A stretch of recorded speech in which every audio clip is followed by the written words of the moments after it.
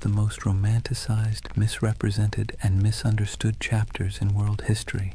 No, not knights, not pharaohs, not Romans with fancy sandals. We're talking about pirates, the real ones.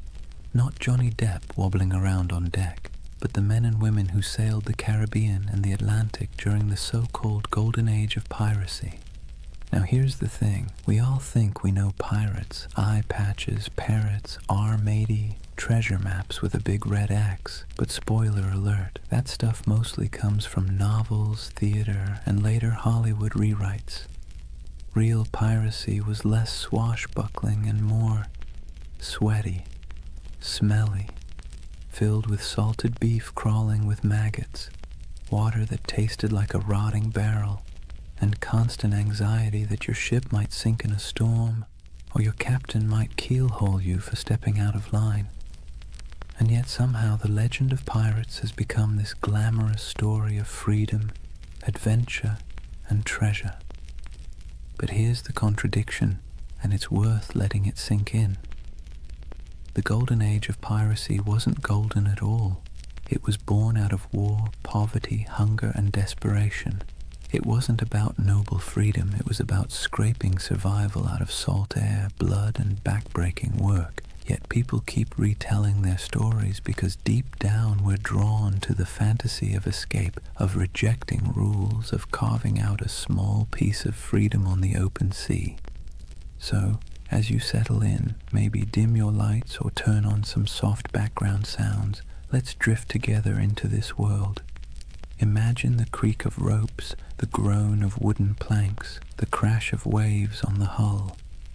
Tonight, we'll wander through crowded ports, stand under the Caribbean sun with sweat dripping down our backs, and listen to the salty curses of men who gambled everything on the sea. Before we start, a small ask. If you enjoy drifting off with these stories, give this video a like, and maybe even subscribe. And tell me in the comments, what's keeping you up tonight? I'd love to know. Now, let's begin our first chapter with a world teetering on the edge of chaos, just perfect for the rise of piracy. Chapter 1. A world ripe for plunder. Picture the year 1690.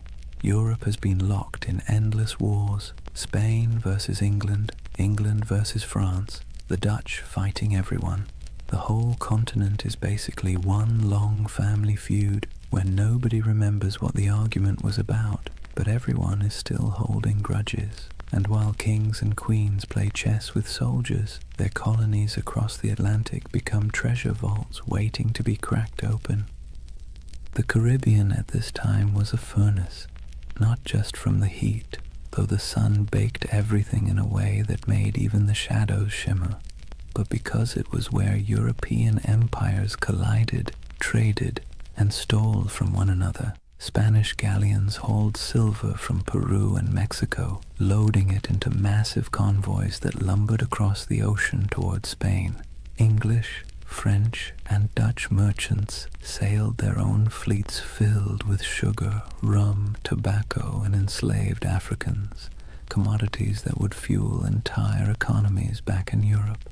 The ports were alive with contradictions. Imagine standing on the docks of Port Royal in Jamaica around 1700. The smell hits you first: tar, rum, smoke, and human sweat. Dock workers shouted in a dozen languages, sailors stumbled drunk, their shirts stiff with salt, elegant merchants in powdered wigs strutted past barefoot fishermen hauling nets of twitching fish. The soundscape was relentless, donkeys braying, sailors cursing, coins clattering on wooden counters, priests mumbling blessings, cannons occasionally booming in the harbor just to remind everyone who was in charge. And here's the irony. These bustling colonial ports were supposed to be the crown jewels of empire, but they were also perfect breeding grounds for lawlessness. Governments thousands of miles away tried to impose order, but the reality was chaos. Governors took bribes, soldiers deserted, officials looked the other way when merchants smuggled contraband. The Caribbean was a place where, if you had a ship and a crew desperate enough, you could either make a fortune or lose everything in a week. Now think about the sailors themselves. Life at sea under a Royal Navy wasn't glamorous. It was miserable. Sailors were often press-ganged, basically kidnapped into service, dragged aboard ships against their will. Conditions were horrific. Cramped hammocks, weevil-infested bread, floggings for minor offences. Pay was late, if it ever came at all, and if you happened to survive the voyage, chances were you'd be discharged with nothing but a few coins jingling in your pocket and a body half ruined by scurvy. So when word spread that some sailors had gone rogue, ditched their oppressive commanders, seized ships and struck out as freebooters, it sounded less like criminality and more like rebellion. Piracy wasn't just a crime, it was a way out. Let's be clear though, the sea was not forgiving. It wasn't a highway of freedom. It was a gauntlet of storms, reefs, disease, and predators, both human and natural. But if you were a sailor in 1700 staring at the horizon from the deck of a crowded ship, the choice between a brutal life under a navy captain or rolling the dice with piracy might not have seemed that hard. By the turn of the century, the Caribbean had become what you might call a floating economy of risk. On one side, kings, merchants, and governors trying to keep order. On the other side, a growing army of dispossessed sailors, mercenaries, and adventurers who decided order was overrated. All it took was the right moment, a gap in empire, a weakly guarded convoy, a ship with sails trimmed just so, and fortunes could be made overnight. And so, with every galleon groaning under the weight of silver, every sugar plantation coughing up profits, and every port overflowing with sailors who'd had enough of being cheated, the stage was set. The Golden Age of Piracy wasn't born out of nowhere. It was baked into the world itself, into the trade routes, the wars, the greed, and the desperation. The seas were ready, and so were the men who would plunder them. If the late 1600s and early 1700s had a theme, it would be, everybody's exhausted, broke, and kind of angry. Europe's great powers had been at each other's throats for decades, and while kings and queens could patch up peace treaties, the wars left a trail of wreckage that stretched across the Atlantic, and in that wreckage, piracy took root. Take Spain, for example. Once upon a time, Spain was the big kid on the block. They had the gold, the silver, the fleets, and the swagger to call themselves masters of the New World. But by the late 1600s, their empire looked less like a shining crown and more like a rusty bucket with holes. Wars drained their coffers, silver shipments were constantly raided, and their ships, once the pride of the seas, were often outdated and slow. Spain still had territory, but its grip was slipping, and everyone else smelled the weakness. England wasn't doing much better. Sure, they were clawing their way toward global power, but back home, ordinary sailors were being tossed around like dice in a rigged game. One year they were privateers, government-approved pirates, with papers giving them permission to plunder Spanish ships in the name of the crown.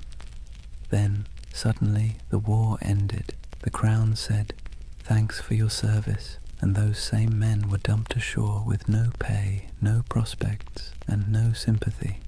Imagine fighting for your country, risking death a dozen times only to be told you were now just another unemployed vagrant clogging up the docks. The Dutch Republic had its own story. Once dominant traders, their fleets crisscrossed the globe, but wars with England and France chewed through resources, leaving fewer jobs for sailors and merchants. France, meanwhile, under the grandiose reign of Louis XIV, spent lavishly on wars, palaces, and pretty much anything shiny, leaving French colonies stretched thin and their sailors restless. The result? a perfect storm of unemployed seafarers with skills nobody wanted except in piracy. These weren't random peasants deciding to play pirate for fun. These were trained men, veterans of naval battles, gunners who could load a cannon in seconds, carpenters who could patch a hull under fire, navigators who could steer through reefs in the dark, armies of skilled but bitter men, all with the same problem. No empire wanted to pay them anymore. And here's where it gets ironic. These empires had essentially created their own monsters. When Spain and England handed out letters of marque, those little slips of paper that legalized piracy during wartime, they encouraged men to attack enemy shipping. Privateers like Sir Francis Drake in the 1500s became national heroes. But once peace returned, those same activities suddenly became criminal. Imagine working for Uber, then one day Uber shuts down and declares, by the way, anyone still driving is now a car thief. That's what happened to thousands of seafarers who had been told plunder was patriotic until it wasn't. So what do you do when the wars end, your government abandons you, and you still have the skills to handle a ship and fire a cannon? You keep doing what you know best, but now for yourself. You keep raiding ships, you keep seizing cargo, you keep living by the sword, or in this case, the cutlass. Piracy wasn't just desperation, it was habit. It was a profession that governments themselves had encouraged and then tried to disown. This collapse of empire control didn't just happen on land. At sea, the very roots of trade were fragile. Convoys of Spanish galleons might be well defended, but smaller ships carrying sugar or rum often sailed alone. Merchant captains wanted profit, not protection, and cutting corners left them exposed. Add in tropical storms that could scatter fleets like confetti, and suddenly the Caribbean looked less like the King's Ocean and more like a buffet table for anyone bold enough to take a bite. And let's not forget the colonies themselves. Governors sent from Europe often cared more about lining their own pockets than enforcing the law. Some even welcomed pirates, so long as they brought in enough gold or shared enough loot. For struggling outposts like Nassau in the Bahamas, pirates weren't a nuisance, they were the economy. It's hard to enforce anti-piracy laws when half your town depends on stolen goods to survive, so piece by piece the mighty grip of empire loosened. Spain couldn't patrol all its waters. England's navy was stretched thin. France was distracted by continental wars. The Dutch were in decline. And into that vacuum sailed the pirates, men who saw the weakness of kings and decided to crown themselves instead. The collapse of empires didn't just make piracy possible, it made it inevitable. The seas were full of treasure, the navies were too thin to guard it, and the men who knew how to seize it had nothing left to lose. Out of that mix came not just scattered rogues, but an entire era, the so-called Golden Age of Piracy, when men and women from a dozen nations chose the black flag over the king's flag. Let's be clear, piracy didn't appear out of thin, salty air. It was the awkward child of privateering, a sort of legal piracy that governments were perfectly happy to use when it suited them. To understand how privateers turned into pirates, you have to look at how the lines between hero of the crown and villain of the seas were about as thin as a ship's rope after a rat problem. Privateering was, in theory, simple. A government at war, say England against Spain, would hand out a letter of marque. This was a fancy slip of paper saying, "Go ahead, raid enemy ships, keep a cut of the loot, and send us our share." It was piracy, but with paperwork. Sir Francis Drake did it in the 1500s, sacking Spanish ports and coming home loaded with plunder. England called him a knight, Spain called him a criminal. One man's pirate was another man's patriot. Fast forward to the late 1600s, and the system was still in play. Privateers swarmed the Caribbean and Atlantic during wars, seizing sugar shipments, Spanish galleons, and anything else they could get their hands on. The Caribbean became a giant chessboard, and privateers were the pawns, expendable but useful.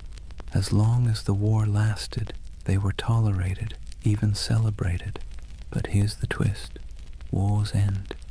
And when they did, governments suddenly didn't need these men anymore. One day you're proudly waving the flag of your nation, attacking the enemy, and selling stolen goods back to friendly ports. The next day, the war is over, the letter of marque is revoked, and now you're just a thief with a ship. There was no retirement plan, no pension, no thank you parade, just a shrug and an unspoken suggestion to quietly disappear. The men, however, weren't built for disappearing. They were hardened sailors who knew the rhythms of the sea better than the rhythms of ordinary life. They knew how to fight, how to navigate, how to survive storms, and, most importantly, how to take wealth by force. These were not skills easily repurposed into farming or shopkeeping. So what did they do? They kept at it. The only difference was that now, instead of doing it for a king or queen, they did it for themselves. This transition was so common it almost feels inevitable. Many of the most famous pirates of the Golden Age had first cut their teeth as privateers. Men like Henry Morgan, who began under English sanction and later operated in a grey zone that looked a lot like piracy. Others, like Blackbeard, likely started out on privateering ships during the War of Spanish Succession before slipping into outright piracy when the war dried up. The habits, the networks, even the bases were already in place. It was just a matter of removing the official paperwork and keeping the cannons loaded. And here's the delicious irony. Governments created the very monsters they later tried so hard to destroy. By training thousands of sailors in the art of state-sponsored looting, they gave them a taste for plunder. Then, by abandoning them in peacetime, they essentially shoved them straight into piracy. Imagine teaching someone to pick locks during a war because you need spies, then firing them when the war ends and expecting them not to use their skills. Of course they'll keep picking locks, only now it's your house. There was also the question of identity. Once a man had lived as a privateer, free from the crushing discipline of a navy, sharing loot with his mates, and living by the tides, could he really go back to scrubbing decks under the bark of some lieutenant? Navy life was brutal, punishments were harsh, pay was low, and the class system was rigid. By comparison, the life of piracy, even with its hunger, storms, and risk of hanging, offered more equality and excitement. It wasn't just survival, it was liberation from the grind of the empire. Ports like Port Royal in Jamaica and Tortuga off Hispaniola blurred the line even further. Merchants there didn't care if the goods were captured legally or not. Sugar, silver, rum, if it could be sold, it was welcome. Tavern owners, traders, even governors quietly winked at piracy, especially when it brought wealth into their struggling economies. Some governors even kept pirates as unofficial attack dogs, unofficial allies when convenient, expendable scapegoats when politics shifted. So, from privateers to pirates wasn't a sharp break. It was more like a slow, sloping slide into the inevitable. Men who had been celebrated for plundering Spanish ships found themselves doing the exact same thing, only now branded as criminals. And they embraced it because what was the alternative? Starvation? Subservience? A return to naval whippings and starvation wages? No, thank you. Better to live on your own terms, however short that life might be. It's easy now to think of pirates as chaotic rebels who suddenly popped up to terrorize the seas. But really, they were a byproduct of empire, born from its wars, abandoned in its peace, and sustained by its greed. The black flag wasn't a rejection of Europe's system. It was its mirror, twisted and stripped of pretense. So when we picture those ragged sails appearing on the horizon, it wasn't random lawlessness at sea. It was the logical conclusion of policies that blurred morality for convenience. Privateering was piracy in a fancy coat, and piracy was privateering with the coat torn off, and for the men who lived it, there wasn't much difference at all. Now let's imagine, for a moment, what happens when thousands of unemployed sailors, disgruntled privateers, and general misfits all end up in the same place. No law, no oversight, no queen wagging her finger from across the ocean. Just wide open seas, islands thick with sugarcane and palm trees, and ports desperate for trade, even if that trade came dripping with blood.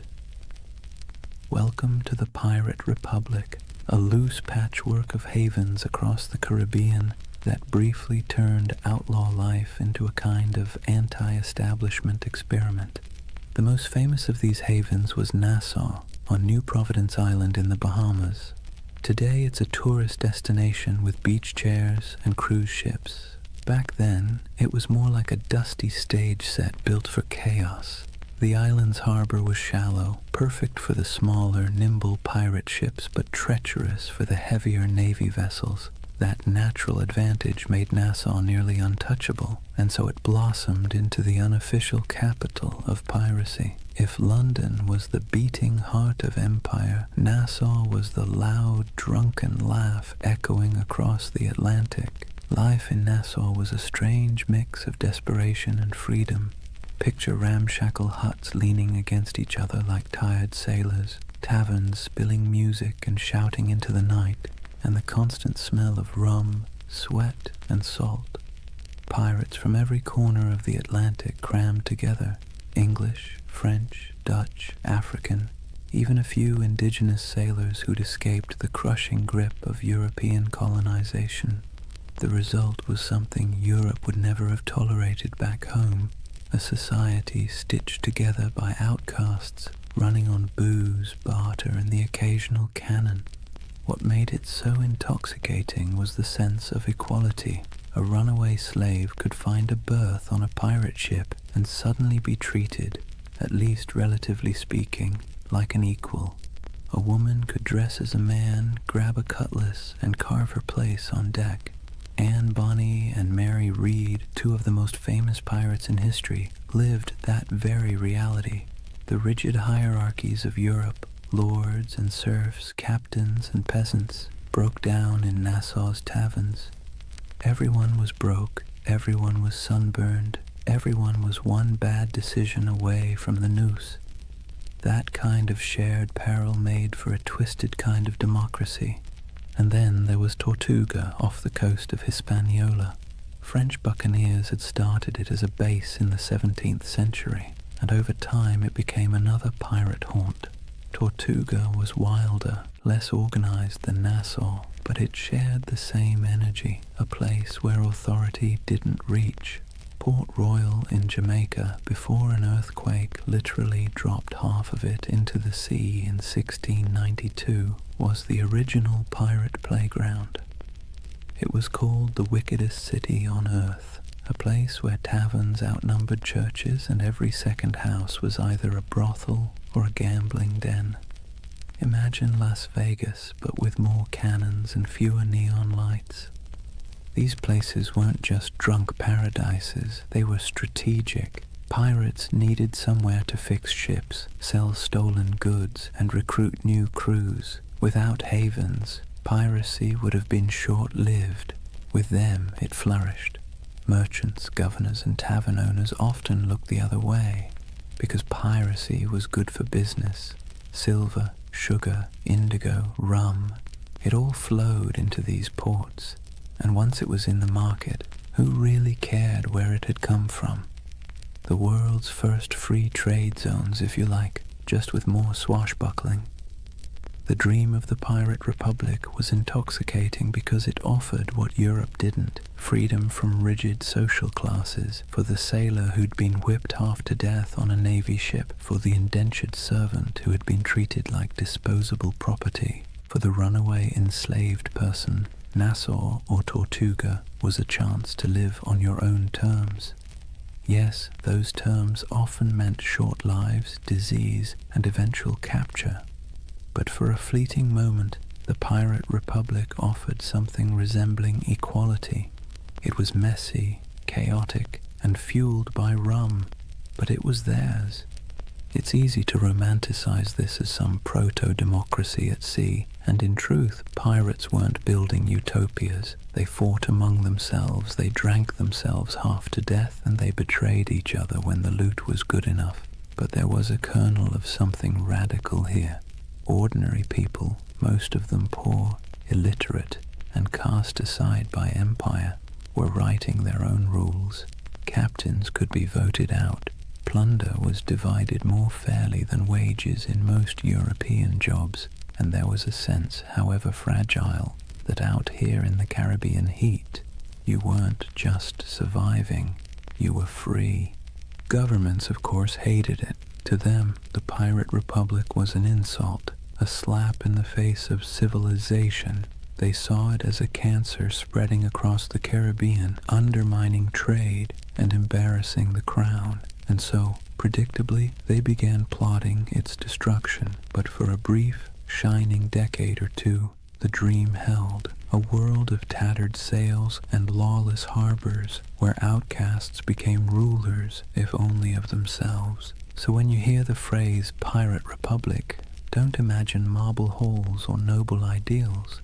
Imagine crowded taverns with lantern light flickering on sweat-streaked faces, mugs of grog slamming onto wooden tables, and the hum of 50 different languages mixing in the night. It wasn't a nation in any official sense, but it was a community, strange, fragile, reckless, that gave piracy its beating heart.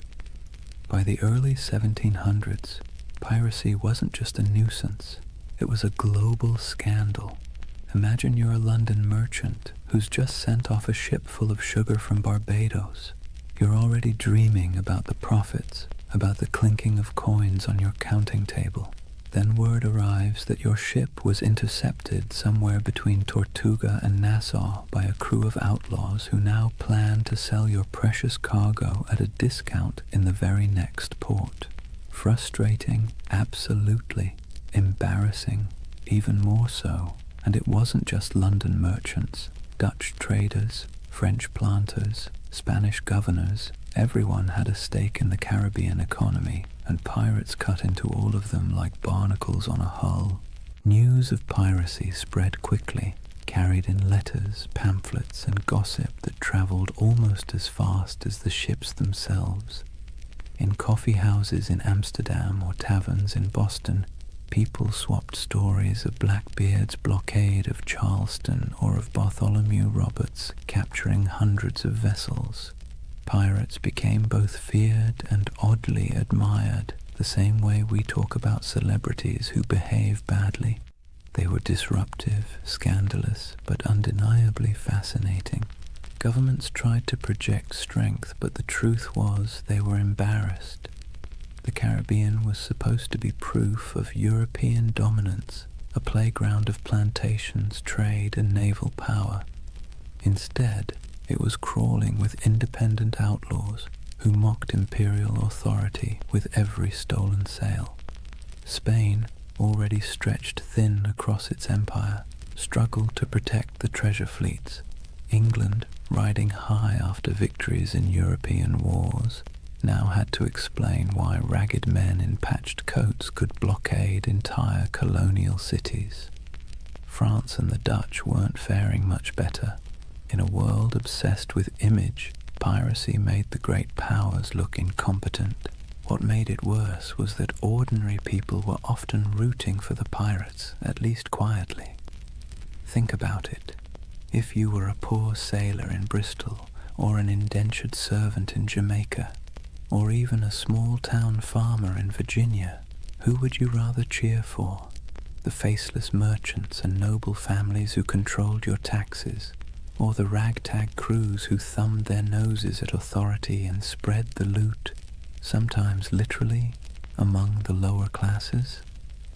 Pirates had a populist appeal. They were villains to the elite, but folk heroes to the downtrodden. Ballads were written, stories were exaggerated, and every port town knew someone who claimed to have once seen, or maybe even joined, a pirate crew. That uneasy admiration worried rulers as much as the piracy itself. It wasn't just about stolen goods anymore. It was about stolen loyalty. If too many sailors chose piracy over honest naval service, if too many colonists chose to trade with outlaws instead of legal merchants, the whole system could unravel. In this sense, the Pirate Republic wasn't just an economic threat. It was a political one. It represented a kind of freedom, however messy, that stood in direct contrast to empire. And so, as the first decade of the 1700s drew to a close, the world was watching. Governors wrote desperate letters to their monarchs begging for naval reinforcements. Merchants lobbied for protection. Admirals were dispatched with orders to stamp out the scourge. Yet for all this official outrage, the pirates kept sailing, kept raiding, and kept slipping back into the shallow harbors of Nassau, Tortuga, and Port Royal. The balance of power was precarious, and for a short, chaotic stretch of years, it seemed like the pirates might actually hold their ground. But as with all things in history, nothing so audacious lasts forever. The seeds of the pirates' downfall were already being sown, even as they toasted their freedom with mugs of grog under the Caribbean moon. Kings and parliaments were growing tired of being mocked. Naval patrols were growing stronger, and alliances, those fragile bonds between men who lived by theft and rum, were starting to fracture under the weight of greed. For now, though, the world watched in equal parts fear and fascination. Pamphlets painted pirates as monsters with hearts of stone, while tavern songs turned them into legends. Merchants cursed them, sailors dreamed of joining them, and governments plotted their end. The Golden Age of Piracy was in full swing, and like all golden ages, it glittered brightest just before the fall. Chapter 2. The Pirate's Life, Grit, Glory, and Grievance. So, let's get something straight right at the start. Life on a pirate ship was not a Caribbean holiday. You've probably seen the romantic paintings. Glorious sails catching the wind, dramatic sunsets, and dashing figures with cutlasses gleaming. But if you were actually there, you'd spend less time admiring the view and more time trying to keep your stomach from revolting at the smell of rotting food. The pirate's life, while freer than serving in the Navy or laboring on a plantation, was still back-breaking, filthy, and endlessly uncomfortable. Imagine waking up below deck in the humid Caribbean heat. The air is thick, cloying, and full of the stink of unwashed bodies, damp wood, and tar. The ceiling is so low that you can't even stand upright. Rats scuttle across the beams, and you can hear the groan of the ship as it shifts against the waves. The pirate life didn't come with feather beds. You'd likely be sleeping on rough planks, maybe with a scrap of canvas for a blanket if you were lucky. Every day began with the creak of ropes, the bark of orders, and the endless rhythm of labor needed to keep a ship moving. Food was its own special kind of torture. Pirates stole plenty of supplies from captured ships, but unless you were lucky enough to raid a fresh merchantman recently, meals were, let's say, monotonous. Salted beef, so tough you could use it as a weapon. Hardtack, which was basically a cracker but harder than stone and often infested with weevils. Grog, a mix of watered-down rum, was the drink of choice, not because it tasted good, but because plain water went bad quickly in the heat. If you were lucky, you might snag some fruit or vegetables before they spoiled, but scurvy was always lurking like an uninvited guest. Teeth loosened, gums bled, and bones ached from the lack of vitamin C. Daily chores weren't glamorous either. Pirates weren't just fighting and drinking, they were sailors first. That meant scrubbing decks, mending sails, climbing rigging slick with salt spray, and bailing water from the hold during storms. And storms, by the way, were constant reminders that the sea itself was often more dangerous than any enemy. A hurricane could scatter a fleet in hours, leaving survivors clinging to driftwood while their dreams of plunder sank to the bottom. And yet, for all this hardship, men, and a few women, chose it willingly. Why? Because compared to life in the Navy or under the whip of a plantation master, piracy offered something intoxicating: freedom. On a pirate ship, you weren't at the mercy of a cruel officer with a whip. You weren't paid starvation wages while some admiral or merchant lined his pockets. Instead, you had a say in decisions, a share of the loot, and a chance, just a chance, to change your fortune. The hardship was the same, but the dignity was different. Entertainment helped break the monotony. Pirates loved music, fiddles, pipes, and drums when they could get them. They told tall tales, gambled with dice and cards, and sang bawdy shanties that echoed across the waves. Some ships even kept pets, parrots, monkeys, or stray cats, both for company and for laughs. And of course there was always rum. Rum was less a drink than a coping mechanism, numbing sore muscles, smoothing frayed nerves, and sometimes sparking brawls that left men with more bruises than treasure. But make no mistake, life aboard a pirate ship was a constant balancing act between freedom and discomfort. The same deck where you danced to a fiddle tune at night might be awash with seawater or blood the next morning. The same comrades who shared their food with you today might vote you out tomorrow if you crossed the wrong line.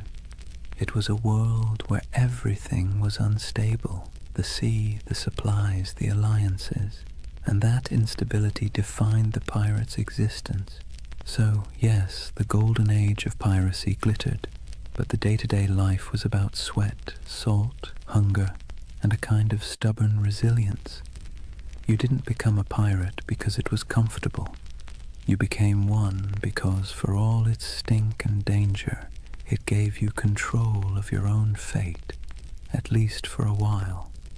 Here's a funny thing about pirates. They were some of the most democratic people of their time, not in the sense of voting booths and campaign speeches, but in a rough, practical way that actually mattered to the men living on those creaking decks. Imagine that. While monarchs squabbled over crowns back in Europe and kings claimed they ruled by divine right, pirates were out on the high seas voting on who got to be in charge. When a crew formed, the first order of business wasn't just raiding a Spanish galleon. It was drawing up what they called the Articles. These were pirate constitutions, handwritten agreements that spelled out everything from how loot would be divided, to punishments for theft, to the share of compensation if you lost a limb in battle. And yes, pirates had a kind of early insurance system. If you lost an arm, you might get 600 pieces of 8, a leg, maybe 800. It wasn't exactly health insurance with a friendly provider, but it was better than what the average soldier got on land, which was nothing at all. The articles also set limits on behavior: no gambling below deck, lights out at a certain hour, no deserting in battle. And yes, they often forbade bringing women on board, though that rule was broken often enough to be almost comical. These weren't arbitrary rules, they were survival tactics. A pirate ship was a pressure cooker of bad food, bad hygiene, and too many strong personalities packed into too small a space. Without rules, things would have descended into chaos faster than you can say. mutiny. Now, the captain wasn't an untouchable figure like on a Navy ship. Pirate captains were elected by the crew, and they could be voted out just as easily. If a captain was too reckless, too stingy with loot, or just too annoying, the crew could replace him with someone else. This was radical for the 17th and 18th centuries. Imagine a farmhand in Europe marching up to his landlord and saying, "Sorry mate, we've had a vote and you're fired." Unthinkable. But on a pirate ship, that was just Tuesday. Of course, the captain still held real authority in battle. When cannonballs were flying and boarding parties were scrambling across decks, someone had to make quick decisions. But outside of combat, his power was checked by the quartermaster. The quartermaster was like the ship's accountant and judge rolled into one. He handled supplies, settled disputes, and distributed plunder according to the articles. He was the balance to the captain, ensuring one man didn't hoard all the power or all the silver. Speaking of plunder, here's where pirates really stood out. On most navy or merchant ships, ordinary sailors got scraps. Captains and owners took the lion's share. Pirates, by contrast, split loot far more evenly. Yes, captains and officers usually got larger shares, but the gap wasn't massive. A captain might get 2 or 3 shares, while a common sailor got 1. Compare that to the Navy, where a captain could rake in a fortune while the sailors were paid in arrears, if at all. For men used to being at the bottom of the social ladder, this was revolutionary.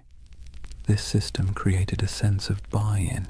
Everyone had a stake in every raid. Everyone had a voice. It's one reason pirate crews could be so terrifyingly effective. They weren't being flogged into action by some officer. They wanted to fight because victory meant coin jingling in their pockets. Cold, heavy, jangly, deliciously spendable coin. It's tempting to see this pirate democracy as noble or progressive, but let's be clear, it wasn't about ideals. It was about practicality. Pirates knew they lived hard, dangerous lives.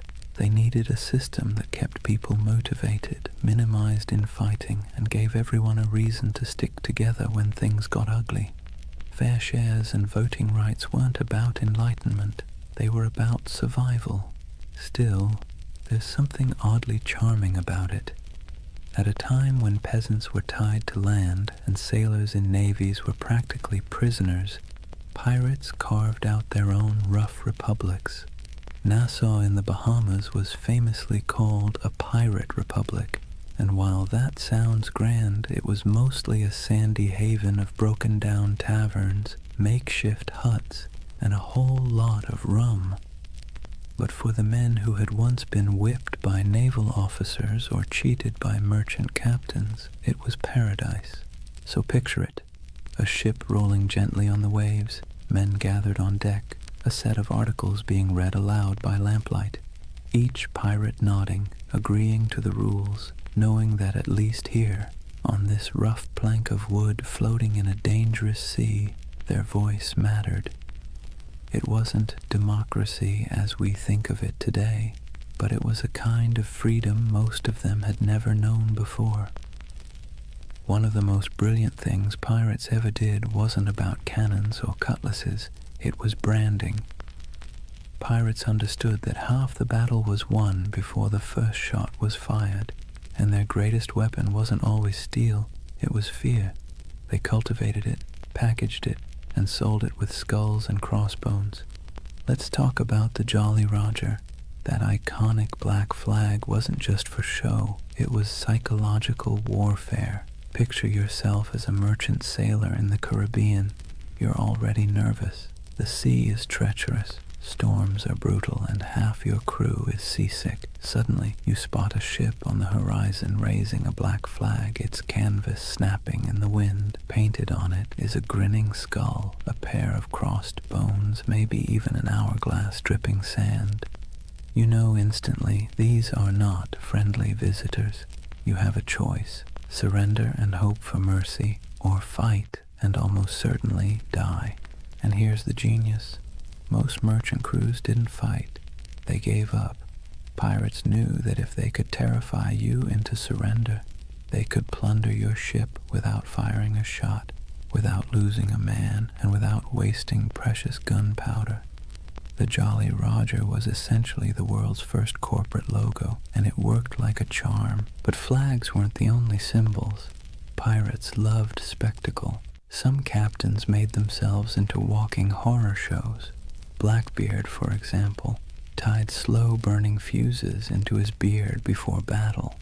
Imagine a man storming across your deck with his hair literally on fire, eyes wild, smoke curling around his face like some demon from the deep.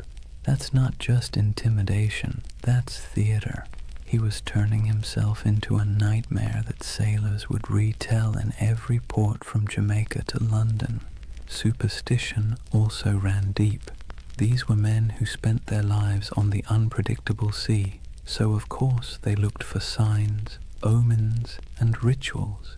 Whistling on board was considered bad luck because it might whistle up a storm.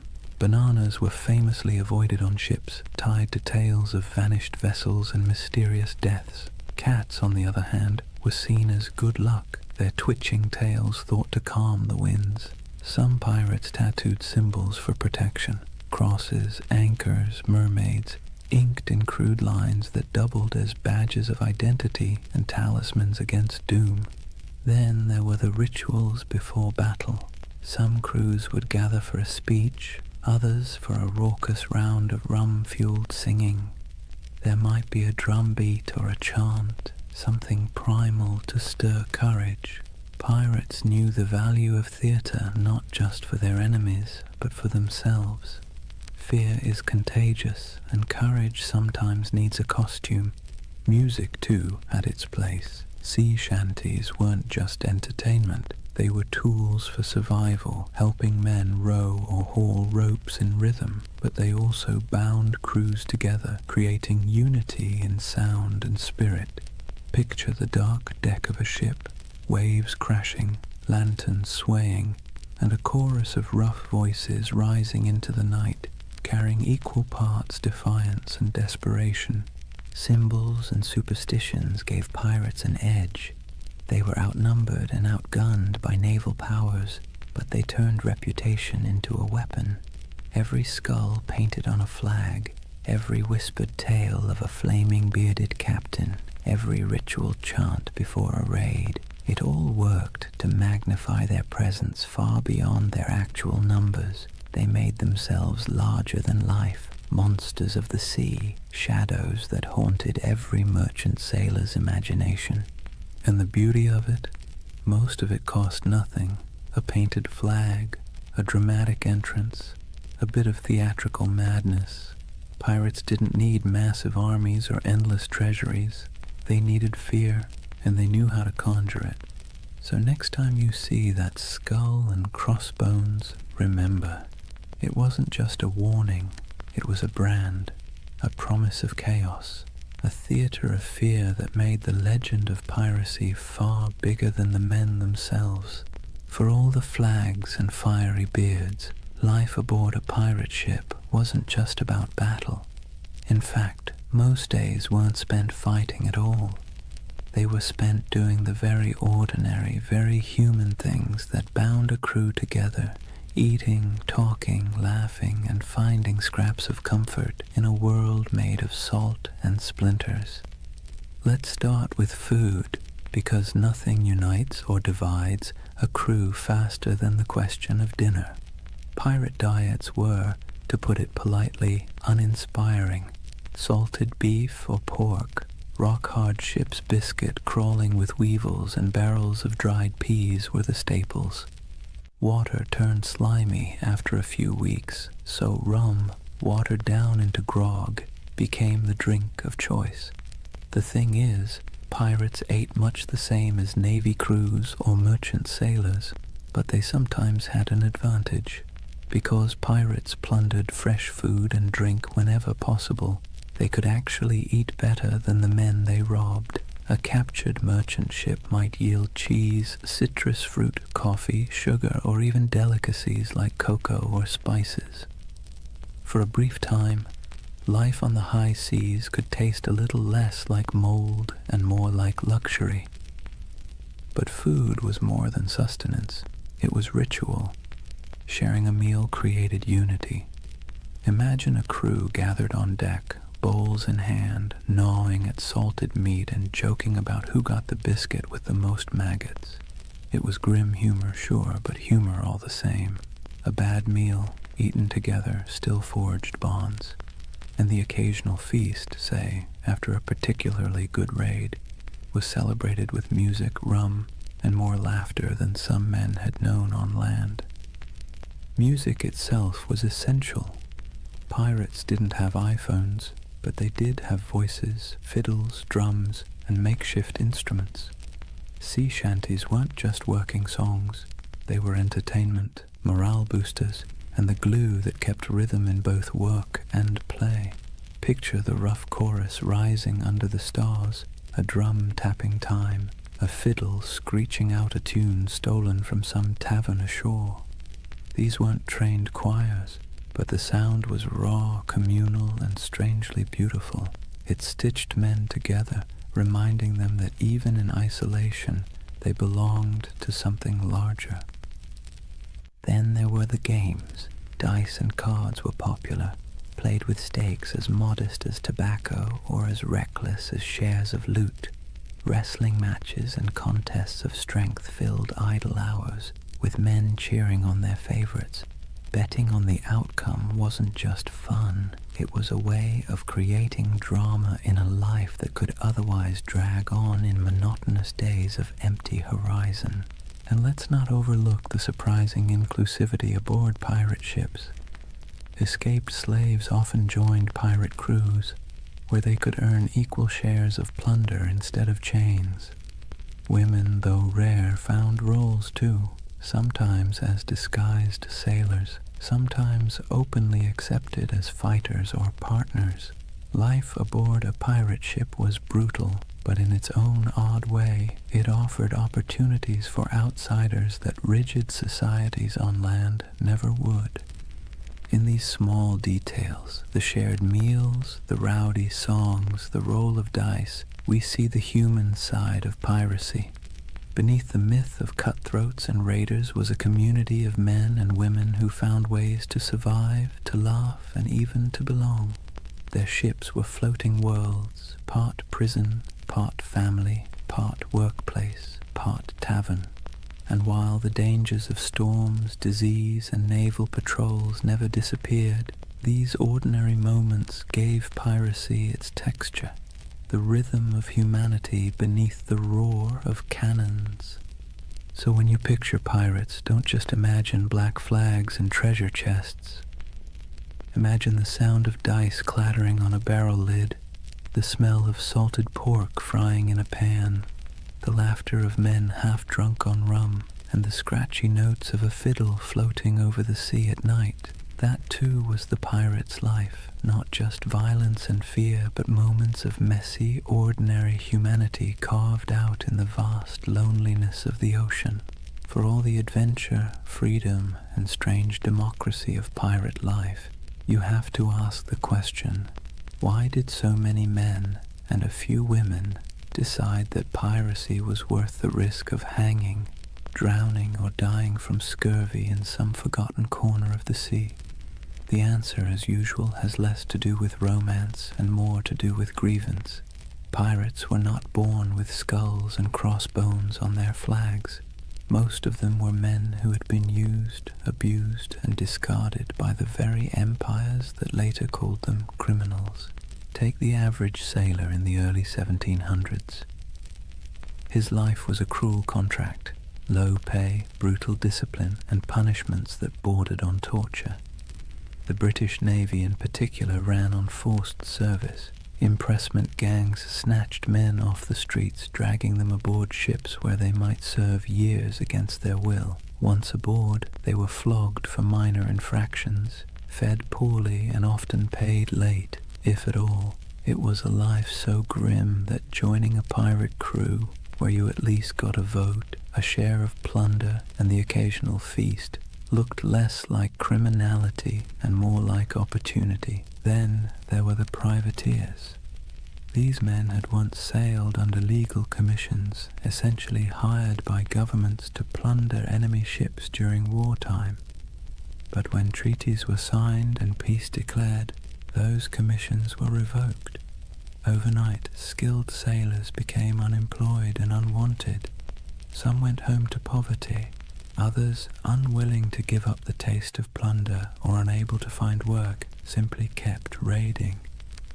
The difference was only paperwork. Yesterday's patriot privateer was today's villainous pirate. Economic desperation played its part too.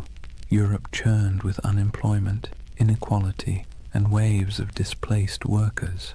Colonies offered work, but much of it was brutal plantation labor or indentured servitude. If you were poor, your choices were few. Toil endlessly for scraps on land, serve miserably in the navy, or gamble your life on piracy, where at least the rewards were immediate, tangible, and occasionally extravagant. Even a short run of luck could mean pockets full of coin, fine clothes stripped from captured merchants, or a chance to live like a king for a few weeks before it all fell apart. And make no mistake, piracy was a protest of sorts. Pirates didn't just steal. They struck at the heart of the empires that had used them. They targeted Spanish treasure fleets, English merchants, and French plantations. Their defiance wasn't couched in noble speeches, but in cannon fire and audacious raids. To kings and governors, they were parasites. To many of the poor, they were folk heroes, men who thumbed their noses at the powers that had left them to starve. But grievances went deeper than economics. Pirates carried personal grudges, captains who had beaten them, navies that had cheated them of wages, merchants who had treated them as expendable. To hoist the black flag was not only to seek fortune, but also to take revenge on a world that had never cared if they lived or died. So when you picture pirates shouting and firing cannons, remember the bitterness beneath it all. Their laughter around the rum barrel was fueled by the knowledge that they had nothing to lose and everything to snatch. Their democracy at sea was born not from lofty ideals, but from anger at systems that had denied them dignity on land. Piracy was grievance turned into lifestyle, protest turned into plunder. That's why the Golden Age of Piracy still lingers in our imagination.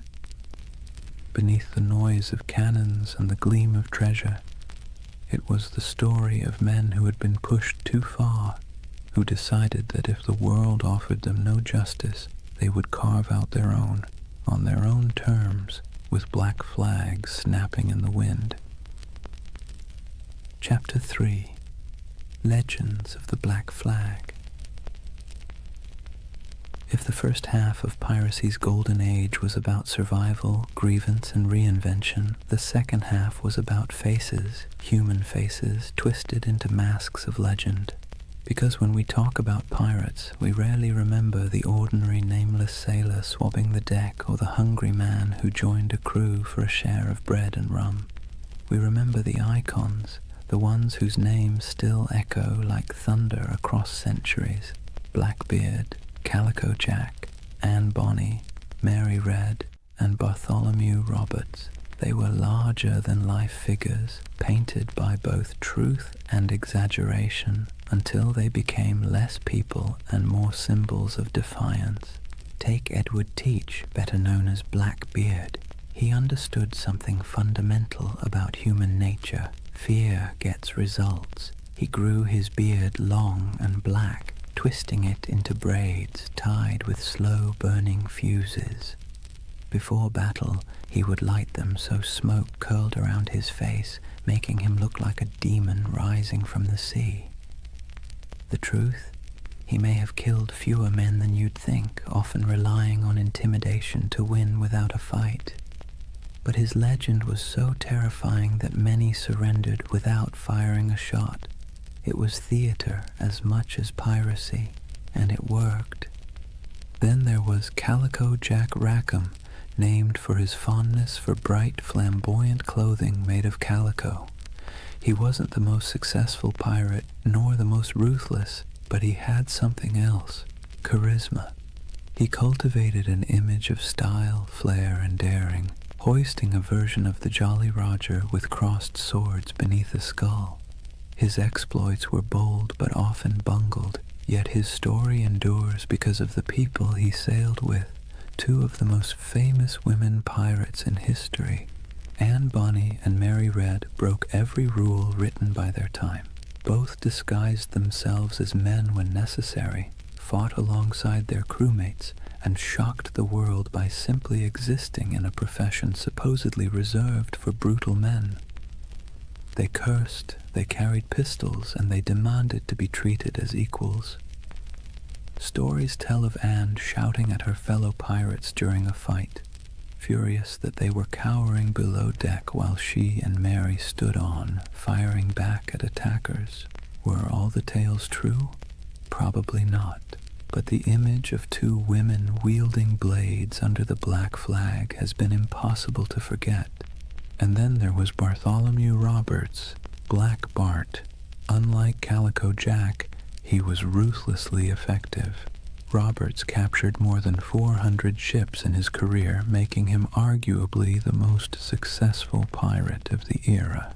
He dressed extravagantly, wore a crimson waistcoat in battle, and carried himself with the stiff pride of a gentleman gone rogue.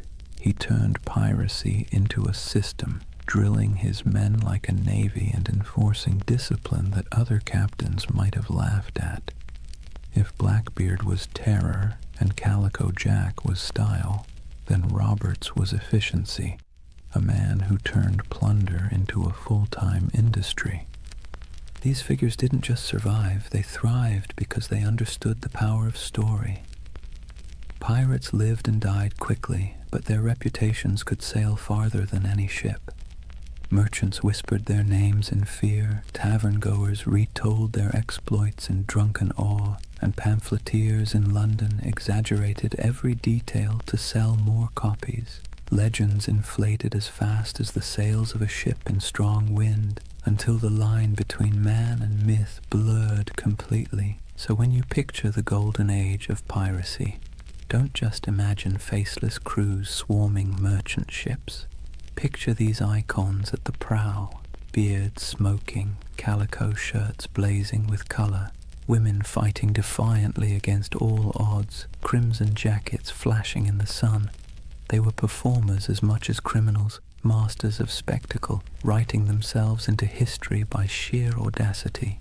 That's why they endure, not because they lived long lives, they didn't, but because they played their roles so well that centuries later we still remember their stage. If pirates were actors on the stage of the sea, then Edward Teach, Blackbeard, was the undisputed director of horror. He understood better than almost anyone else that violence wasn't always necessary if you could make your enemies believe it was inevitable. His greatest weapon wasn't his cutlass or pistols, but the terrifying image he constructed of himself. Imagine this. You're a weary merchant sailor, your ship heavy with sugar and rum, when you spot a vessel in the distance. Its sails are patched but full, its hull dark and looming, and then you see him. A giant of a man with wild, coal-black hair and a beard so thick it looks like it's swallowing his face. He's tied slow-burning fuses into his braids, sparks spitting, smoke curling around him as if he's stepped straight out of hell. The sight alone is enough to send shivers through the toughest crew. Guns are loaded, cannons are aimed, but more often than not, the merchant ship simply lowers its colors and surrenders. Why fight when the devil himself has shown up to collect? Here's the funny part. For all his terrifying image, Blackbeard wasn't actually the most bloodthirsty pirate. In fact, his ledger of confirmed kills was surprisingly slim compared to others. He didn't need to spill blood when his performance did the work for him. He crafted a persona so fearsome that it did the fighting long before the first cannonball flew. Think about it. Would you rather battle a man who looked like your neighbor or a smoke-shrouded demon who seemed to revel in chaos? Most captains chose the wiser option and handed over their cargo. Blackbeard also knew the value of spectacle beyond the battlefield. He cultivated stories about himself, feeding into his myth. He'd fire pistols in the air just to startle his own crew. He once blockaded the entire port of Charleston, South Carolina, holding the city hostage until he was supplied with medicine. This wasn't just piracy, it was theater on a grand scale, a demonstration that one man and a few ships could humiliate an entire colony. It was both ridiculous and awe-inspiring. But beneath the smoke and noise, Blackbeard was a practical man. He divided plunder with some fairness, treated his crew as partners more than slaves, and knew when to negotiate. He wasn't some mindless brute. He was calculated. His use of fear wasn't just for show. It was a strategy that minimized actual risk. Why fight bloody battles when you can win by reputation alone? Still, his career was short. He rose fast and fell faster. By 1718, the British Crown, tired of his antics and the disruption of trade, decided it had had enough. Lieutenant Robert Maynard lured him into a trap off the coast of North Carolina. In a brutal fight, Blackbeard was shot and slashed repeatedly before finally going down. His severed head was hung from Maynard's ship like a grotesque trophy, a final theatrical image for a man who had lived by performance. And yet, did death end the legend? Not at all. If anything, it sealed it. Blackbeard's ghost was said to haunt the waters where he died, his headless body swimming in the waves, searching for its lost skull. Fishermen swore they saw his spectral ship, the Queen Anne's Revenge, drifting silently across the horizon. Whether or not any of it was true didn't matter. The myth had already outgrown the man. So when you hear the name Blackbeard today, you're not just recalling a pirate. You're recalling one of history's greatest performers, a man who understood fear as both an art and a weapon. His stage was the sea, his audience the world, and his performance so unforgettable that centuries later we're still applauding in awe and a little bit of dread. If Blackbeard was the terrifying face of piracy, then John Rackham, better known as Calico Jack, was its fashion icon. The man wasn't particularly fearsome, nor was he especially successful compared to others, but he had something almost as valuable as gold: style. His nickname came from the brightly patterned calico coats he wore, loud enough to be seen from a mile away. It was a choice that said, "I may not be the biggest or the baddest, but I'll be the most noticeable." And in a world where fear and reputation kept you alive, being memorable mattered. Calico Jack's story would likely have been a footnote in the annals of piracy, if not for two extraordinary women who joined his crew, Anne Bonny and Mary Read. Their presence turned his otherwise average exploits into a legend that has fascinated people ever since.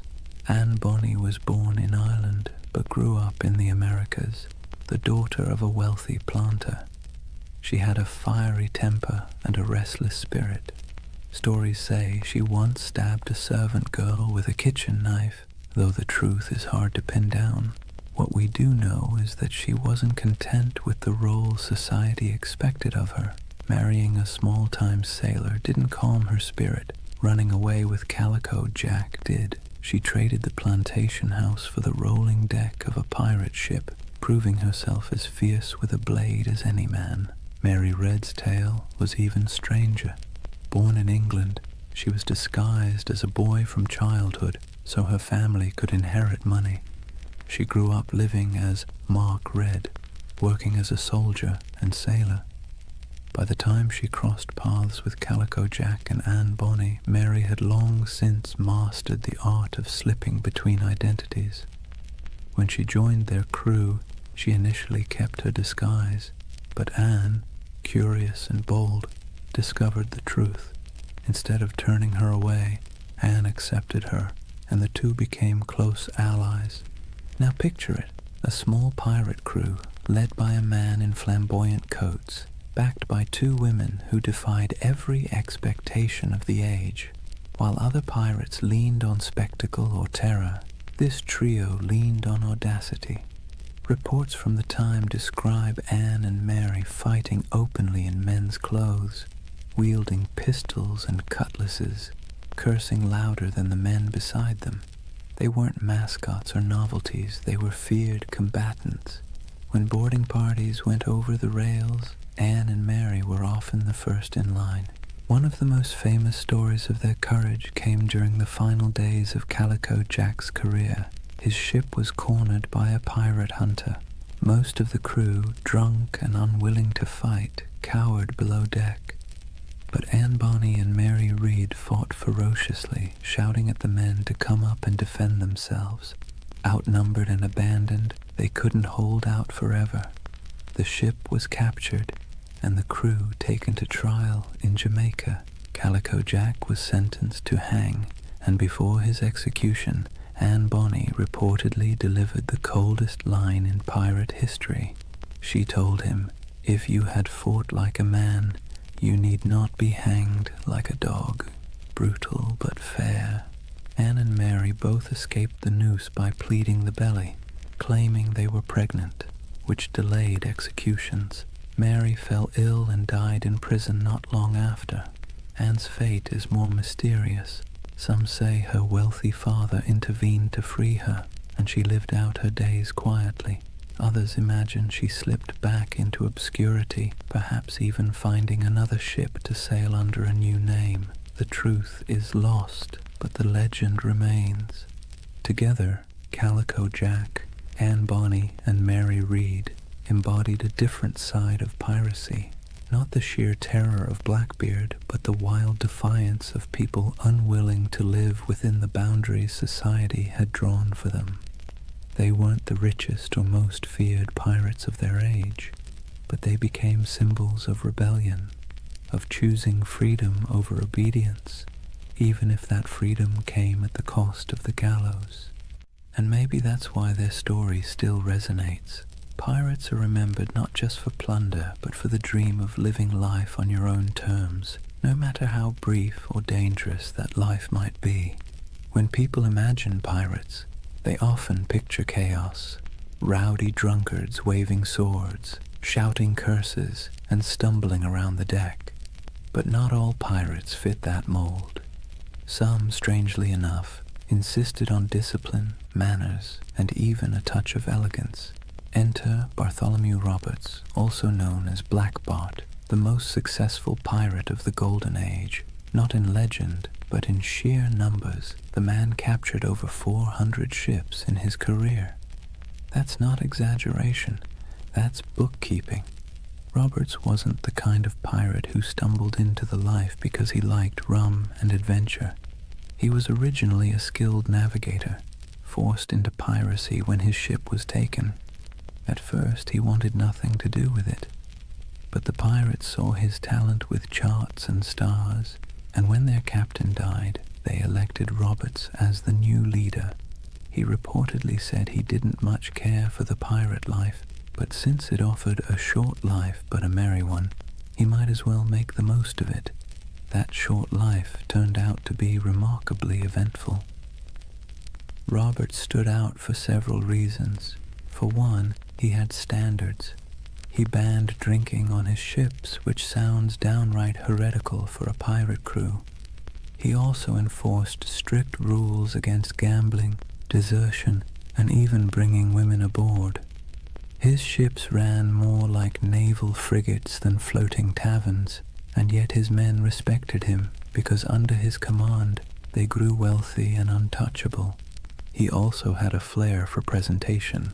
While Blackbeard relied on smoke and fire to terrify, Roberts leaned on fashion. He dressed in fine silks, wore a crimson waistcoat, and carried himself with aristocratic dignity. Imagine him standing on the quarterdeck looking more like a nobleman than a pirate, with the Jolly Roger snapping in the wind behind him. His enemies saw not a ragged bandit, but a man who looked born to command.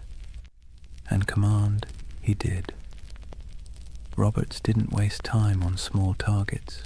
He hunted big merchant convoys and naval ships, taking prizes in the Caribbean, West Africa, and even the coast of Brazil.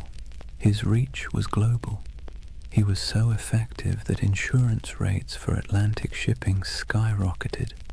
Governments cursed his name, and merchants prayed never to see his sails on the horizon. Roberts also innovated. He used smaller, faster ships to outmaneuver larger warships, and he created a distinctive black flag showing a figure holding an hourglass, a grim reminder that time was running out for his enemies. His leadership was sharp, his men drilled, and his tactics effective. If piracy had generals, Roberts was one of them. But despite his elegance and order, he wasn't merciful.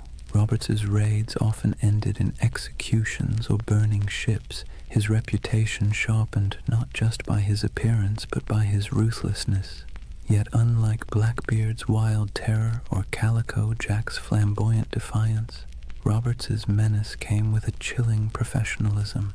He was less devil of the seas and more CEO of piracy. His downfall came, as it often did, from the tightening noose of empire. In 1722, near the coast of Africa, the British Royal Navy finally cornered him. During the battle, Roberts was struck by grapeshot and killed instantly. His men, knowing what capture meant, dressed him in his finest clothes, weighted his body with chains, and cast him into the sea, denying the Navy the satisfaction of displaying him in death. Bartholomew Roberts's reign lasted only a few short years, but in that time he reshaped piracy. He proved it could be efficient, disciplined, and terrifyingly successful. More than Blackbeard, more than Calico Jack, he showed that piracy wasn't just chaos on the waves. It could be a well-oiled machine, run with precision and purpose. And in a way, Roberts's legacy marks the peak of piracy's power. After his death, the Golden Age began to dim. The seas grew less welcoming to outlaws, and the balance of terror shifted back to the empires. But for a moment, one elegantly dressed pirate managed to turn the oceans into his empire, and he did it not with smoke or theatrics, but with order, discipline, and an iron will. If pirates were remembered only for their hunger, sickness, or sunburn, the Golden Age wouldn't have stuck in our imagination. What really carved them into legend were the moments when ragged crews on creaking ships went toe-to-toe with empires and lived to tell the tale. These were the epic raids and showdowns that spread their reputation across oceans like wildfire, whispered from tavern to tavern, and exaggerated until they felt larger than life. Let's start with the Caribbean, where Spanish galleons groaned under the weight of treasure hauled from the New World. These ships were floating vaults, packed with silver from Peru, gold from Mexico, and spices from across the empire. They were also well-armed and heavily guarded, but that didn't always save them. Pirates struck with speed, knowing that a single galleon could fund a lifetime.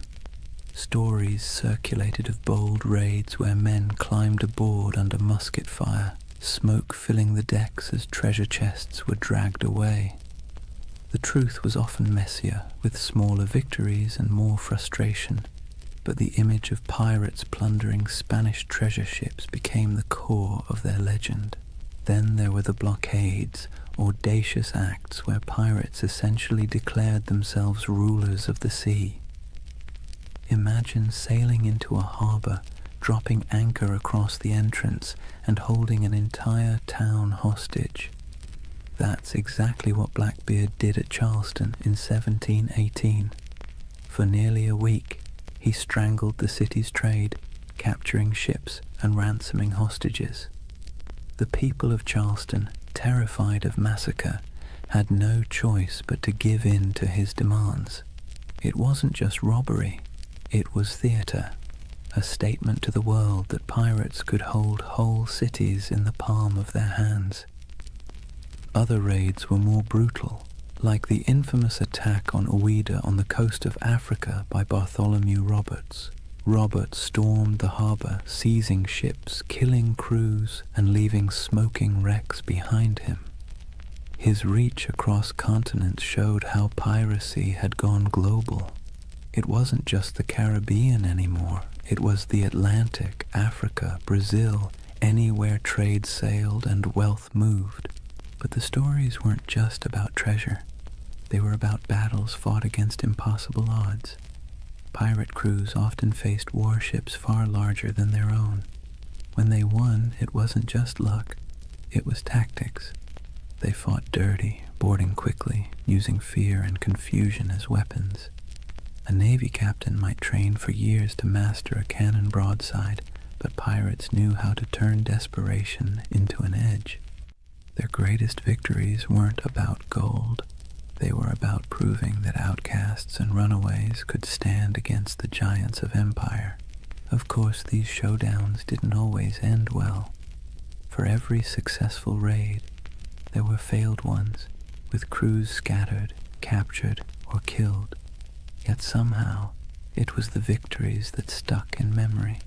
Sailors retold the stories in candle-lit taverns, each time with a little more smoke, a little more fire, a little more treasure. And as the tales grew, so too did the aura of piracy. It's worth pausing to think about why. Pirates didn't win many wars. They didn't topple kingdoms or rewrite maps, but they became symbols because of these moments when they defied the odds, even briefly. They lived in the cracks between empire and chaos, and their raids and blockades became stories of small men standing up to vast powers. That's the kind of tale that sticks, even when the facts get fuzzy. So whether it was Blackbeard choking a city, Roberts storming a harbor, or nameless crews slipping away with treasure under the moonlight, these epic showdowns kept the legend alive. And while empires eventually struck back in those brief, violent, theatrical moments, it was the pirates who ruled the seas. Chapter 4. The End of an Era. For all the bravado of pirates waving black flags and swaggering into taverns, their freedom was always temporary. The Golden Age of Piracy wasn't built on strength, it was built on neglect. The empires of Europe had been too busy fighting each other to deal with the nuisance of rogue captains. But once the wars settled and merchants began counting their lost profits, the patience snapped. Suddenly, the same kings and governments who once winked at piracy decided it was a scourge that had to be eradicated. Picture the mood in London, Paris, and Madrid in the early 1700s. Merchants stormed into government halls, waving reports of ships lost, insurance rates skyrocketing, and ports paralyzed by blockade. Politicians, who once quietly enjoyed pirate loot filtering through colonial markets, now heard the complaints of bankers and shipping magnates, and when money complained, rulers listened. What followed was a coordinated crackdown, an imperial revenge tour. Naval patrols that once turned a blind eye now prowled the Caribbean. The British Royal Navy, tired of seeing its reputation mocked by half-drunken rogues, sent heavily armed frigates to hunt pirates with relentless focus.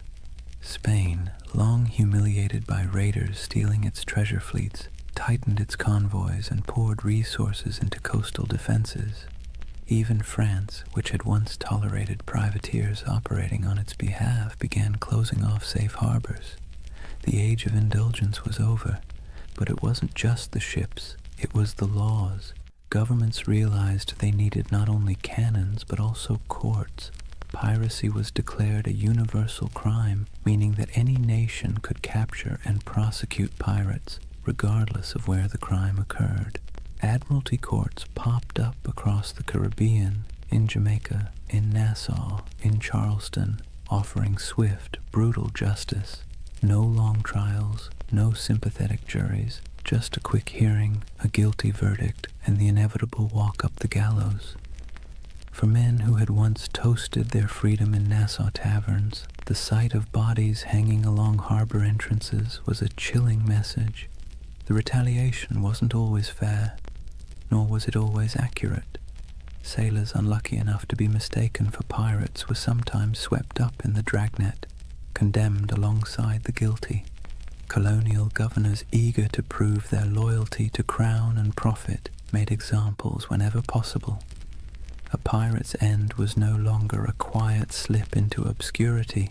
It was designed to be a public warning, a spectacle meant to terrify anyone thinking of hoisting the Jolly Roger. And yet the crackdown revealed something ironic. For all the talk of pirates as savage criminals, many common folk sympathized with them. They saw governments that taxed them harshly, navies that conscripted them unwillingly, and merchants who grew fat while ordinary sailors lived on scraps. Pirates, for all their brutality, had lived outside that system, at least for a while. So when governments retaliated, it wasn't just pirates who grumbled. It was the people who sometimes saw in those outlaws a shadow of their own frustrations. But sympathy wasn't enough to save them. Once the combined might of Europe's navies and courts turned fully against piracy, the end was only a matter of time. The sea that had once seemed wide open suddenly felt crowded with warships. The harbors that had once welcomed became hostile, and the taverns that once rang with pirate songs now whispered of hangings. The retaliation had begun, and with it, the Golden Age of Piracy was sailing into its final storms. The retaliation wasn't just abstract policy, it had names, faces, and bloody finales. The Golden Age of Piracy closed not with a quiet fade, but with dramatic hunts that read like the last acts of a tragic play. If pirates had been the rock stars of the seas, their final chapters were their public downfalls, staged for maximum effect. Take Edward Teach, better known as Blackbeard. His reputation had grown so outrageous that even his enemies described him with a shiver of reluctant admiration. He cultivated fear like an artist, braided his beard with smoking fuses, glared from beneath a tangle of hair, and moved through battle with pistols strapped across his chest like a walking arsenal. But in the end, fear was not enough. In November 1718, the British Navy decided Blackbeard had outlived his usefulness as a legend. Lieutenant Robert Maynard sailed out from Virginia with a pair of sloops and cornered him off Ocracoke Island. The battle was brutal and up close, fought with pistols, cutlasses, and grit, and though Blackbeard fought like a demon, he fell. His head was hung from Maynard's bow as proof, a grotesque trophy meant to tell every sailor what became of even the fiercest pirate. But Blackbeard wasn't the only one. Across the Atlantic, Bartholomew Roberts, Black Bart, was sailing at the peak of his fame. Unlike Blackbeard's flair for theater, Roberts was all about efficiency. He raided with precision, commanded fleets of captured ships, and dressed in flamboyant crimson coats that made him as much a spectacle as his raids. He captured more ships than any other pirate, nearly 400 by some counts, yet even he couldn't outrun the noose tightening around piracy. In 1722, the British Navy cornered him off the coast of West Africa. A cannon shot cut him down mid-battle. His men, fearing what the British would do to his body, buried him at sea almost immediately, sending their captain to the depths before his enemies could claim him as a prize. And then there was Nassau. For years it had been the pirates' dreamland, a ramshackle republic of grog shops, makeshift huts, and lawless camaraderie where men and women reinvented themselves under the Black Flag. But in 1718, Woodes Rogers, backed by the British Crown, sailed in as governor. His arrival marked the beginning of the end. Pirates were given a choice: accept a royal pardon and live, or resist and hang. Many, weary of the chase, accepted, others fled, and a handful fought to the bitter end, only to be cut down. The pirate republic evaporated almost overnight, replaced by British order, courts, and gallows. These final hunts didn't just kill individual men, they killed the dream. Piracy had thrived on the cracks between empires, on the moments of chaos when law couldn't keep up with ambition. But as the empires recovered, they sealed those cracks. The end of Blackbeard, the fall of Roberts, and the capture of Nassau were not just events, they were symbols. Symbols that the era of pirates ruling the seas was closing, replaced once again by the iron grip of empire. Still, in taverns and whispered stories, their names lingered. Blackbeard's ghost was said to haunt Ocracoke. Roberts was remembered as the most efficient pirate who ever lived, and Nassau became a half-mythical place, a memory of freedom in an age of order.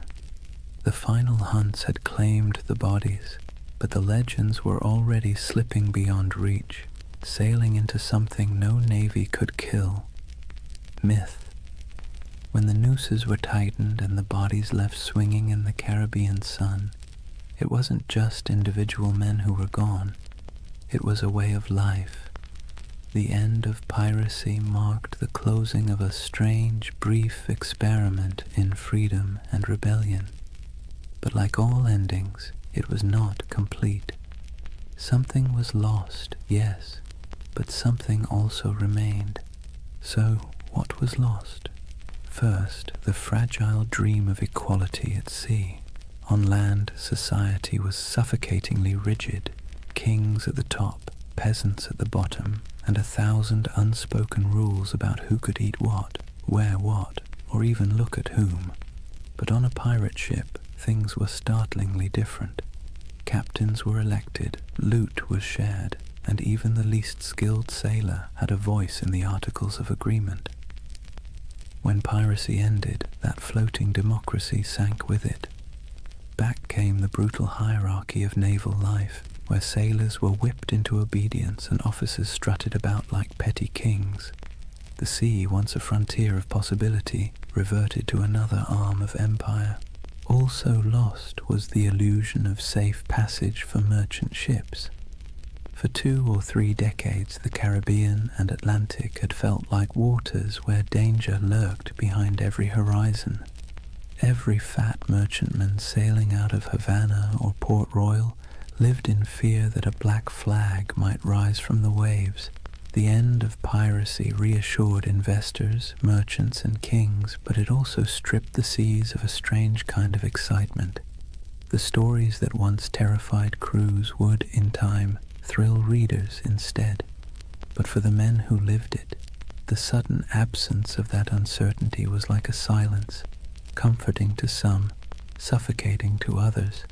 And let's not forget the pirate havens themselves. Nassau, Tortuga, Port Royal, these places lost their wildness. Nassau was brought under British law, Tortuga became just another colonial backwater, and Port Royal, once notorious as the wickedest city on earth, was tamed after earthquakes and hurricanes tore it apart. The rowdy taverns, the lawless marketplaces, the smoky wharves where men from every corner of the Atlantic rubbed shoulders, all faded into memory. In their place came customs officers, naval patrols, and clerks counting barrels of molasses with joyless precision. Yet, for all that was lost, so much remained. Pirates had stamped themselves into the imagination of the world, and that stamp proved impossible to erase. Their names lived on in court transcripts, sailor songs, and whispered tales in dockside taverns. The terror they once inspired began to transform into legend, and legend into myth. People who once cursed them began retelling their stories with a touch of admiration. Blackbeard's ferocity, Anne Bonny's defiance, Bartholomew Roberts's crimson finery, all these details outlived the reality of hunger, disease, and gallows. What also remained were the scars left behind on empire itself. Piracy had forced colonial powers to admit that their grip on the seas was fragile. They had to pour money into patrols, fortifications, and treaties. In a way, pirates had been the most honest critics of empire. They exposed its weaknesses, exploited its greed, and thrived on its contradictions. Even in defeat, they left a mark, a reminder that power is never absolute, and that resistance, even in the form of theft and chaos, can rattle the mighty. And then, of course, there was the cultural inheritance. Pirates gave us more than just a few colorful tales.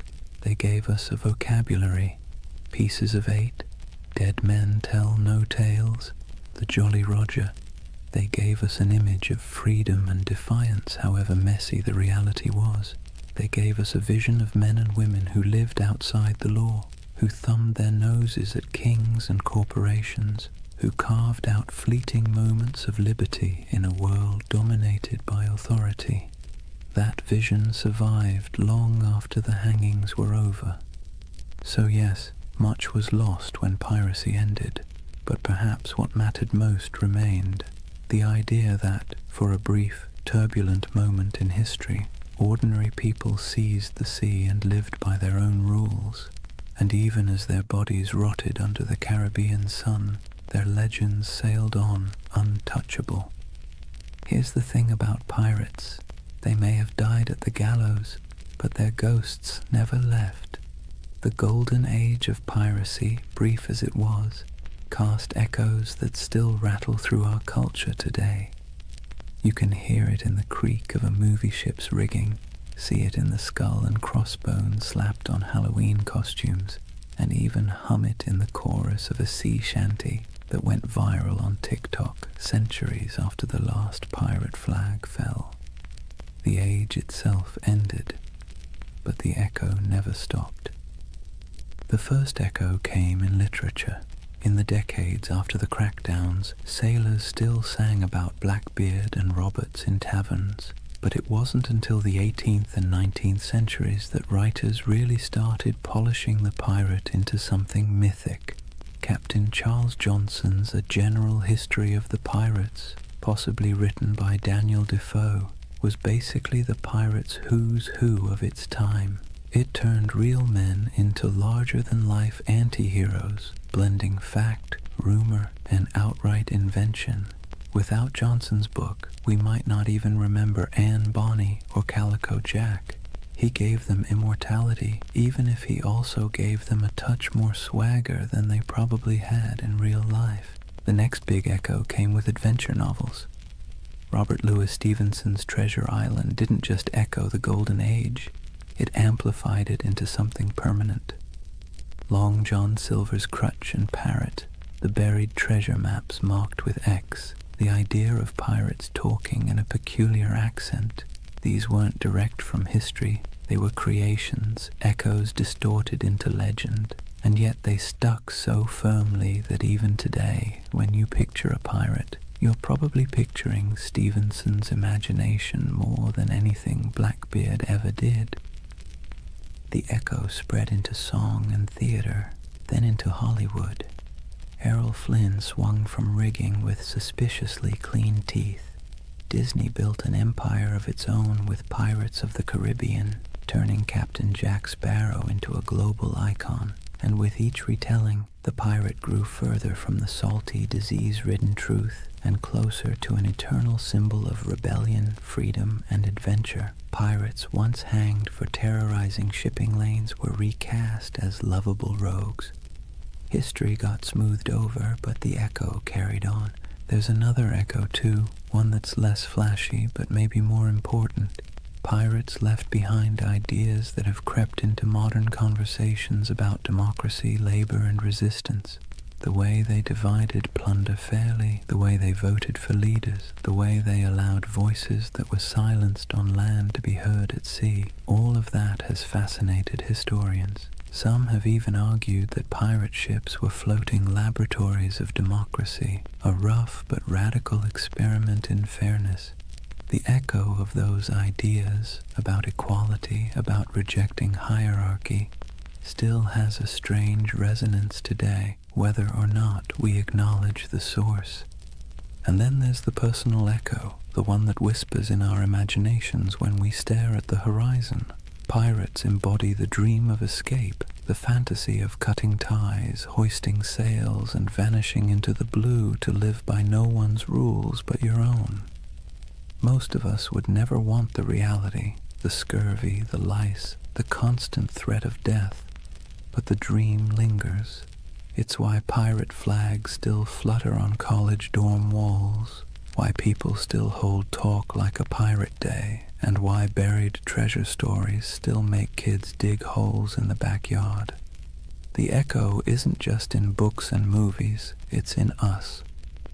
So when we talk about the Golden Age of Piracy, remember, it didn't just end, it transformed. The flesh and blood pirates are gone, but the shadows they left behind still sail. Their flags wave in our stories, their songs ring in our ears, and their ideas, twisted, exaggerated, but stubbornly alive, still haunt the edges of culture. The seas are quieter now, the Caribbean no longer stalked by men with pistols and cutlasses, but in the echo of their age, they never truly died. So here we are, at the quiet end of a noisy age. The Golden Age of Piracy burned bright and brief, just a few decades of chaos, rebellion, and salt-stained dreams. In reality, it was cramped decks, spoiled meat, diseases that lingered like unwelcome passengers, and the constant threat of capture. Yet somehow, from those harsh conditions came a legend that refuses to sink. Think of what we've walked through tonight. We've seen how wars and collapsing empires set the stage for piracy. We've stepped onto ships where men voted for their captains and shared their plunder in a rough version of equality. We've met figures who blurred the line between myth and reality. Blackbeard with his smoky theatrics, Anne Bonny and Mary Read defying expectations, Calico Jack turning piracy into style, and finally, we watched as governments cracked down, the nooses tightened, and the so-called Republic of the Seas faded back into dust. But of course the story didn't really end there. Pirates didn't just vanish, they drifted sideways into imagination, into tavern songs, into novels, into Hollywood, into Halloween costumes and internet memes. Their Jolly Roger still waves, not from a mast, but from the collective imagination of every generation that sees in them a flicker of freedom, rebellion, or adventure. They were criminals, yes, but also dreamers, and maybe that's why we can't quite let them go. As you lie back now, let the rhythm of the waves soften in your mind. Picture the creak of a ship's timbers rocking gently in the swell, the lanterns swinging in the dark, the faint hum of a sea shanty fading into the night. Out there, beyond the horizon, the pirates have gone, but their echoes remain, half history, half myth, all carried forward by our restless need for stories. And unlike those sleepless men who once scanned the waters for sails on the horizon, you don't need to keep watch tonight. You can rest easy, knowing the only thing waiting for you is the calm of sleep. Close your eyes, let the waves carry you, and drift peacefully into dreams. Good night.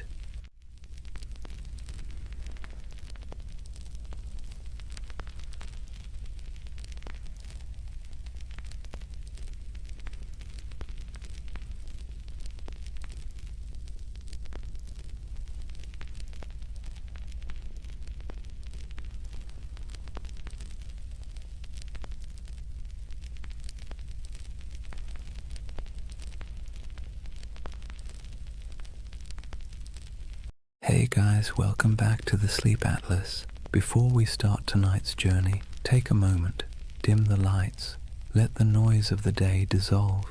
Wherever you are, you're about to travel somewhere strange, not a place on any official map, but one that lives in whispers, in dust, in the margins of forgotten atlases.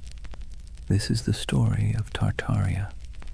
They say history is written by the victors, but what happens when the victors forget to mention an entire empire? What if there really was a civilization, vast, advanced, beautiful, erased not by time, but by design? A civilization that built cities we can still see, but no longer recognize. Sounds impossible, right? Yet somehow you've probably already seen pieces of it. The old photos of cities with windows buried beneath the streets, the maps labeled Grand Tartary, the ornate architecture that feels out of place as if it belonged to someone else, someone older, someone gone. Now, to be clear, Tartaria isn't a historical fact. It's a theory, a myth, a dream, if you want to be kind. But it's a dream that refuses to die, because at its heart lies something irresistible. The idea that history isn't what we think it is, that we've been handed a world with a few missing chapters, and whether you believe the myth or not, it's hard not to feel something when you see it. So tonight, we're going to drift through that myth together, through maps, ruins, and half-buried cities, through stories of explorers and erased empires, through the dusty edges of history where imagination and memory blur together. And if you fall asleep along the way, that's fine. That's kind of the point. For more journeys through history to help you sleep, please subscribe to the Sleep Atlas. And hey, what's keeping you up tonight? Let me know in the comments. Alright, let's begin. Imagine fog rolling over endless plains, gold grass bending under the wind. You stand before a vast land that feels both ancient and impossible, somewhere between Asia and memory, somewhere once called Tartaria. Chapter 1. The Empire That Never Was, or was it? They called it Grand Tartary. On maps from the 17th and 18th centuries, it sprawled across nearly half of Asia, an empire stretching from the icy edges of Siberia to the mountains of Tibet, from the Pacific all the way to the Caspian Sea. A continent-wide expanse so huge it made Europe look like a backyard garden. But here's the strange thing. When you look closer, it doesn't behave like any other empire on the map. No clear capital, no list of rulers, just a name, Tartaria, floating over deserts and steppes, surrounded by decorative drawings of camels and horsemen. The cartographers might as well have written, "Here be mystery." And yet, for hundreds of years, Western mapmakers copied that name again and again. Tartaria, Grand Tartary, the Great Tartar Empire. Sometimes they drew castles or cities with minarets. Sometimes they left it blank, as if even they didn't know what they were depicting. So what was Tartaria, according to the official story? Nothing. The word Tartary was simply a European catch-all term for the unknown lands of Central and Northern Asia. The people who lived there, Tatars, Mongols, Siberian tribes, were lumped together under one convenient label. To the Europeans of the 1600s, it was the great blurry East, wild, uncivilized, and beyond comprehension. But to modern eyes, it doesn't look like nothing. It looks deliberate, mysterious, like the ghost of something that was once real. And that's where the story starts to hum. Because if you look long enough, if you trace enough old maps, you start to notice inconsistencies. Cities drawn where no cities should exist. Structures too grand for the people historians claim built them. Ruins that don't seem to fit their supposed age. Some believe those ruins were Tartarian, that an advanced civilization, older than Rome, older even than Egypt, once stretched across the world. They say its architecture was sophisticated, its technology almost magical, free energy, perfect symmetry, towering buildings powered not by fire or water but by something lost, something we can no longer name. It sounds absurd, but then you see the photos, black and white images from the late 19th century, cities under construction except everything already looks finished, cathedral-sized buildings supposedly built in a decade, though even modern machinery would struggle, streets half-buried, windows below ground level, as if the earth itself had swallowed the first floors. That's where the mud flood theory enters. According to believers, some great cataclysm, maybe natural, maybe man-made, swept across the world in the 1800s, burying entire cities in mud and erasing all evidence of this lost empire. When humanity dug out afterward, we inherited the world we think we built. In other words, the Victorians didn't build all those ornate cities, they unearthed them.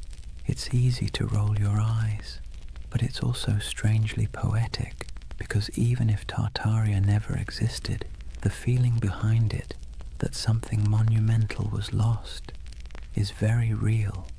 And part of why this myth persists is because, well, history does lose things. Entire civilizations have vanished before.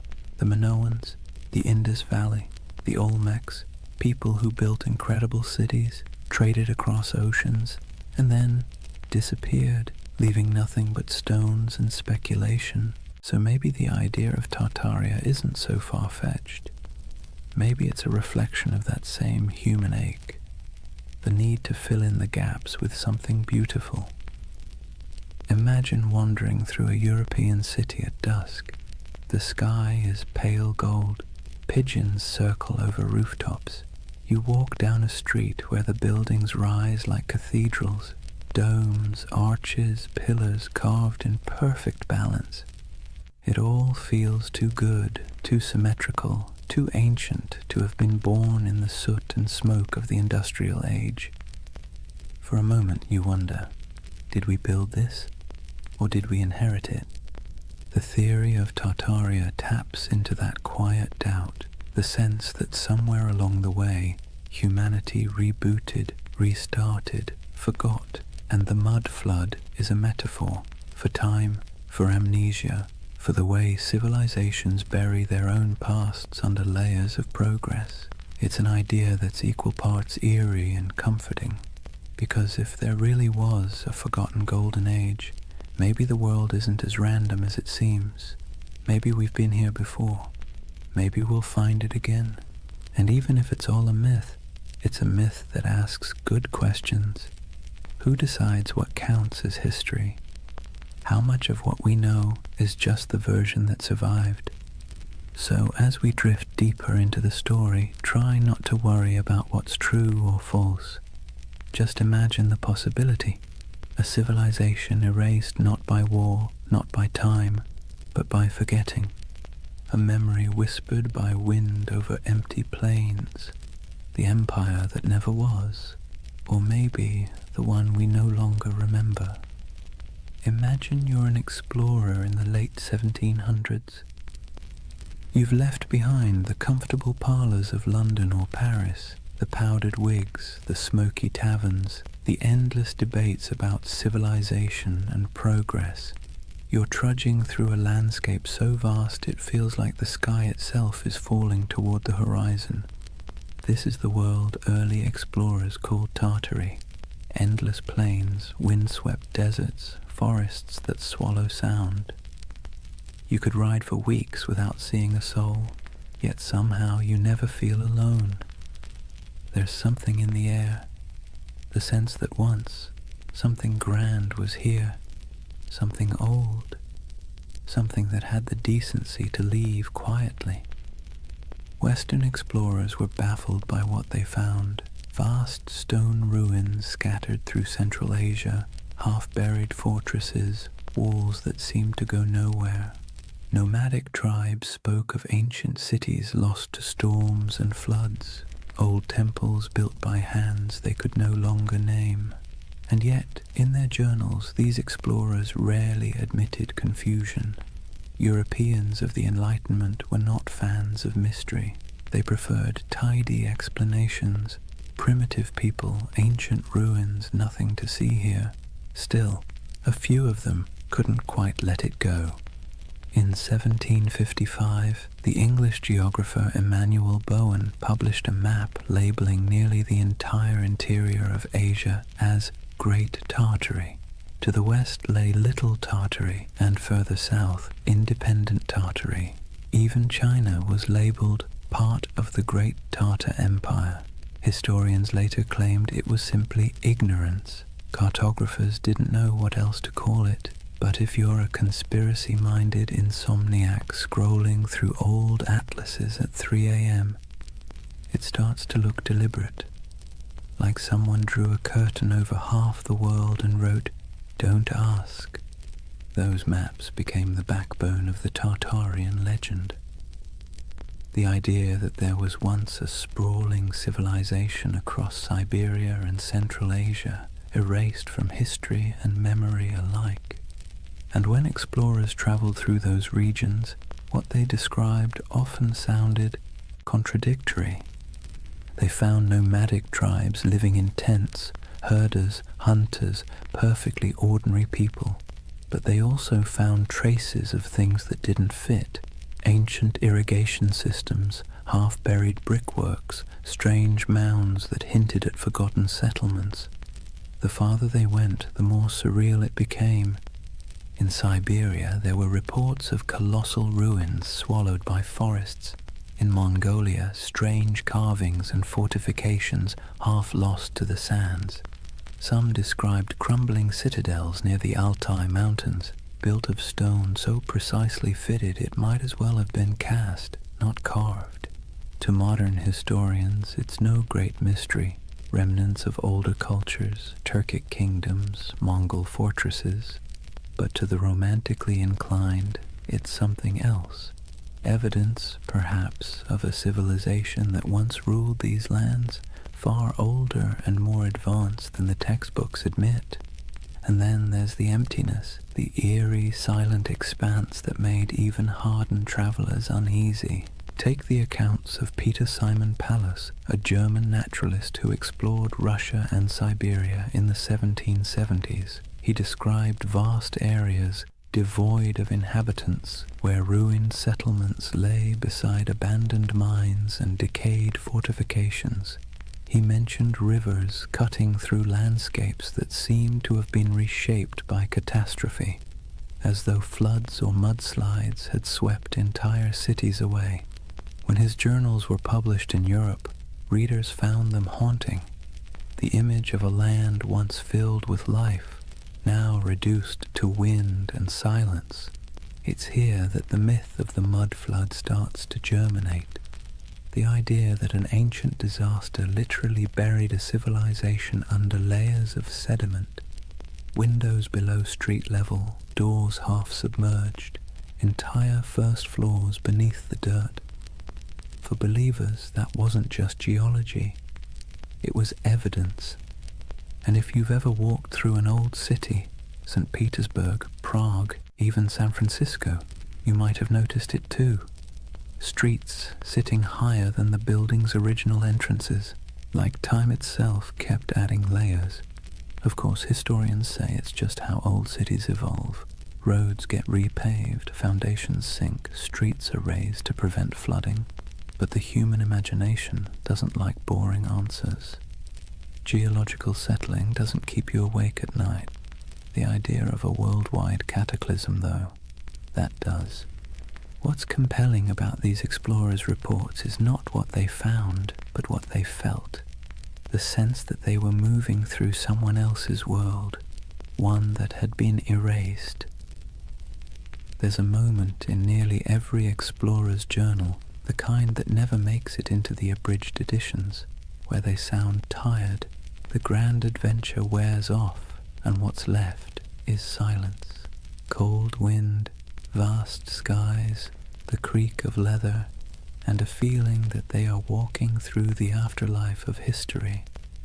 They pass strange earthworks, abandoned stone foundations, carvings of faces eroded to anonymity. Sometimes they sketch them, sometimes they move on. Always there's the sense of almost understanding, almost remembering. And maybe that's what Tartaria really is, a landscape of almosts, almost history, almost memory, a civilization that feels like it should have existed, even if it didn't. Think about it. How many times has humanity stared at something old and half-broken and said, we could never build that today? It's an illusion, but a powerful one. Standing before ruins or monuments, we see not just stone and mortar, but the faint shadow of our own fragility. We want the past to be smarter than us, nobler than us, more advanced than we deserve. It's easier to believe we're living in the ruins of greatness than to admit that maybe we're the ones who'll be forgotten. So when explorers trudged across those endless Asian plains and saw remnants of something they couldn't explain, it planted a seed, a legend. And legends, once born, never die. They sleep, they wait, they resurface in new forms, on message boards, in YouTube videos, in late-night rabbit holes where half the fun is not believing, but wondering.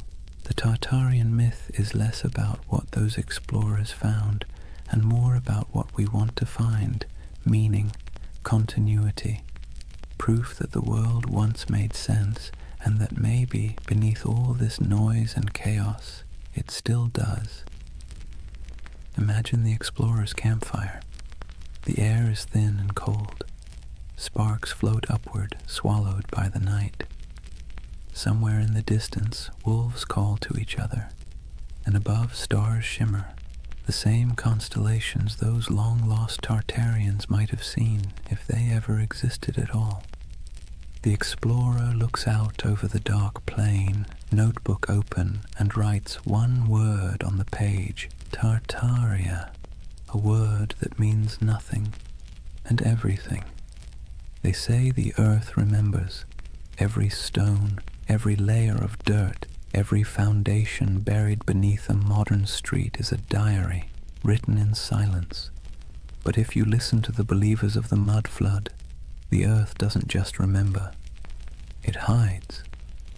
Picture this, a city half buried, windows that look out onto soil instead of streets, doorways that open into nothing but packed dirt, buildings whose first floors have vanished beneath layers of earth and time. To most, it's a quirk of old construction. To the followers of Tartaria, it's evidence of something far stranger, a global cataclysm that erased an entire civilization in a single, muddy sigh. The mud flood theory is one of those beautiful modern myths that could only have been born in the age of the internet. It began quietly, like a whisper in digital catacombs, obscure forums, old photography groups, amateur historians trading ideas. Someone noticed something odd.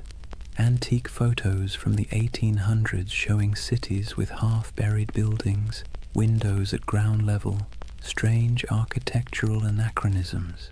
Then someone else noticed the same thing somewhere else, and suddenly a pattern emerged, or seemed to.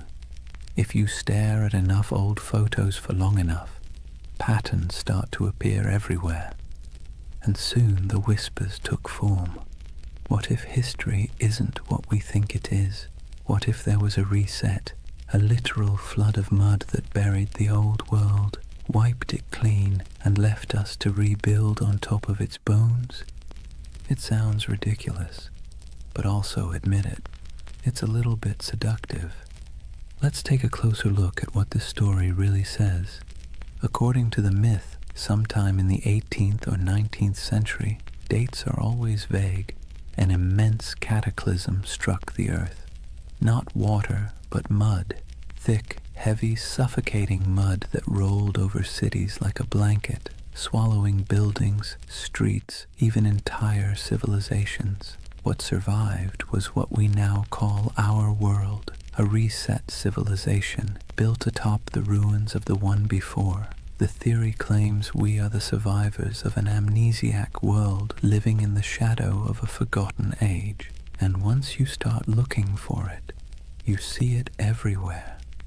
Old photographs of St. Petersburg, where neoclassical buildings seem to have half their height underground. Doorways that lead nowhere in Istanbul. Strange window wells in San Francisco. Cathedrals whose ground floors appear oddly misaligned with the modern streets around them. The world, it seems, is full of buried stories. But here's where the magic, or the mischief, lies. Context. Cities grow, streets rise, pavements get repaved, foundations sink, earthquakes shift land. Engineers, bless their pragmatic hearts, have been dealing with that since ancient Mesopotamia. It's normal, but the human imagination doesn't want normal. It wants wonder. It wants the cosmic version of a plot twist.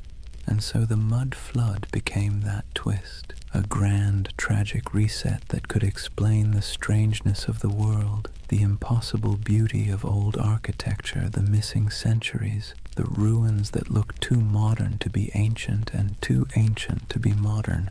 It's not hard to see why the theory stuck.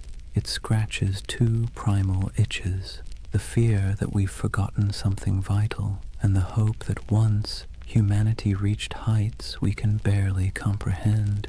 It's a bedtime story for adults who no longer trust bedtime stories. Imagine it, the great cities of the past humming with energy and knowledge, star-shaped fortresses aligning with the heavens, towers crowned with gilded domes, machines powered not by coal or electricity but by sound, magnetism, or divine geometry. A golden age washed away in silence, leaving behind half-buried clues for the curious to rediscover centuries later. It's haunting, isn't it? The thought that the ground beneath your feet might be hiding a version of civilization more graceful, more harmonious, and, let's be honest, less exhausting than this one. The most poetic versions of the myth don't even insist on global destruction. They suggest something subtler. That time itself buried Tartaria. That the mud is just metaphor. The weight of centuries pressing down until memory sank into soil. That our cities grew atop their bones, and we live in their echoes without even realizing it. But even the literal believers, the ones who pore over 19th century photographs and Google Earth screenshots, are chasing something more than evidence. They're chasing awe, the sense that the world is not yet fully explained, that maybe, just maybe, there are still secrets hiding in plain sight. Because here's the uncomfortable truth. We like feeling small, not powerless, just small. The idea that we are part of something vast, mysterious, and older than we can imagine brings comfort. It means our anxieties, our endless scrolling, our late-night insomnia, they're all just surface noise above something deeper, older, wiser. The mud flood myth, for all its implausibility, taps into that longing. It's also, in a strange way, an act of defiance. In an age where algorithms decide what we see and experts tell us what to believe, the mud flood says, "No, I'll look for myself." It's a rebellion of curiosity, however misguided. And curiosity, even when it wanders off the map, is still one of the noblest human instincts. There's another reason the mud flood myth feels oddly soothing. It provides closure. History as we know it is messy. It's full of gaps, contradictions, burned archives, and lost languages. But if you say, it was all wiped out by a cataclysm, suddenly everything makes sense. The missing records, buried, the inconsistent architecture, survivors of the old world, The sense that things used to be better, proof of what we lost. It's a complete narrative, simple, self-contained, emotionally satisfying. And if you whisper it softly enough, it almost sounds plausible. But let's pause for a moment.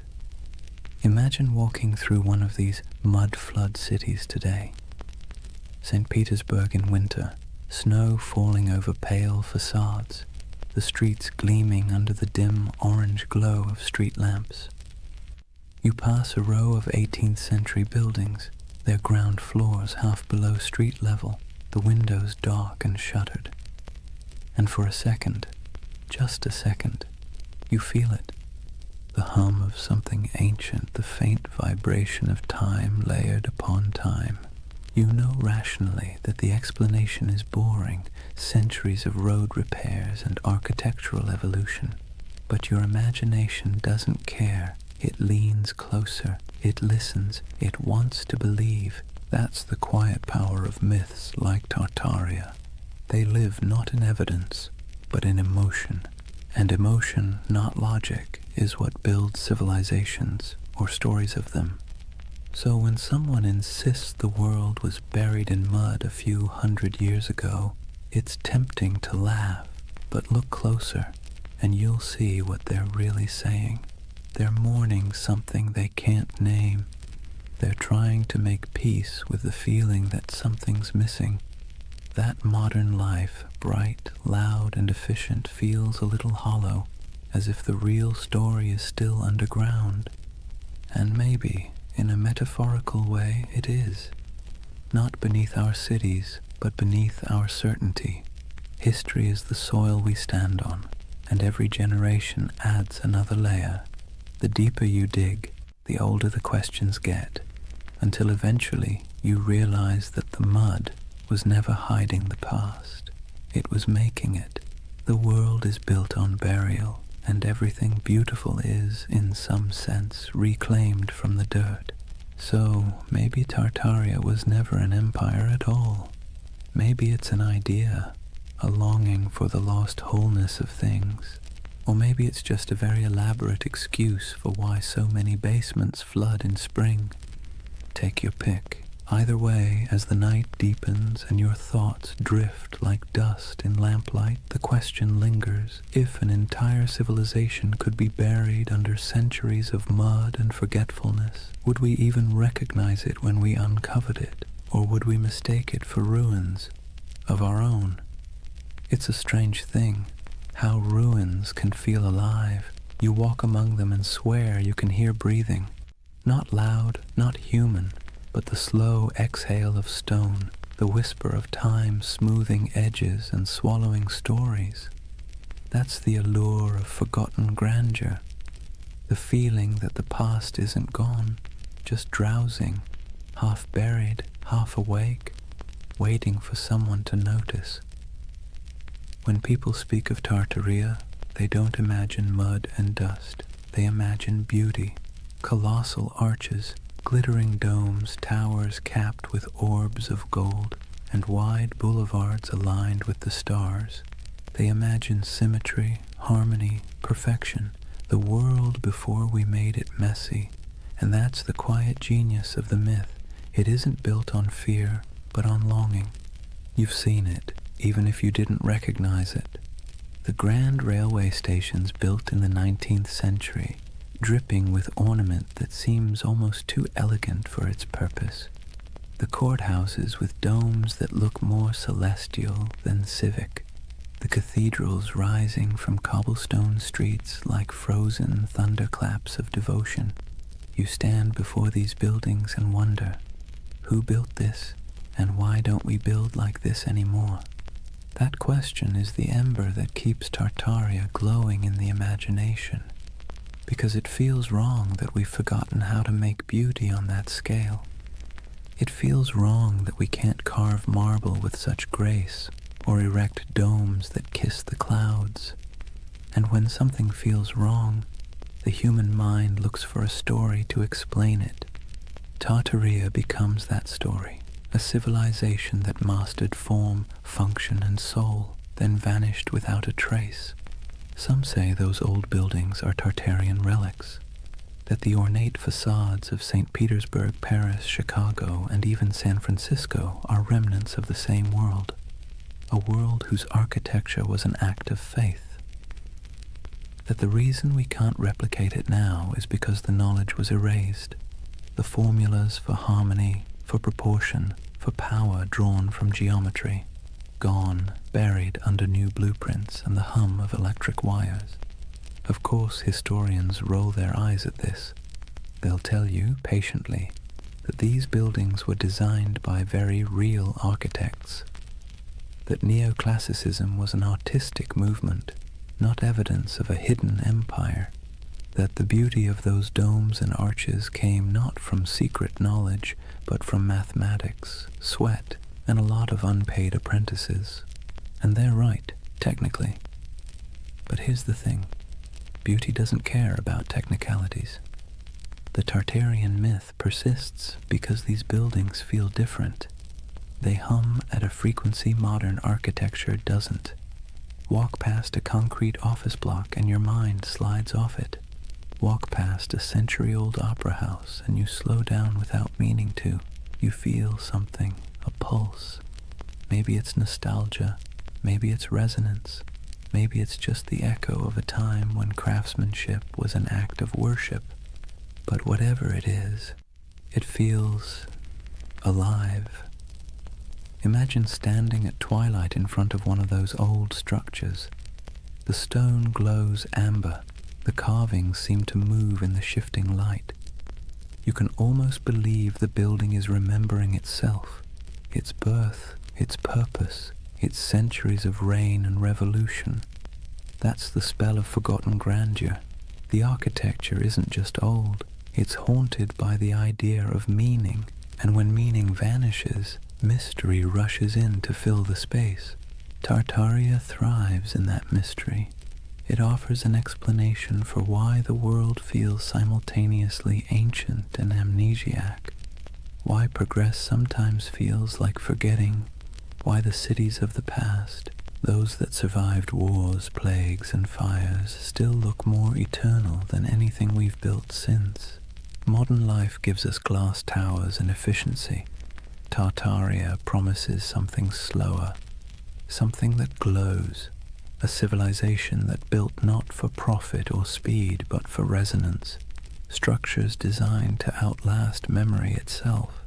It's an irresistible dream, because whether or not Tartaria existed, the feeling it represents is real, the ache for beauty that doesn't apologize for existing, for craftsmanship that outlives its makers, for a sense of belonging to something both vast and intentional. That's why the myth never fully dies. People share photographs of star-shaped forts, cathedrals that look like spaceships, and ornate courthouses buried halfway underground, whispering, "Look, this can't just be random." And maybe they're right, though not in the way they think, because what they're really seeing isn't proof of a lost empire. It's proof of a lost mindset. A time when humanity built upward and outward with a kind of faith we've since replaced with convenience. Take St. Isaac's Cathedral in St. Petersburg. It looks like it shouldn't exist. A colossal dome balanced on rows of red granite columns covered in gold that blazes even through fog. Inside, the marble floors mirror the heavens, and the ceilings are painted with saints so vivid they seem alive. Visitors describe it as overwhelming, transcendent, but the Tartarian imagination sees something else, evidence. They ask how such grandeur could be built in the early 1800s by hand in a place that was supposedly swamp and snow. They ask why the foundations look so deep, as if the building once stood taller. Historians give answers: scaffolding, imported granite, decades of work. But believers see a gap, and gaps, as we know, are where myths thrive. It's comforting in a way, because when you believe in Tartaria, you believe that someone once got it right, that the world once understood balance, proportion, light, and energy, that humans long ago built in tune with the earth instead of against it. It's a prettier story than the truth that history is mostly a series of accidents that occasionally produce beauty by mistake. And yet, even if the story is wrong, the emotion behind it is not. There's something deeply human about looking at ruins and imagining paradise, about standing in front of a crumbling palace and whispering, "Who were you? What did you know that we've forgotten?" We do this everywhere. In the jungles of Cambodia, staring at Angkor Wat, in the deserts of Egypt, under the shadow of the pyramids, in the mountains of Peru, among the terraces of Machu Picchu. We look at beauty that endures and assume it must have come from a civilization wiser than ours. Maybe it didn't, but maybe the impulse to think so says more about us than about them. Because really, the myth of Tartaria isn't about lost knowledge, it's about lost reverence. We miss believing that beauty meant something, that it wasn't an accessory, but a form of truth. That stone could hold memory, and domes could sing. So when you see those impossible old buildings and feel that small, unexplainable ache, don't rush to fill it with conspiracy. Let it linger. That ache is the story. It's the ghost of wonder, tapping you on the shoulder, reminding you that history is not a timeline. It's a mood, a long, slow chord, still resonating beneath the noise. And maybe that's what Tartaria really is, the echo of a world that believed in harmony more than speed, a civilization of imagination, built not in stone, but in longing. So as you drift deeper into this story, eyes heavy, thoughts softening, remember this: whether Tartaria was real or not, the beauty it promises was. You can still walk through it, touch it, breathe it in brick and marble and dusk. It's there, waiting quietly behind every ornate facade and every buried window. Forgotten grandeur, humming in the walls. There's something strange about ideas that shouldn't survive, yet somehow do. Tartaria is one of them. Every few decades it slips back into conversation like a ghost that refuses to stay buried. A whisper here, a map there, a photograph that feels off. Too ornate, too advanced, too forgotten. It persists not because it's proven, but because it's beautiful. You see, real history doesn't linger in our imaginations the same way myths do. Facts settle, myths breathe, and Tartaria breathes in the spaces history forgot to fill. It's almost poetic, how a rumor can live longer than an empire. How a half-remembered word on an antique map, Tartary, can spark entire worlds in the modern mind. Because the truth is, humans don't remember data, we remember stories. And this one, it's irresistible. A world erased, a golden age hidden beneath our feet. The paradox of Tartaria is that it survives precisely because it never existed. A real empire would have ended, decayed, been replaced, but something that never was can never truly die. It hovers in imagination, endlessly renewable, unprovable, untouchable. The perfect myth for the digital age, weightless, viral, and infinitely remixable. Scroll through YouTube or Reddit and you'll see it. Old photographs of grand cityscapes labeled Tartarian architecture, posts about star forts and buried windows, endless debates about free energy, hidden cataclysms and lost technology, thousands of comments beneath them, people saying things like, "I've always felt something was off about history." It's not about belief, it's about belonging. The myth offers comfort to anyone who looks at the modern world and feels like something essential slipped through our fingers. Maybe that's the real allure. Tartaria gives shape to a feeling we all have but rarely admit, that somewhere along the way, humanity traded mystery for machinery. We built faster, higher, louder, but maybe not better. We paved over silence, replaced curiosity with certainty, and called it progress. And when that certainty began to crack, when our cities started to feel soulless, our histories fragmented, people began looking backward, not for answers, but for meaning. It's easy to mock that impulse. Historians roll their eyes, scientists sigh. But behind the internet rabbit holes and Photoshop theories lies something genuine, a hunger for enchantment, a longing to believe that the past wasn't just dirt and survival, but art and light and knowledge we've somehow misplaced. And in that sense, Tartaria isn't a conspiracy, it's a lullaby, a story people tell themselves when the modern world feels too sterile, too linear, too loud, a bedtime tale for adults who sense that truth might not always fit inside textbooks. Think about it. We've mapped the Earth, decoded the genome, photographed black holes, and yet we're still drawn to mystery. It's like a gravity our species can't escape. Tartaria gives us that gravity in soft, dreamlike form. A lost world that never judges, never contradicts, never ends, because it was never real enough to die. But here's the thing, even myths can tell truths. They tell us what we miss, what we value, what we quietly wish could come back. When people imagine Tartaria, what they're really longing for isn't a lost empire, it's coherence.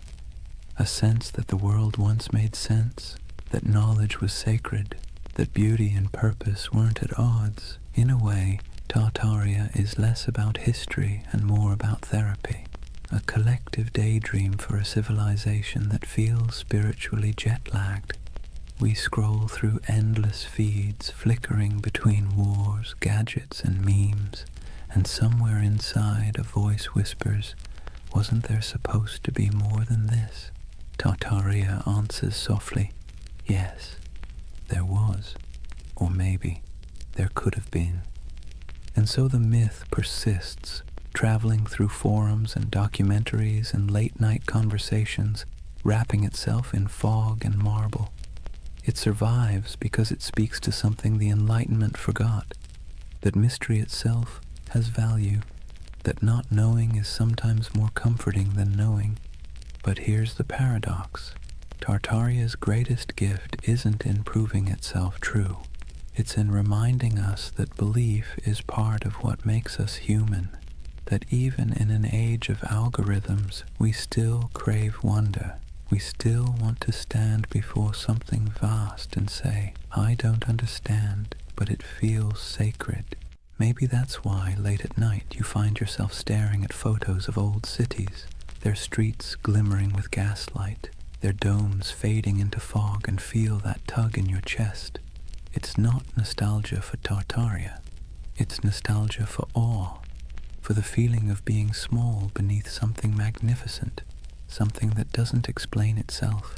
So as you lie there now, the room dim, the hum of the modern world soft around you, imagine that somewhere, beneath centuries of soil, beneath stories and skepticism, there's a quiet city still dreaming. Its towers shimmer faintly under the weight of time. Its fountains murmur in forgotten languages, and if you listen long enough, you can almost hear it, the heartbeat of the world before we named it. They called it Tartaria. Maybe it never was, but its echo, soft, patient, luminous, still lingers. Drift with it for a while. Let the questions fade. You don't need answers tonight, only the wonder. Chapter 2. The Real Tartars, Nomads, Empires, and Misunderstood Worlds. Let's take a breath. We've wandered through the fog of myth, through maps that hum with impossible empires and ruins that seem to remember more than they should. But now it's time to peel back the dream and look at the ground beneath it, the soil, the wind, and the people who actually lived there. Because behind every legend lies something real, even if it's been twisted beyond recognition. So, let's step out onto the steppe.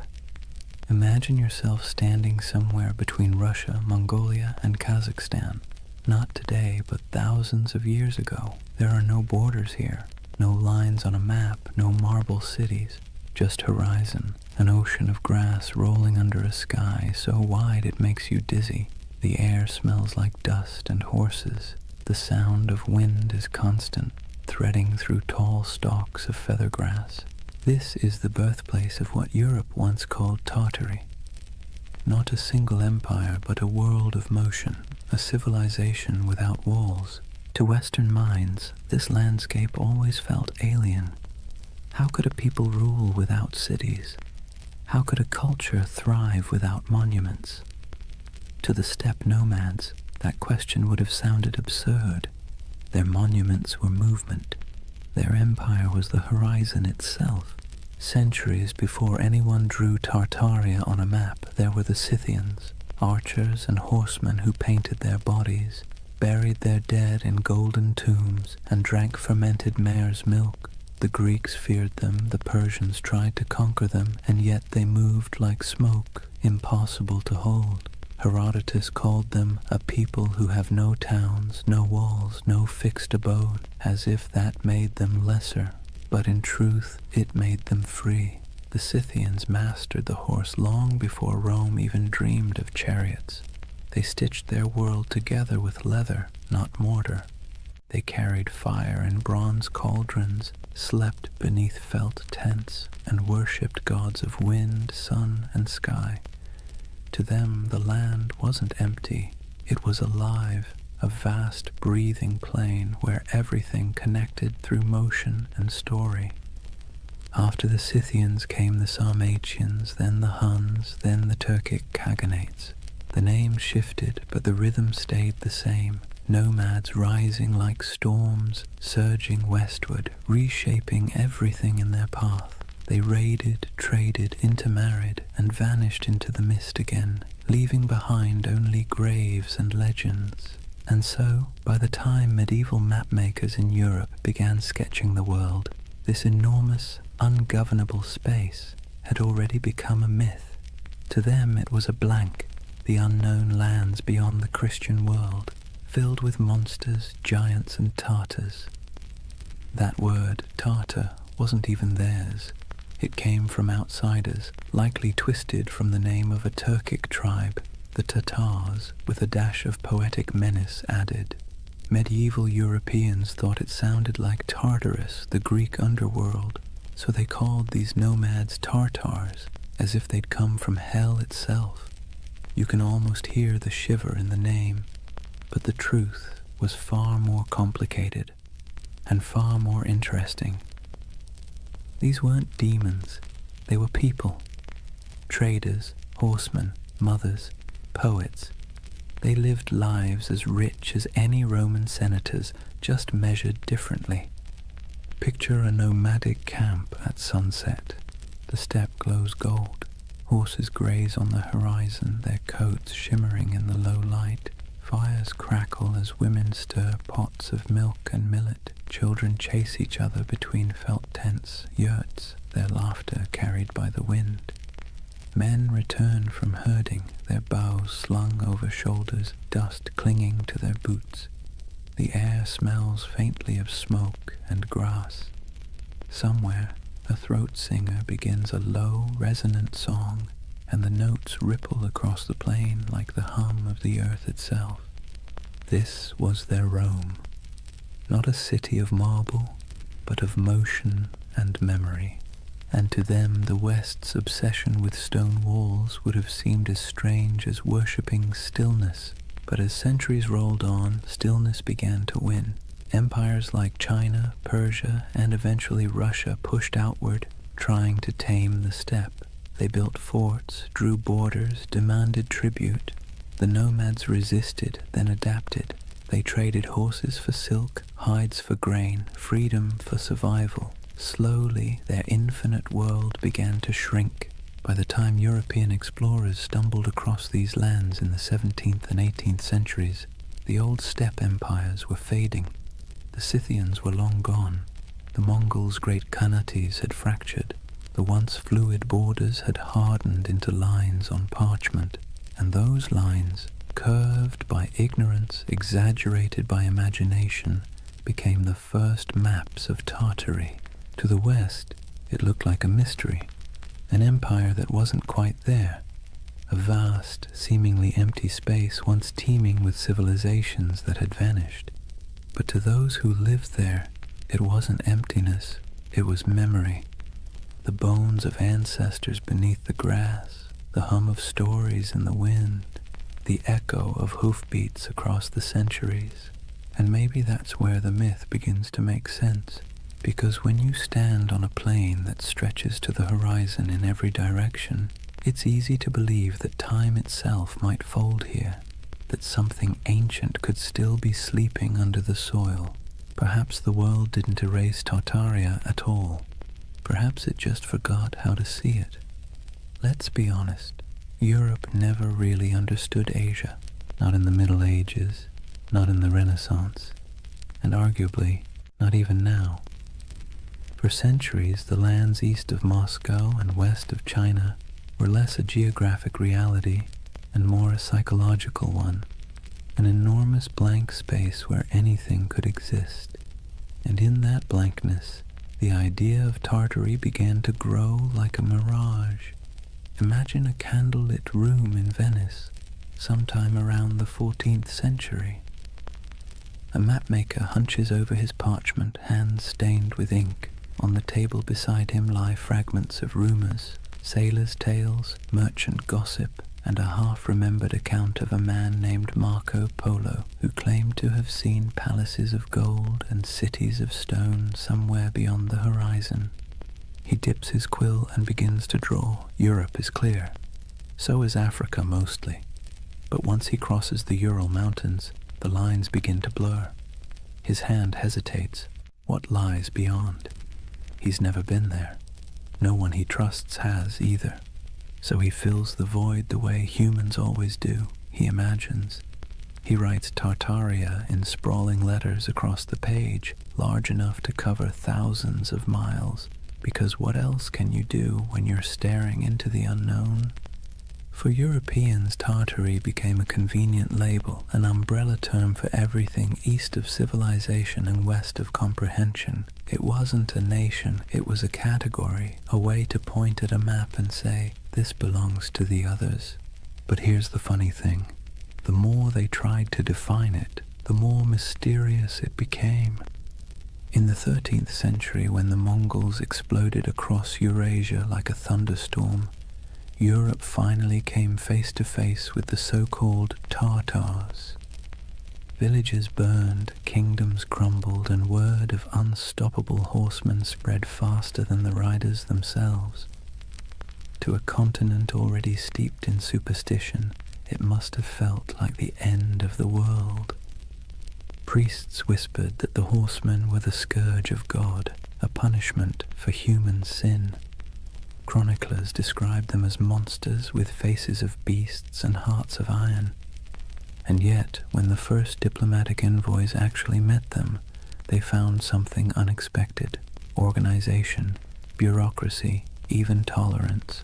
The Mongol Empire, at its height, ran on order, not chaos. Messengers carried official seals, merchants moved safely under Mongol protection, and conquered cities often kept their own rulers so long as they paid tribute. The great Khans weren't savages, they were administrators. Ruthless ones, sure, but methodical. But Europe didn't want to believe that. It was easier, somehow, to imagine an empire of shadows, to turn complexity into myth. So the name Tartary stuck, not as a real place, but as a kind of warning, a whispered reminder that beyond the edge of the familiar world, something vast and unknowable waited. By the Renaissance, the legend of Tartary had evolved into something even stranger. The age of exploration brought better maps, but not necessarily better understanding. Cartographers began drawing Great Tartary, Little Tartary, and Chinese Tartary across their globes. carving up Central Asia into neat territories that existed mostly in imagination. If you were a European scholar in 1700 and you saw a map of Great Tartary stretching from Siberia to the Caspian Sea, you'd assume there was a single civilization there, a mighty hidden empire rivaling Rome or China. And if you were an explorer wandering through empty steppes, stumbling across crumbling ruins or strange earthen mounds, your mind might start to fill in the blanks. Who built this? Where did they go? Humans hate loose ends. We crave narrative closure, and Tartary, this vast echoing blank on the map, offered none. Marco Polo didn't help either. His travels fed the fire beautifully. He spoke of vast courts, cities paved in stone, golden palaces, and khans who ruled lands so wide that weeks of riding couldn't cross them. He wasn't wrong exactly. The Mongol Empire really was that enormous. But when his book was copied, translated, and retold, his words grew elastic. People read his tales and imagined something grander still, a civilization older than memory, hidden beneath layers of dust and time. You can almost see it, the way myths grow like vines around facts. Even the Enlightenment couldn't kill it. In the 18th century, as Russian explorers pushed eastward into Siberia, they stumbled upon ancient fortifications, strange geometries in the earth, and traces of civilizations long gone. The local tribes spoke of ancestors who built great cities before the snows came. The scholars, baffled, wrote it all down, and back in Europe, those reports fed the imagination once more. By now, Tartary had become more than geography. It was an aesthetic. The word conjured mystery, distance, and faded grandeur. Artists painted sweeping landscapes of icy mountains and lone riders beneath silver skies. Novelists filled their pages with lost kingdoms and forgotten dynasties. And so, when conspiracy theories about a lost Tartarian empire began resurfacing centuries later, it wasn't from nowhere. It was born of something older, a long European tradition of misunderstanding the East, of romanticizing what couldn't be explained, and of filling blank spaces with dreams. Maps, after all, are never neutral. They don't just show where things are, they show what people believe matters. And for centuries, Tartary mattered not because it was real, but because it was mysterious. Imagine yourself once more looking at one of those old maps. The parchment crackles under your fingers. The ink has faded to brown. The edges are frayed. Across the top, in flowing letters, are the words, Magna Tartaria. You trace the line of mountains, the curving rivers, the scattered cities whose names you don't recognize. You realize you're staring not at geography, but at imagination, a dream caught in ink, a memory of a place that never quite existed, but that never fully went away either. And maybe that's why Tartaria still captures people today.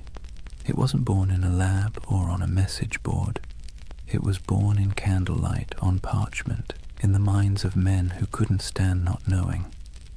A story that began as cartography became mythology. And mythology, as history always proves, has a way of outlasting the truth. Picture a road that isn't really a road. It's not marked by signs or asphalt or tidy lines of direction.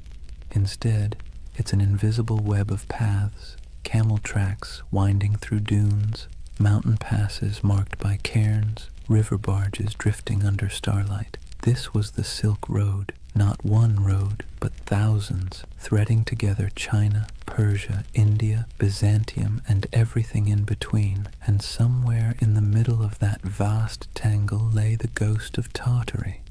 The Silk Road was less about silk than it was about exchange. Of goods, yes, but also of ideas, stories, and beliefs. Every caravan that set out carried more than fabric and spices. It carried imagination. The West dreamed of the East as a place of wonder, while the East saw the West as a land of restless curiosity. And where those two imaginations met, right there, in the open steppes of Central Asia, the myth of Tartary quietly took root. Imagine the rhythm of a caravan, bells jingling from camel necks, dust swirling beneath hooves, a merchant humming softly, half to himself, half to keep his pace. At night, when the fires burned low, stories flowed like wine, tales of lost cities swallowed by sand, temples of gold hidden in the desert, empires that rose and vanished before the next dawn. Every traveler added a new layer to the legend, and the Silk Road became less a trade route than a whispering gallery of the world's dreams. Now let's be clear, there were empires here, real ones. The Scythians, Parthians, Sogdians, Kushans, and of course the Mongols, civilizations that thrived for centuries, building fortresses, minting coins, and carving art that fused Greek realism with Persian geometry and Indian grace. These were the real architects of what Europe would later call Tartary. But to a traveler passing through, the borders blurred. One city's language faded into another's. One god's statue looked suspiciously like a god from somewhere else. The world felt unified and strange all at once. The Silk Road had a way of softening distinctions. It made neighbors of distant worlds. Greek philosophers' ideas found their way into Buddhist monasteries. Chinese silk wrapped Roman senators. Persian astronomers charted the same stars that guided caravans across the steppe. But myths travel even faster than silk. When a merchant from Samarkand sold a roll of fabric in Venice, he didn't just trade goods, he traded worlds. He told stories of the East so dazzling they didn't sound real. Cities with towers of glass, he might say, rivers that shimmer like silver. Men who lived 200 years, and back home, when he unpacked his profits and poured himself a drink, he probably heard equally absurd stories about the West. It's easy to forget that for most of human history, distance was a form of magic. The farther away something was, the more fantastical it became. And no distance loomed larger in the European mind than that mysterious space labeled Tartary. Through this swirling exchange, Tartary became a kind of mythic glue, a word that held together the fragments of a world too vast to comprehend. Think of it like this. When a Venetian mapmaker in 1500 scribbled Tartaria across the center of his globe, he wasn't really describing a political entity. He was describing everything between Europe and China, between knowledge and ignorance, between history and imagination. And here's where things get interesting. While Europe imagined Tartary as an exotic wilderness, the people who actually lived there were building connections that shaped the ancient world. The Sogdians, for instance, traders from what's now Uzbekistan, ran a network of trade colonies so extensive that historians sometimes call them the FedEx of the Silk Road. They spoke multiple languages, mediated between empires, and filled their homes with art from every culture they touched. A single Sogdian mural might show an Indian goddess, a Persian king, and a Chinese dragon all sharing the same painted wall.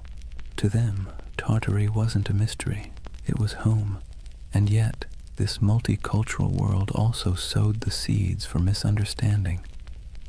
When distant observers caught glimpses of it, they didn't see the nuances. They saw only the grandeur, the temples, the stone roads, the fortified cities, and assumed it must belong to a single empire. That assumption, multiplied over centuries, became the illusion of the great Tartarian civilization.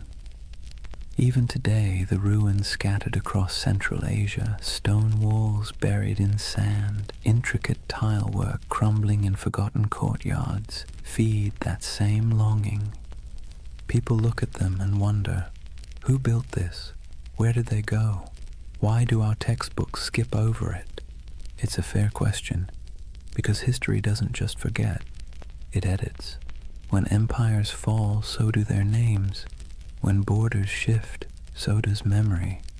The Mongols became the Tatars became Tartars. And eventually, Tartary became a convenient shorthand for the unknown. But beneath all that confusion was something real. A network of humanity that spanned continents. Imagine standing on a hill somewhere near Bukhara around the 10th century. The air smells of dry sage and smoke. Below you, the road shimmers in the heat, lines of travelers winding toward the horizon. A caravan from China passes one from Persia. A monk from India shares a meal with a soldier from Byzantium. Coins from Rome jingle beside jade amulets from the East. It's not an empire. It's not chaos. It's something in between, a living, breathing web of connection. And that's what Tartaria really was. Not a kingdom lost to mud, but an echo of this interconnected world. A dream of unity before maps divided it into pieces. The Silk Road gave birth to the myth by accident, because connection always looks like magic when seen from afar. So when modern believers look at old maps and see the word Tartaria sprawled across half the world, maybe they're not completely wrong to feel awe. They're just reading a poem that was once mistaken for a border. The Silk Road blurred the lines between civilization and myth, empire and echo. And in that blur, half dust, half starlight, the legend of Tartaria found its heartbeat. Words have a funny way of sticking to things they were never meant to describe. Tartary was one of those words, an intellectual shortcut that turned into a centuries-long misunderstanding. By the time Europe stumbled out of the medieval era, the East was less a place and more a story. Monks copied maps showing vast lands labeled Tartaria, shaded in pale yellows and browns, with scribbled notes like, "Here be dragons," or "Land of Giants." It wasn't meant as insult or precision. It was just ignorance wrapped in ink. But ignorance dressed up nicely enough can look like from his travels in the late 1200s. He told Europe about the magnificence of the Mongol Empire. Golden palaces, porcelain cities, and roads so smooth you could roll a wagon for days without breaking an axle. His descriptions, half wonder, half exaggeration, lit up Europe's imagination. And when cartographers began to draw what he described, they needed labels. Cathay for China, Ind for India, and for everything else in the vast cold space north of Persia and east of Russia, Tartary. Let's be clear, Europe didn't know what Tartary was, but that didn't stop them from acting like they did. To Western minds, Tartary became a convenient placeholder for the unknown. It wasn't a country, it was a concept. A blank canvas where explorers, missionaries, and chroniclers could project whatever they needed to believe about the world beyond their reach. And what they needed, more often than not, was mystery. Maps from the 16th and 17th centuries show it sprawling across the top of the world like a sleeping giant. Great Tartary, Independent Tartary, Chinese Tartary, Little Tartary, names multiplying like rumors. To anyone who studied those maps, the message was clear. Beyond the borders of civilization lay a vast land of danger, wealth, and the unknown. And there's something deeply human about that. When faced with uncertainty, we name it. We box it in with words, even if those words are wrong. To Europeans of the early modern world, Tartary became shorthand for all the places they hadn't yet conquered, understood, or categorized. It was an intellectual convenience, a linguistic shrug. Everything out there. If you were a 17th century scholar in London and someone mentioned the Tatars, you might imagine fur hats, horsemen, frozen tundra, and endless plains. You wouldn't know the difference between a Mongol prince in Karakorum and Kazakh steppe. To you, it was all Tartary. But that flattening, reducing countless cultures into a single word, had consequences. It erased identities, histories, and languages in the Western imagination long before any empire actually reached those lands. Imagine an atlas from the 1700s, lying open on a polished oak table. The continents are familiar enough now. The Americas are roughly shaped. Africa's coasts are charted. But look at Asia, and you'll see something odd. Above India and China stretches an ocean of blankness, punctuated only by the word Tartaria, scrawled in proud, swirling letters. No cities marked, no rivers traced, just emptiness. That emptiness became an invitation. Missionaries imagined lost Christian kingdoms hidden in those plains, descended from the mythical Prester John. Explorers fantasized about tribes of giants or entire cities of gold. Poets and philosophers romanticized the steppe as a land of freedom, wild, untamed, untouched by decadence. And over time, that fantasy hardened into pseudo-history. Tartary wasn't just a blank spot anymore, it was a world view. Even the word itself carried a sting. Derived from Tatar, it got twisted into Tartar, echoing the Greek Tartarus, the underworld.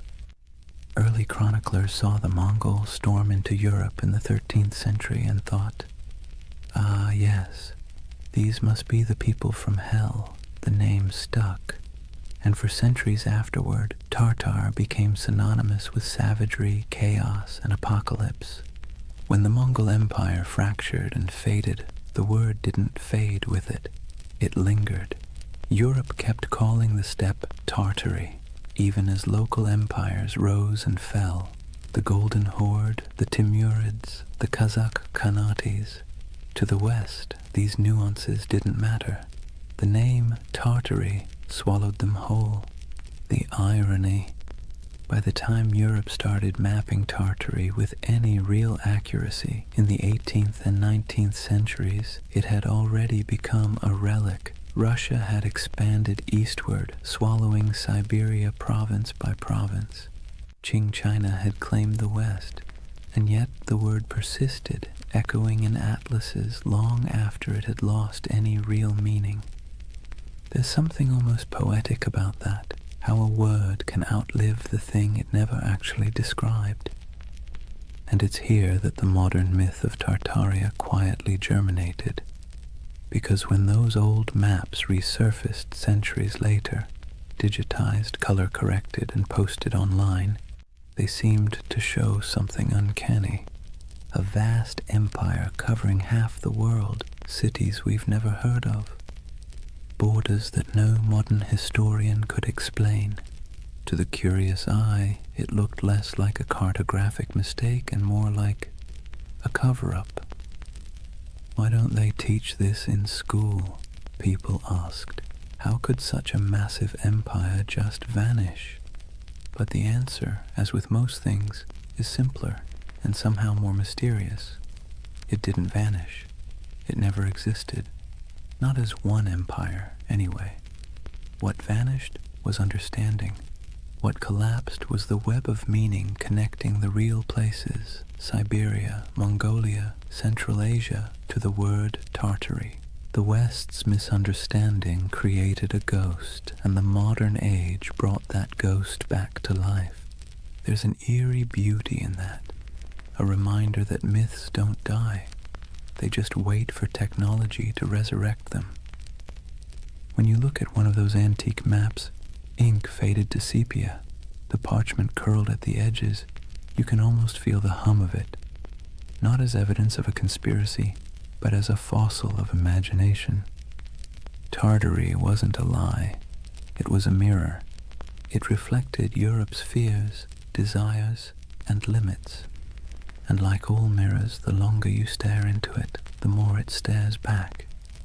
By the dawn of the 18th century, the old mystery of Tartary was about to meet its slow death, not in battle, not in flames, but in bureaucracy, in borders drawn, treaties signed, and maps updated by men who preferred paperwork to poetry.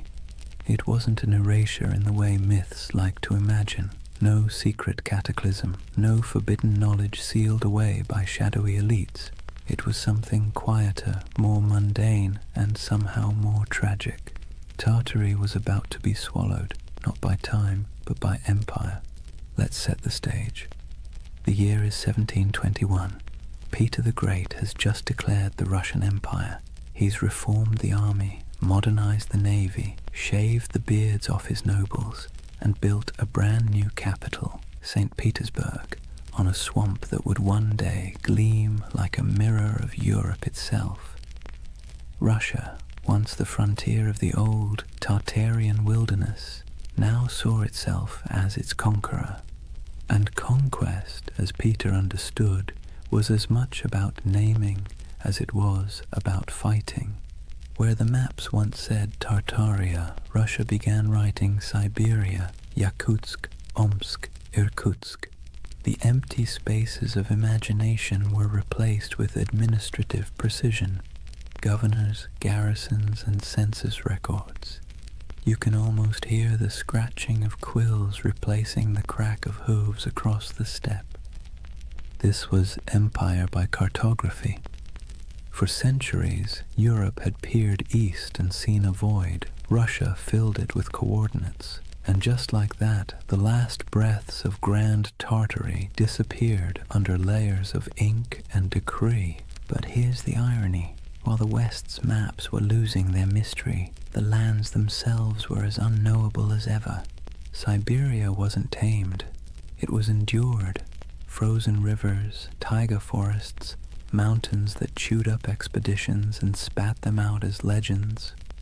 To the empire, it was a treasure chest of resources, furs, minerals, and later oil.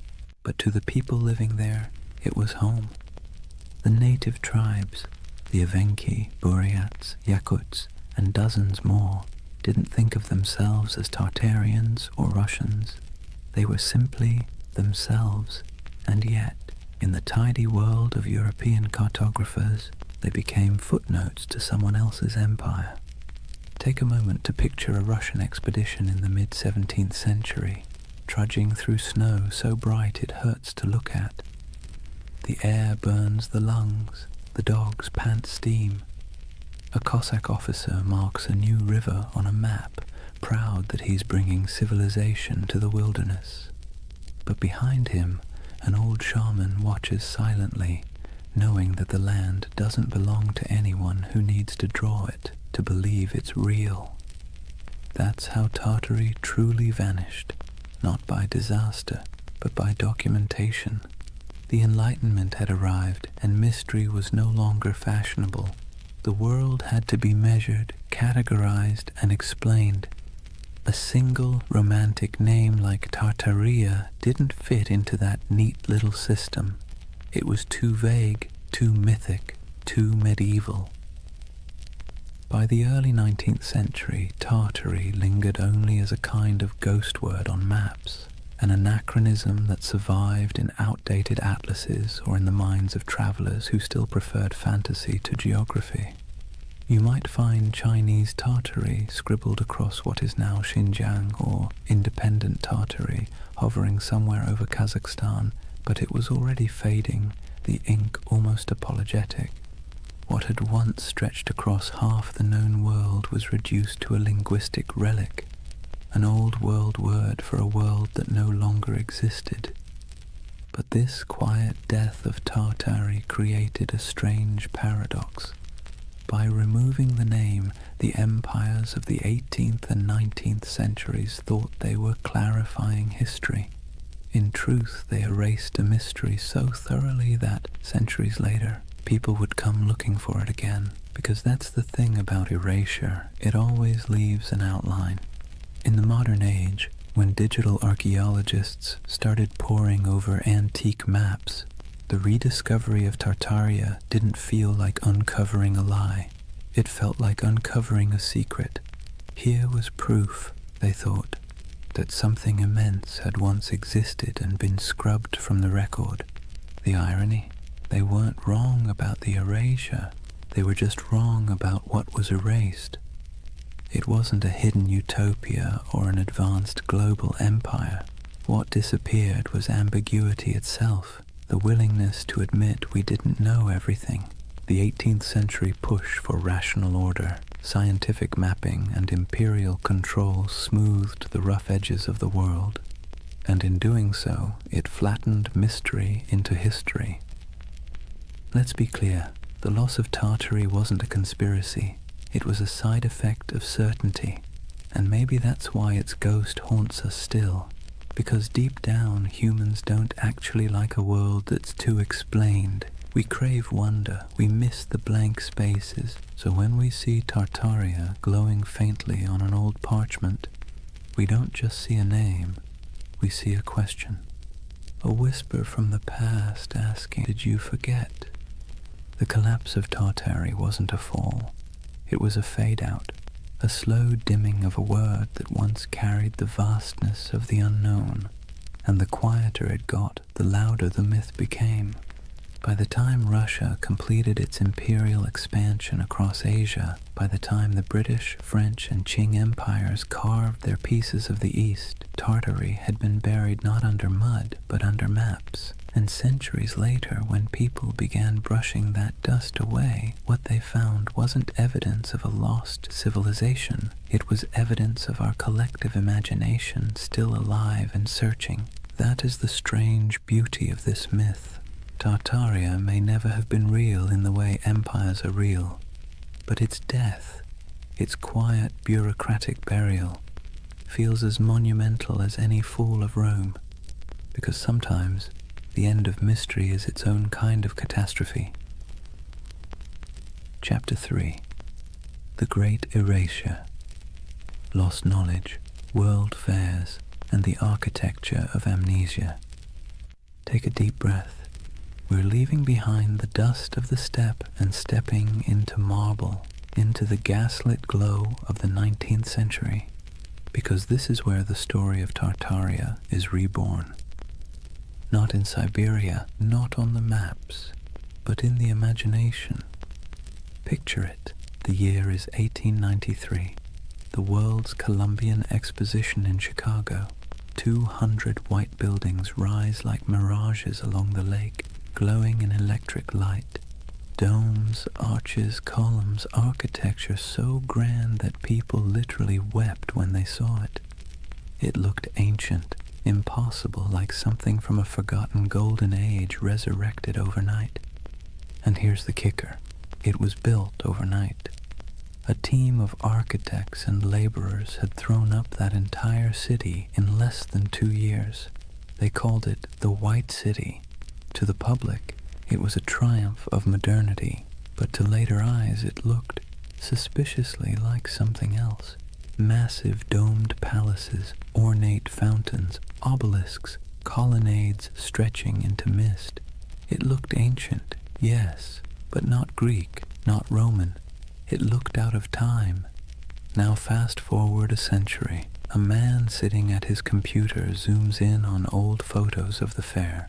He pauses. He notices something strange. The buildings look far too advanced for their time, he thinks. Too perfect, too grand. And then he finds something even stranger. After the fair ended, almost every single building was demolished, burned, scrapped, gone.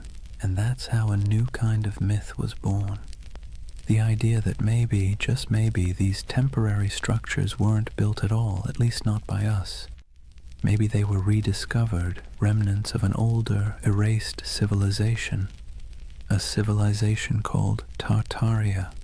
Let's be clear, the buildings were real. We have blueprints, records, payrolls, receipts for every brick. But the feeling, the awe they inspired, the eerie way they appeared and vanished, felt mythic. It tapped into something ancient in the human psyche. Our suspicion that we've forgotten something big. And once that suspicion took root, it spread. Soon people began noticing Tartarian architecture everywhere. Those impossible domes in St. Petersburg, the Capitol building in Washington, the palace-like train stations of Paris, even the city halls of small American towns. Weren't they all too ornate, too advanced for their supposed era? The theory blossomed like ivy over ruins that maybe the 1800s weren't a time of invention, but of cover-up, that there had been a worldwide reset, a mud flood, a cataclysm that wiped out the old civilization and left humanity to rebuild amid the ruins. The world's fairs, in this view, weren't celebrations of modern progress at all. They were redecorations, a way to reintroduce a repurposed world, scrubbed clean of its true history. The fairs, the grand expos, were merely the unveiling ceremonies of a planet repainted. Now this is where skepticism and wonder collide, because if you look at those photos, you can feel it. The eerie stillness of early photography only adds to the illusion. Long exposures make crowds disappear. The buildings stand pristine, gleaming, deserted, as if waiting for a civilization that never returned. It's beautiful and unsettling and hypnotic. Even historians, with all their explanations, temporary plaster facades, neoclassical revival trends, technological optimism, can't quite dispel the dreamlike quality. It's too pretty, too deliberate. It feels like memory, not progress. And that's what makes the Tartaria myth so powerful. It didn't come from ignorance. It came from longing. Because by the 19th century, humanity had built machines that could fly, factories that could blot out the sun, and cities that swallowed nature whole. We had replaced mystery with machinery. But beneath the gears and soot, people were starting to feel something hollow, something missing. Tartaria filled that hole. It became the name for everything that seemed too beautiful, too harmonious, too purposeful to belong to the chaotic modern world. It was nostalgia in disguise, a yearning for an imagined time when architecture was sacred, when energy was free, when civilization felt like art rather than industry. Of course, the irony is exquisite.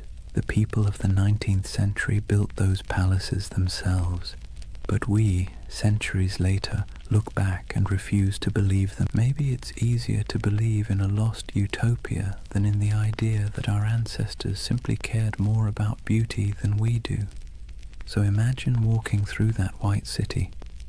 The lamps hum softly. The canal reflects the moonlight. Music drifts from the pavilions.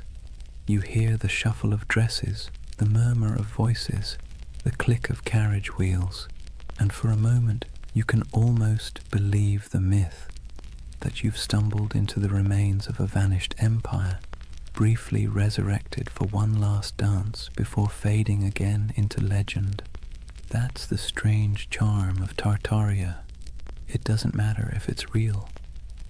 What matters is how it makes you feel, because beneath every conspiracy is a heartbeat, the desire to belong to something greater, to touch a truth the textbooks forgot to mention. And so, through the flickering gaslights of the 19th century, the dream of Tartaria returned, not in stone, but in spirit, not as an empire rediscovered, but as a memory resurrected. Let's be honest for a moment. Modern architecture doesn't exactly make the heart sing.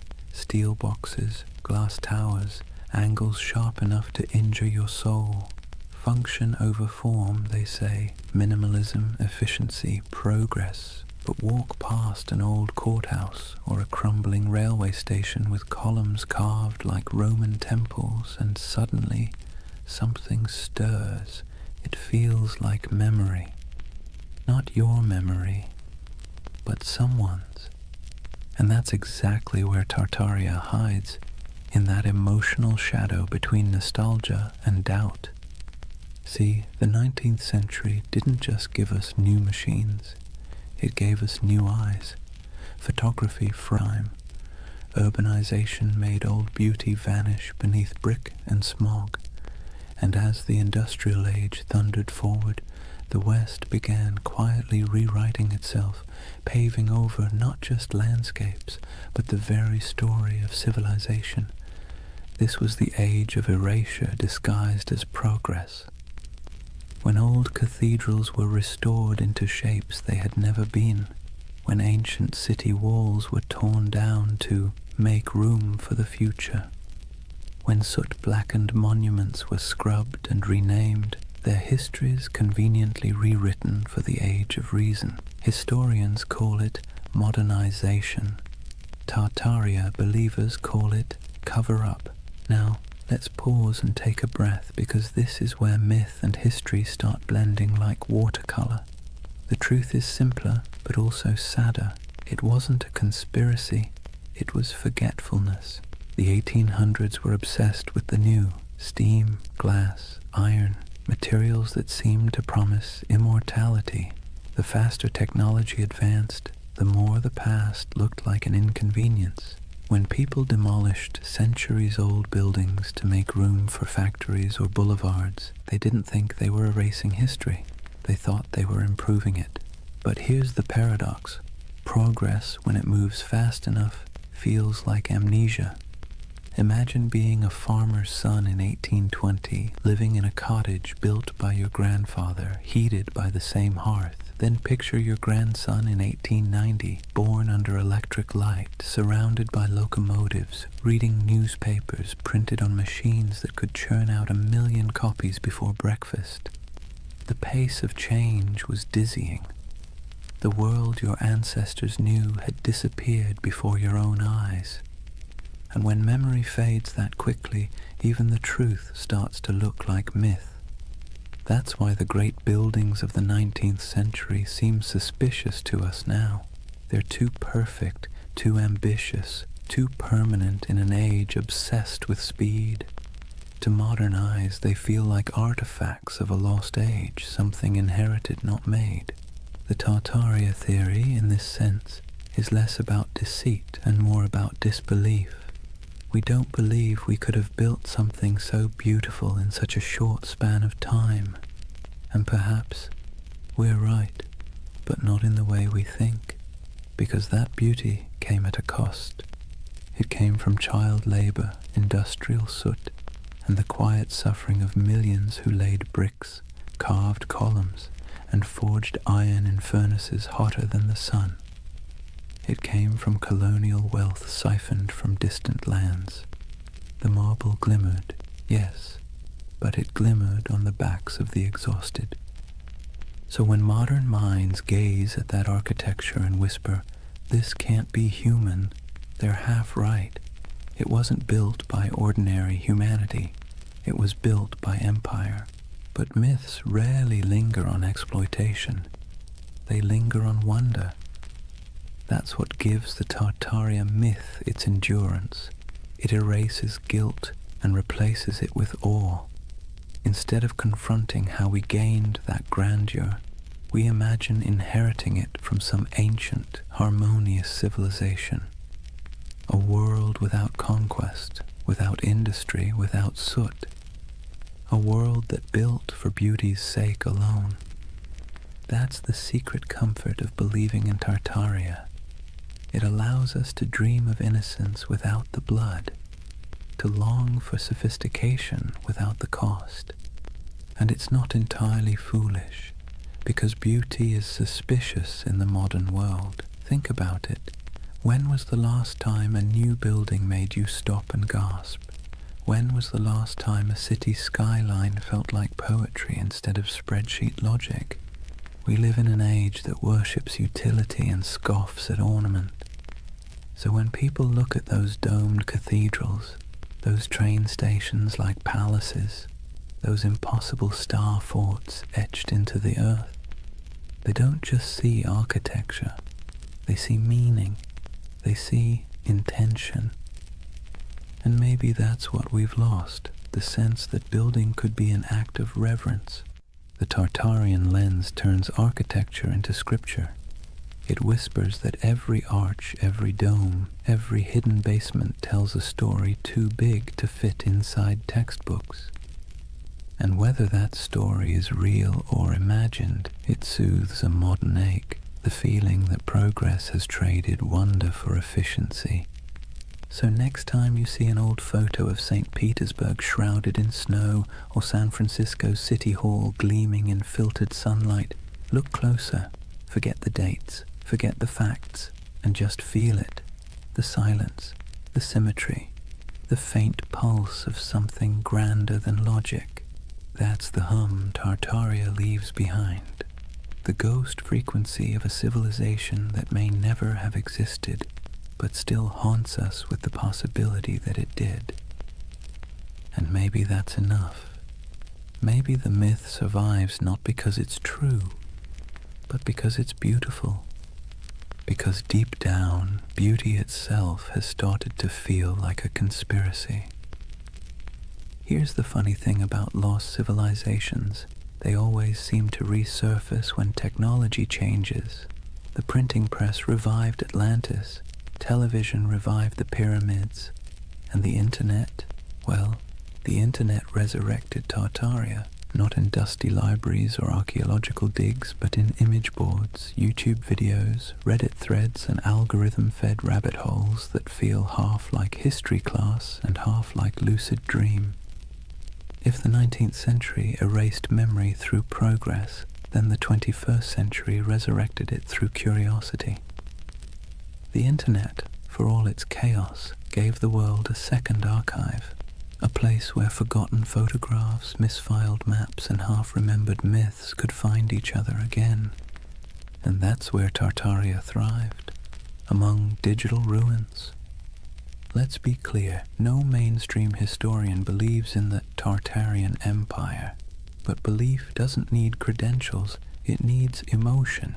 And online, emotion spreads faster than evidence. It starts small. Someone scrolling through antique photos finds an image of a half-buried building, its windows strangely below street level.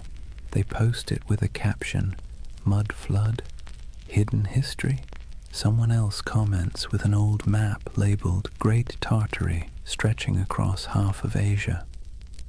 Another user adds photos of star forts, geometric fortifications shaped like mandalas carved into the earth.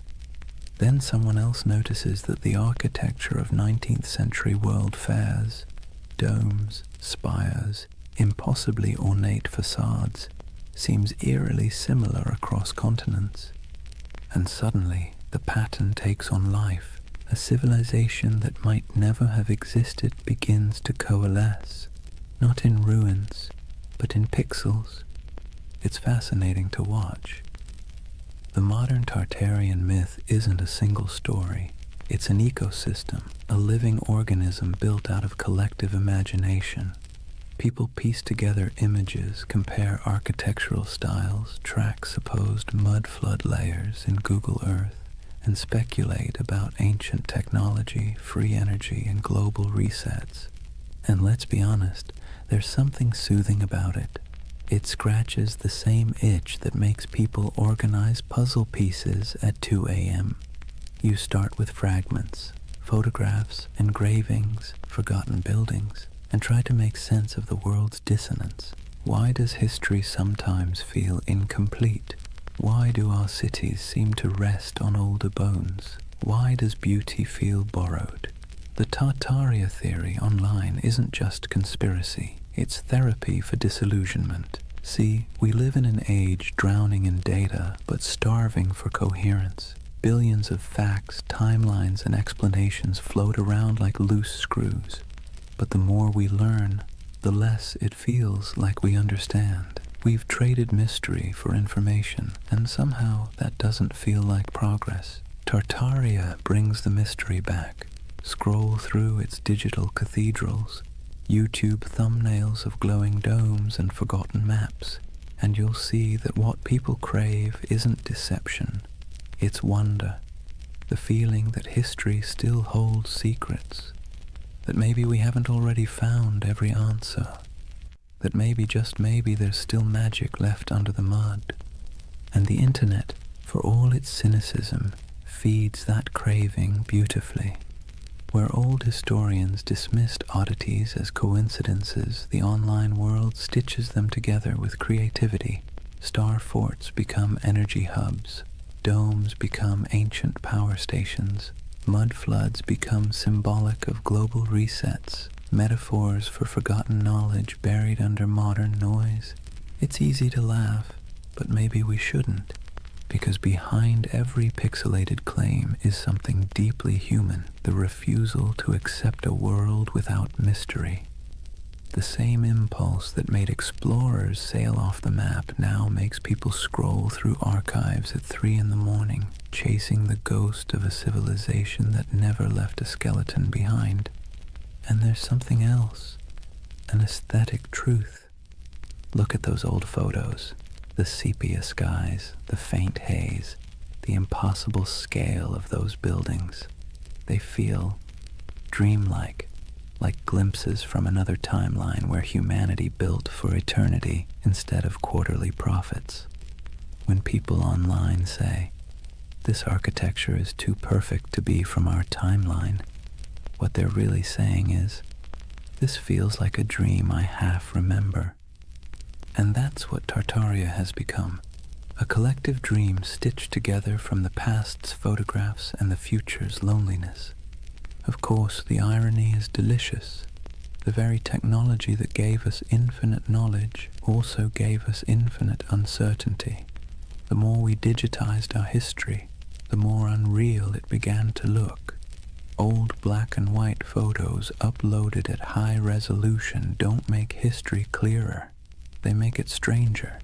The lighting, the shadows, the absence of movement, it all feels frozen, ghostly, like the world before electricity was somehow more alive.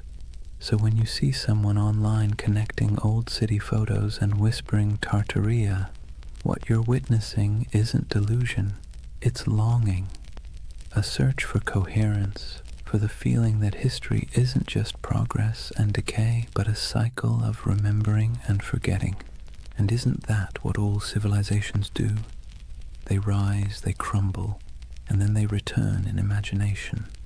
Rome, Atlantis, Lemuria, Tartaria, each one a mirror reflecting not the past, but our hunger to belong to something grander than the present. In that sense, the internet didn't invent Tartaria. It simply gave it a voice, a new empire of whispers sprawling across servers and screens, where myths are immortal and disbelief is optional. Scroll long enough and you'll start to see why people stay. The posts feel soothingly repetitive. Arches, domes, star forts, mud floods, each image a little lullaby of lost grandeur, a bedtime story told by algorithms instead of grandfather. So maybe Tartaria isn't a place at all. Maybe it's what happens when memory and imagination meet in the glow of a computer screen. Half fact, half wish. The myth doesn't just say, "Look what we've lost." It says, "Look what we still want to believe." And that, perhaps, is the most human story of all. Let's pause for a moment, take a slow breath, and think about why people believe in things like Tartaria. Not in the mocking way you see on forums or documentaries, but really think about it. Why does the idea of a lost civilization hidden under our cities feel comforting? It's not stupidity. It's not gullibility. It's yearning. Humans, for all our cleverness, are wired for mystery. We're pattern-seeking animals, tracing meaning in the stars, in tea leaves, in the cracks of old maps. The unknown makes us restless. The known makes us bored. And between the two, we spin myths that make life feel a little more meaningful. Tartaria lives in that space. It's not really about mud floods or star forts. It's about the suspicion, deep down, that the world we've been handed is incomplete, that someone, somewhere, has hidden something important. that maybe history isn't a straight line of progress, but a looping dream where civilizations rise, fall, and are forgotten not by accident, but by design. And honestly, that's not such a crazy thought. Think about how much of history you've forgotten personally. Think of everything humanity has lost to fire, war, vanity, or neglect. Libraries burned, languages erased, empires swallowed by desert and jungle. The dark ages weren't dark because nothing happened. They're dark because the light of memory didn't reach that far. So when someone looks at an ornate 19th century building and says, "I don't think we built that," they're not rejecting history. They're mourning it. They're mourning a world that seems to have misplaced its wonder. Let's be clear, modern life doesn't give us much mystery anymore.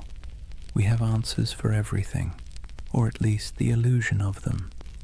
You can type any question into a search bar and get a dozen replies in seconds. But that convenience has a side effect. It kills the thrill of not knowing.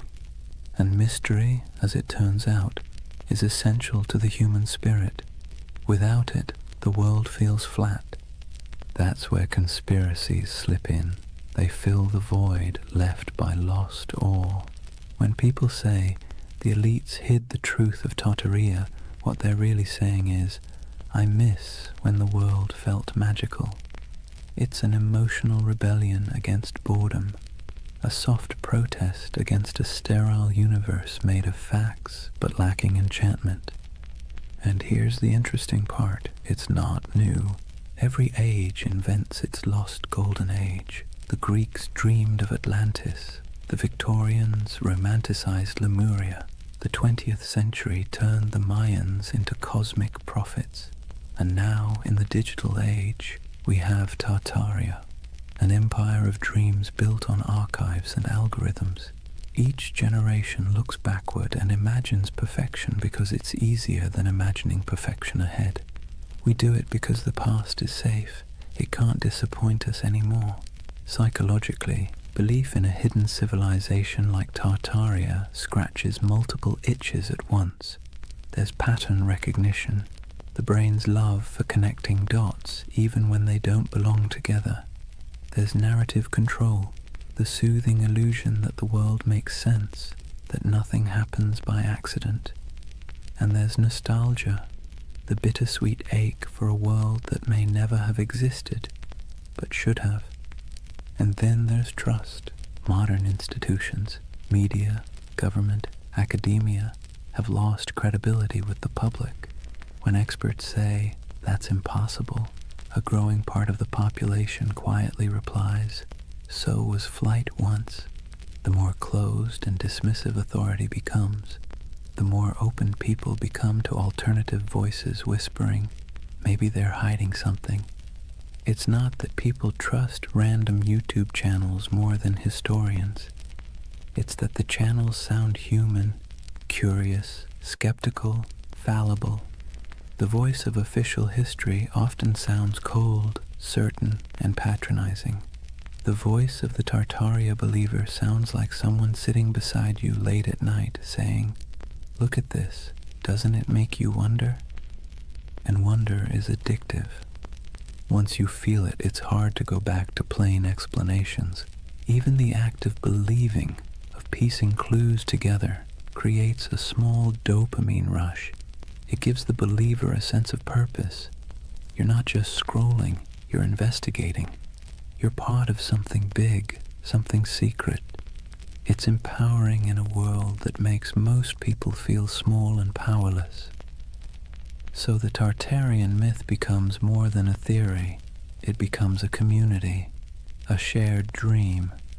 People trade discoveries, maps, and theories not because they're delusional, but because it feels good to search together. The hunt becomes the reward. And in that sense, Tartaria isn't a symptom of ignorance. It's a symptom of loneliness. Think about it. The more connected we are online, the less connected we feel in real life. Cities are crowded but isolating. News is constant but disorienting. Our modern world gives us everything except belonging. And so people build belonging out of mystery. Believing in a hidden past means believing in meaning itself, that we're not just floating through chaos, that someone somewhere once built something extraordinary, and maybe we can again. That's not conspiracy. That's hope in disguise. Of course, hope can be dangerous when it turns to dogma, when questioning becomes obsession, when imagination becomes paranoia. That's when the myth begins to rot, when every gap in knowledge becomes a plot, and every historian becomes an enemy. That's when wonder collapses into fear. But before that point, before the cynicism sets in, there's something oddly beautiful about it. People standing in awe before old cathedrals and asking, how did they do it? People digging through archives at midnight, convinced that history still has secrets. It's easy to mock that. Harder to admit that it's the same impulse that built science, art, and philosophy in the first place. Curiosity is the ember. Myth is just the smoke.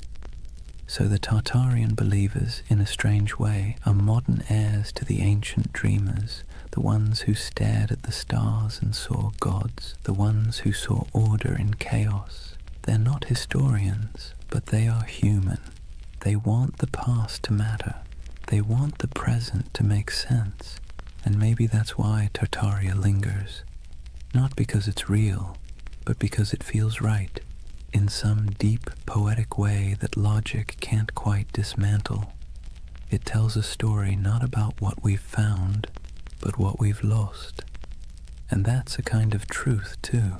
As the night deepens, imagine those endless digital threads, thousands of people across time zones, glowing screens reflecting in tired eyes, all dreaming together of a civilization that never was. Maybe they aren't crazy. Maybe they're just homesick for a world that once felt full of wonder. Let's take a breath here.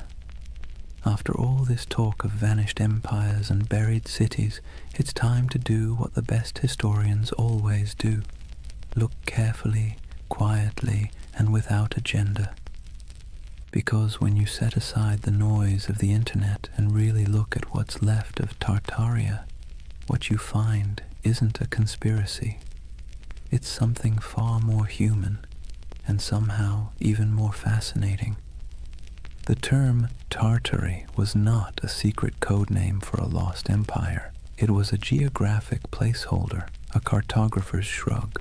For centuries, Europeans simply didn't know what lay beyond the Ural Mountains or deep in the Siberian steppe.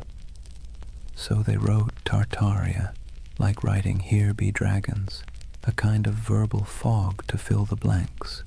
The maps weren't evidence of an empire erased. They were evidence of ignorance being slowly replaced by exploration.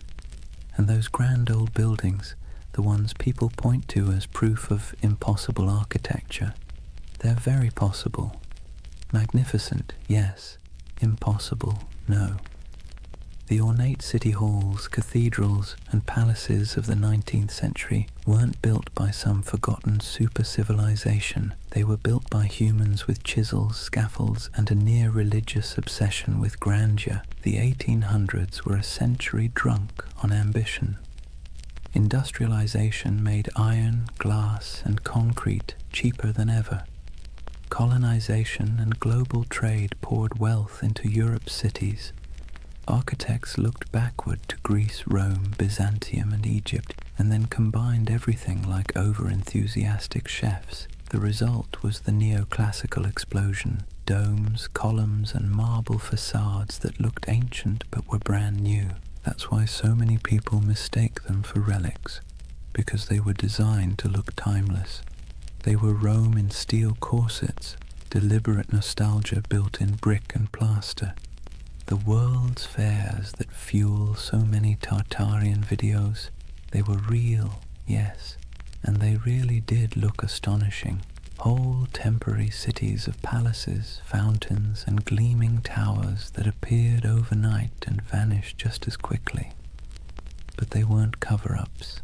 They were theater, They were the 19th century showing off. Most of those buildings were plaster over wood, not marble. They were meant to impress, not endure. When the fair ended, the facades were torn down or burned, leaving only photographs that today look eerily like the ruins of a forgotten world. No secret empire, just show business. And those famous mud flood buildings with their half-buried windows, they too have ordinary explanations. Cities sink, streets rise, over centuries as populations grow and roads are repaved. Layers of soil and stone accumulate. Old ground floors become basements. It's not mystery, it's maintenance. Yet it's easy to see why the illusion caught fire, because even the real explanations, erosion, engineering, economics, are, in their own way, beautiful. The world doesn't need hidden magic to be miraculous. Consider this. The same roads once labeled Tartarian carried traders, nomads, poets, and conquerors across continents. Cultures met, clashed, and blended until identities blurred. What Europe called Tartary was not one empire but a kaleidoscope of peoples, Turkic, Mongol, Persian, Russian, Chinese, each with their own stories, languages, and gods. Out of their collisions came ideas, inventions, and art that shaped the world we still live in. The myth says Tartaria was erased. The truth is that it was never singular to begin with. It was many, and that's why it's hard to pin down. The steppe doesn't lend itself to borders. Empires there were fluid, waves of power that rolled across the grasslands and receded again. The Scythians, the Huns, the Mongols, the Khazars, they all rose, ruled, and vanished, leaving behind only fragments. To an outsider, that flux looked like a void. To those who lived it, it was life itself. And maybe that's where the misunderstanding lies. Western history loves walls and dates, beginnings, endings, dynasties. The steppe doesn't play by those rules. Its empires were seasonal, migratory, woven into the land and wind. If you expect pyramids, you miss the poetry. So no, there was no single global Tartarian empire, but there was a vast interconnected world of trade, culture, and movement that stretched from Europe to China long before globalization had a name. The Silk Road wasn't just silk, it was the internet of its day, transmitting not data but ideas. Buddhism, astronomy, metalwork, medicine all passed through those dusty caravans.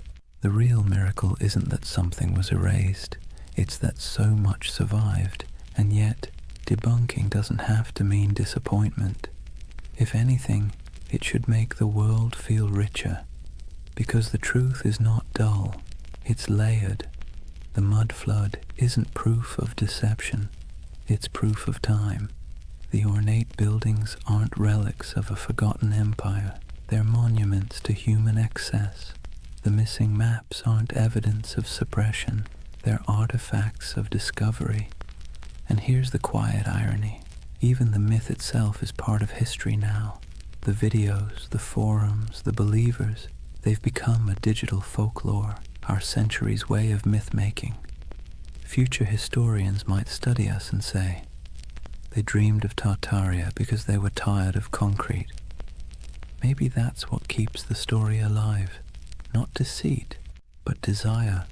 The desire for mystery, beauty, and meaning in an age that feels too catalogued, too explained. Tartaria is less a conspiracy than a collective poem, one line written in frustration, another in wonder. And perhaps that's how we should leave it, gently. The myth and the truth coexisting like twin shadows cast by the same fire. The factual story of history's shifting frontiers and the emotional story of humanity's hunger for lost splendor. So the next time you pass an old building with buried windows or stumble across an antique map marked Tartary, don't roll your eyes and don't fall into the rabbit hole either. Just pause, look, Feel the weight of centuries pressing quietly under your feet. Real or imagined, every layer of that soil carries a story. Because whether it's called Rome, Babylon, Atlantis, or Tartaria, the dream of forgotten empires never really fades. It just changes shape, waiting for someone new to wonder. Chapter 4. The Eternal City. Why We Dream of Lost Civilizations. Take a moment, close your eyes, and imagine you're standing in the ruins of a city that never existed. The stones are warm beneath your feet. The air hums faintly with the echo of 1,000 unrecorded stories, and the wind brushes against carved columns whose builders' names were never written down. It's a dream, but somehow it feels truer than waking. That's the strange comfort of Tartaria. Even after we've picked apart the facts, even after the history books have closed the case, the idea lingers. The notion that somewhere, sometime, humanity built something magnificent, a civilization unified, enlightened, and then, inexplicably, erased.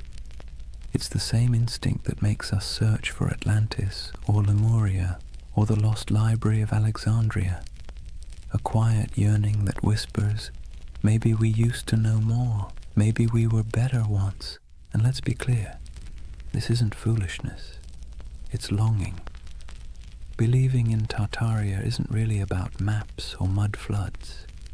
It's about something deeper, the ache for lost harmony, for order in the chaos of modern life. When we look around at endless screens, broken systems, and cynical politics, it's easy to imagine that somewhere in the past, people had it figured out, that there was a time when beauty and wisdom ruled, before we traded them for convenience. The myth gives that feeling a shape. Tartaria becomes a mirror for what we think we've lost, a golden age we can project our frustrations onto, a fantasy of unity against the fragmentation of the modern world. But here's the curious twist. Myths like Tartaria comfort us because they're out of reach. They can't be disproven in a way that satisfies the heart. The less we know, the more space the imagination has to wander. That's what myths do best. They thrive in the gaps, the shadows between facts. Think about how the story feels, not just what it says. Tartaria isn't told in sharp, factual sentences. It's whispered in forums late at night by people who sound more wistful than conspiratorial. They're not shouting about domination. They're sighing about what might have been. It's not paranoia, it's melancholy. The same kind of melancholy you feel walking through an abandoned building, seeing beauty and decay folded together. There's a paradox at the heart of this comfort. We know modern life is more advanced than any age before it, yet it rarely feels that way. We have the internet, medicine, spaceflight, instant communication, but we also have loneliness, burnout, and an undercurrent of loss. The myth of a vanished civilization fills that emotional void. It says, you're right to feel that something's missing. It's like nostalgia for a memory we never had, and in that sense, Tartaria isn't about the past at all. It's about the present, about how alien our own world can feel. The skyscrapers of glass and steel, the humming servers, the sterile symmetry of cities built for efficiency rather than awe. No wonder people scroll through photos of old domes, arches, and impossible cathedrals and feel something stir. Those buildings look like they remember something we've forgotten, so we call it Tartaria. We give the feeling a name. It's easier to believe there was once an age of grace that was stolen than to accept that beauty is fragile, and we let it slip away ourselves. But this comfort isn't all illusion. The belief itself reveals something profound about us. Humans are meaning-seeking creatures. When the world feels senseless, We create patterns to make it make sense. We weave stories over the noise, and in those stories, we find calm. Myths are our way of telling ourselves that the universe still has order, even if it's hidden. That's why so many people find peace in the idea of a lost civilization. It implies that knowledge, beauty, and balance aren't gone forever, just misplaced. It turns chaos into a temporary condition. And maybe that's why Tartaria caught fire in the digital age. The internet is chaos incarnate, 1,000 overlapping timelines, all screaming for attention. In that noise, the myth feels like a lullaby. It slows everything down. It says, once there was harmony. Once the world was whole. Now, whether that's true or not almost doesn't matter. What matters is the feeling it evokes, the quiet pull toward something larger, wiser, softer than the present. The myth becomes a kind of spiritual balm for an age that measures everything but meaning. Imagine yourself late at night, scrolling through photos of ornate ruins, strange domes, or cities half buried in snow. You feel that twinge, that recognition without memory. The beauty is haunting, not because it hides a secret empire, but because it reminds you that time erases, and yet somehow we still search for permanence. That search, that ache, is what keeps myths alive. They aren't about fooling ourselves. They're about coping, finding wonder again in a world that's forgotten how to dream. And maybe that's the greatest comfort of all. Tartaria might not have existed on a map, but it exists in us, in that quiet place between curiosity and longing, where we still hope that something grand and good once stood before the mud, before the noise, before the forgetting. If you really want to understand why Tartaria has captured so many imaginations, you have to stop asking what it was, and start asking what it means. Because myths, like mirrors, don't just reflect the world, they reflect us. When people talk about Tartaria, they're not just discussing lost cities or forgotten empires.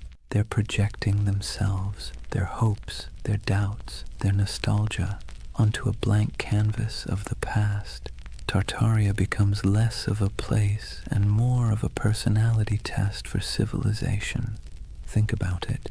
To some, Tartaria represents a golden age of harmony and beauty, proof that humanity once lived in balance with nature and technology. To others, it's evidence of corruption and suppression, a story of truth hidden by elites and rewritten by victors. The same myth, two completely different reflections. It tells you less about history and more about what people want from it. And maybe that's the point. Tartaria isn't history. It's a Rorschach test for modern anxiety. We look into its cloudy waters and see what we most long for, or most fear. Let's be clear, myths don't survive because they're accurate. They survive because they're useful. They give shape to feelings that don't fit neatly into textbooks. They're how we process the gap between the world we have and the one we wish we had. The idea of a lost, enlightened civilization comforts us precisely because it suggests that the world wasn't always this complicated. That maybe, somewhere back in time, people figured out the balance between science and spirituality, between art and function, between progress and peace. And if they could, maybe we can again. That's why you'll notice something poetic in the way Tartaria believers talk. It's not just data or dates, it's reverence. They speak of architecture the way others speak of cathedrals. They trace maps like pilgrimages. They aren't just arguing for history. They're mourning for something sacred. You can see it in the fascination with architecture, the domes, arches, spires, and towers that dot the myth. These buildings feel alive, don't they? Too beautiful to be merely functional. too symmetrical to be accidental. When people say, "There's no way we could build this today," what they're really saying is, we don't build like this anymore. We don't fill our world with beauty unless it serves a profit. The myth becomes a critique of our own era, disguised as nostalgia for another. Tartaria, then, is the mirror we hold up to our own cultural amnesia. We scroll through pictures of palaces and fairgrounds, domes and star forts, and we whisper, "How did we forget to dream like this?" The myth reflects not a lost empire, but a lost aesthetic soul. There's something almost therapeutic about that reflection. Myths like Tartaria allow us to grieve, not for people we've lost, but for possibilities. They let us feel that our yearning for meaning isn't crazy, that maybe it used to exist, that maybe someone, somewhere, built a world that made sense, and maybe that's why Tartaria feels more mystical than menacing. Most conspiracy theories isolate people, make them suspicious of the world. Tartaria, strangely, connects them. It invites wonder instead of fear. It suggests that the past might still hold beauty waiting to be rediscovered. But reflection cuts both ways. Myths also reveal our blind spots. When people claim that all grand architecture must have come from a lost civilization, they sometimes overlook the real genius of the humans who built it. The artisans, masons, and engineers who left their fingerprints in stone. The myth honors beauty, but erases the hands that created it. It's a paradox. In searching for greatness, we forget the greatness already recorded, and maybe that's the truest mirror of all. We live in an age obsessed with rediscovery, yet blind to what's in plain sight. We chase mysteries across continents while ignoring the ones humming beneath our feet, the hidden systems, the forgotten craftsmanship, the quiet brilliance of ordinary people. Tartaria, then, tells us something we don't often admit, that we don't fully trust our own civilization. We sense that something's off, something hollow beneath all the progress. So, we project our doubt backward into the comforting distance of myth. In the reflection of Tartaria, we see ourselves, advanced yet uneasy, connected yet lonely, powerful yet perpetually nostalgic. It's less about whether an empire was erased, and more about whether we've erased our ability to feel awe. Maybe that's why the myth persists. Because deep down, we're not really searching for proof of Tartaria. We're searching for proof that humanity still knows how to build something beautiful and believe in it. And if myths are mirrors, then maybe looking at Tartaria long enough isn't about finding truth in the past, but rediscovering it in the present, in the domes still standing, the dreams still lingering, the stories we keep retelling because they make us feel a little less small. So the next time someone mentions the lost empire, don't argue, just listen, because behind every myth is a whisper of what we wish were real. And sometimes that wish tells you everything you need to know about the people dreaming it. Every empire, no matter how radiant, tells the same quiet story, one of ascent, arrogance, and entropy. Rome, Egypt, the Maya, the Mongols, the British, the Ottomans, and if you believe the whispers, Tartaria. The names change, the rhythm doesn't. Civilizations are like tides. They rise with clarity, crest with confidence, and recede with denial. It's not failure, it's physics. Even stars burn out, and they're made of far sturdier stuff than marble or pride. So maybe that's why Tartaria lingers in our collective imagination, because it fits the pattern too well. A lost empire swallowed by time, a forgotten people erased by cataclysm, a name that once filled maps and now feels like a ghost. It's familiar, almost comforting in its tragedy. Let's be clear though, no empire believes it's the one that's going to fall. Every generation thinks it's special, unique, immune to collapse because it has better technology, more data, smarter systems. But arrogance, like gravity, pulls everything back to Earth. If Tartaria existed, if even a fragment of the legend were real, its disappearance would have followed the same script as every empire's twilight. The small cracks first, corruption, complacency, overreach, then the slow decay disguised as progress, and finally the quiet moment when the last flame flickers out and the world simply moves on.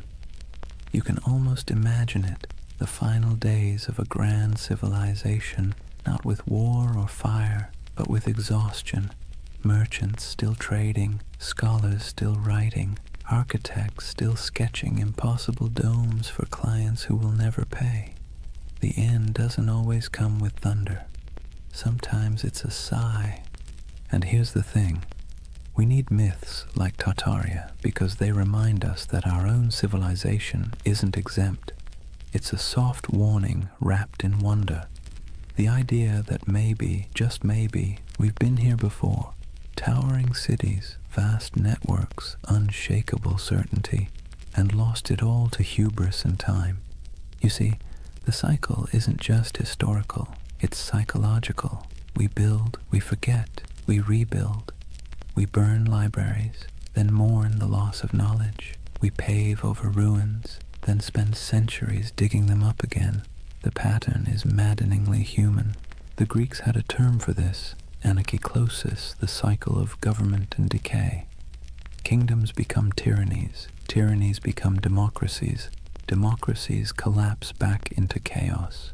Wash, rinse, repeat. The myth of Tartaria just takes that ancient idea and stretches it across a planetary scale. And that's what makes it powerful, because deep down we know the pattern fits us too. Look at the ruins of any civilization, and you'll find the same fingerprints. Ambition, brilliance, greed, denial. The same stone roads leading nowhere. The same monuments built to outlast time, quietly losing that argument. Even today we build our towers of glass and steel, our data empires, our digital libraries with the same optimism that we're preserving knowledge forever. But maybe 1,000 years from now, someone will wander through our abandoned cities and ask the same question we whisper about Tartaria. Who built all this? Maybe that's why we're drawn to stories of collapse told in soft voices. Because they allow us to grieve for what's inevitable before it happens. They help us process the strange truth that impermanence is not failure, it's the natural order. In that sense, Tartaria becomes a bedtime story for civilization itself, a reminder that we are temporary but not meaningless, that even in loss there's continuity. The ruins of one world become the foundations of the next. And if you look closely, you'll see that rebirth is always hiding inside decay. The Renaissance bloomed from the ashes of plague. The Enlightenment grew out of dark superstition.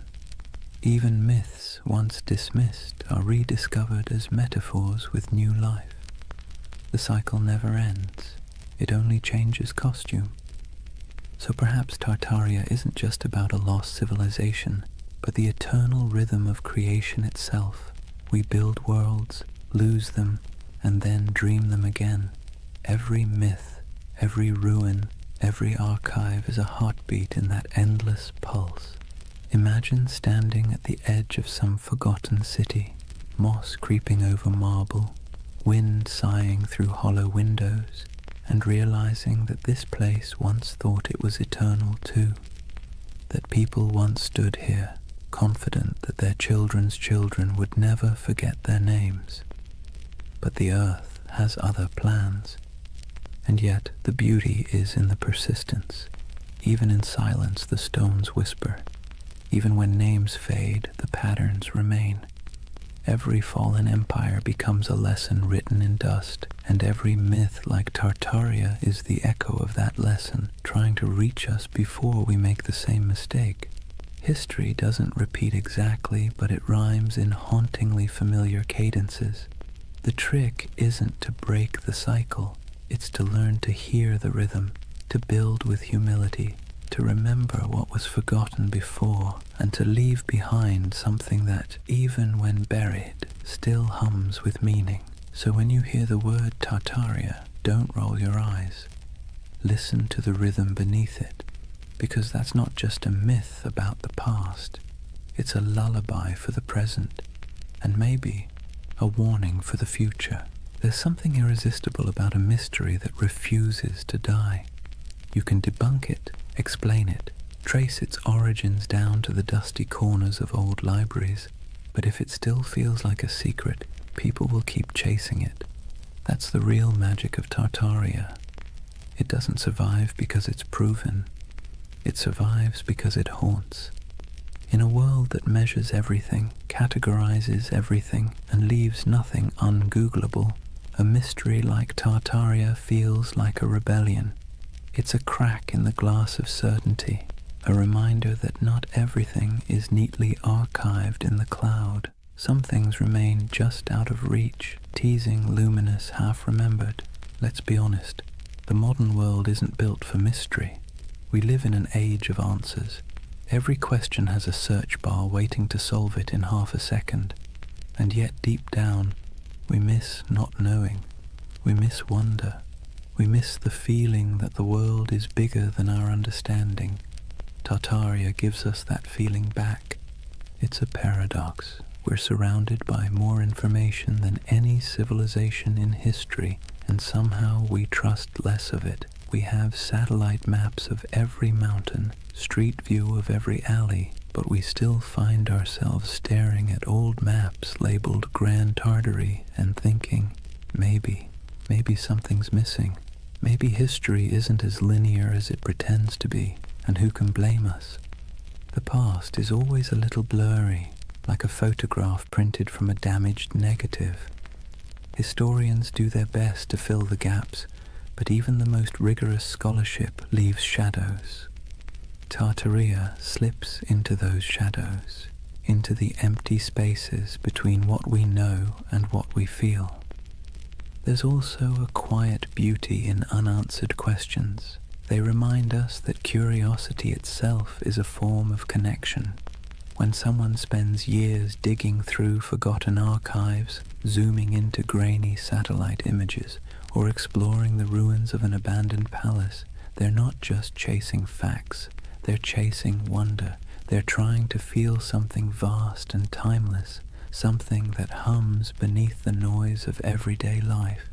Tartaria gives people permission to believe that the world might still hold secrets. That's why even skeptics can't quite bring themselves to dismiss it entirely, because even if it's not true in a historical sense, it's true in a psychological one. It's the same impulse that made ancient people draw constellations in the stars, to impose meaning on the infinite and find comfort in the patterns. Imagine yourself walking through an old European city at night. The cobblestones glisten after rain. Gas lamps flicker against the carved faces of forgotten gods on building facades. You look up, and the skyline feels impossibly ancient. Arches, domes, and spires stacked like a dream you can't quite interpret. You don't know who built it. You don't need to. The mystery itself is enough. It's like hearing a song in a language you don't understand but somehow recognize. Tartaria lives in that feeling. The hum between knowing and not knowing. The soft echo of lost craftsmanship, the sense that time might be a loop and we're just tracing paths our ancestors already walked. And the irony is, the more we learn about history, the more mysterious it becomes. Every discovery opens 10 new questions.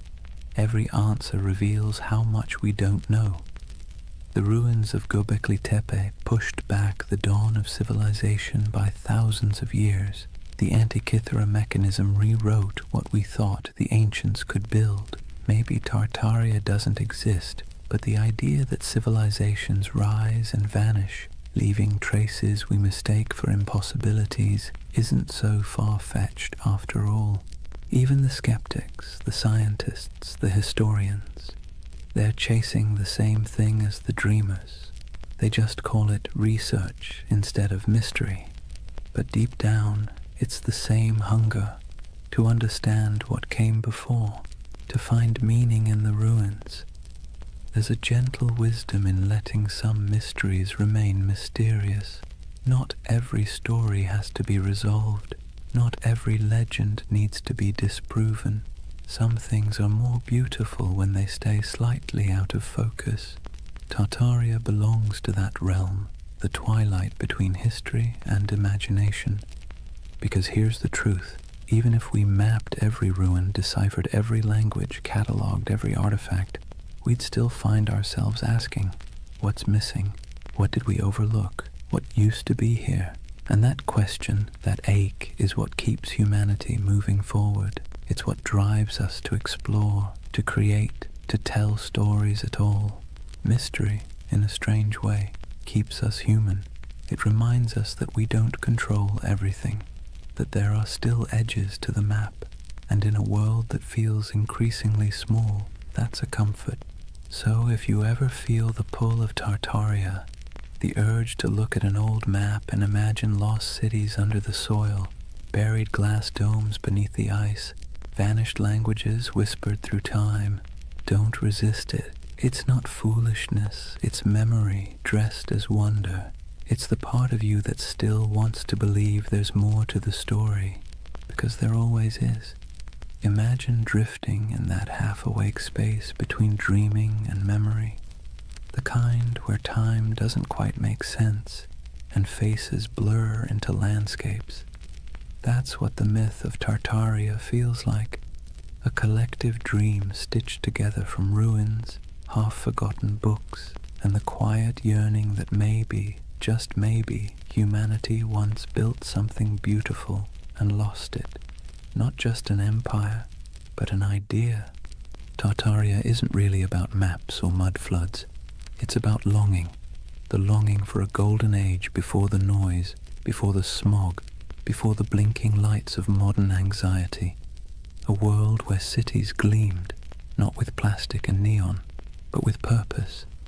Where architecture felt alive, humming with mystery. Where the air itself seemed to remember something divine. When people talk about Tartaria, they're really talking about home, a home they've never seen but somehow recognize. It's tempting, isn't it, to imagine that once there was a civilization so advanced it left behind the blueprints of paradise, smooth white marble gleaming under perpetual sunlight, towers spiraling toward the heavens, not in arrogance but in harmony, streets where water flowed instead of traffic, and knowledge wasn't locked in institutions but breathed like air. The myth whispers that maybe humanity peaked, fell, and forgot, and maybe we're just children trying to remember the lullaby our ancestors sang before the storm. Let's be clear though, Tartaria, as the internet tells it, probably didn't exist, but the feeling of it does. That's what matters. Because myths are just dreams that cultures refuse to wake up from. They serve a purpose, especially in times like ours, when everything feels impermanent, synthetic, and accelerated. Tartaria slows the world down. It reminds us of the beauty of mystery, craftsmanship, and the sense that not everything has to be profit or progress. There's a kind of poetic justice in the way this myth took shape online, in the strangest corners of the internet. A digital ghost story for the digital age. Scroll long enough through photos of ornate buildings with impossible domes and buried windows, and you'll feel it too, that little flicker of awe. Even if your rational mind rolls its eyes, your imagination leans in. What if, it whispers, what if this really was part of something greater? The myth resonates because we're surrounded by ruins and don't realize it. The old train stations, the opera houses, the abandoned civic buildings with ceilings painted like cathedrals, they still stand, silent and out of place. They belong to an age that believed in permanence, in beauty as a civic duty, and compared to that, our world of glass and rectangles feels hollow. Tartaria becomes a name we give that feeling, the ache for artistry, for meaning carved in stone. But beneath the aesthetic nostalgia is something deeper, a memory not of buildings, but of belonging. When people say they erased Tartaria, what they're really mourning is the loss of connection, the sense that we were part of something coherent, meaningful, and vast. We feel fragmented now, nations arguing, truths dissolving, the past rewritten every week on social media. Tartaria becomes a symbol of unity we've misplaced, the dream that once we all spoke the same unspoken language, the language of creation instead of consumption. Maybe that's why the myth refuses to die. It's not a conspiracy, it's a yearning, a collective homesickness for a world that valued wisdom over noise. Whether it's a literal memory or a psychological echo doesn't matter. Myths like this are emotional fossils. They preserve what facts forget. If you strip away the maps and theories, what remains is something tender, the belief that we can do better, that humanity once built something sublime, not through domination, but through understanding, and that maybe we can again. It's less about recovering a lost empire and more about remembering how to build meaning into our world. And maybe, in a strange roundabout way, the myth is right. There was a flood, a metaphorical one, the flood of time, technology, and forgetfulness. It buried not cities, but attention. It drowned not buildings, but wonder. And now, through whispers of Tartaria, people are trying to dig it back up. Not the structures, but the feeling of awe they carried. Picture the end of the dream, an endless step at dusk. The horizon glows gold, and somewhere in the distance, faint towers shimmer through the haze. They're not ruins, not anymore, just echoes of possibility. You start walking toward them, though you know you'll never reach them. That's Tartaria, not a destination, but a direction, not history, but hope. And as you drift toward sleep, remember this. Every civilization is both a memory and a prophecy. What we imagine today shapes what we build tomorrow. So maybe Tartaria isn't behind us. It's ahead, waiting to be remembered not as a lost empire, but as an invitation to build again, but slower, kinder, wiser, to carve beauty into the world and mean it this time. Because deep down, that's all the myth ever wanted, to remind us that the most eternal things aren't marble or empire, but imagination itself.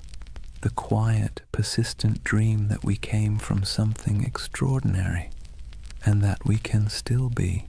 So now, as the story fades and the dream of Tartaria settles like evening mist, take a moment, breathe slowly, let the world around you grow quiet.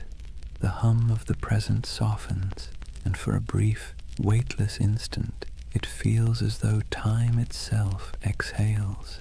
What have we really been chasing tonight?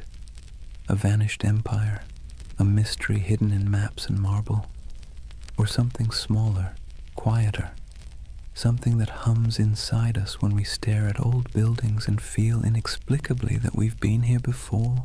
Tartaria may never have existed on any official timeline, but in another sense, it's never stopped existing. It lives in the empty plazas at dawn, when the light hits old stone just right, and the world feels ancient again. It lives in the symmetry of cathedrals, the curve of forgotten domes, the echo of a song hummed in a language no one remembers. It lives in us, the builders, the dreamers, the rememberers. And maybe that's the truth behind all forgotten civilizations. They never really vanish, they just move inward into the imagination. Every myth is a refuge, a way of saying, Once we were capable of beauty. Once we remembered how to build with our hearts. So as you lie there now, listening to the quiet between sentences, imagine those impossible cities, half marble, half memory. The air is cool, the towers glow faintly, their reflections trembling in still water. Somewhere in the distance, bells ring, soft as wind chimes, a civilization asleep, waiting to be remembered. Let yourself drift there for a while, between the known and the forgotten, between myth and truth, between what was and what could be, because that's where Tartaria lives, not in the history books, but in the gentle space between waking and dreaming. The world outside your window may look ordinary, but beneath it runs the same current that built empires, painted ceilings, and told stories by firelight. It's the same desire to make meaning from the chaos, to leave something beautiful behind, even if no one remembers who built it. So rest easy. You don't need to solve the mystery tonight.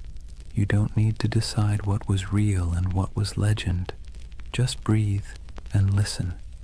The past has a rhythm, slow and steady, like the tide, like a heartbeat. It's the sound of humanity remembering itself. Tomorrow the noise will return, screens, traffic, chatter. But tonight belongs to silence, to candlelight, to the soft pulse of an imaginary empire that refuses to die. Tartaria is gone, but also eternal, an echo across time reminding us that wonder is its own kind of truth.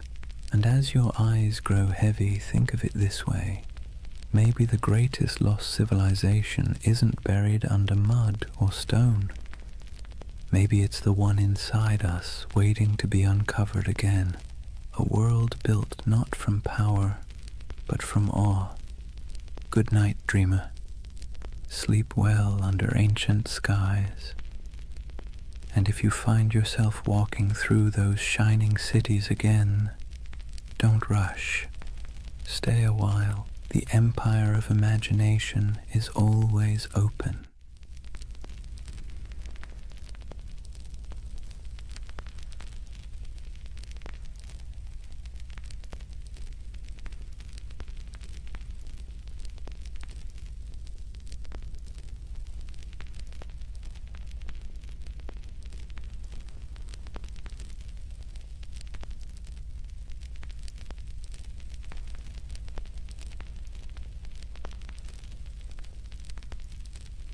Hey guys, welcome back to the Sleep Atlas. Tonight, we're wandering into one of those stories that sits somewhere between history and myth, the kind that makes textbooks squirm but conspiracy theorists cheer. We're talking about the Anunnaki, the ancient gods of Mesopotamia, the so-called Great Ones, whose names have echoed for thousands of years.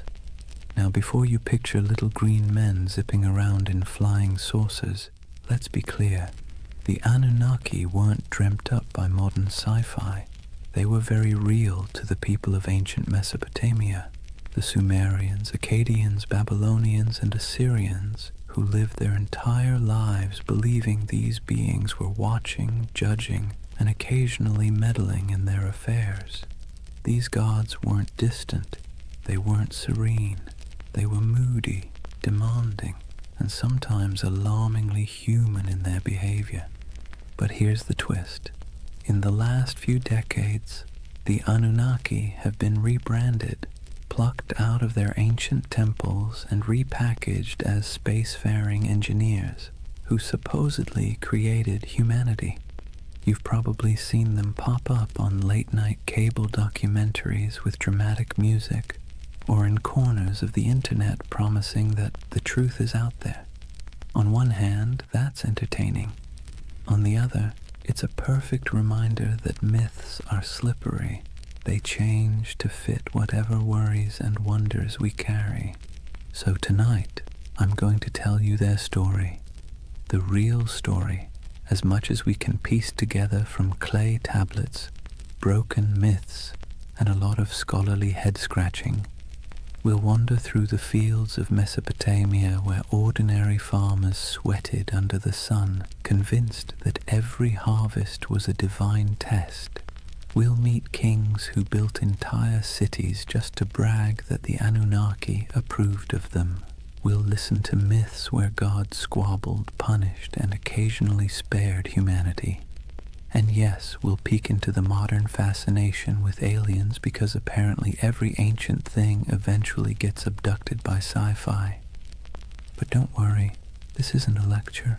Think of it as a long, meandering nighttime walk through a world that feels both impossibly distant and strangely familiar.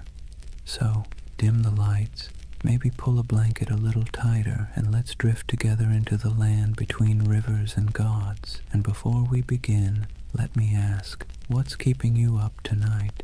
Let me know in the comments. I'd love to hear where in the world you're listening from. Settle in. Let's start at the beginning.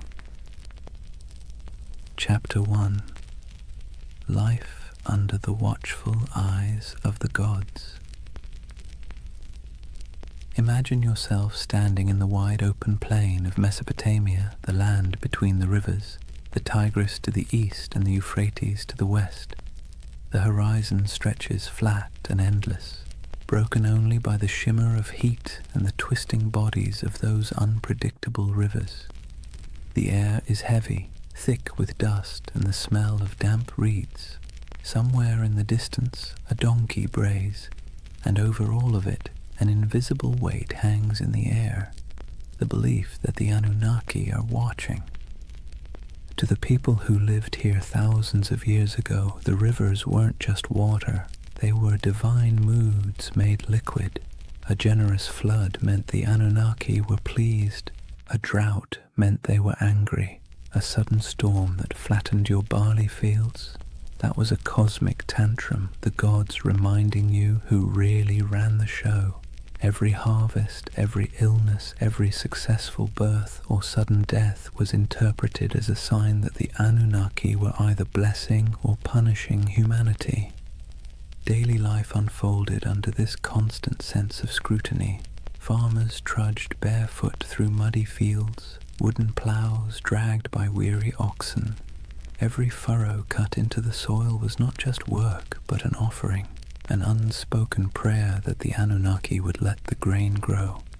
Scribes bent over clay tablets in the shade of temples, scratching wedge-shaped symbols into wet clay, convinced that the gods valued their careful accounting of grain, beer, and taxes.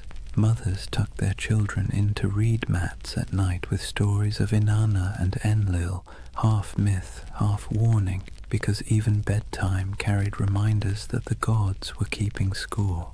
The landscape itself reinforced the idea. Towering ziggurats rose above flat mud-brick cities, stepped pyramids painted in bright colors that have long since faded. To climb one was to ascend closer to the heavens, to the Anunnaki who supposedly convened in their council chambers above. At the base, ordinary people shuffled forward with offerings, bowls of grain, jars of beer, bleating goats, hoping that their small sacrifice might earn a flicker of divine favor. And through it all, the question lingered. Were the gods ever satisfied? The answer, most of the time, was no. If the Anunnaki were pleased, life was merely tolerable. If they were displeased, life became unbearable. It was a kind of spiritual anxiety disorder written across an entire civilization, one that never let you forget that your fate was being judged by beings you couldn't see but definitely believed in. So here's the paradox of Mesopotamia and of the Anunnaki themselves. They gave people a framework to explain the chaos of life, but they also kept everyone permanently nervous. Imagine waking up every day knowing that your job performance review wasn't coming from your boss, but from a pantheon of unpredictable, immortal beings with the power to ruin your entire year. Comforting? Not exactly. Necessary? Absolutely. That was life under the watchful eyes of the Anunnaki. And it was only the beginning. Now that we've set the scene, the dust, the rivers, the nervous glances toward the heavens, let's lean into the daily grind of keeping the Anunnaki happy. Because if there was one thing everyone in Mesopotamia agreed on, it was that the gods were needy. Think of the Anunnaki less like distant divine beings and more like an extended family of very spoiled aristocrats. They didn't simply exist in the background of your life. They were treated as if they lived right there in the city with you, lounging in temples that were really more like mansions stocked with food, drink, and endless attention. Priests fed the gods' statues elaborate meals. They clothed them in fine garments. They bathed them, sang to them, and even tucked them into bed at night with rituals designed to assure the gods that yes, they were adored. And here's the kicker, the gods didn't actually eat the food, wear the clothes, or drink the beer. The priests did. But in the logic of the time, that was the point. The offering wasn't about literal nourishment. It was about respect, about demonstrating submission to the divine order. Imagine working all day in a scorching field, hauling baskets of barley, and then handing over a chunk of your hard-earned harvest to a temple where priests would cook it up in front of a golden statue. You didn't get to enjoy the meal. The gods did, or so you were told. This wasn't optional. Failing to make offerings wasn't just rude, it was dangerous. Skip your temple duties, and you risked angering a god who could retaliate with a bad harvest, a plague, or a flood. It was like living with an unpredictable landlord who might torch your house because you didn't bring them enough bread. And so, day after day, people dragged their grain, their livestock, their jars of beer, and their prayers into the temple courtyards, hoping the divine egos were stroked enough to leave them in peace. Markets reflected this cycle of giving and appeasing. Merchants sold incense imported from far-off lands, exotic woods for temple furnishings, and precious stones for idol adornment. Whole industries thrived not because people needed goods for themselves, but because the gods supposedly needed them. The economy of worship was real, and it was heavy. And then there were the rituals, constant, exhausting, and often bewildering. Priests performed chants, sacrifices, and ceremonies to interpret the gods' moods. Ordinary people had little say in the process. They simply trusted or feared that the professionals got it right. Was the river about to flood? Only the gods knew. Was a plague looming? Better pay for a ritual just in case. Imagine the anxiety. You might lose your family, your crops, your city, not because of something you did wrong in the field, but because a priest forgot to wash a statue properly before a ritual. This constant pressure shaped how people thought about themselves.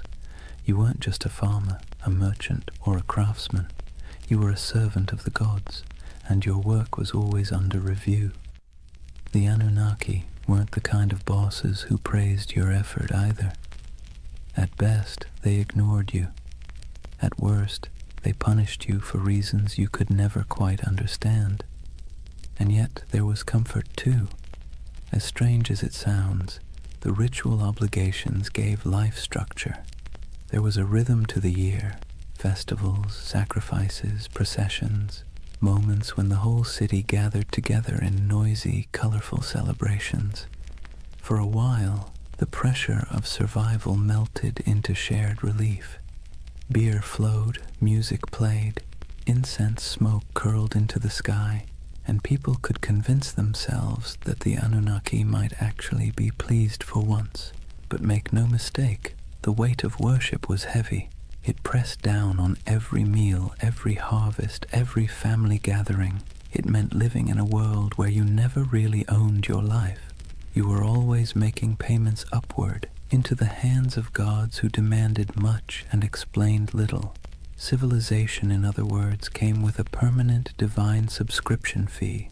So when you picture Mesopotamian life, don't just imagine mud brick houses and busy bazaars. Picture the temples looming above everything, casting long shadows across the city. Picture priests bustling through courtyards, chanting prayers and carrying offerings. And picture the ordinary farmer at the gate, holding a bowl of barley with cracked hands, hoping that this small gift would keep the Anunnaki's attention fixed somewhere else. That was the weight of worship, a constant burden, heavy as the mud brick walls themselves, shaping every breath of life in the land between the rivers. If temples were the stage for grand rituals, then the family was where belief in the Anunnaki seeped into the most ordinary corners of life. From the moment you were born in Mesopotamia, you were wrapped in layers of tradition, lore and stories that all reminded you the gods were watching and you had better behave. Picture a household, mud brick walls enclosing a small courtyard with reed mats laid out for sitting and sleeping. The air smells faintly of cooking grain, sheep dung burned for fuel, and maybe onions sizzling in oil if the family was lucky enough to afford them. Life here was simple, cramped, and endlessly repetitive.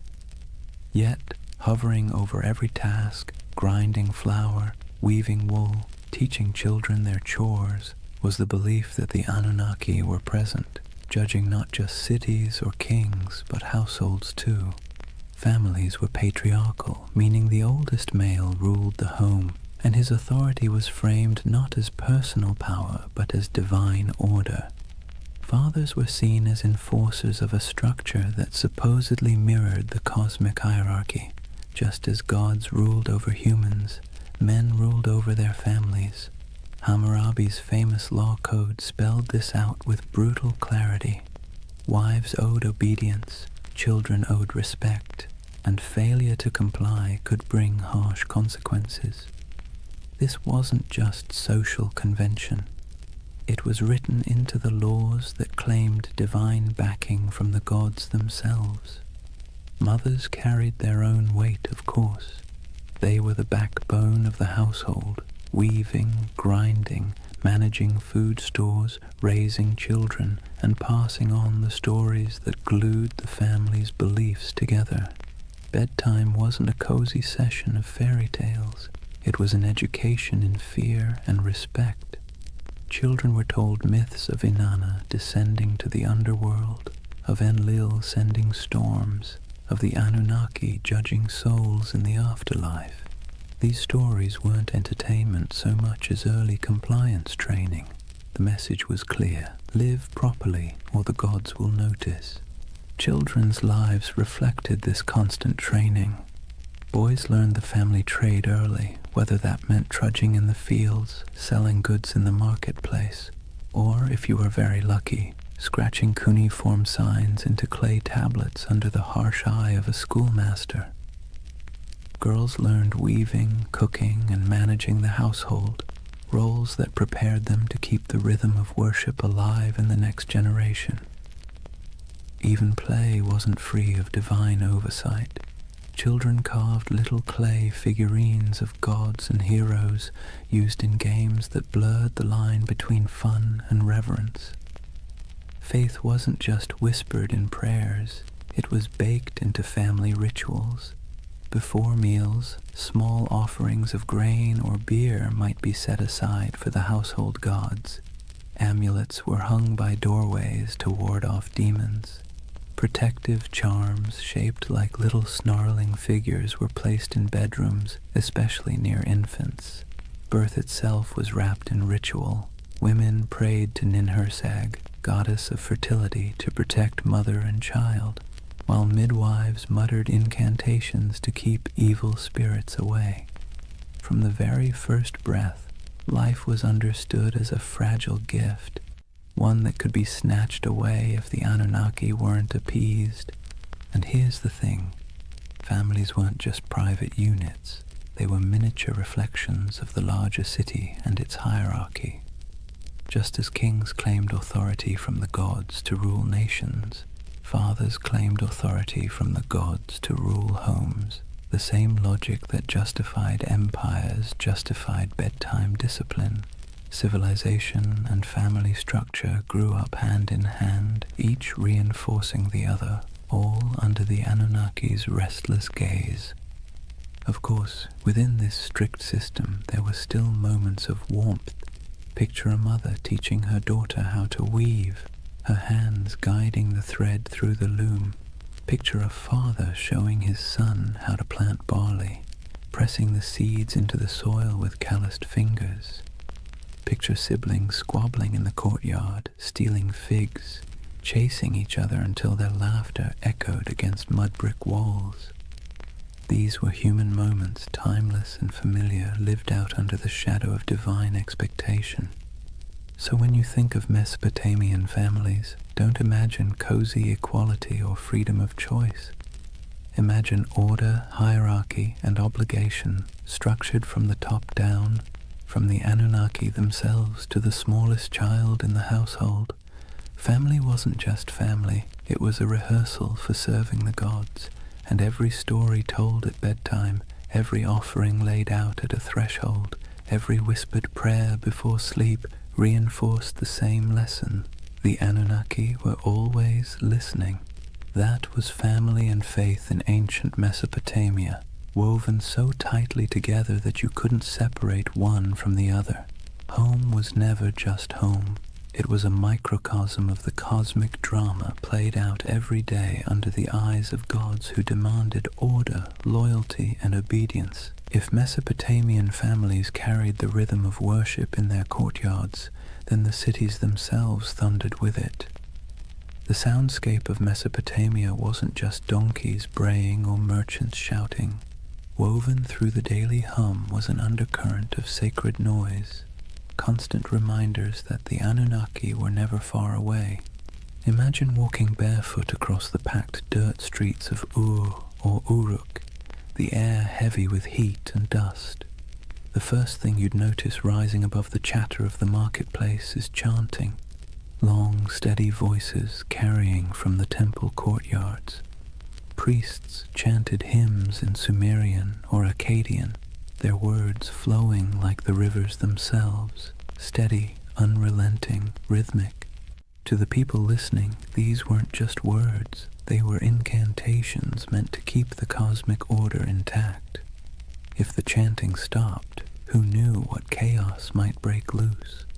Temples were alive with activity. Incense smoldered, releasing thick curls of smoke that clung to the air, sweet and sharp at the same time. The scent was meant to please the gods, but for ordinary people walking by, it was a reminder that the divine was close enough to smell. Lyres plucked their delicate notes in temple courtyards, drums pulsed with steady beats, and flutes added piercing tones that drifted across rooftops. To us, it might sound like music. To them, it was more like maintenance, a sound system designed to keep the Anunnaki pacified. And it wasn't just priests who contributed to the sacred soundscape. Festivals turned entire cities into orchestras of devotion. Imagine crowds gathering for a procession, voices rising together in chants, bells clanging, animals bellowing as they were led toward sacrifice. The ziggurat loomed above it all, terraces echoing with footsteps as priests climbed higher to offer food, drink, and prayers to the gods at the summit shrine. From miles away, travelers could hear the echo of music, the low murmur of thousands of voices, and know they were approaching a city where gods were fed daily like pampered royals. But the sounds weren't always grand. Sometimes they were intimate and unsettling. Picture a priest muttering over the body of a sick child, reciting spells to chase away spirits. Picture whispered prayers at dusk, entire families speaking softly into the night air as oil lamps flickered. Picture the hush that fell when an omen was announced, the crowd quieting to hear the words that might decide whether the gods were pleased or furious. In these moments, sound wasn't background. It was the bridge between humans and the Anunnaki. The irony is that these sounds, sacred chants, booming drums, whispered prayers, blurred together with the noise of the city. A donkey braying outside a temple, a merchant shouting about his wares as priests sacrificed a goat, children laughing while incense smoke rose into the sky. The sacred and the ordinary overlapped constantly, like two melodies played at the same time. For Mesopotamians, there was no separation between daily life and sacred life. Every sound was part of the same chorus, one directed at keeping the gods content. So, when you imagine Mesopotamia, don't just picture silent ruins or dusty tablets in a museum. Picture a city alive with sound, chanting voices echoing from ziggurats, music rising from temples, prayers whispered in homes, markets buzzing with life. And beneath it all, the steady, unsettling hum of belief, the sense that every sound you made was heard, judged, and recorded by the Anunnaki. That was the soundscape of Mesopotamia, sacred and ordinary, human and divine, blending into one endless hymn beneath the gaze of restless gods. So far we've walked the fields, stepped into homes, and stood in the courtyards of temples. But if there's one thread tying all of Mesopotamian life together under the watch of the Anunnaki, it's struggle. Not dramatic Hollywood-style struggle, more like the constant grinding kind. The kind that wears you down day after day until survival itself feels like an act of worship. Imagine yourself as an ordinary farmer, standing ankle-deep in a muddy canal, sweat dripping into your eyes as the sun beats down. The water that gives life to your crops also threatens to destroy them, either by flooding too much or not enough. You dig ditches, patch walls, and mutter prayers, hoping Enki might spare you this season. Your back aches, your hands blister, and still the work never stops. Each seed you plant is not just a gamble with the soil, it's a plea to the gods. Or imagine being a craftsman, hunched over a clay tablet, shaping wedge-shaped marks into wet clay. Maybe you're writing receipts, tallying debts, or recording temple rations. The work is tedious, your teacher strict, your mistakes punished. And yet, every stroke of your stylus feels like part of something bigger. You're not just tracking grain, you're participating in a divine system where the Anunnaki themselves are imagined to weigh human worth in records and degrees. Disease lurked in the background too. Cities were crowded, hot and filthy, and illness spread quickly. If someone in your family fell sick, you didn't think of germs, you thought of angry gods or lurking demons. Maybe it was punishment, maybe it was bad luck, maybe both. Priests muttered incantations over the feverish burned incense and offered sacrifices. Sometimes it worked, sometimes it didn't. Either way, you believed your life was being tallied by powers you couldn't see. And then there was the simple, unshakable anxiety of living in a land where nothing stayed stable for long. Floods, droughts, raids from neighbors. Every threat felt like it came with divine approval or divine neglect. You might work tirelessly, live faithfully, and still watch your field wash away overnight. It's no wonder that Mesopotamian myths constantly circle back to the same themes. Humans struggling, gods displeased, chaos always around the corner. But within that struggle, there was resilience. People endured. They dug new canals after floods, rebuilt homes after raids, prayed louder after disasters. Families bound themselves tightly together. Neighbors leaned on one another in the marketplace, and communities clung to rituals that gave their world meaning.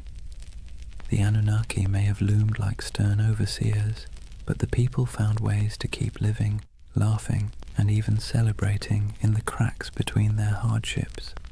So, when you picture Mesopotamia under the eyes of the Anunnaki, don't imagine endless golden fields or carefree abundance. Imagine sweat-soaked tunics, cracked hands, hands and weary faces that still lifted toward the ziggurat at dawn. Imagine humanity trying, failing, and trying again, all while believing that somewhere, far above or deep below, the Anunnaki were watching, measuring, and deciding their fate. That was the human struggle, a constant effort to carve order out of chaos, meaning out of hardship, and survival out of a world that felt forever precarious. And in that struggle, civilization itself was born. Chapter 2. The gods who ruled the skies and earth. If life in Mesopotamia felt like a constant test, then the examiners were the Anunnaki. These weren't gentle guardian angels or abstract philosophical ideas. They were the great gods, beings who sat at the very top of the divine food chain, descended from the union of Anu, the Sky Father, and Ki, the Earth Mother. To the Mesopotamians, the Anunnaki weren't distant background characters. They were judges, enforcers, and supervisors, always peering down like cosmic landlords who never forgot to collect rent. The word itself, Anunnaki, has a heaviness to it, something that sounds like it should be whispered by torchlight. Ancient scribes described them as the 50 great gods, though their numbers shifted depending on which city you asked. Some texts placed them in the heavens, others in the underworld. In either case, their role was clear. They were the arbiters of fate, the beings who decided whether you lived to see another harvest or whether your name would vanish into dust. Picture it like a cosmic council chamber. Anu presides as the lofty patriarch of the skies, his authority absolute, but his personality distant. He isn't the kind of god you chat with about personal problems. He's the one who sets the tone, like a CEO you've never met, but whose name sits on every memo. Beneath him, Enlil, god of air and storms, is the enforcer, a figure as feared as he was respected. He could bless the land with life-giving rain or flatten it with violent winds. His moods were the weather forecast. Ea, or Enki, the clever god of wisdom and water, often played the role of fixer, the one who bent the rules when the council's decisions were too harsh. Ninhursag, the mother goddess, embodied fertility and nurturance, though even she could be stern when humanity overstepped. The Anunnaki weren't imagined as serene or harmonious.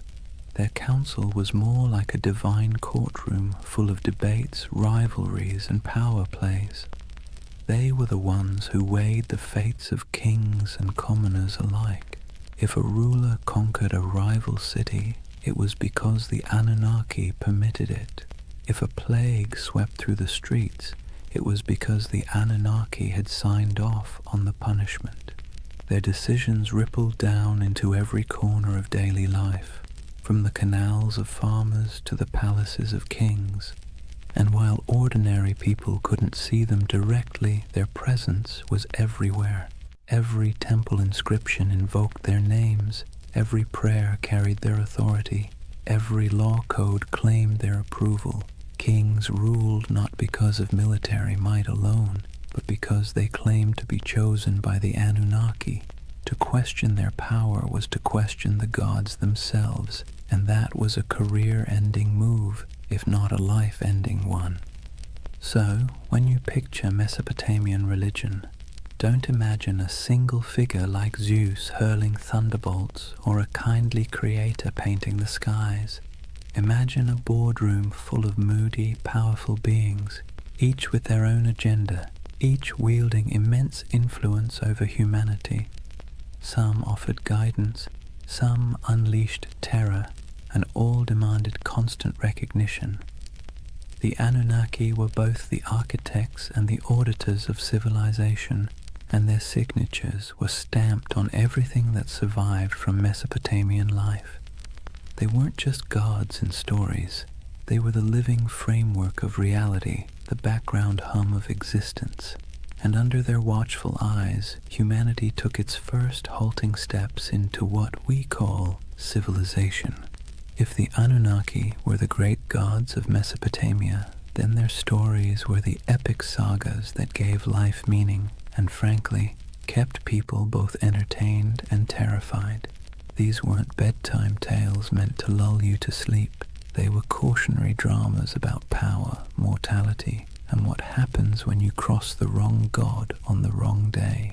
Take Inanna, also known as Ishtar, the goddess of love, war, and everything messy in between. Her most famous story is the descent into the underworld. Imagine her striding into the shadowy realm ruled by her sister Ereshkigal, Queen of the Dead. But there's a catch. At each of the 7 gates she passes through, she must remove an item of clothing or jewelry. By the time she arrives before her sister, she's stripped bare, not just physically, but of her power and protection, and the Anunnaki, acting as judges in the underworld, condemn her. She's struck down, lifeless, and the world above begins to wither without her presence. Only through divine trickery and intervention does she return, but not without a price. Her lover, Dumuzi, is dragged down to take her place for part of the year. It's a story about death and rebirth, about the cycles of fertility and decay, but also about how even the mightiest goddess isn't immune to the stern judgments of the Anunnaki. Then there's Enlil, the god of storms, whose power was as unpredictable as the weather he ruled. In one tale, he decides humanity has become too noisy. Seriously, that was their crime, just existing too loudly, and pushes for their destruction. You can imagine a farmer shaking his head at this, muttering, "We break our backs in the sun, and still the gods complain we're too chatty." But it wasn't just petty annoyance. The Anunnaki gathered as a council to decide humanity's fate, and their verdict carried the weight of life and death. Enki, the god of wisdom and water, often acted as a counterbalance. He was the sly one, slipping humanity a lifeline when the other gods turned cruel. He whispers secrets to mortals, helps heroes survive floods, and generally makes sure that civilization doesn't collapse entirely under the divine equivalent of poor management. His rivalry with other Anunnaki, especially when their decrees seemed harsh, created the tension at the heart of many myths. Without him, the stories would end a lot sooner, usually with humanity wiped off the map. The Anunnaki didn't just sit around in myths as background figures. They were portrayed as active enforcers of cosmic law. They're described as judges in the underworld, weighing the souls of the dead. They show up in tales as the arbiters of fate, determining whether kings succeed or fall. To the Mesopotamians, this wasn't abstract philosophy. It was how the universe worked. The Anunnaki weren't just on the stage.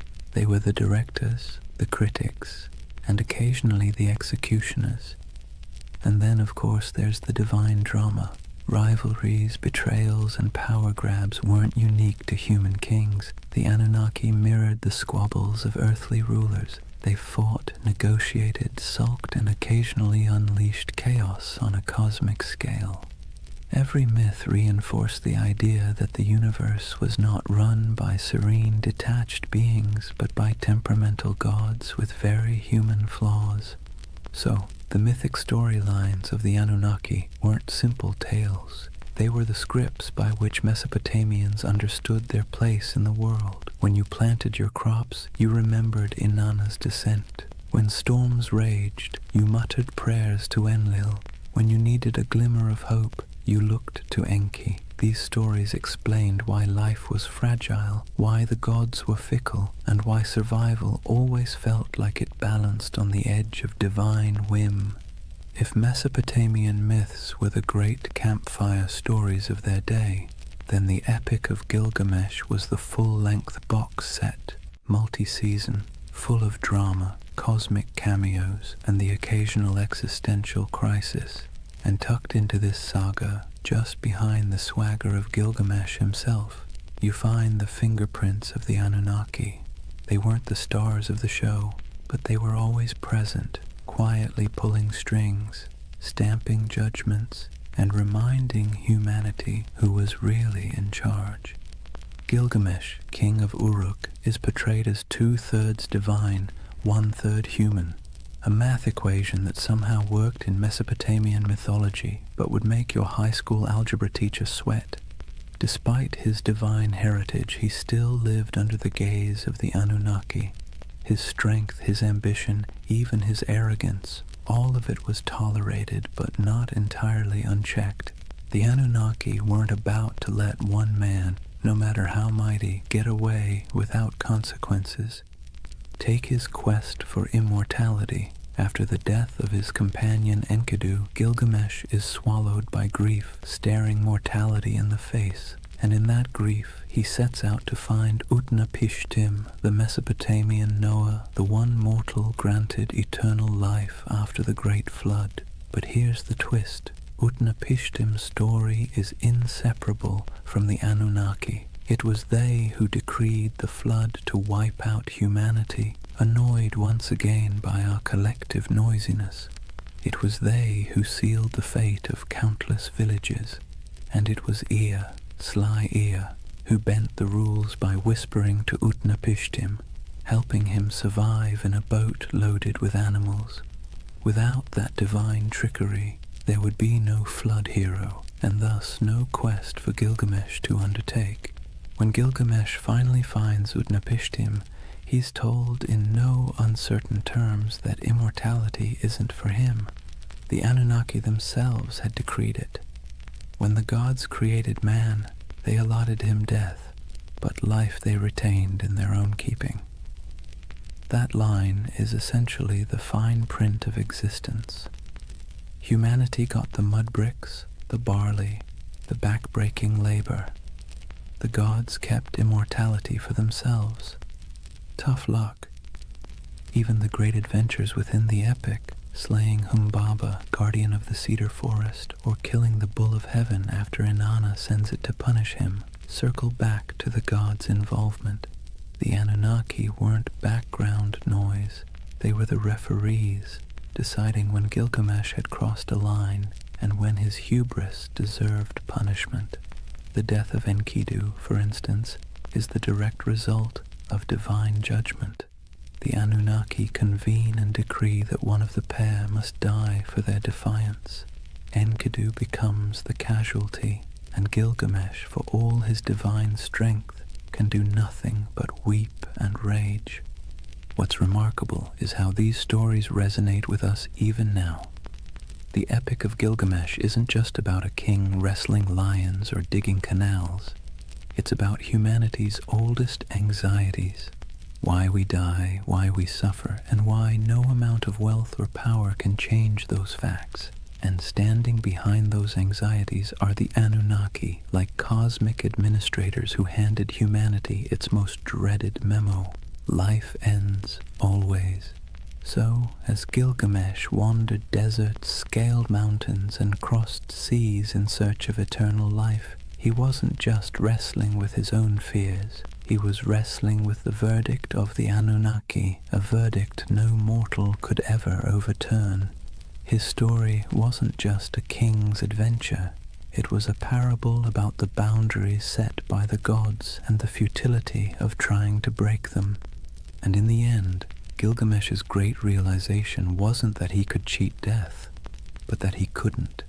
His city, his walls, his legacy, those would endure, not his body, which, ironically, is exactly what the Anunnaki seem to want. Humanity striving, building, suffering, and remembering, but never escaping. Civilization itself, with all its mud, sweat, and noise, became the immortality humans were allowed. If you've ever heard the story of Noah's Ark, you might think it's unique. One righteous man, one enormous boat, a zoo crammed 2 by 2, and a god who decided humanity needed a hard reset. But here's the thing, Long before the Bible put pen to parchment, Mesopotamia had already told its version. Several versions, in fact, and at the center of everyone, like judges sitting in an endless board meeting, were the Anunnaki. The earliest version we know comes from the Atrahasis epic. In this story, humanity isn't destroyed because of sin or even bad manners, but because of noise. Yes, noise. Apparently, humans were just too loud for the gods to get a decent night's rest. Picture the Anunnaki sitting in their divine chambers, grumbling like cranky landlords. These humans won't stop partying, yelling, clattering around with their plows. Enough. So they decide to wipe the slate clean. First they try droughts, then plagues, then famine, but nothing seems to stick. Humanity, stubborn as ever, bounces back. Finally, the Anunnaki pull the ultimate lever, a flood to drown every last village. Rivers swell, storms rage, and the land sinks beneath walls of water. Humanity is meant to vanish, a failed experiment erased by divine decree. But one god doesn't quite play along. Enter Ea, clever, cunning, and a little too sympathetic toward mortals for his own good. He whispers a warning to Atrahasis, a man chosen not for his holiness but for his usefulness. Build a boat, Ea advises, and not just any boat, a giant vessel sealed with pitch, stocked with food, and loaded with animals. Atrahasis obeys, and when the waters rise, he and his cargo survive, bobbing above the drowned world like the last ember of human life. A later version of the story appears in the Epic of Gilgamesh, where the survivor is called Utnapishtim. The details are eerily familiar: divine anger, whispered instructions, an ark, a flood, and birds sent out to find dry land. Sound familiar? It should. The echoes between these Mesopotamian tales and the later biblical flood story are too strong to ignore. Scholars argue endlessly about who borrowed what, but one thing is clear: Mesopotamia wrote the first draft of humanity's greatest flood myth, and in every draft, the Anunnaki are central. They sit in council, they bicker about humanity's fate, and when the floodwaters finally cover the land, they're portrayed in almost comic relief, huddled together, terrified by the very storm they unleashed. Some tablets even describe them as starving, deprived of the offerings that humans usually provided.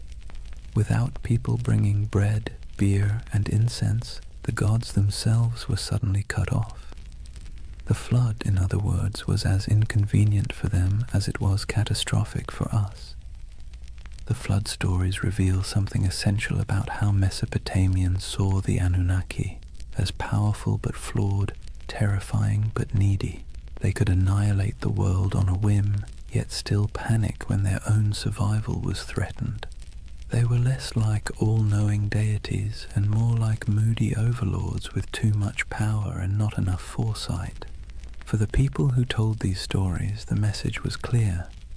Humanity existed at the mercy of forces it could never control.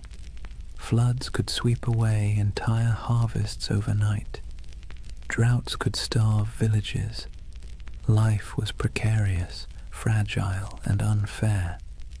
By embedding those anxieties into myth, the Mesopotamians made sense of the chaos.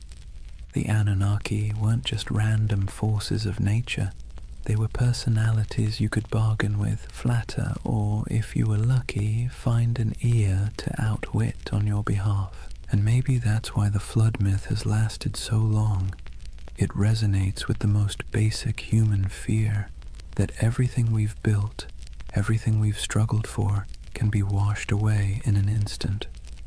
The Mesopotamians wrapped that fear in the story of divine judgment, a story so powerful it sailed forward through time, carried on clay tablets, copied into scripture, and retold for millennia. So the flood wasn't just water rising, it was a story of humanity's fragility, the gods' capriciousness, and the desperate hope that someone, anyone, might survive to start over again. If you've ever sat through a corporate meeting where everyone jockeys for credit, interrupts each other, and tries to outdo the boss, congratulations, you already understand Mesopotamian divine politics. Because the Anunnaki, for all their cosmic authority, were basically the original middle managers of the universe, constantly bickering, scheming, and pushing their agendas. Let's be clear. The Anunnaki weren't serene, enlightened beings sitting in eternal harmony. They were more like a council of city-states writ large. Each had their turf, their loyalties, and their grudges. When they gathered, it wasn't kumbaya around the celestial campfire. It was more like a landlord's association deciding how much rent to raise while secretly planning who to stab in the back at the next vote. Take Enlil, for example, the storm god, known for being both immensely powerful and immensely irritable.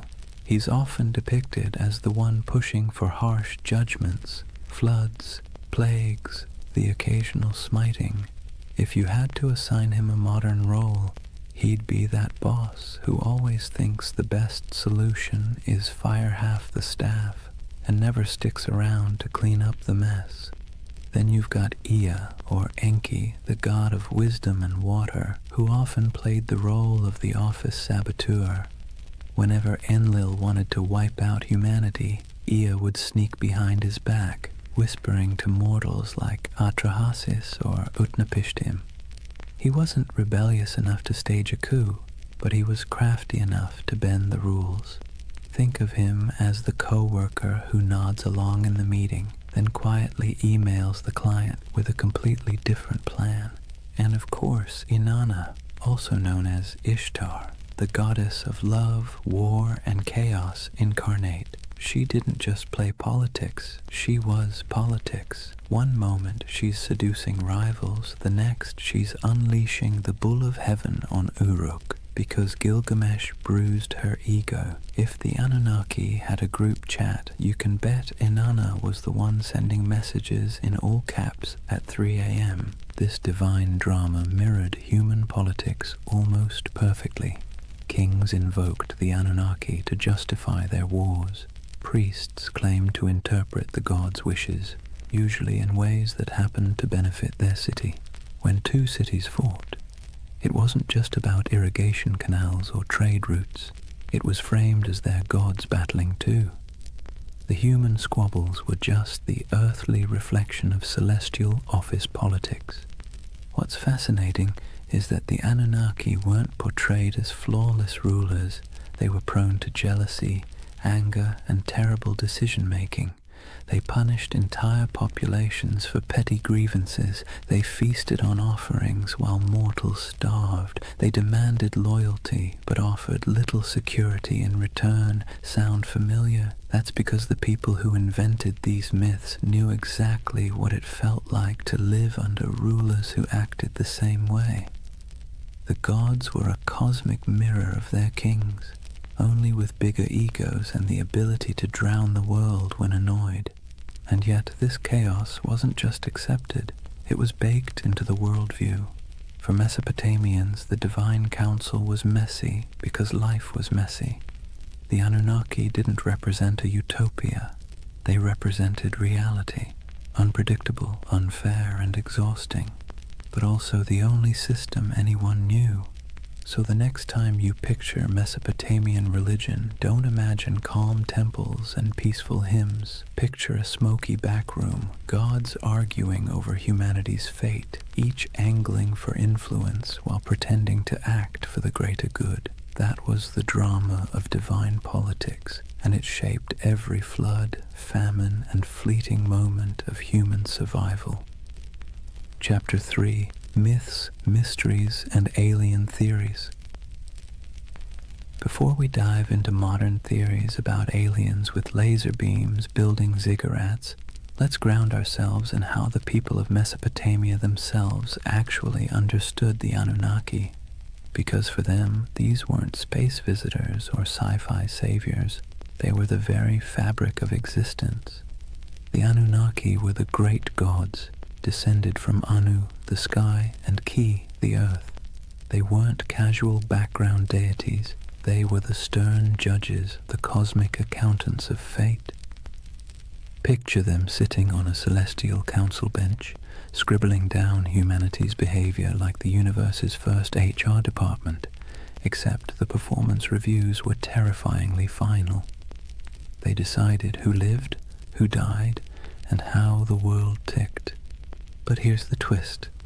They weren't abstract. They were woven into every corner of daily life. A farmer digging an irrigation canal didn't just worry about weeds or floods. He worried about whether the Anunnaki were pleased with his offering of grain. A merchant weighing silver in the bazaar wasn't just concerned about fair trade. He wondered if the gods of fate were tallying his honesty. The Anunnaki weren't far away. They were breathing down your neck in every deal, every harvest, every storm cloud on the horizon. Temples were their houses, but also their workplaces. Priests acted as caretakers, feeding the statues daily meals, dressing them in embroidered garments, and bathing them in ritual purity. Imagine treating a carved stone figure as if it were your very picky, very powerful roommate who might throw a tantrum if dinner was late. That's the relationship Mesopotamians had with their gods, equal parts reverence and anxiety. The Anunnaki's role stretched beyond the fields and temples. They were tied to fertility, justice, and even the underworld.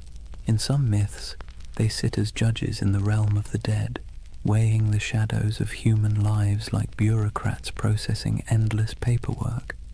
Not exactly a comforting image, but then again, Mesopotamian religion wasn't about comfort. It was about explaining a world that was dangerous, unpredictable, and constantly shifting.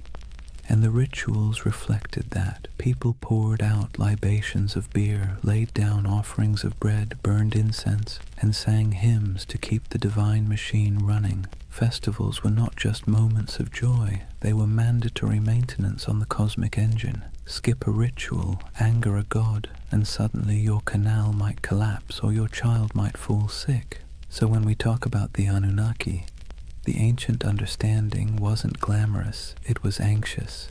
These weren't benevolent guardians handing out blessings. They were moody overseers, cosmic bosses whose whims dictated survival. And humanity's job was simple, if exhausting. Keep them fed, keep them clothed, keep them entertained, and maybe, just maybe, they wouldn't ruin your week. In other words, the Anunnaki were less about lofty spirituality and more about survival management. They reflected the world their worshippers lived in, harsh, unstable, unpredictable, but impossible to ignore. So let's clear the fog a bit. When we talk about the Anunnaki, what do we actually know from the ground? What's been dug up, baked in clay, and translated by bleary-eyed archaeologists squinting at wedge-shaped cuneiform? Because while modern theories tend to leap straight into sci-fi territory, the ancient sources are both more grounded and, in some ways, more fascinating. The word Anunnaki itself pops up across thousands of years of Mesopotamian texts, from Sumerian myths to Babylonian epics. These weren't obscure fringe deities whispered about in one dusty tablet. They were front and center, woven into the very structure of Mesopotamian religion. They appear in the Enuma Elish, the Babylonian creation story, their judges in underworld texts, their name dropped in royal inscriptions, invoked as divine witnesses to treaties and curses. If you lived in Mesopotamia, you would have heard their names the way we hear the law or the government. Archaeologists have unearthed thousands of cuneiform tablets that mention them. Some are myths, some are hymns. Others are dry administrative lists where the Anunnaki show up as the divine recipients of offerings, bread, beer, livestock, and occasionally the odd luxury good. Imagine seeing your gods listed alongside taxes in a spreadsheet carved into clay. That's how real they were to the people of the time. Visually, the evidence is trickier. Unlike Egyptian gods with instantly recognizable animal heads, the Anunnaki weren't locked into one iconography. Sometimes they're represented as human-like figures in elaborate robes with horned crowns, a symbol of divinity. Other times, they're mentioned collectively, more as a divine council than as individuals with distinct faces. Reliefs from places like Assyria show gods flanking sacred trees, holding ritual objects, or hovering in winged forms. Whether every winged figure should be read as Anunnaki is debated, but what's certain is that these divine images were meant to remind worshippers of cosmic hierarchy, gods above, humans below, no exceptions. Then there are the ziggurats themselves, the massive step temples that dominated Mesopotamian skylines.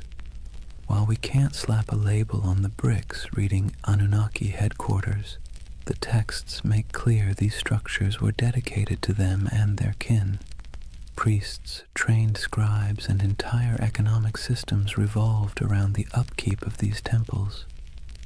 Archaeological digs at Ur, Uruk, and Babylon show storehouses stuffed with offerings, workshops producing ritual goods, and courtyards where processions would wind past colossal altars. These weren't quaint little shrines, they were institutions, part Wall Street, part Vatican, part government office, all in the name of gods like the Anunnaki. Of course, the tablets don't answer every question.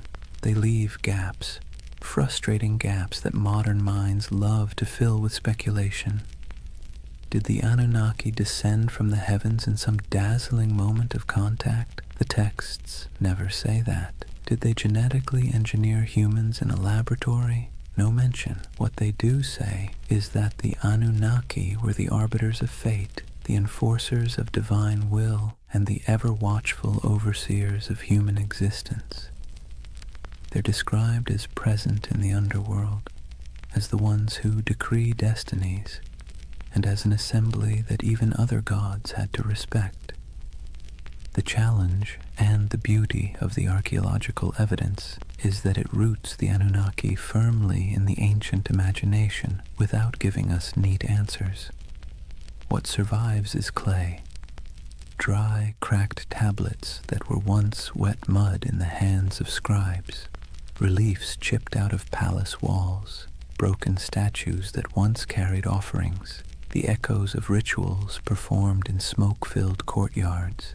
The Anunnaki live on through these fragments, like a puzzle with half the pieces missing, and maybe that's why they remain so compelling, because the evidence is enough to prove they were central to Mesopotamian life, but not enough to fully explain them, which leaves space, too much space, for centuries of speculation, from serious scholarship to, well, let's just say, less serious theories about alien overlords building irrigation canals. Now, here's where things take a sharp turn from dusty tablets to late-night cable television. For thousands of years, the Anunnaki lived quietly in broken clay fragments and forgotten ziggurats. Then the 20th century rolled around, and suddenly they were recast as cosmic engineers from another star system. The gods of the underworld became astronauts, and the myths of Mesopotamia were rebranded as ancient history's greatest cover-up. The name most associated with this reimagining is Zecharia Sitchin, a writer who in the 1970s published a series of books claiming that the Anunnaki weren't just gods. They were extraterrestrials from a mysterious 12th planet he called Nibiru. According to his interpretation of Sumerian texts, these beings came to Earth hundreds of thousands of years ago, mined gold to repair their failing atmosphere, and genetically engineered humanity as a labor force. Essentially, humans are the original interns in someone else's cosmic business plan. Sitchin's book sold like hot bread in a Mesopotamian market. They tapped into a cultural moment when UFOs, space exploration, and Cold War paranoia made alien narratives irresistible. His Anunnaki weren't just mythic figures. They were proof, he claimed, that our origins weren't entirely our own. The gods of Sumer weren't metaphors, they were visitors, technicians, and in some versions, slave masters. And conveniently, they promised to return someday, which gave the whole story a nice mix of biblical prophecy and sci-fi cliffhanger. From there, the Anunnaki leapt into popular culture. They became staples in documentaries, internet forums, video games, and conspiracy theories. You've probably seen them lurking in the background of the History Channel's Ancient Aliens, their horned crowns swapped for astronaut helmets in digital recreations. They pop up in books arguing that ancient architecture, the pyramids, Stonehenge, Machu Picchu, was the handiwork of godlike beings with advanced technology. Never mind that the Sumerians never claimed their ziggurats were rocket launch pads. The imagery proved too enticing for modern imaginations. The Anunnaki as aliens theory has sticking power because it blends two irresistible ideas, that the gods were real and that humans didn't climb the ladder of civilization entirely on their own. It offers mystery, grandeur, and, let's be honest, a touch of flattery. Because if aliens engineered us, then clearly we're special, or at least somebody's favorite experiment. Of course, historians and archaeologists roll their eyes hard enough to sprain something when these theories come up. There's no tablet that says, by the way, we came from planet Nibiru. There's no evidence of spaceports in Ur or genetic labs in Babylon. The texts talk about floods, fate, rituals, and divine councils, not interstellar travel. But for many people, that's part of the fun. The gaps in the evidence are fertile ground for imagination, and Sitchin's Anunnaki filled those gaps in a way that captured millions of readers. It's worth pausing, though, to ask why. Why did the Anunnaki, of all the gods in human history, become the poster children for alien theories? Why not the Greek Olympians, or the Norse pantheon, or the Aztec deities? Partly it's because Mesopotamia is so old. These myths stretch back to the dawn of writing, which makes them feel like they contain hidden truths, the first draft of humanity's story. And partly it's because the Anunnaki were always portrayed as remote, judgmental overseers, an image that lends itself easily to the idea of superior beings from elsewhere. So, in the modern imagination, the Anunnaki have been rebranded, no longer just the moody gods of grain and flood. They're star travelers, geneticists, and absentee landlords of Earth. Whether you buy it or not, you have to admit, it's a heck of a career change for a bunch of ancient underworld judges. So, let's weigh the scales. On one side, we have archaeologists with dirt under their fingernails, carefully piecing together tablets baked 5,000 years ago. On the other, we have modern storytellers claiming the Anunnaki were gold-mining astronauts with a taste for human DNA. Which side is right? Well, that depends on whether you prefer your history served with clay dust or with tinfoil hats. First, the debunking side. Professional Assyriologists, those are the folks who actually read cuneiform, not just squint at it until it looks like spaceships, are nearly unanimous. The alien Anunnaki theory has no basis in the texts. The tablets describe gods with human emotions, divine councils, underworld judges, and mythic battles. They don't describe rocket launches, orbiting planets, or genetic splicing. The so-called translations used by Sitchin and his followers are, to put it gently, extremely creative. Imagine reading a cookbook, ignoring the ingredients list, and deciding it's actually a secret guide to time travel. That's about the level of scholarship we're talking about. Historians also point out that Mesopotamian myths are not unique in describing gods coming from the heavens or shaping humanity. Nearly every culture personified natural forces, storms, floods, fertility, death, as divine beings. The Anunnaki fit neatly into this pattern. Their role as overseers of fate and cosmic order makes sense in a world where rivers could make or break your survival overnight. They were not literal engineers from outer space. They were metaphors dressed in horned crowns.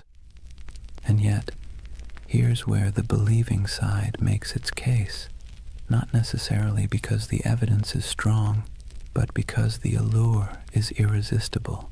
People love mysteries. We love the idea that official history only tells part of the story, and we especially love the idea that ancient civilizations had secrets we can barely comprehend. The Anunnaki as aliens theory scratches all those itches. It takes the gaps, the missing pieces in the archaeological record, and fills them with rockets, DNA labs, and interstellar empires.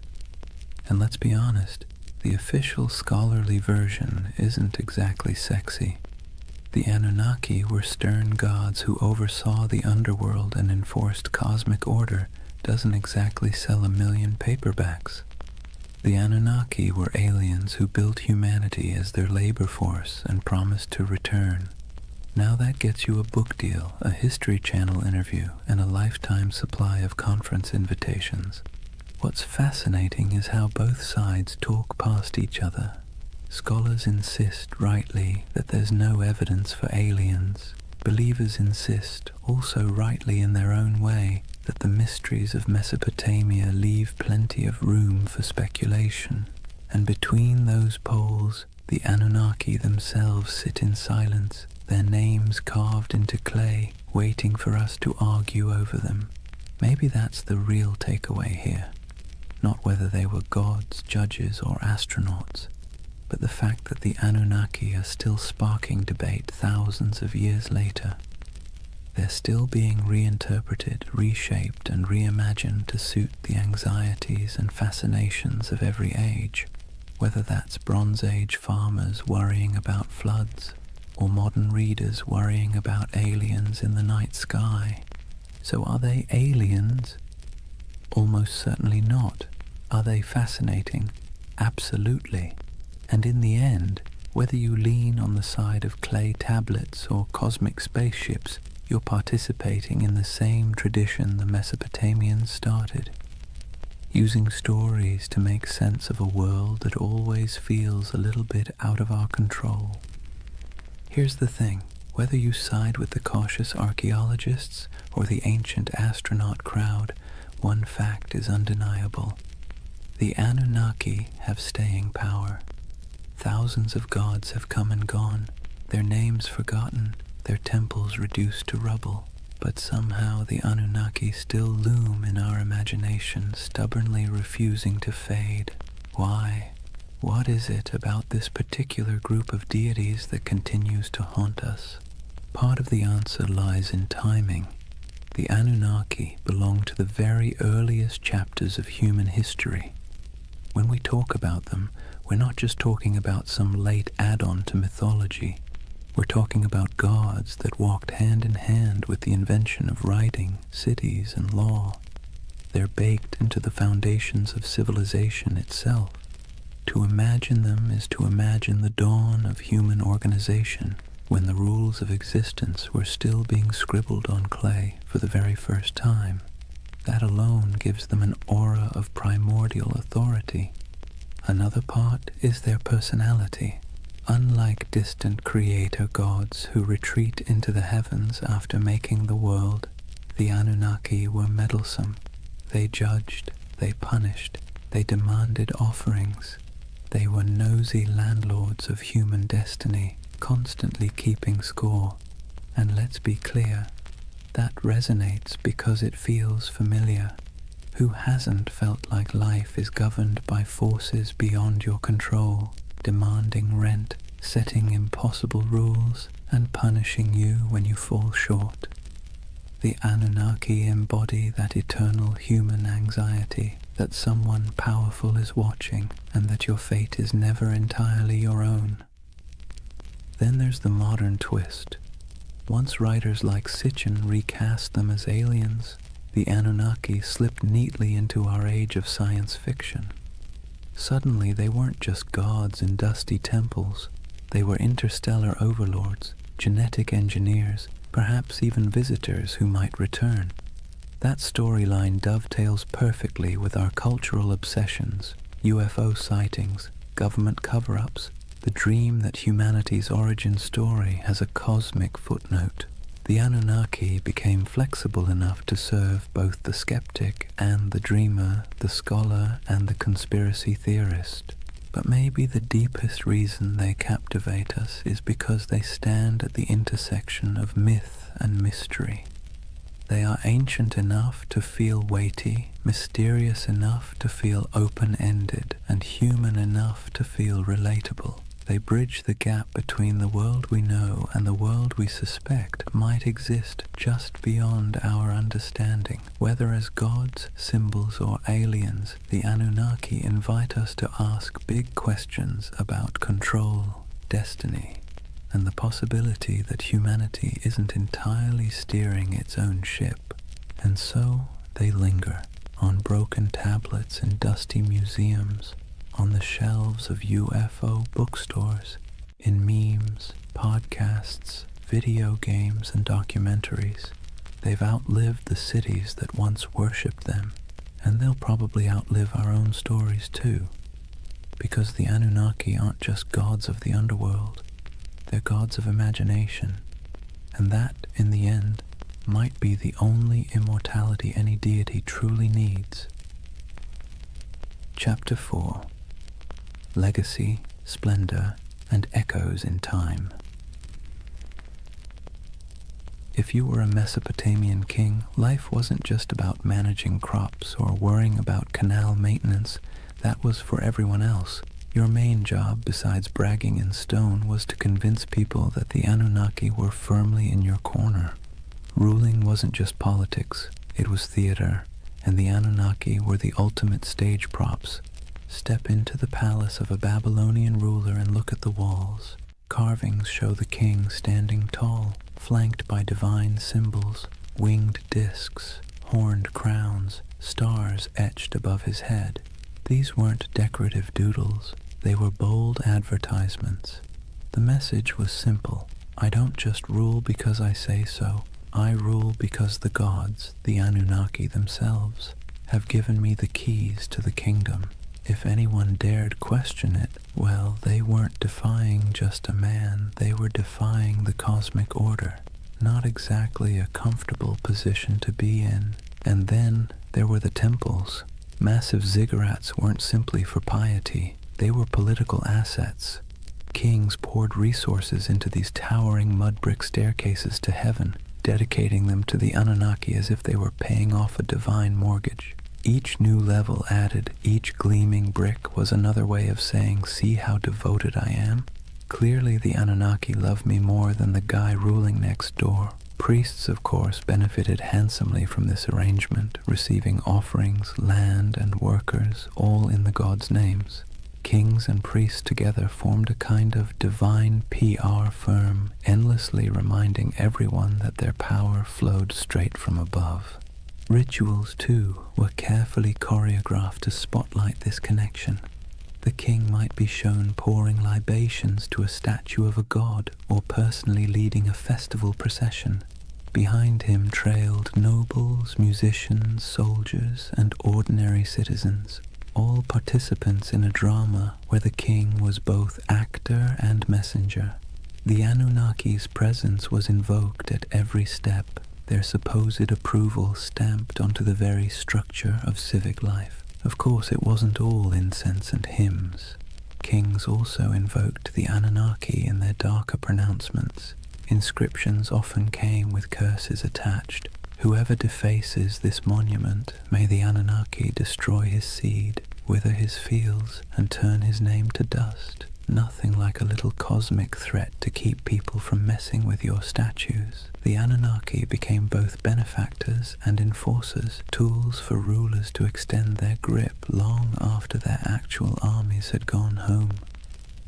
To the elite, the Anunnaki were less distant deities and more political allies. Their approval justified expansion, conquest, and the construction of monumental architecture. Their names adorned treaties, their authority sealed laws, and their imagined presence loomed over courts and councils. Ordinary Mesopotamians might have seen the Anunnaki as stern judges of fate, but for kings they were a brand, one you invested in heavily because without it your power was just another mud-brick palace waiting to crumble.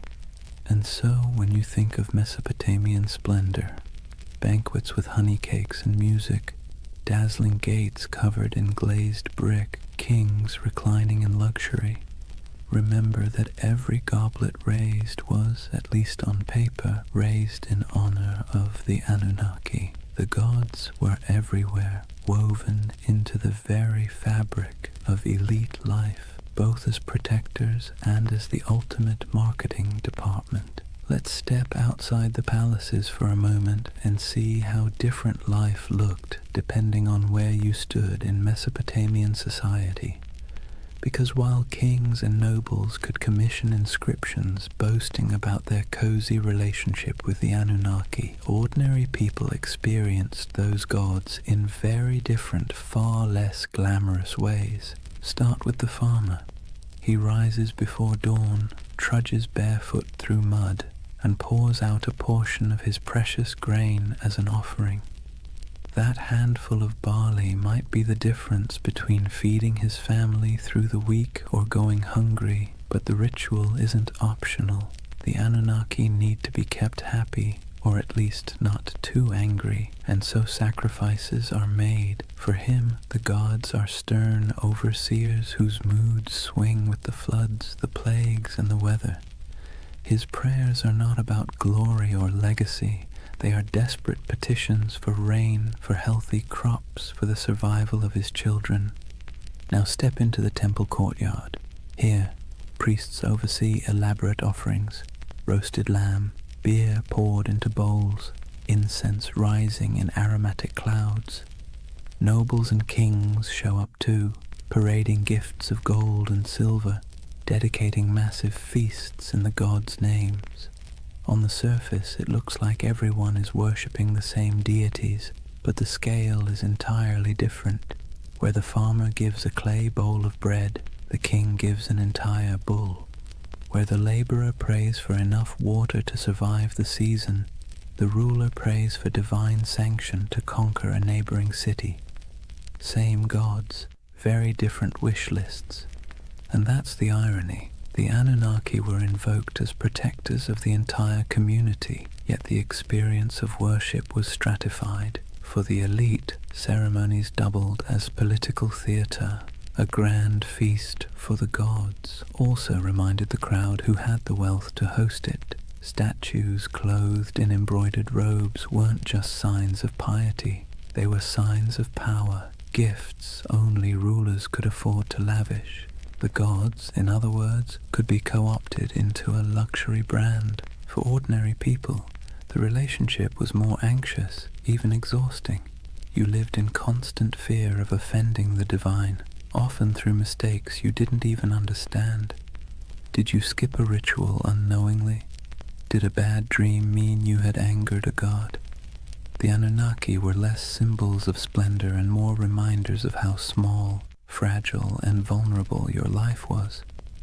While kings used the Anunnaki to justify authority, you used them as insurance, however unreliable, against catastrophe. So picture the contrast. In the palace, banquets lit by oil lamps, honey cakes dripping with syrup, nobles reclining as musicians play, the king raising a jeweled cup to the gods. In the commoner's home, a dim reed fire, a bowl of barley porridge, children sleeping on mats while parents whisper prayers that the river won't flood that night. Both acts are framed as honoring the Anunnaki, but the emotional reality could not be more different. And yet, this inequality was accepted because it was dressed in the language of religion.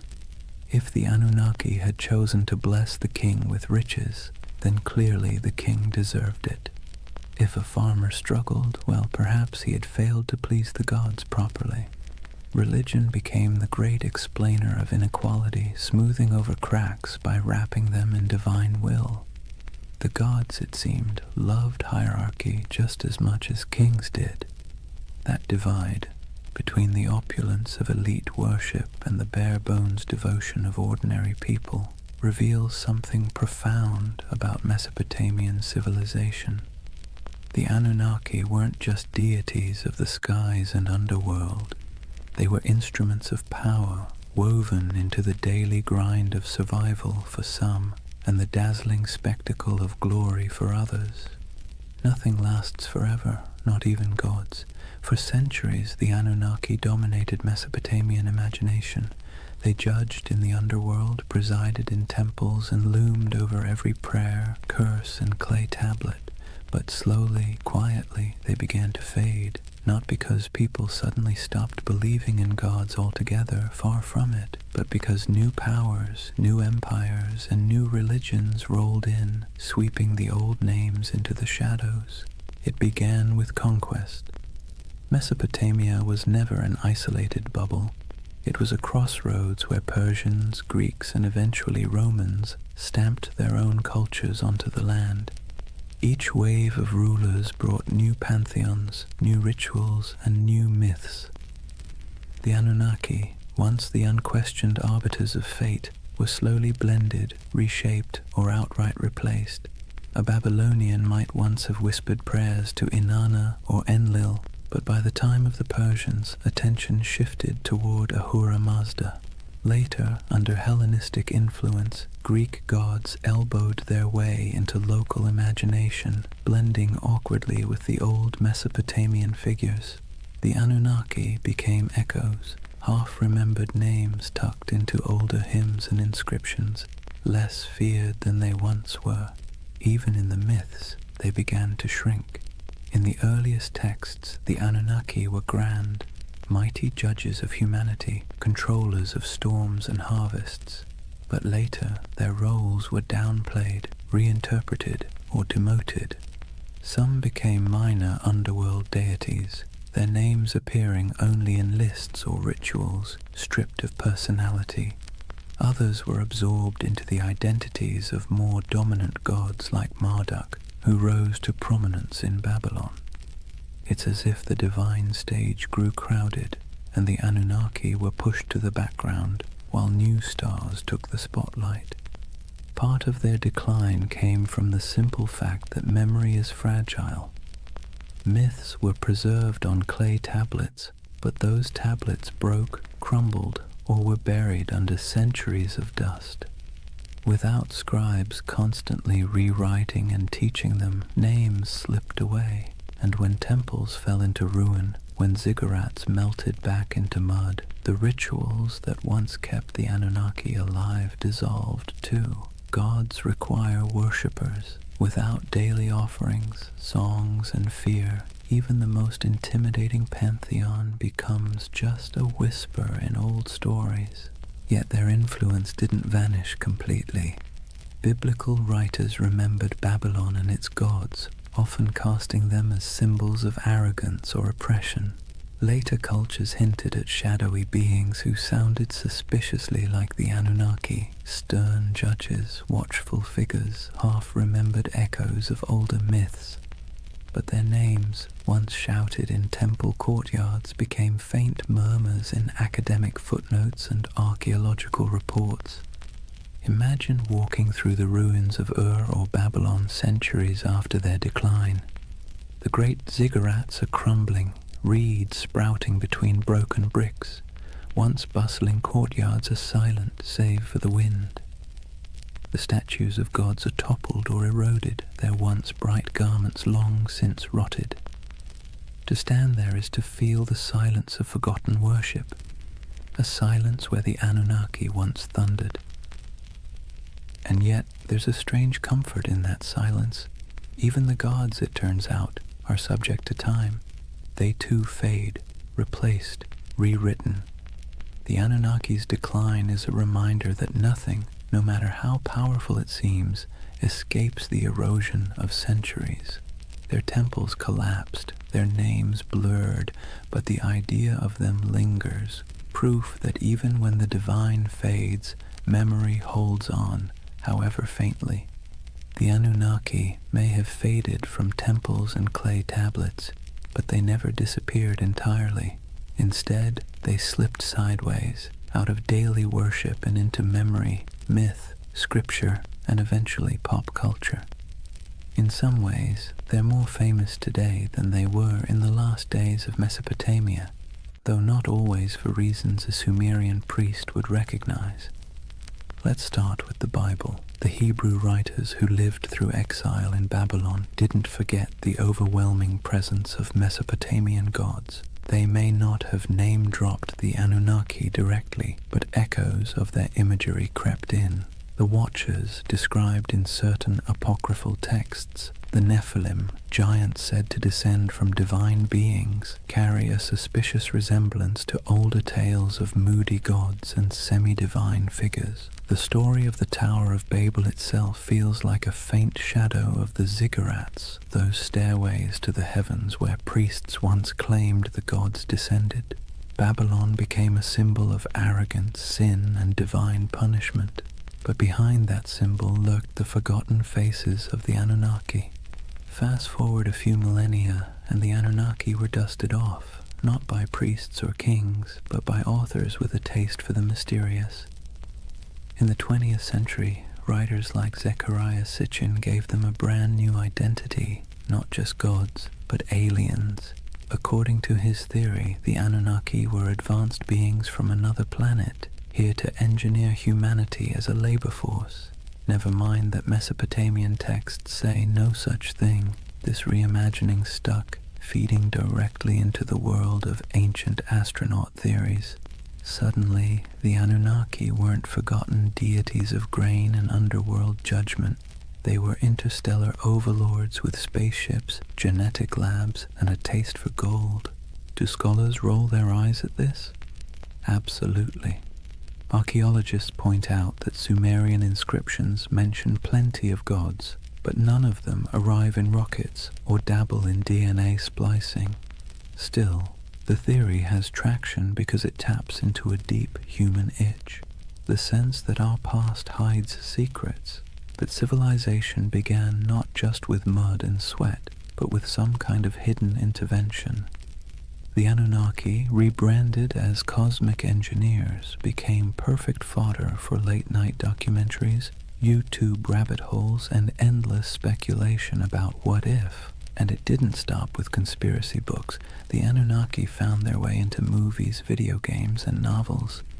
They appear as shadowy gods in fantasy series, as alien overlords in science fiction, as mysterious powers in role-playing games. Their very name carries weight, ancient, strange, vaguely menacing. You don't even need to know who they were to feel a flicker of intrigue when you hear it. It's ironic, really. In Mesopotamia, the Anunnaki were feared as judges, overseers, the divine middle management who ensured humanity never forgot its place. Today, they're debated in podcasts, plastered across memes, and occasionally turned into boss battles on a PlayStation screen. From temple chants to digital avatars, that's quite a career arc for a pantheon. But here's the bigger question. Why do they still haunt us? Why do people, thousands of years later, still turn to the Anunnaki as symbols of hidden knowledge, ancient power, or cosmic conspiracy? Maybe it's because they embody both sides of human imagination, the sacred and the strange, the myth and the mystery. They were never gentle gods. They were moody, demanding, unpredictable. In that sense, they feel closer to us than the serene, distant gods of later traditions. They remind us of a time when the divine was messy, imperfect, and perhaps a little terrifying. And in that imperfection, they remain endlessly fascinating. So whether you see them as forgotten deities, misunderstood myths, or interstellar overlords with questionable management skills, the Anunnaki endure. They're still here, not in temples of mud brick, but in our stories, our media, our restless curiosity, and maybe that's their real legacy. Not the rituals of the past, but the questions they leave us with in the present. So here we are, at the end of a long walk through the world of the Anunnaki. From their thunderous presence in Mesopotamian temples to their quiet afterlife in pop culture, they have proved to be more than just forgotten gods. They are a mirror of how humans explain the unexplainable, manage fear, and weave stories to make sense of chaos. Think about what the Anunnaki represented to the people who first told their stories. They were the ones who judged the living and the dead, who decided whether floods would come, who weighed the worth of humanity day after day. They were terrifying, yes, but they were also familiar. They quarreled like humans, demanded food and drink like humans, punished and forgave like humans. In their flaws, they reflected the world of their worshippers. Life in Mesopotamia was harsh, unpredictable, and full of petty dramas. So naturally, their gods were too. Fast forward to today, and the Anunnaki still serve the same role, just in a different costume.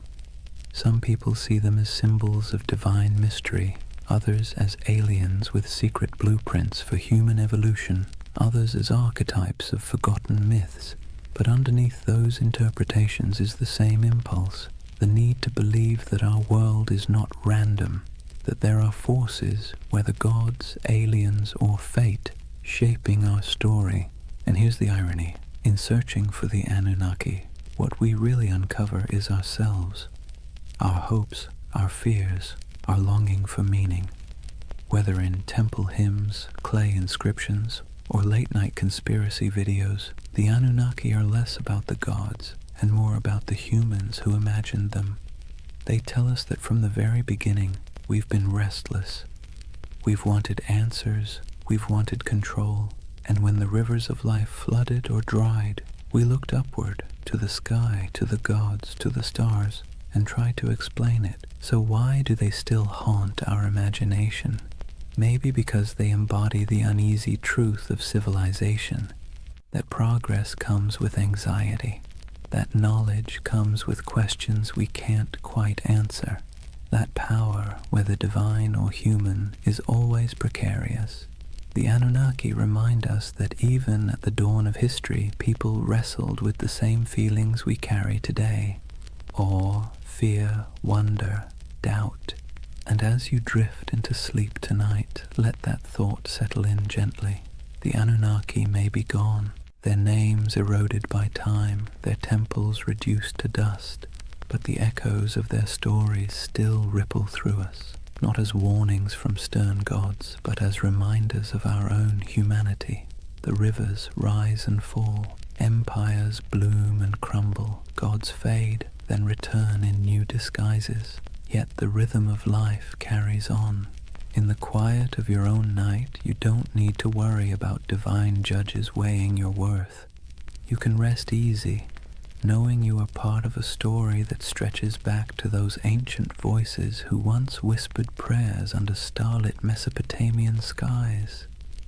They too feared the night, they too searched for meaning, and in that connection, across thousands of years, maybe we find the most peaceful truth of all. We've always been human, and we've always been looking up. And so, we come to the end of our long journey with the Anunnaki. We've walked the muddy fields of Mesopotamia under their watchful gaze, sat in the courtyards of ziggurats while priests chanted, listened to myths of floods, heroes and gods who judged humanity like a never-ending performance review.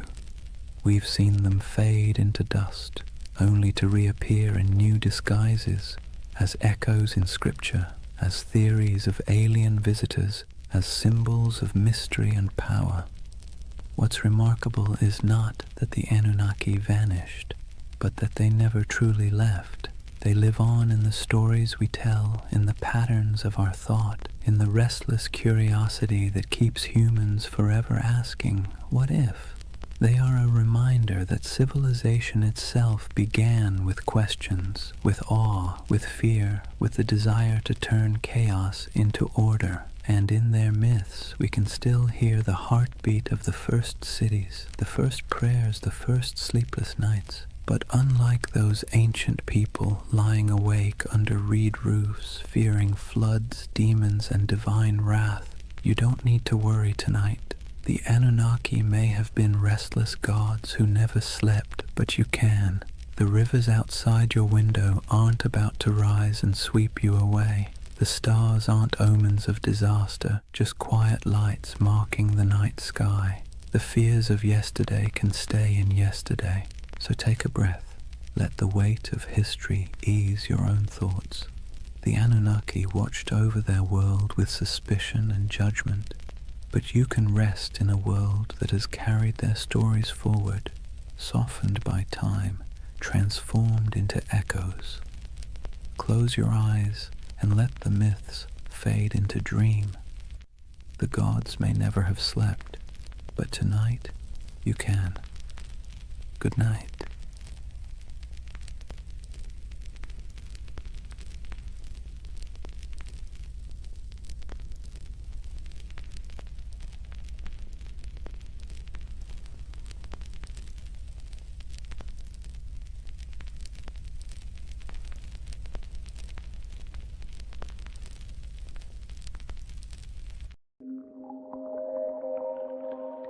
Sometimes history hides things so enormous that we only notice them when we leave the planet. Hidden deep in the Sahara is a perfect circle 25 miles wide, a formation so strange that astronauts were the first to truly see it. Yet despite its size, its symmetry, and its eerie resemblance to a giant eye staring straight up through the sand, no one can fully explain how it formed. This is the Risha structure, the Eye of the Sahara, and tonight we're going to gently unravel one of Earth's quietest and most hypnotic mysteries. But here's the part that stops you in your tracks. However, despite all our technology, satellite mapping, and geological theories, the Risha structure still doesn't neatly fit into any box. It isn't a crater, it isn't a volcano, and it isn't the kind of erosion that typically produces such clean, concentric rings. And yet there it sits, alone in the desert, looking just organized enough to make your brain whisper, "Wait, who made that?"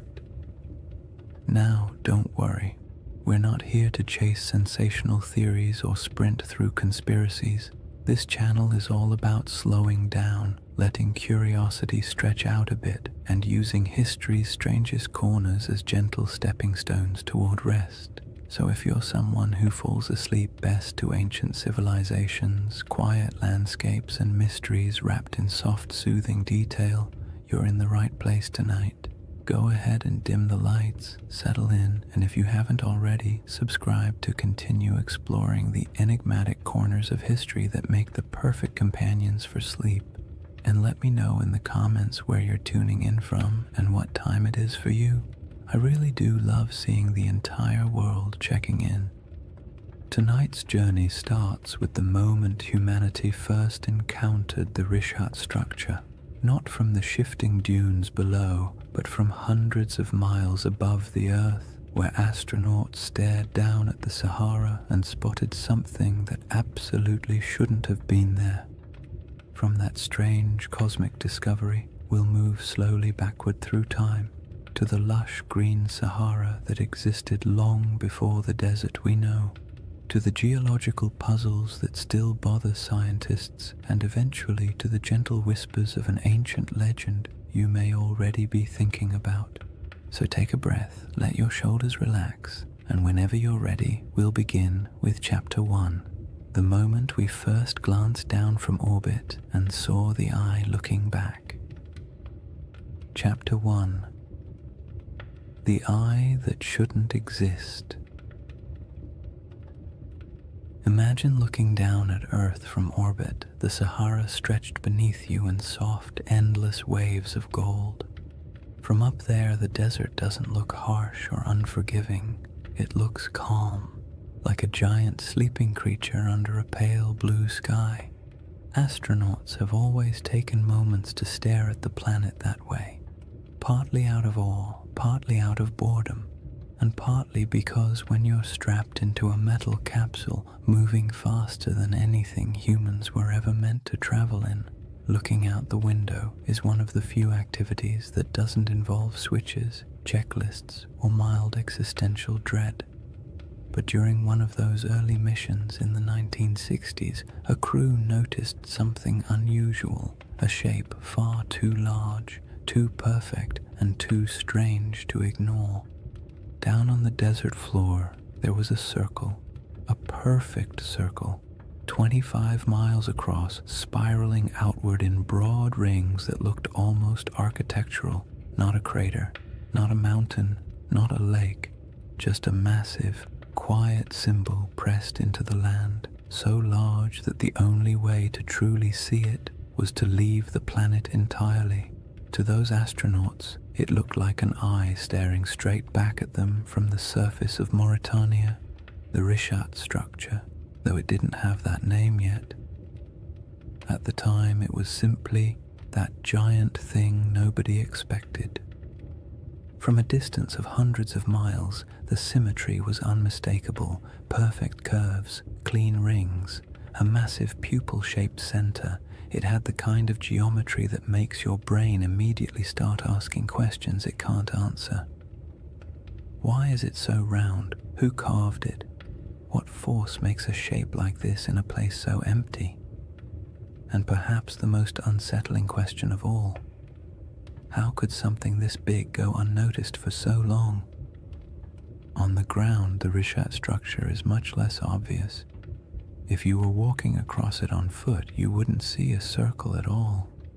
You'd just see gentle ridges rising and falling, interrupted by patches of rock, sand, and stubborn little plants that somehow decided this environment was worth the trouble. Nothing about it screams perfect cosmic spiral. From eye level, it looks like any other collection of rocky hills, the kind of place early travelers might have grumbled about after stubbing a toe or losing a sandal in a patch of loose sand. People likely passed through it for thousands of years without realizing they were walking across something extraordinary. And that contrast, invisible from below, unavoidable from above, is part of what makes the Richat structure so hypnotic. It's a feature you can only understand by stepping back far enough to see the pattern. It quietly resists being known, as if it only reveals itself to observers who approach from the right angle, with the right distance, and the right amount of patience. Scientists naturally tried to classify it the moment the images came down from orbit. Their job, after all, is to put everything neatly into categories, like very polite librarians of the natural world. But the Richat structure didn't fit easily. Some insisted it must be an impact crater until the evidence disagreed. No signs of shocked quartz, no melted rock, none of the scars left by a cosmic collision. Others suspected a volcano, but there was no volcanic rock. No lava flows, no ash deposits. Then came theories of uplift, erosion, domes, collapses, each one working nicely for the first few sentences before quietly falling apart upon closer inspection. The Richat structure, in classic mysterious fashion, remained cooperative enough to study, but stubborn enough to defy a simple explanation. It sits awkwardly between categories, like a puzzle piece cut in the wrong shape but still clearly belonging to the overall picture. And it doesn't help that it's located in one of the most remote regions of the Sahara, far from major trade routes, major kingdoms, or the kinds of resources that attract large ancient settlements. This is not the place where ancient people built empires or dug canals or left behind giant inscriptions announcing their presence. It's a place of wind, silence, heat, and sand, the kind of environment that erases evidence as quickly as humans can create it. Yet even in that isolation, The Risha structure demands attention. It is too large to ignore, too precise to dismiss, and too quiet to fully understand. You look at it and it feels like a riddle you weren't meant to solve on the first attempt.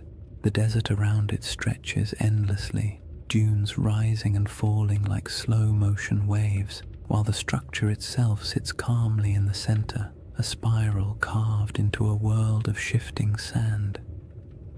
There is a strange comfort in its stillness, as if it has been watching changes for far longer than humans have been paying attention, waiting patiently for someone to finally look down and notice. People naturally draw comparisons to ancient tales, especially the ones involving circular cities and lost civilizations swallowed by disaster. Humans are not subtle when it comes to pattern recognition.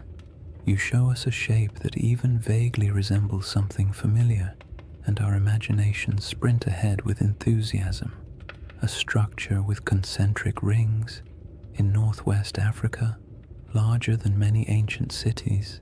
The connections write themselves, but resisting those assumptions for now helps us appreciate just how odd the Risha structure is on its own terms.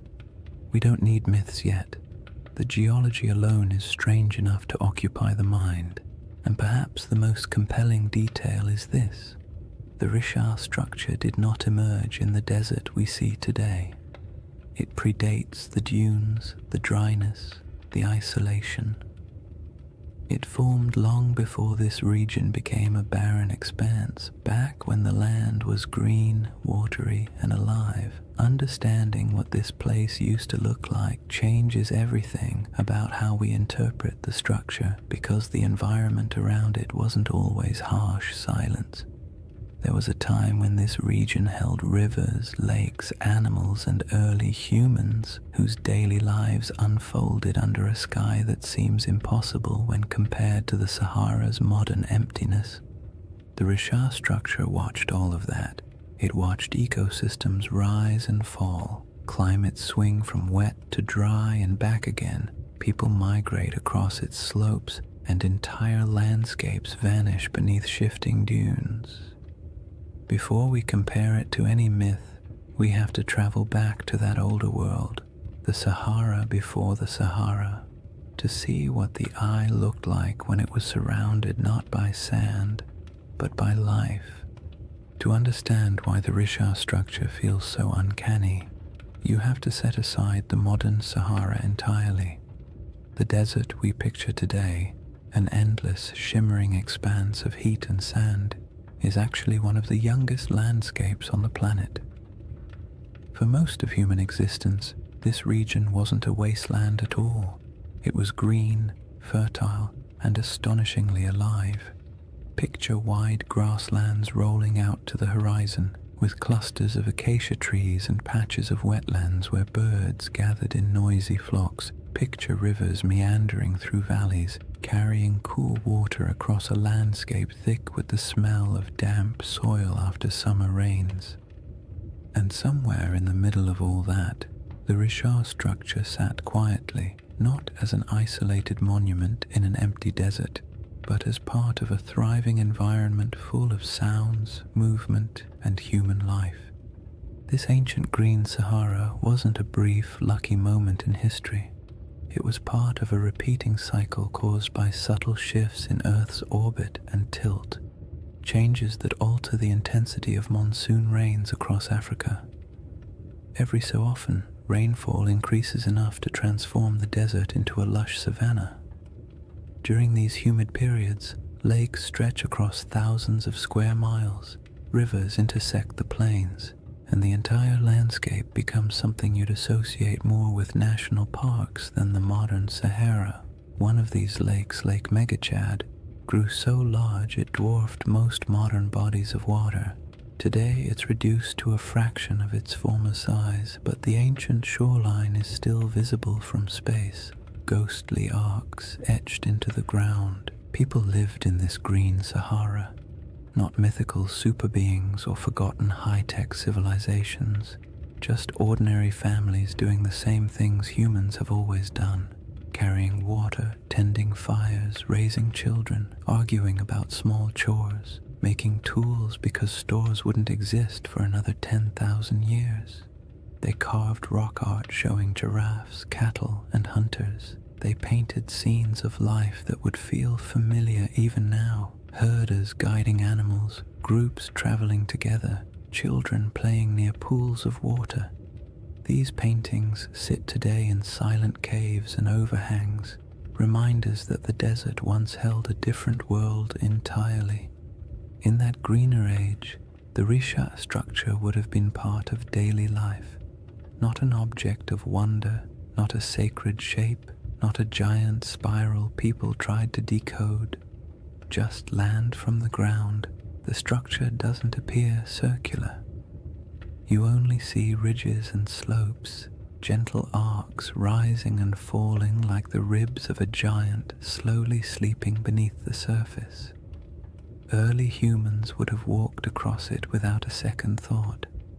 Maybe they used its higher points as lookout spots to scan for animals. Maybe they sheltered in its inner valleys when storms rolled through. Maybe they avoided certain parts out of superstition, or maybe they never thought about it at all. Most likely it was simply background scenery, the same way we barely notice the hills near our own towns unless someone points out their shape. But even if it blended into the landscape, the Rishat structure would have quietly shaped the rhythm of life around it. The ridges could have guided migration paths. Water might have pooled in certain low areas after seasonal rains. Vegetation could have grown thicker in pockets where moisture collected. For thousands of years, people and animals would have used the structure without realizing they were interacting with something that would one day puzzle scientists, entice researchers, and inspire late-night conversations about lost civilizations and ancient catastrophes. As the climate shifted and rainfall declined, the green Sahara slowly began to fade. Lakes shrank, rivers dried, vegetation withered. The smell of earth after rain became less common. Migration stretched longer as people followed dwindling water sources, and eventually dunes crept across the landscape, swallowing paths, burying campsites, and erasing nearly all traces of the world that had existed before. What's haunting about this transformation is how quickly it happened in geological terms. A few thousand years, an eye blink in Earth's timeline, was all it took to turn a thriving ecosystem into one of the largest deserts on the planet. The people who lived here would have witnessed that shift firsthand. Generation by generation, they watched lakes retreat, animals disperse, and once reliable seasonal patterns collapse. Oral traditions from various African cultures still contain echoes of climates changing, waters disappearing, or ancestral migrations driven by environmental upheaval. Stories stretch and distort across centuries, of course, but they often carry a spark of truth at their core. And it's not unreasonable to imagine that somewhere in the long, layered history of this region, memories of a circular landform in a once wet landscape might have eventually become a distant, reshaped legend. When modern researchers study the Sahara's ancient lakes and rivers, they often describe them as ghost waterways, because their traces linger beneath the dunes like faint scars, visible only from satellite images or through careful ground surveys. It's peaceful in a strange way to picture these lost rivers running across land that now feels so desolate. The desert is quiet, but beneath that quiet are the outlines of ecosystems that once flourished. The Risha structure existed during all of those cycles. It watched water fill basins, watched wetlands grow thick with life, watched grass return and then die away. It endured storms, sun, wind, and the slow grinding force of erosion. There's something soothing about how unbothered the structure is by all these changes. Landscapes rise and fall, climates swing wildly, civilizations appear and vanish, and the Risha structure simply remains. It doesn't tell its own story. It doesn't announce its presence. It doesn't offer answers. It's just there, a constant in a world where almost nothing else is. And understanding that ancient environment is essential because it sets the stage for the real puzzle, how this enormous circular formation came to be in the first place. The scientific explanations, volcanic uplift, erosion, collapsed domes, answer some questions while raising others. Each theory seems convincing until you begin to examine the details. The Risha structure looks simple from orbit, but grows more complicated the closer you approach it, like a calm surface hiding a tangled set of mysteries beneath. Now that the Sahara's old green world is clear in your mind, the geological puzzle becomes even more intriguing, because any explanation has to account not only for the structure's shape, but for how incredibly long it has stood unchanged through shifting climates and changing environments. The puzzle sits before us, layer after stubborn layer.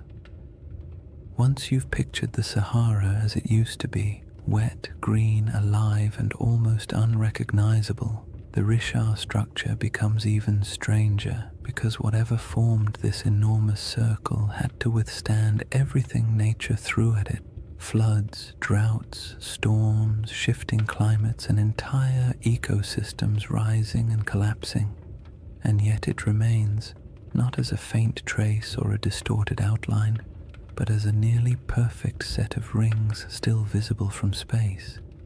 That kind of durability demands an explanation, and scientists have certainly tried to provide one. The trouble is, each explanation works well for a few minutes before quietly unraveling under closer inspection, as if the Earth itself had decided to play a slow geologic prank on everyone who studies it. The first idea scientists proposed was the most obvious: an impact crater. Something big, something dramatic, something that would have made an enormous noise if anyone had been around to hear it. A meteorite slamming into the ground would create a circular depression, after all. And the Sahara is certainly large enough to have attracted its fair share of flying space debris. But the Rishat structure doesn't behave like a crater.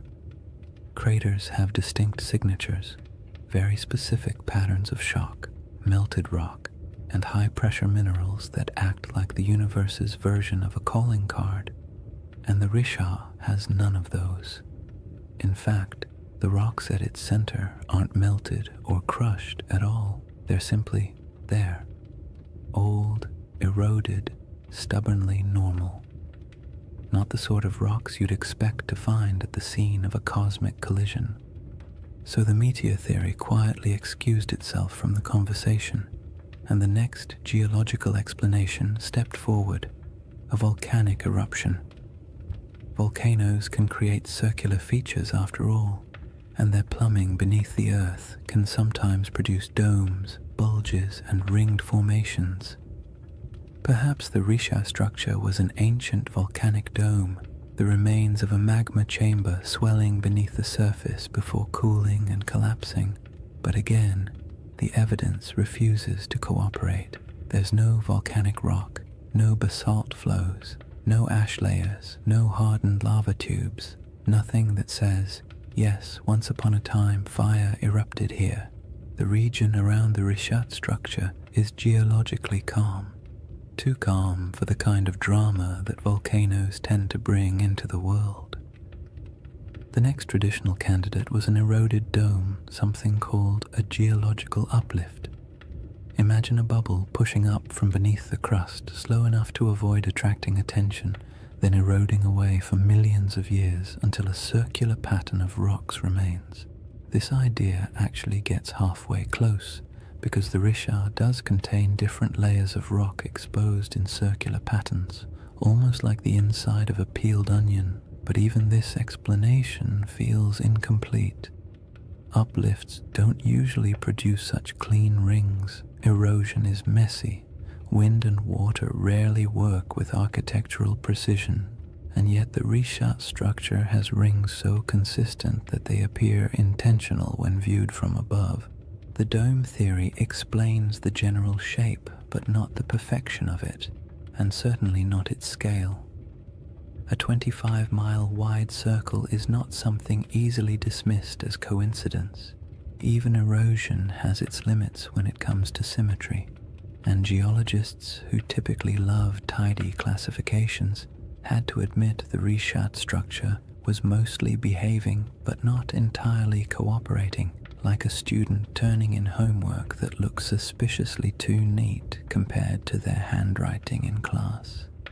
Then there's the age problem.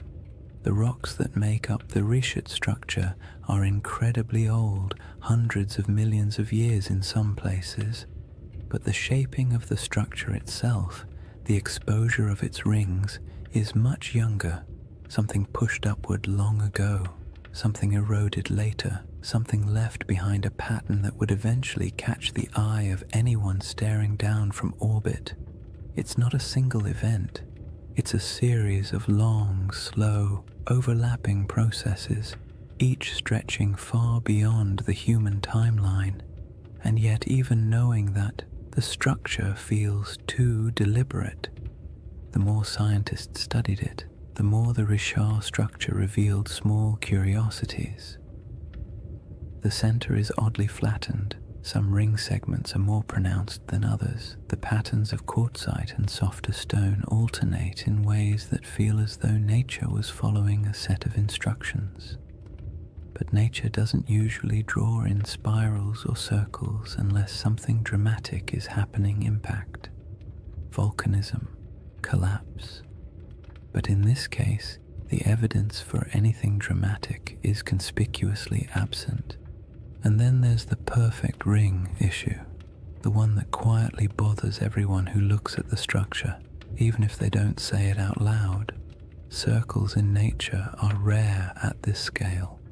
Random erosion doesn't create them, rivers don't carve them, wind doesn't sculpt them, and when you see one this large, this clean, and this old, it's hard not to feel like the earth briefly decided to act like a compass and draw a near-perfect shape in the sand. It's not surprising that the Richat structure often leaves people with a vague sense of unease.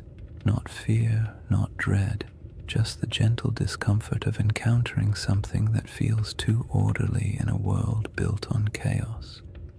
Geologically, the best explanation we currently have is that the Richat structure started as a circular uplift, a dome of ancient rock that rose slowly from the earth long before humans existed. Over tens of millions of years, wind and water eroded the softer materials, leaving behind harder rings of quartzite that resisted erosion. In essence, the shape is a natural accident, a byproduct of uplift plus erosion plus time. But even if this is the correct explanation, it still doesn't quite satisfy the imagination, because most uplifts don't look like this. Most erosion doesn't cooperate so neatly, and so the Richat structure lives in that strange middle space, scientifically explainable, yet visually suspicious, like a naturally occurring optical illusion, a formation that checks enough geological boxes to avoid being classified as supernatural, yet raises enough questions to spark curiosity in anyone who looks at it. It's the kind of feature that almost begs for a story or a legend, something to give meaning to its shape, even if that meaning exists only in the human mind. Once you've explored the geological explanations and realized none of them fully capture the structure's quiet strangeness, it becomes easier to understand why some people entertain a very different question. Not the scientific, what made this, but the mythic, does this remind me of something? A city described long ago, with concentric rings of land and water positioned somewhere to the west of ancient civilizations, a place said to have vanished in a single day and night. The Risha structure does not announce itself as that place, but it echoes the pattern just enough to make you wonder where coincidence ends and imagination begins. Before any comparisons can be made gently or cautiously, the building blocks of those ancient descriptions must be understood not as fantasy, but as the fragments of memory, geography, and storytelling that shaped one of history's most enduring legends.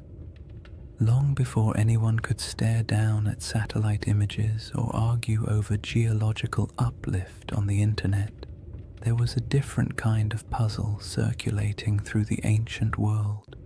A story recorded by a single philosopher, passed on from a conversation he claimed to have heard, describing a civilization so strange and so perfectly structured that it bordered on myth even in its own time.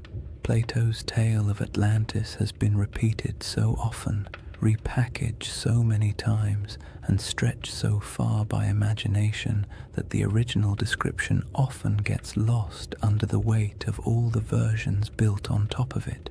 But if you strip away the embellishments, the crystal cities, the impossible technologies, the ancient aliens with clipboards, interpretations, you're left with a surprisingly simple outline: a circular city, rings of land and water, mountains to the north protecting it, a broad plain to the south, a river that flowed to the sea stones of red, black, and white, abundant animals, especially elephants, and a civilization that rose to prominence before collapsing in a sudden, dramatic event. Whether this description is literal, symbolic, exaggerated, or entirely fictional is something scholars have debated for centuries. But what matters for our quiet journey tonight is not whether Atlantis existed. What matters is the shape of the story, because that shape is what causes people to glance at a satellite photo of the Risha structure and pause. The comparison doesn't begin with belief. It begins with pattern recognition. Humans are wired to look for familiar shapes in unfamiliar places. It's the same instinct that makes us see faces in electrical outlets or animals in passing clouds. So when someone sees a massive set of concentric rings in northwest Africa, a structure wrapped in mystery and sitting in a region that once held rivers, lakes, and life, it's reasonable that part of their brain whispers, "This looks like something I've heard before." The resemblance is not perfect, not literal, not conclusive, but it's enough to make curiosity shift in its seat a little. Consider the colors Plato mentions: red, black, and white stones. The Risha structure, like much of the Sahara, contains layers of rock and sediment that naturally fall into those shades. Iron-rich sandstone brings the red. Basalt and volcanic remnants elsewhere in the region bring the black, and pale limestones offer the white. No one is saying ancient builders selected them and arranged them like a geological art project, but the coincidence is interesting, especially when paired with the natural ring pattern visible from above. Then there are the mountains. Plato describes a notable mountain range to the north of Atlantis. The Risha structure sits in front of the Adrar Plateau, a raised, rugged region that would have looked like a natural wall in a greener era. Today, it's a dry, worn highland, sculpted by time and wind, but long ago it would have been more dramatic. Cliffs, ridges, and elevated land dotted with vegetation and wildlife. If early people lived in the region, they would have viewed those northern heights as a defining feature of their landscape. And what about animals? This part always surprises people because they imagine the Sahara as permanently empty. But during the African humid period, elephants were plentiful. So were giraffes, rhinos, crocodiles, and countless other species. Elephants weren't just passing through, they were thriving. Some rock art across the Sahara shows entire herds, depicted with the casual familiarity of people who lived alongside them. So yes, if someone had described this region during one of its greener eras, full of elephants, would have been an accurate statement. The river connection is where things become both interesting and gentle in their ambiguity. In a lush Sahara, a river system could have flowed westward toward the Atlantic. Some ancient channels still appear faintly beneath the modern desert, traced by satellite radar and geological surveys. These channels hint that at least some rivers once traveled across areas that are now sand and stone. Whether any of them connected near the Richat structure is debated, but the possibility is not unreasonable. In a world where climates shifted dramatically, waterways did too. It's worth saying calmly and clearly, none of these correlations prove anything. They simply show why the mind wanders toward the comparison. The Richat structure does not need Atlantis to be interesting. Its mystery stands fully on its own. But when the circular shape, the colors, the mountains, the animals, and the long-lost rivers all quietly line up with parts of an old story, your thoughts naturally drift toward the what-if of it all. Plato wasn't writing a travel guide. He was a philosopher using allegory to make a point about human nature, power, hubris, and collapse. Atlantis, in his narrative, was less a factual account and more a moral lesson bundled into a geographic metaphor. Yet even then, scholars have noted that ancient myths often embed distorted memories of older events. Storms, floods, migrations, or lost settlements folded into stories, generation after generation. Myths protect what history doesn't always preserve.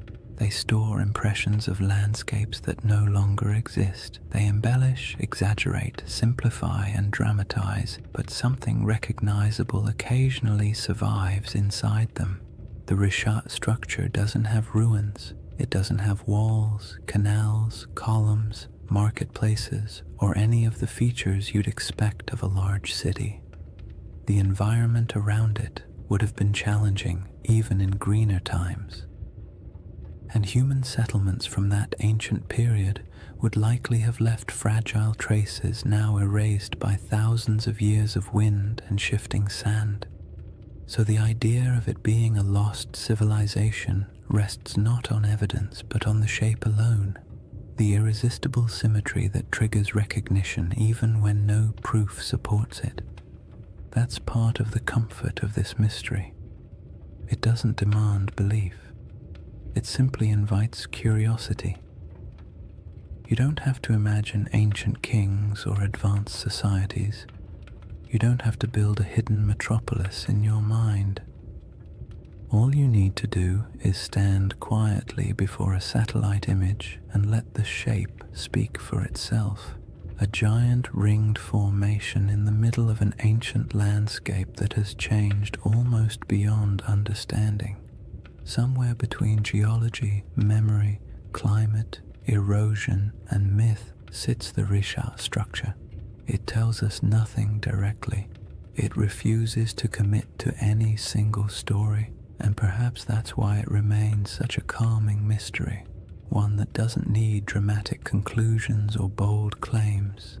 It only needs an open horizon, a quiet night, and the imagination drifting gently toward possibilities. Chapter 2 begins with the world that once surrounded this structure, a world of forgotten lakes, shifting climates, and early peoples who lived in a Sahara that doesn't resemble the one we know today. Chapter 2: A Lost World Buried in Sand. To step into the next layer of the Richat mystery, you have to imagine a Sahara that feels almost impossible compared to the one we know today. Not the hot, shimmering, bone-dry desert that stretches endlessly across maps. but a world so green and alive that if you were dropped into it without context, you might not even guess you were standing in northern Africa at all. The Sahara's greener eras weren't brief accidents of climate, they were entire chapters of Earth's history, long enough for lakes to swell into inland seas, for animals to migrate freely across savannas, and for human communities to settle into rhythms of daily life as familiar and as ordinary as any other early society.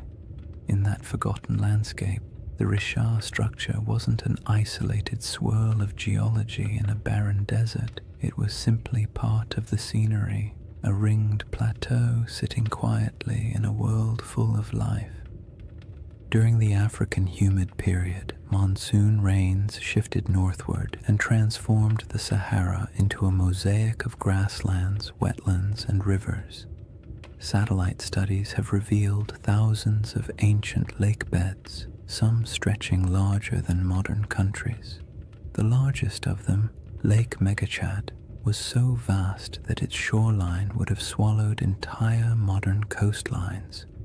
It's calming to picture early mornings on its edges, mist lifting off the water, birds scattering across reeds, herds moving slowly through tall grass. These weren't isolated oases like today, but interconnected ecosystems humming with life.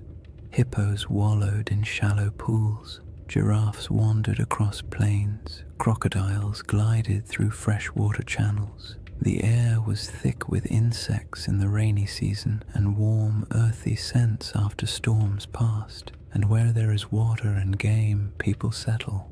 Early human groups built small camps near river bends, moving seasonally with herds or weather patterns. Their lives weren't glamorous. They dealt with all the usual prehistoric frustrations: unpredictable weather, stubborn animals, unreliable food sources, and the constant inconvenience of tools that, despite countless hours of crafting, were still capable of breaking at the worst possible moment. Yet these people left behind some of the most beautiful artifacts the Sahara still holds: rock engravings and paintings showing scenes of daily life, hunters with bows, families with cattle, children playing near water. These artworks are serene, calm snapshots of a world that no longer exists, carved into stone that has stubbornly endured long after the lakes dried. When people imagine ancient civilizations, they picture dramatic stone cities, elaborate temples, complex political systems, the kinds of things that leave behind headlines in history books. But most ancient people, including those who lived in the Green Sahara, were just trying to get through the week without too much trouble. They managed herds, gathered plants, navigated seasonal routes, and dealt with occasional arguments about who forgot to maintain the fire or who accidentally let a goat wander off into the brush. Civilization doesn't have to look like marble pillars to be worth remembering. Sometimes it's found in the small, repetitive rhythms of daily life, the quiet rituals that define communities. And those communities were not isolated dots scattered randomly across a wet desert. They followed predictable paths. Rivers acted like highways, lakes acted like hubs. Fertile pockets of land created gathering points where groups traded, shared food, and passed down stories. Even without permanent stone buildings, these places had identities, regions where people knew how to track animals, where certain plants grew well, where rainfall was reliable, where the land felt generous enough for families to stay a little longer. In this setting, the Richard structure would have been noticeable, but not mysterious. Its slopes rose gently, offering views of surrounding plains. Its depressions may have caught water seasonally. Its ringed layers might have supported different kinds of vegetation depending on rain and soil. People could have camped along its edges, used its higher ground for scouting, or traveled across it without realizing they were walking across an enormous circular formation that future generations would discover only from space. It was a feature of the land, not a legend, a place you pass through while thinking about practical concerns, shelter, food, weather, instead of trying to decode the terrain beneath your feet.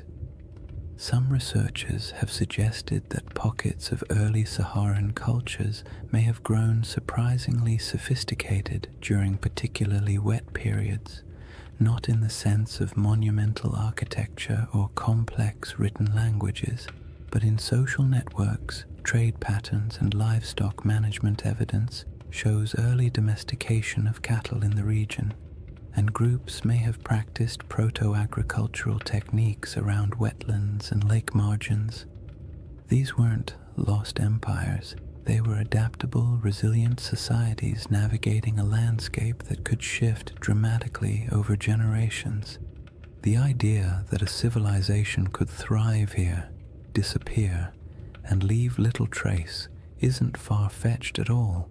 Wet climates draw people, harsh climates erase them. The desert isn't just unforgiving, it's efficient. Wind strips away organic material, sand buries structures, drought erases evidence of farming, floods wash away tools, and time paired with enough silence can erase almost anything that isn't carved into stone. The Sahara has a way of taking the past, smoothing it out, and leaving behind a surface that pretends nothing was ever there. Even so, pieces of that older world survive: fossilized bones, pollen samples trapped beneath sand, ancient shorelines stamped faintly into the earth, and rock art that still shows people standing beside animals that haven't lived in this region for thousands of years. These fragments don't tell a complete story, but they do confirm one thing: the Sahara was once a place where human life thrived, not merely survived. And in that world, the Risha structure might have been a landmark of sorts, a subtle gate in the landscape, a recognizable formation people used to orient themselves, not a secret, not a holy site, and not the center of anything monumental, just a distinctive feature in a land full of water and vegetation. The idea that early groups might have navigated by it is peaceful to imagine. Small bands of families moving across plains, spotting the familiar rise of the rings in the distance, and knowing they were approaching water or shade or simply a place they'd passed through many times before. When the climate shifted and the world dried, those routes disappeared. Lakes shrank into nothing. Rivers retreated and carved new paths underground. Families moved south or west, following food and water. Eventually, the Risha structure went from living landmark to abandoned plateau, then to forgotten geology swallowed by the earliest dunes. There are no written records, no monuments, no grand architectural remains from this era, just silence and the faint memory of a world washed away by time. The civilizations of the Green Sahara weren't lost in a dramatic catastrophe. They faded gradually, quietly, as the rains weakened and the land transformed, and that gradual fading matters when we begin comparing ancient descriptions, lost worlds, and the shape of stories that survived long after the land itself changed beyond recognition.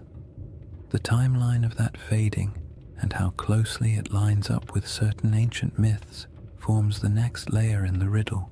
When people hear the word Atlantis, they often imagine something impossibly ancient, a civilization so old it might as well have existed when mammoths were still wandering around, being large, shaggy inconveniences. But Plato didn't describe Atlantis as a civilization from the dawn of time. He dated its downfall to around 9,600 BCE, a period surprisingly close to the end of the last ice age and, as it happens, surprisingly close to the moment when the Sahara began shifting into one of its long, humid phases. The more you compare his proposed timeline with the environmental data, the more you notice an odd overlap. not in details or certainty, but in rhythm, and rhythm is often what ancient memories preserve best. Geologists studying the African humid period estimate that around 10,000 BCE, rainfall began increasing dramatically across North Africa. The desert, which had been relatively dry and barren, transformed into a landscape of lakes, wetlands, and grasslands. This wasn't a gentle shift. Climate models show that the monsoon system surged northward in a way that would have felt abrupt on a human timescale. Rivers reappeared, plants spread, herds expanded, and places that had been empty for thousands of years suddenly became habitable again. If you were living anywhere near the region, the shift would have felt like the land itself waking up after a long sleep. Plato's date for Atlantis is often treated like a mystical number. But if you strip away the mythology and look only at the time frame, it places his story right inside the most dramatic environmental transformation the Sahara has ever undergone. That doesn't mean his tale describes this region or any part of it, but the coincidence is interesting, especially because climate change on that scale tends to rearrange human populations. Cultures migrate. Old settlements are abandoned, new territories open for exploration.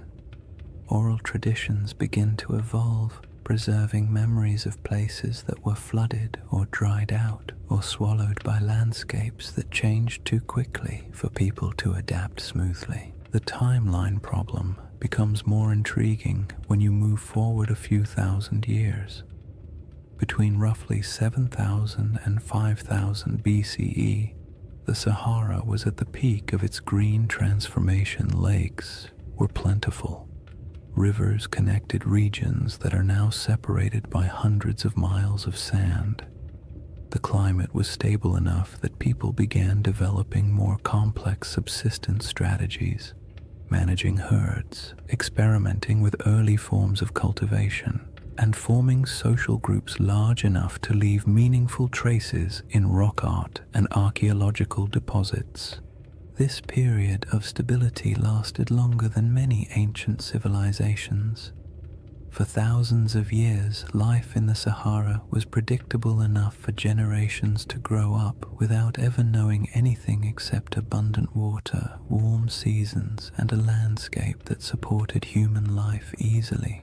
When conditions are that reliable for that long, people tend to form stories about belonging, about identity, about who they are and how their world works. And when environmental changes finally disrupt those patterns, the departure from what once felt normal can echo through oral traditions for centuries. Around 5000 BCE, rainfall began to decline, slowly at first, then more dramatically. Rivers shrank, lakes retreated, grasslands thinned. People who had lived in certain places for generations found themselves forced to move, one small migration at a time. What's striking about this timeline is how well it fits what many ancient myths tend to describe. Not sudden apocalypses, but drawn-out declines, landscapes that once supported life losing their balance. Cultures forced to let go of familiar places, worlds shrinking gradually in ways that felt both natural and tragic. Plato described Atlantis as falling in a moment of sudden catastrophe, but his narrative was shaped by philosophical goals, not meteorological accuracy. When you strip the moral and symbolic layers away, you're left with a simple suggestion: an old civilization, once vibrant, lost to changing conditions long before recorded history. You don't need a supernatural event to produce a memory like that. All you need is a shifting climate. But the timeline problem isn't just about the humid period itself. It's also about the ancient coastline. During the era Plato places Atlantis, sea levels were dramatically lower. Coastlines extended far beyond their modern boundaries. Large parts of West Africa that are now underwater would have been exposed as dry land. Rivers would have flowed along different paths. Estuaries, marshes, and coastal plains would have existed where the ocean now rests. If someone in the deep past described a coastal landscape, that description would make little sense today unless you knew where the shoreline used to be. This matters because many interpretations of Plato's story assume that his geography reflects the world we see now, when in reality none of the modern coastlines apply. What he described could have been based on something that existed thousands of years before the Sahara dried, in a world with rivers and lakes stretching across land that is now considered lifeless.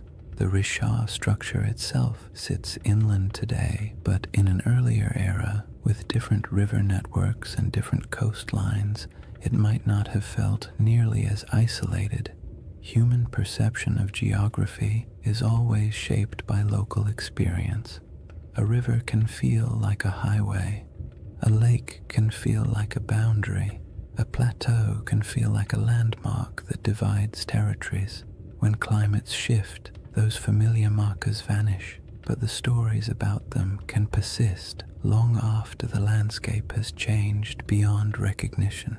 The most compelling part of this timeline overlap isn't the idea that Atlantis maps onto the Sahara, it's the realization that human memory, especially oral tradition, often stretches back further than we assume. Cultures pass down stories of floods, droughts, migrations, and disappearing lands without needing exact dates or written scripts. These stories evolve, take on symbolic meaning, and sometimes become cautionary tales, but the seeds of truth often remain embedded in the narrative. A changing coastline becomes a city swallowed by the sea. A drying river becomes the fall of a once great kingdom. A shifting climate becomes a punishment from the gods. Human imagination attaches meaning to change, especially when change feels larger than individual experience. The Risha structure sits quietly in the middle of this enormous timeline, a geological constant in a world that refused to stay still. Ancient people may have lived near it when the land was green. Their descendants may have moved away when the desert expanded. Their grandchildren may have carried memories of lost lakes or vanished rivers into stories told over fires in distant regions. Those stories may have drifted into different cultures over thousands of years, and by the time someone like Plato heard fragments of them, much of the original context would have faded, leaving only symbols and shapes. The timeline problem is not really a problem at all. It's a reminder. The Sahara we know today is young. The world Plato described was older than most of the settlements humans would later build. And between those eras, countless stories were lost, reshaped, or retold. When you compare timelines, climates, and ancient memories, the idea of a forgotten world in North Africa stops sounding fantastical and begins to sound, quietly, like something entirely plausible in a landscape that has reinvented itself so many times. The next piece of the puzzle lies in the maps, reports, and strange hints left by ancient writers who claimed that distant peoples lived beyond the Pillars of Hercules, in lands most Greeks had never seen. These records aren't proof, but they are clues, echoes of a world few modern people realize ever existed. Long before satellites, long before compasses, and long before anyone tried to draw the Sahara from anything resembling first-hand experience, ancient geographers took their best guesses about the world beyond familiar coastlines. Their maps were charmingly confident and wildly inaccurate, full of creatures that never existed, coastlines that wandered like drunk serpents, and entire regions labeled with vague phrases like lands unknown or people of strange appearance. Yet even within that imaginative chaos, certain patterns appear again and again. Rumors of distant nations beyond the Pillars of Hercules, stories of tall tribes, strange settlements, and river systems far to the west that no Greek or Egyptian explorer had ever reached. These fragments don't offer facts. They offer echoes, traces of a world remembered through second-hand conversations, traveling merchants, and stories that had already aged long before they were written down. Herodotus, often called the father of history and sometimes less generously the father of wildly entertaining exaggerations, wrote about mysterious peoples living beyond the familiar reaches of North Africa. He described tribes who were unusually tall, unusually pale, or unusually skilled at activities no one else could verify. He wrote of great rivers flowing through lands no Greek had ever visited, and of cities existing somewhere far inland beyond deserts that seemed too vast for ordinary travel. His accounts mix truth, rumor, and a healthy dose of "someone told me this, so here you go," but they reveal something important. The regions west of Egypt and Carthage were known to ancient writers only through layers of retelling and misunderstanding. They existed in the Greek imagination as distant, half-seen places where strange things could plausibly happen. Cartographers, centuries later, drew maps that included a massive region labeled as Libya or Ethiopia, words that covered almost everything south and west of the Mediterranean. Even when the rest of the world began to take shape on parchment, the Sahara remained a blank expanse into which map makers poured their guesses. Some thought it held great inland seas. Others believed it was home to tribal confederations wealthy in minerals. Medieval maps continued the tradition, referring to kingdoms of the West or lands of gold believed to lie somewhere beyond the desert. These weren't precise descriptions.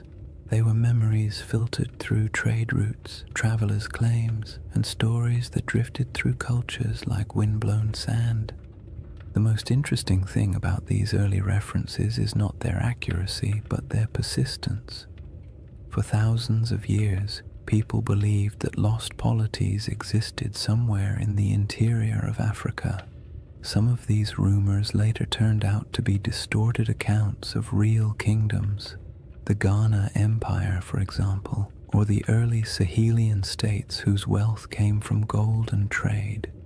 But some rumors seem older, as if they preserve vague memories of societies that were already gone by the time written history began. It's not hard to imagine how this could happen if the Sahara once held lakes, rivers, and stable populations. Then early travelers from coastal regions might have heard stories about people inland who lived near great bodies of water. By the time those stories reached Greek scholars, the lakes might have dried, the migrations might have begun, and the cultures connected to those earlier landscapes might have dispersed. All that remained were fragments, not histories, just hints. Modern science adds another layer to this puzzle. With satellite imagery, researchers can trace ancient riverbeds beneath the desert. These paleo-channels, as they're called, snake across the Sahara like veins in an old, forgotten body. Some run directly from central North Africa toward what is now the Atlantic. Others branch into networks that once fed massive lakes. These rivers didn't disappear in a sudden catastrophe. They dried gradually as the climate changed, leaving landscapes that no longer match the stories that may have been told about them. If early civilizations or large communities existed near these rivers, their memory would have been separated from their physical location by thousands of years, making it nearly impossible for later cultures to understand what the stories referred to. This disconnect between old memories and new landscapes is how myths form. A story that once described a river civilization becomes, after generations of retelling, a story about a kingdom swallowed by the sea. A recollection of Great Plains becomes a memory of a vanished island. A description of a circular plateau becomes an account of a circular city. The Sahara's transformation from green to desert wasn't instantaneous, but it was dramatic enough to fracture cultural continuity. If families were forced to migrate because their water sources vanished, they would carry memories of their old homeland with them. Their descendants might repeat those memories in new places. By the time those descendant stories reached literate societies, the land they described would have changed beyond recognition. Even the idea of lost maps plays into this. Some early maps portray strange circular features in North Africa, drawn not with precision, but with a kind of symbolic confidence, as if the mapmaker was trying to capture something half understood. These circles often correspond to mountain ranges or basins that once held water. They might represent ancient memories of circular lakes, natural rings of highland terrain, or simply the human impulse to draw the unknown in symmetrical shapes because symmetry feels meaningful. When you compare those old maps to modern satellite images, you occasionally find that their circles line up suspiciously well with real geological features, not perfectly, but enough to make you wonder how much geographic memory survives inside even the roughest ancient drawings. And then there's the broader Mediterranean tradition of referring to lands beyond the West as mysterious, advanced, or somehow older than the civilizations closer to the sea. Phoenician traders, known for their long-range voyages, undoubtedly reached parts of West Africa, but their records are mostly lost. Carthaginian sailors may have traveled even farther, leaving behind legends like those of Hanno the Navigator, who described coastlines that are still debated today. These accounts weren't detailed maps or precise reports.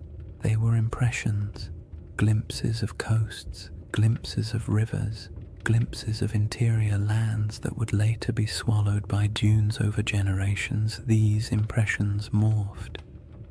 Cultures forgot the context but kept the intrigue. What makes all of this so calming and strangely satisfying is the realization that humans have always tried to map the unknown.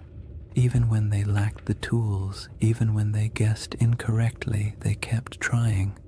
And in doing so, they sometimes preserved things they couldn't possibly understand. Old coastlines, vanished rivers, or stories from travelers who described worlds that no longer existed. When you approach the Sahara with that perspective, its ancient geography becomes less like a blank desert and more like a palimpsest, a surface written over many times but still carrying traces of the words beneath. The question isn't whether ancient maps show Atlantis or any other legendary city. The question is whether the stories behind those maps contain fragments of real places erased by climate and time.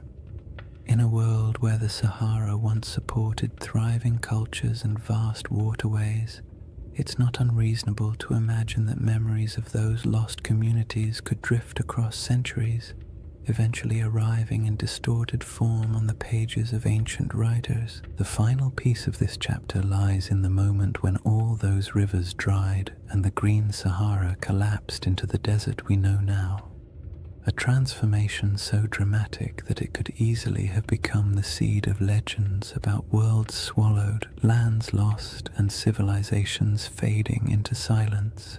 When people imagine worlds disappearing, they usually picture sudden disasters, walls of water, earthquakes splitting the earth, angry gods sweeping civilizations into the sea. But the Sahara didn't collapse in a single night. Its transformation from a green, living landscape into a vast desert was quieter, slower, and far more unsettling. It wasn't a dramatic catastrophe, it was a gradual unraveling of an entire ecosystem. A process so steady and so relentless that it might have felt to the people living through it like the land itself was breathing out for the last time. This slow-motion disaster is one of the most profound environmental changes in human history, and its echoes still shape our perception of ancient worlds. The end of the African humid period began subtly. Rains that had once arrived predictably started coming later. Lakes that had always been full began to shrink just slightly around their edges. Wetlands that had supported birds, fish, and early settlements became patchier. People may not have noticed these first signs at all. One dry season feels like an anomaly. 2 in a row feel like an inconvenience. 3 or 4 begin to feel like a pattern. And before long, families who had lived near the same lake for generations might have found themselves walking farther and farther to reach the shore each year. As rainfall continued to decline, the lakes shrank dramatically. Rivers that had once flowed energetically across the plains became shallow streams, then trickling channels, then dry paths where children could walk without getting their feet wet. The soil hardened, vegetation struggled, herds moved away, and because humans rely on the same resources as every other species, they followed. Migration became a necessity rather than a choice. People packed up their belongings, tools, baskets, simple ornaments, memories of what had once been, and set out in search of more reliable water. This wasn't an age of monumental architecture. People didn't leave behind cities where archaeologists could sift through layers of foundations. What they left behind were stories, passed from one generation to the next. Stories of places that had been full of water. Stories of rivers that used to run through valleys now swallowed by dust. Stories of hunting grounds that disappeared so gradually it felt like watching a friend fade over time. These stories survived even after the landscapes themselves did not. And as families moved farther away, spreading into new regions, the memory of those green lands became a distant echo, reshaped by each retelling. If you could watch the Sahara's drying from a high vantage point, maybe even from the center of the Richard structure itself, the change would look like a slow retreat, lakes pulling inward decade by decade. Shorelines collapsing, riverbeds fracturing into networks of disconnected pools before vanishing entirely, grasslands thinning until the only plants left were the stubborn species adapted to drought. You would see the land lose color, then texture, then sound, until finally all that remained was the wind sweeping grains of sand across empty plains. But there were moments during this drying where the process didn't feel slow at all. When monsoon patterns shifted suddenly, regions that had relied on predictable rainfall could experience dramatic declines in just a few years. A lake that had provided generations of stability might disappear in 2 or 3 long drought cycles. Floods that once rejuvenated riverbanks might stop arriving altogether. These moments would have felt catastrophic to the people experiencing them. They wouldn't have had the language of climate science, but they would have understood that something fundamental had changed in their eyes. The land had turned against them. Such moments of environmental collapse often become the seeds of myths. A lake vanishing can become a story about the gods withdrawing a gift. A flood that never returns can become a story about a cursed people. A migration forced by drought can become a tale of exile. When these stories pass through enough generations, the context blurs and the details shift. What once described a drying valley might eventually become a narrative of a kingdom sinking beneath waves or disappearing overnight.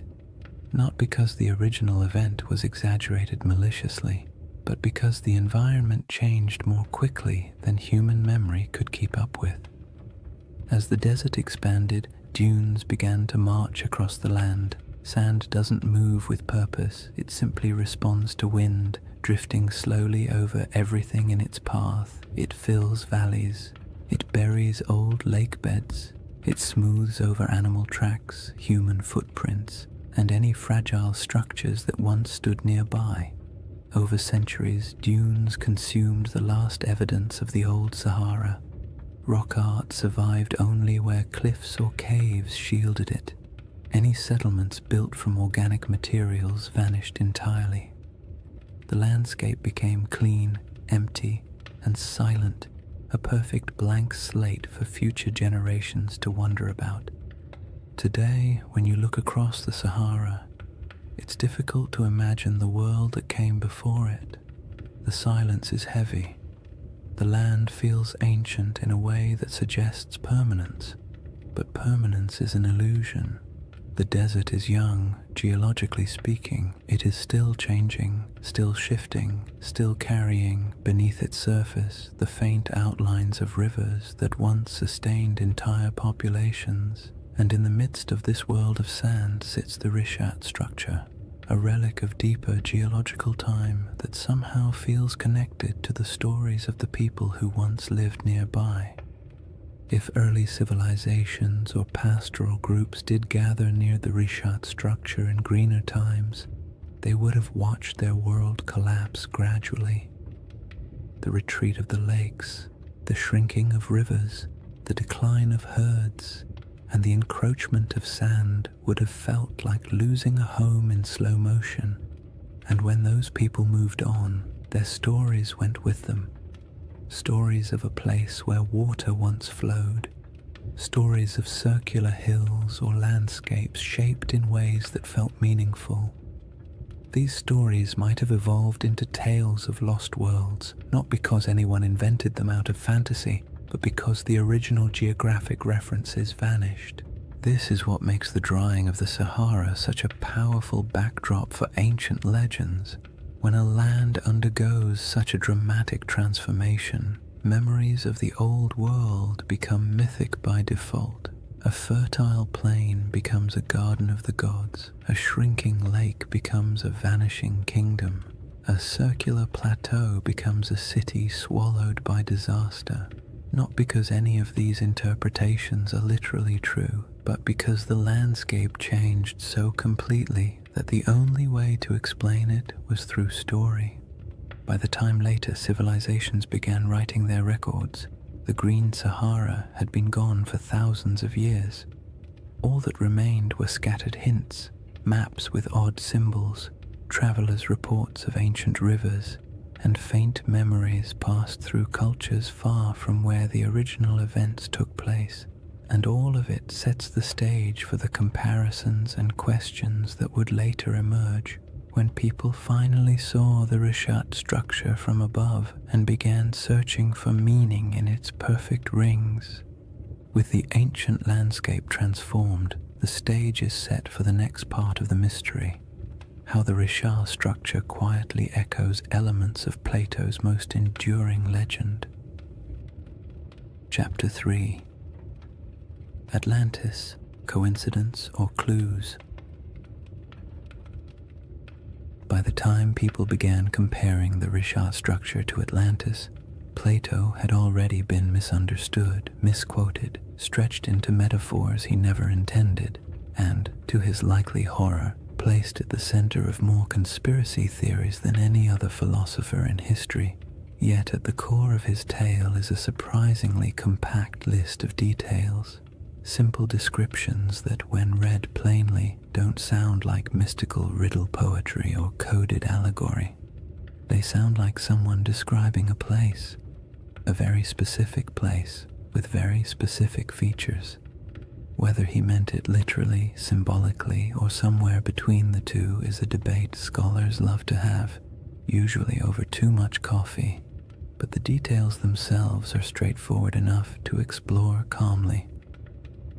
The centerpiece of Plato's description is the shape. Atlantis, he wrote, was arranged in concentric rings, alternating circles of land and water, each perfectly circular, each surrounding the next.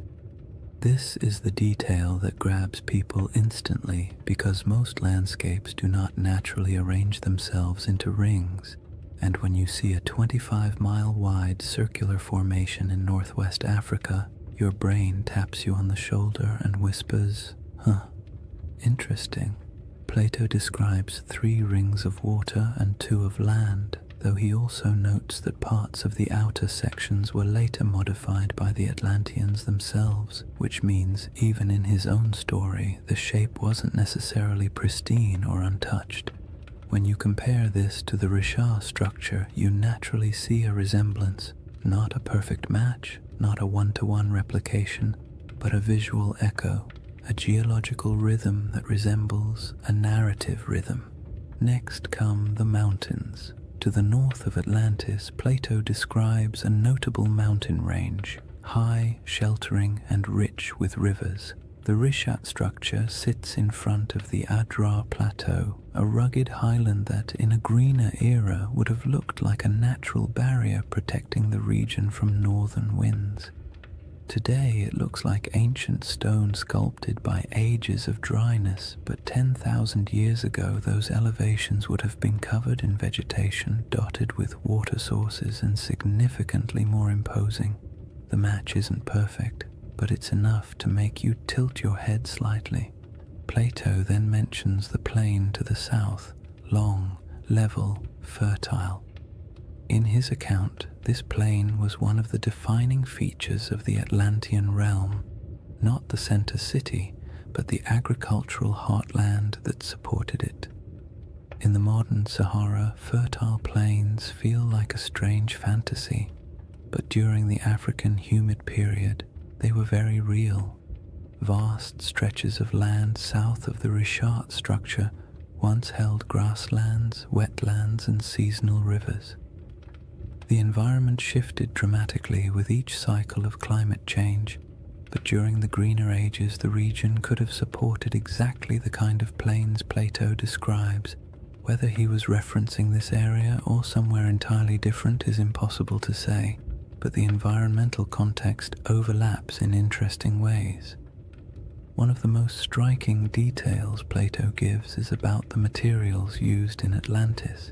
He refers to red, black, and white stones, distinct colors quarried from the landscape and used for construction. The Richat region naturally contains these colors in abundance.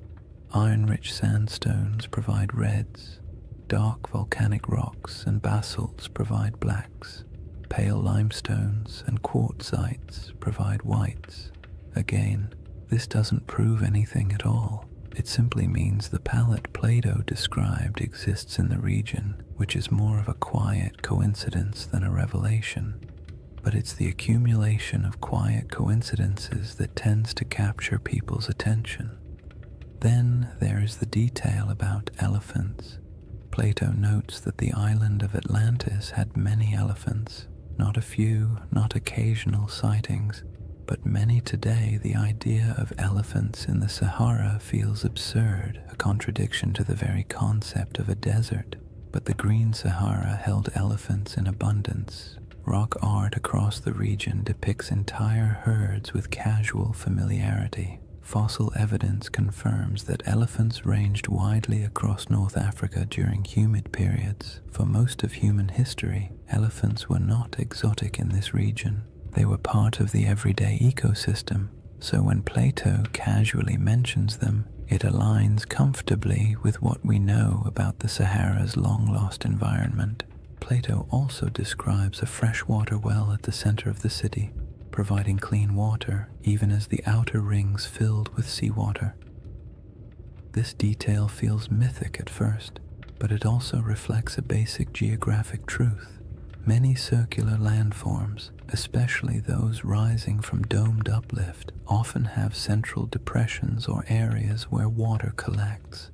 The Richat structure's core is lower than its outer rings, and though it holds no water today, in a wetter climate it may have held springs or temporary ponds after seasonal rains. Early humans could have used such features for drinking water. As climates changed, memories of these water sources might have been folded into later stories. The river to the sea detail is where the puzzle grows delicate.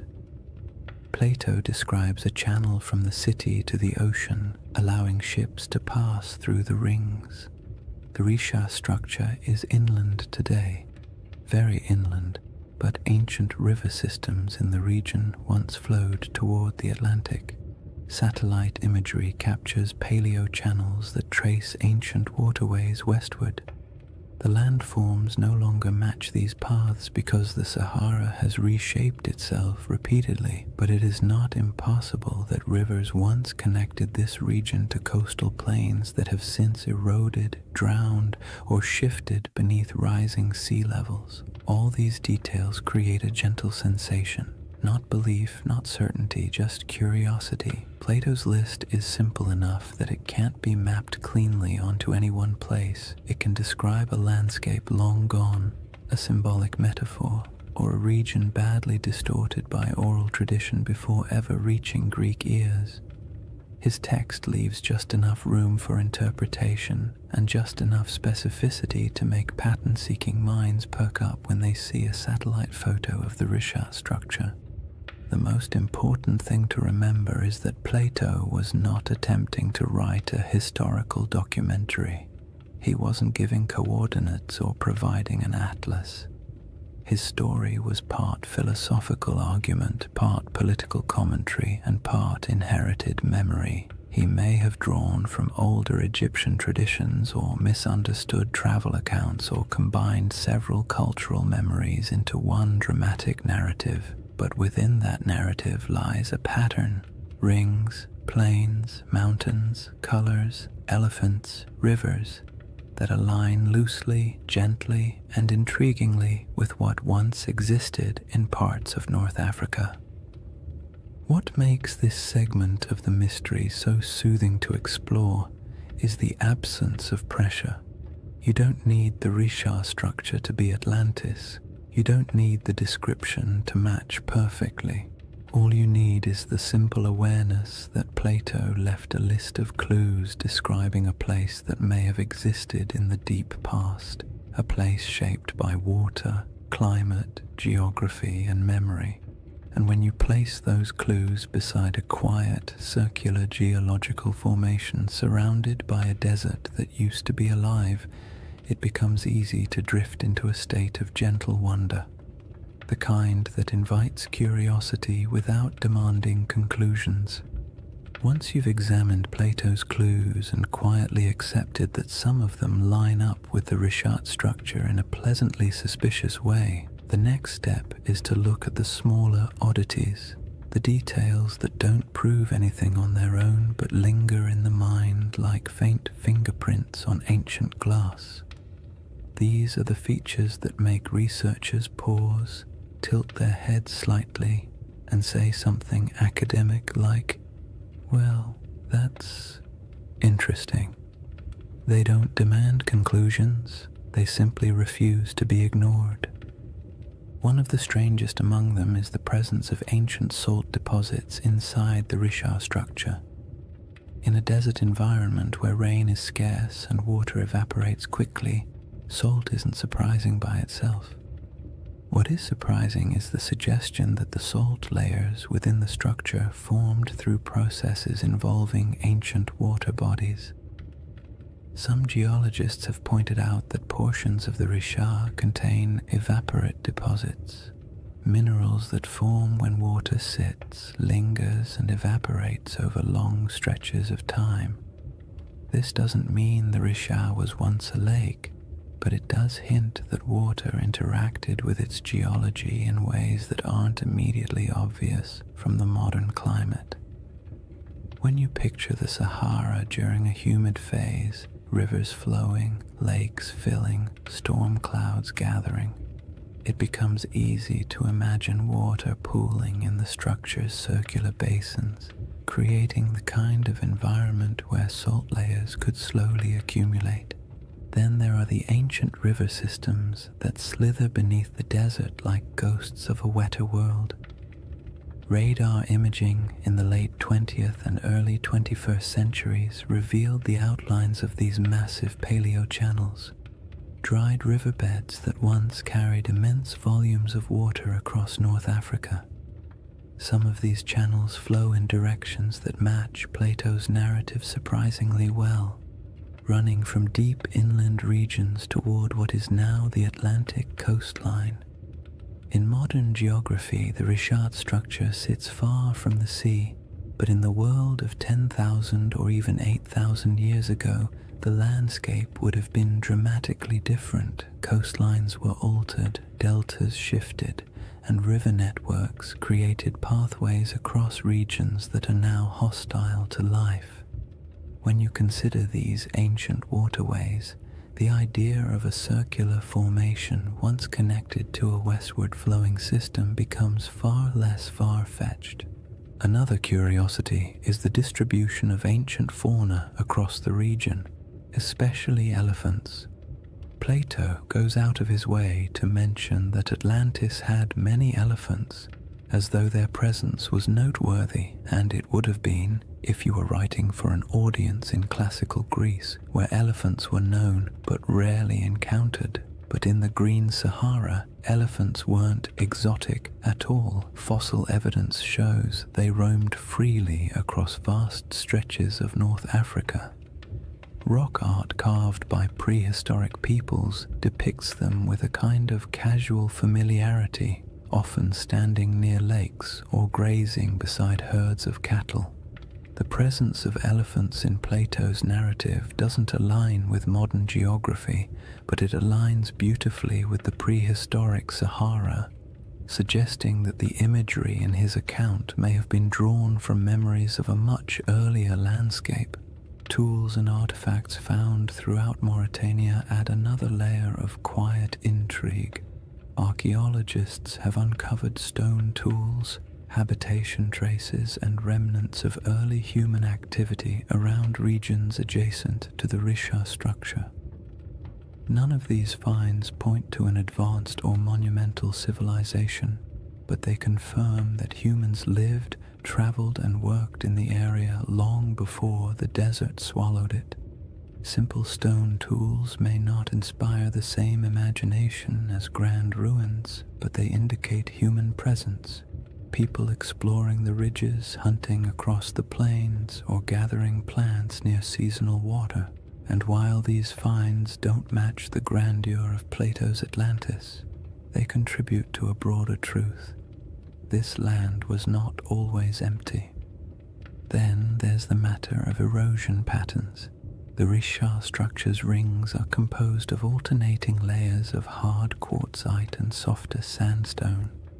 Over millions of years, erosion carved the concentric ridges into their present shape. The science here is solid, yet the level of preservation, how clearly the rings remain visible after such immense timescales, is quietly surprising. Erosion usually softens shapes, blurs lines, and creates irregular patterns. The Richat's rings are worn but still strikingly coherent. They have a kind of stubborn symmetry, the sort that feels almost architectural even though it is entirely natural. When viewed from above, the rings appear too clean for the surrounding environment, as if the land is trying a little harder than necessary to maintain its shape. Another oddity lies in the mineral composition scattered across the formation. Geologists have noted that the area contains minerals associated with hydrothermal activity, meaning the region once experienced heat and fluid movement beneath the Earth's surface. This supports the uplift theory, but also paints a picture of a place shaped by multiple overlapping geological events. The Richat structure is not the result of a single moment. It is the result of a series of slow, layered processes interacting in strangely harmonious ways. When geological events stack neatly like this, creating a tidy circle in the middle of a continent, it sparks the imagination, because nature rarely arranges its complexity into something that looks organized from space. Some people point to the alignment of the structure with ancient travel routes, though this is more speculative. During the Sahara's greener days, groups traveling across the region might have used prominent landforms as markers. A circular plateau would have stood out. It might have acted as a natural waypoint in a place you recognized from a distance, a feature that reassured you that your path was correct.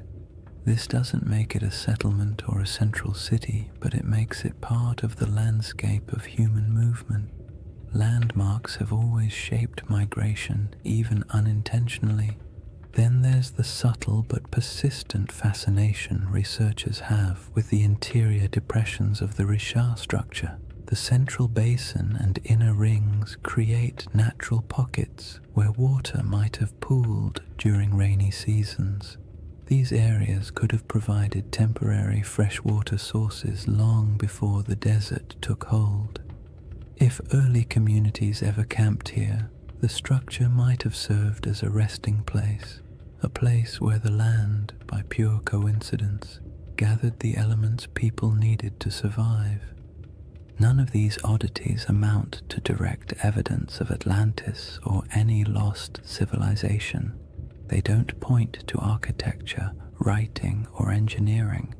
They don't claim that the Richat structure is anything more than a geological formation shaped by erosion, uplift, and deep time. But taken together, these small details create a sense of place, a landscape shaped by water, life, and environmental transformation. A place where memories of a greener world might have lingered long after the land grew silent. A place that feels like it carries the whispers of older stories, even if those stories can never be proven. What remains after examining these clues is not certainty, but the soft, contemplative feeling of a mystery that refuses to resolve too neatly. That's the charm of the Richat structure, not that it answers questions, but that it invites you to keep asking them, slowly and without urgency, the same way the desert allows time to drift without needing conclusions. After exploring the curious parallels and intriguing coincidences, it's important to settle into the other side of the discussion, the quiet, grounded, scientifically steady side, the side that takes a deep breath, adjusts its glasses metaphorically, and says, "All right, let's not get carried away." Because while the Richat structure is visually compelling and undeniably mysterious in its aesthetic, the case against it being anything remotely like Atlantis is just as strong as the case that makes people wonder in the first place. And acknowledging that doesn't make the mystery less soothing. In fact, it makes it more balanced, more realistic, and more grounded in the rhythm of nature rather than the drama of myth. One of the simplest arguments against the Richat-Atlantis connection is the absence of ruins. No foundations, no walls, no pottery fragments, no structural remnants of any kind. If a major civilization once existed here, even one without monumental stone architecture, we would expect to find some trace of it. People leave things behind: tools, shards, fire pits, bones, carvings, symbolic objects, something.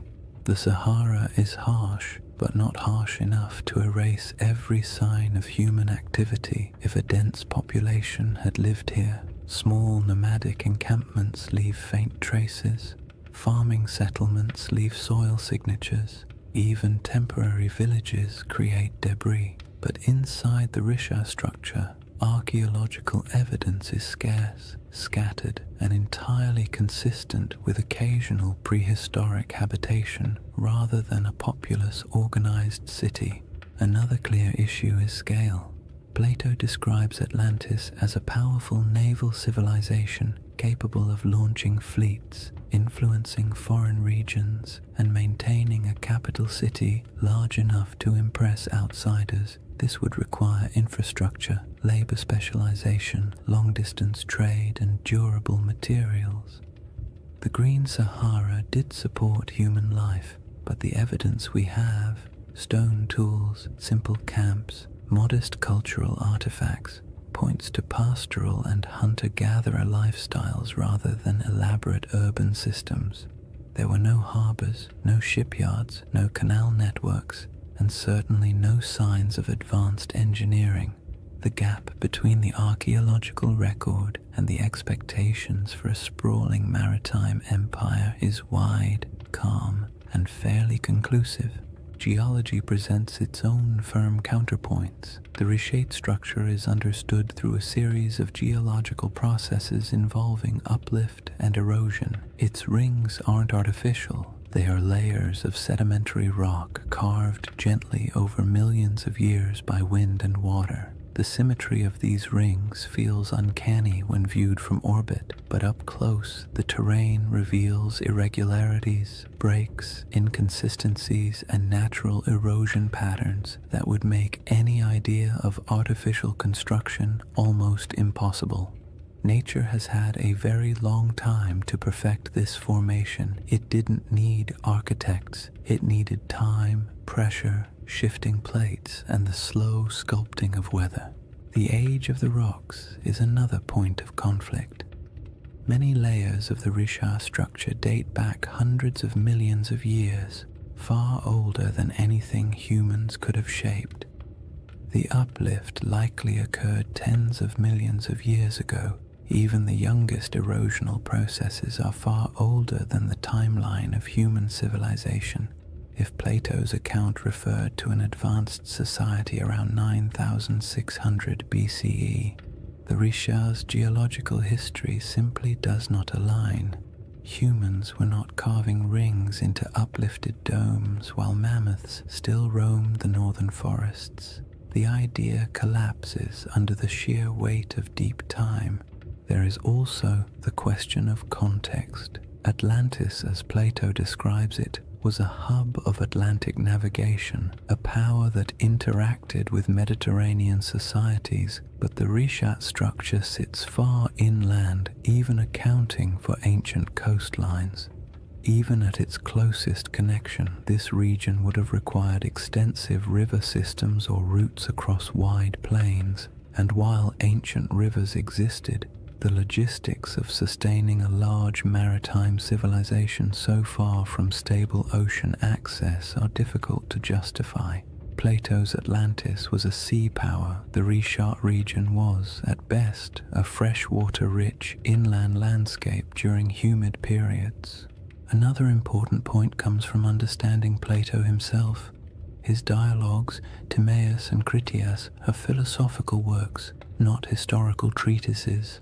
Atlantis serves as a metaphorical lesson about societal hubris, moral decay, and the consequences of unchecked ambition. Ancient Greek writers often crafted allegorical narratives in grand mythic terms. They weren't necessarily recording precise histories. Even if Plato drew inspiration from older Egyptian stories or folk memories of distant lands, his purpose wasn't to document geography, it was to illustrate ideas. Seeing Atlantis as literal misses the genre he was writing in. Then there's the lack of supporting historical records. No Egyptian writings describe a circular coastal city matching Plato's description. No Phoenician traders mention it in their maritime logs. No Carthaginian accounts reference such a settlement. In a region with extensive interactions between early Mediterranean and African cultures, a highly advanced city would almost certainly have left some mark in oral or written traditions beyond Plato's single dialogue. The silence is telling. All these points form the steady, sensible, scientifically grounded case against the Richat structure being Atlantis or any ancient lost civilization. Yet none of them make the structure less fascinating. The Richat stands out precisely because it embodies contradictions, visually striking but geologically ordinary, evocative of myth yet entirely natural, surrounded by desert but shaped by water in the deep past. The structure's intrigue lies not in what humans built, but in what nature carved and time concealed. What the scientific perspective ultimately gives us is a sense of humility. The Richat structure is a reminder that Earth's landscapes can mimic human patterns accidentally, that erosion can outperform architects, that symmetry doesn't always imply intention, and that sometimes the most interesting mysteries are the ones that sit comfortably between explanation and imagination. There is a quiet comfort in acknowledging what the Rishat structure is not, because it allows us to appreciate what it is: a monumental geological formation shaped entirely by natural processes, yet somehow capable of whispering to the part of the human mind that loves stories of lost worlds.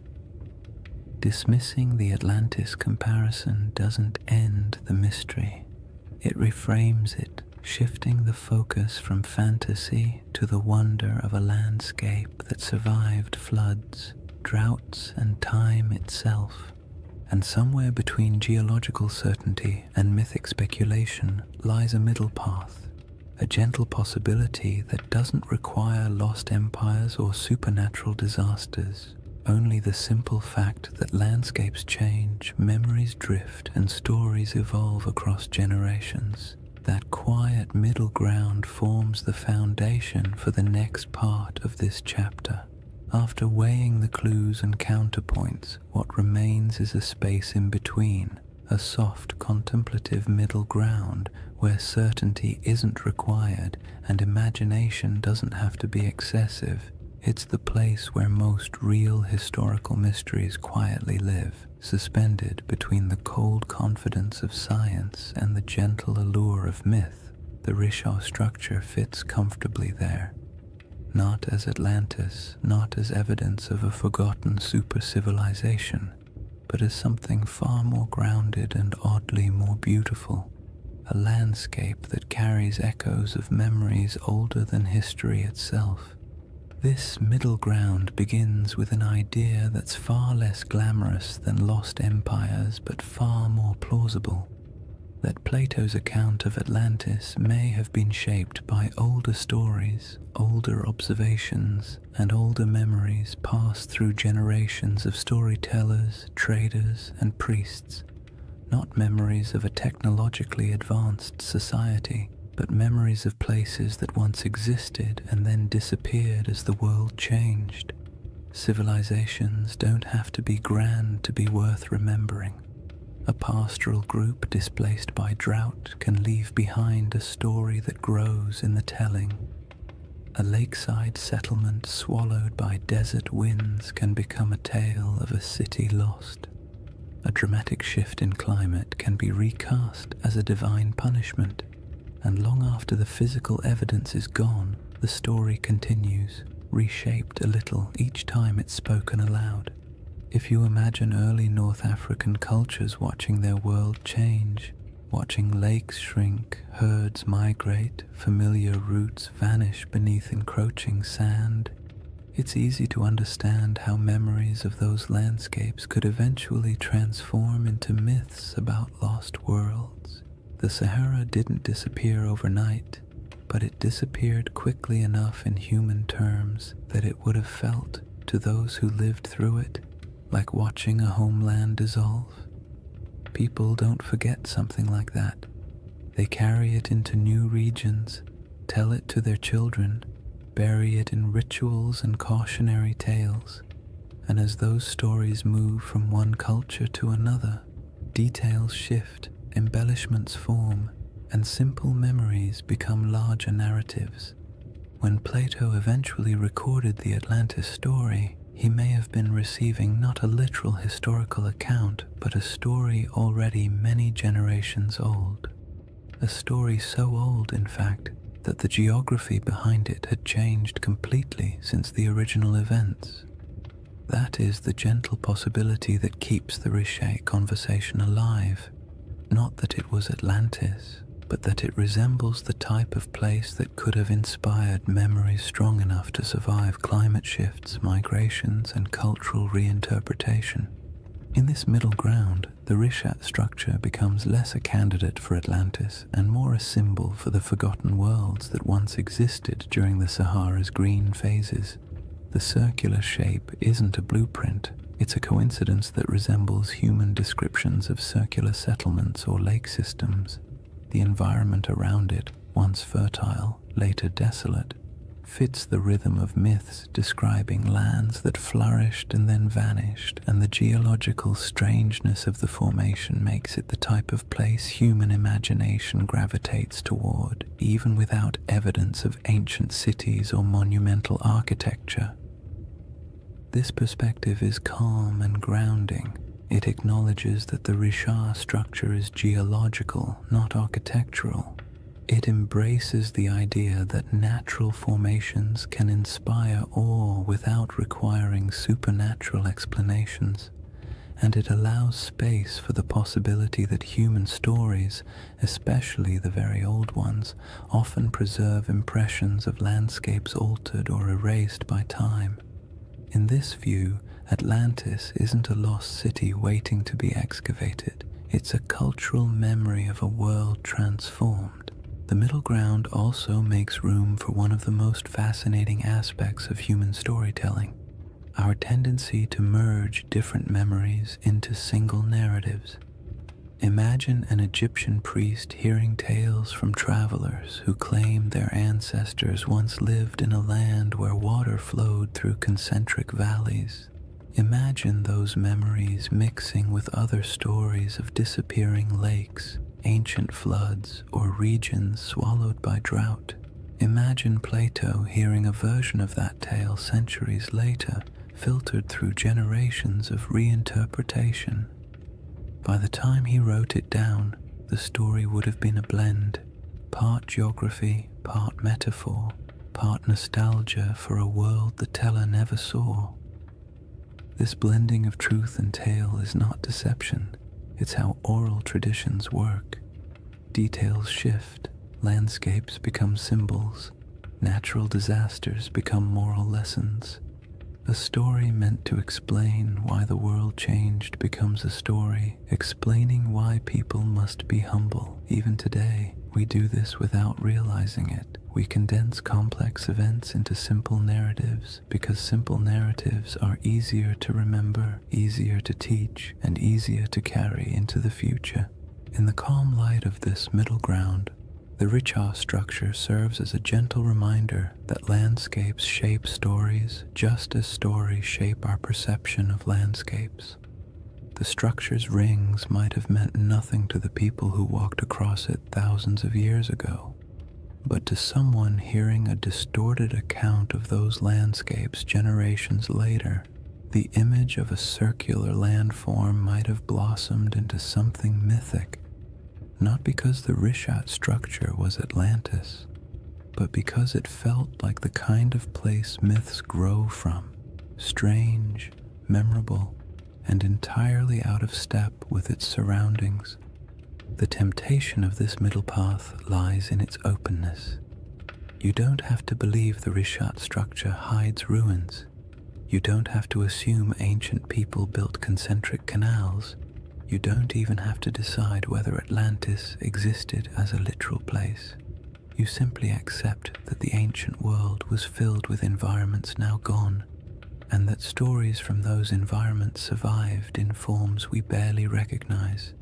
The Richat structure becomes one of many possible inspirations, not the answer, but an echo. There's something soothing about mysteries that don't demand solutions.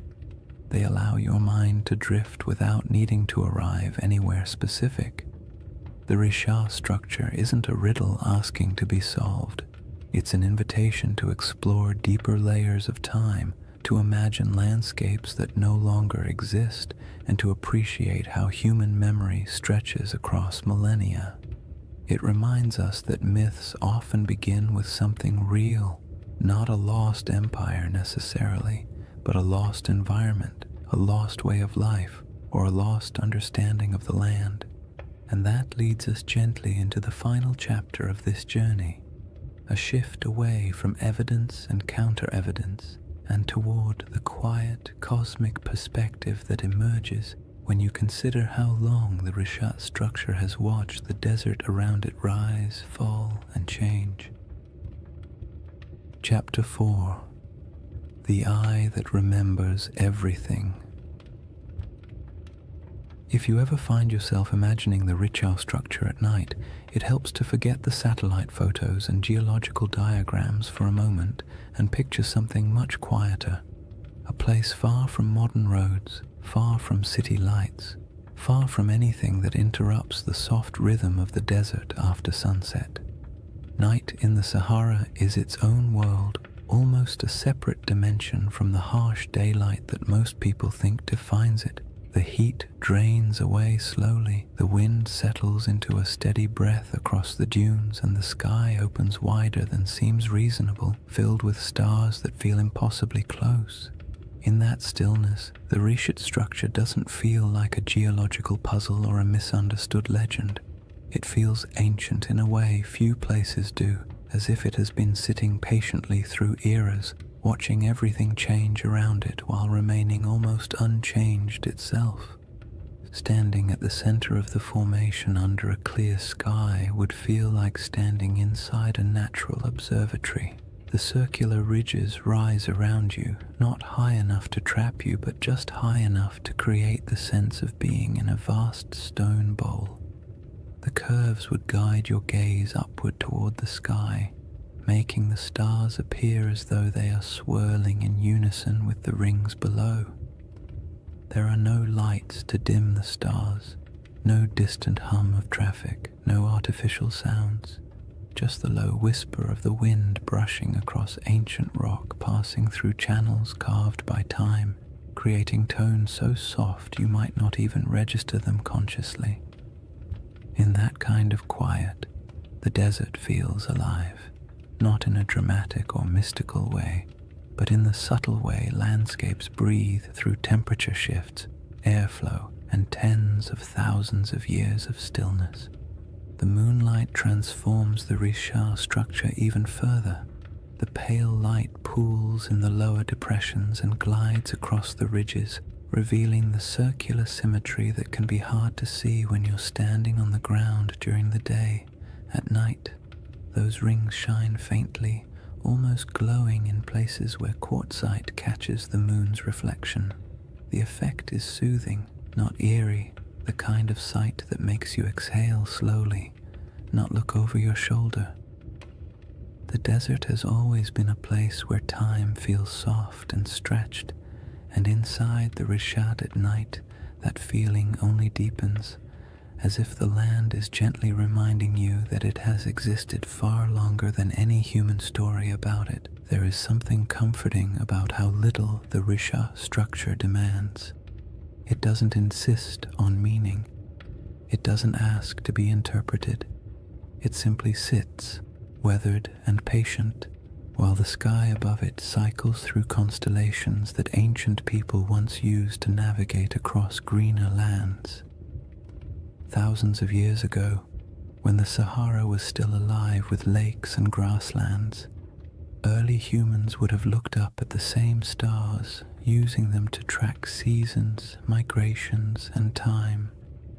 They may have passed near the Rishat without knowing its shape, but they would have walked under this same sky, feeling the same cool air after sunset, listening to similar breezes skimming across the land. In that sense, the desert night turns the Risha structure into a bridge between eras, not because anything connects them physically, but because the sky has remained one of the few constants across the entire sweep of human history. If you were to sit on one of the ridges and look out into the darkness, you would see nothing but the silhouettes of dunes shifting gently in the moonlight. The horizon softens at night, blending sky and sand into a single muted line. It's the kind of scene that encourages introspection, not analysis. You don't wonder who built the structure or whether it held palaces or temples. You simply feel the weight of time, not as something heavy or intimidating, but as something vast and calming. The world has changed so many times, and the Risha has been here through all of it, absorbing the silence, weathering the storms, and watching the land around it transform.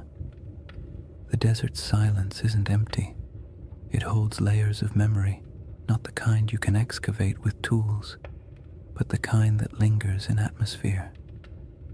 The silence feels old, as if it carries a faint awareness of the worlds that once existed here. Lakes reflecting starlight, animals moving across grasslands, families gathering near fires that burned in a landscape now gone. The nighttime air feels thick with that invisible history, yet it doesn't demand your attention. It simply exists, like a soft background hum. The stars above the Rishat structure appear especially dense because of the region's extreme remoteness. The Milky Way stretches overhead like a pale river of light, echoing the rivers that once flowed across the Sahara during its humid phases. The longer you look, the more constellations seem to reveal themselves, and the more the structure on the ground feels connected to the cosmos above. The rings of the Rishat mirror the vast circular patterns in the sky, the arcs of the galaxy, the curvature of the horizon, the slow rotation of the Earth itself. It creates a sense of gentle symmetry between Earth and sky, a reminder that humans have always found meaning in patterns even when those patterns were accidental. It's easy to understand why people feel drawn to connect this ancient formation with legends. Standing inside the Rishat at night could make anyone feel the urge to tell a story, not a sensational one, but a quiet one about the persistence of the land, the fragility of memory, and the way nature sometimes creates shapes that feel like symbols. In the soft glow of the moon, the structure doesn't look artificial, but it does look intentional in a way only nature at its most patient can achieve. What makes the Rishat structure so soothing at night is the way it absorbs human curiosity without answering it. You can wonder about its origins, its place in mythology, its connection to past climates, or whether ancient people ever felt a hint of awe when passing near it. But the structure offers nothing back except the gentle assurance that it will still be here long after our questions fade into silence. In that sense, it becomes a reminder not of lost civilizations, but of time's quiet endurance, the slow, steady processes that shape the Earth far beyond human timelines. And as the night grows deeper and the air cools further, the Rishat structure settles into complete stillness, becoming not a mystery to solve, but a place to simply exist for a moment, to rest, to breathe, and to absorb the sense of calm that comes from standing in a landscape that has survived every climate, every story, and every shift the world has thrown at it.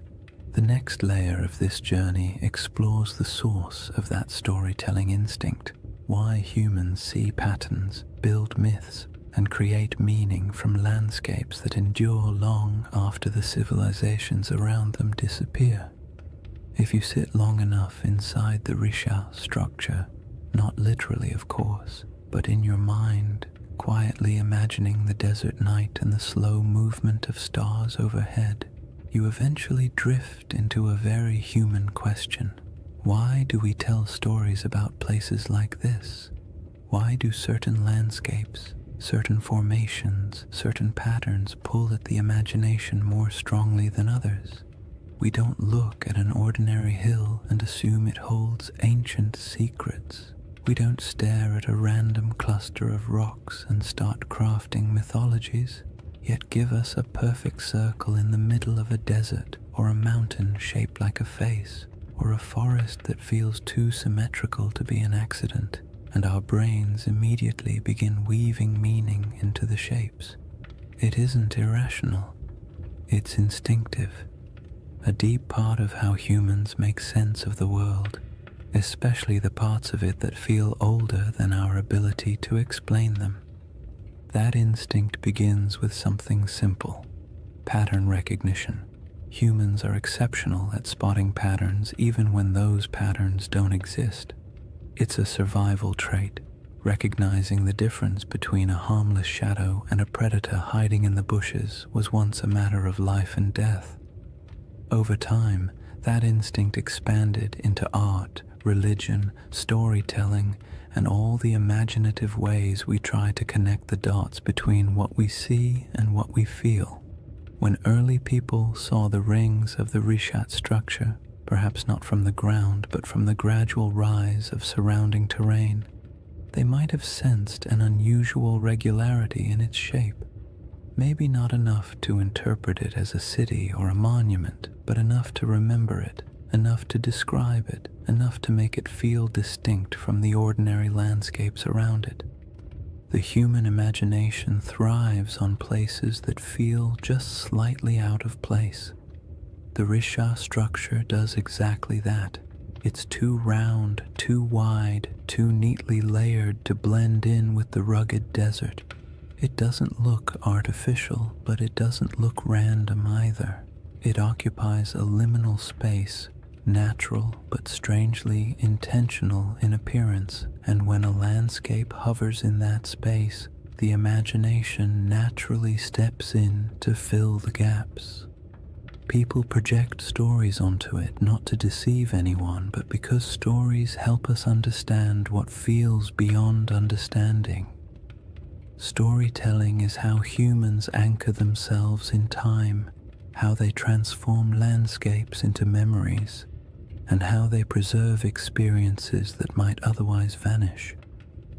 This is why even the calmest, most scientific minds sometimes drift into gentle speculation when they look at places like the Rishat. Not because they truly believe in lost empires hiding under millions of years of erosion, but because landscapes with unusual beauty evoke a sense of quiet wonder, and wonder is a fertile ground for stories. You don't need to imagine Atlantis rising and falling. You only need to imagine how it felt for early communities to live in a Sahara full of lakes and wildlife, passing by a strange circular plateau that looked different each season. Maybe it was a landmark, maybe it was a gathering point, maybe it meant nothing at all, but it would have stood out, and anything that stands out tends to gather stories. Humans also tell stories because the natural world isn't always generous with explanations.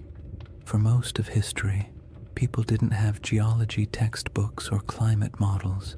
They had observations, intuition, and oral traditions. When a river dried, they created a story. When a mountain erupted, they created a story. When the stars shifted seasonally, they created stories to explain their patterns. Over generations, these stories evolved, blending details from nature with the emotional tone of the people describing them. A drought wasn't just an environmental event, it became a moral narrative of balance lost and regained. A vanished lake wasn't just climate change, it became a tale of a great flood or a divine warning, or a forgotten world swallowed by forces beyond human control. It isn't surprising that the Rishat structure, surrounded by a desert shaped by one of the most dramatic climate transformations in human prehistory, inspires curiosity bordering on myth. Long before Plato wrote about Atlantis, people across the Sahara would have witnessed environmental shifts so profound they could barely describe them. Shrinking lakes, migrating animals, the slow invasion of sand, these experiences leave emotional impressions. A landscape that once supported entire populations can fade into silence within a few generations, and when that happens, the stories that form afterward are rarely literal accounts. They become metaphors for loss, change, and the fragility of human presence. The act of storytelling also brings comfort. It creates order in places where nature seems chaotic. It offers meaning in events that feel senseless, and it allows cultures to pass knowledge from one generation to the next. A story about a lost world isn't just entertainment. It's a way of saying, something important happened here, don't forget it. Those stories can stretch across thousands of years, even if the exact details blur. The memory of a disappearing lake might evolve into a legend of an entire region swallowed by the sea.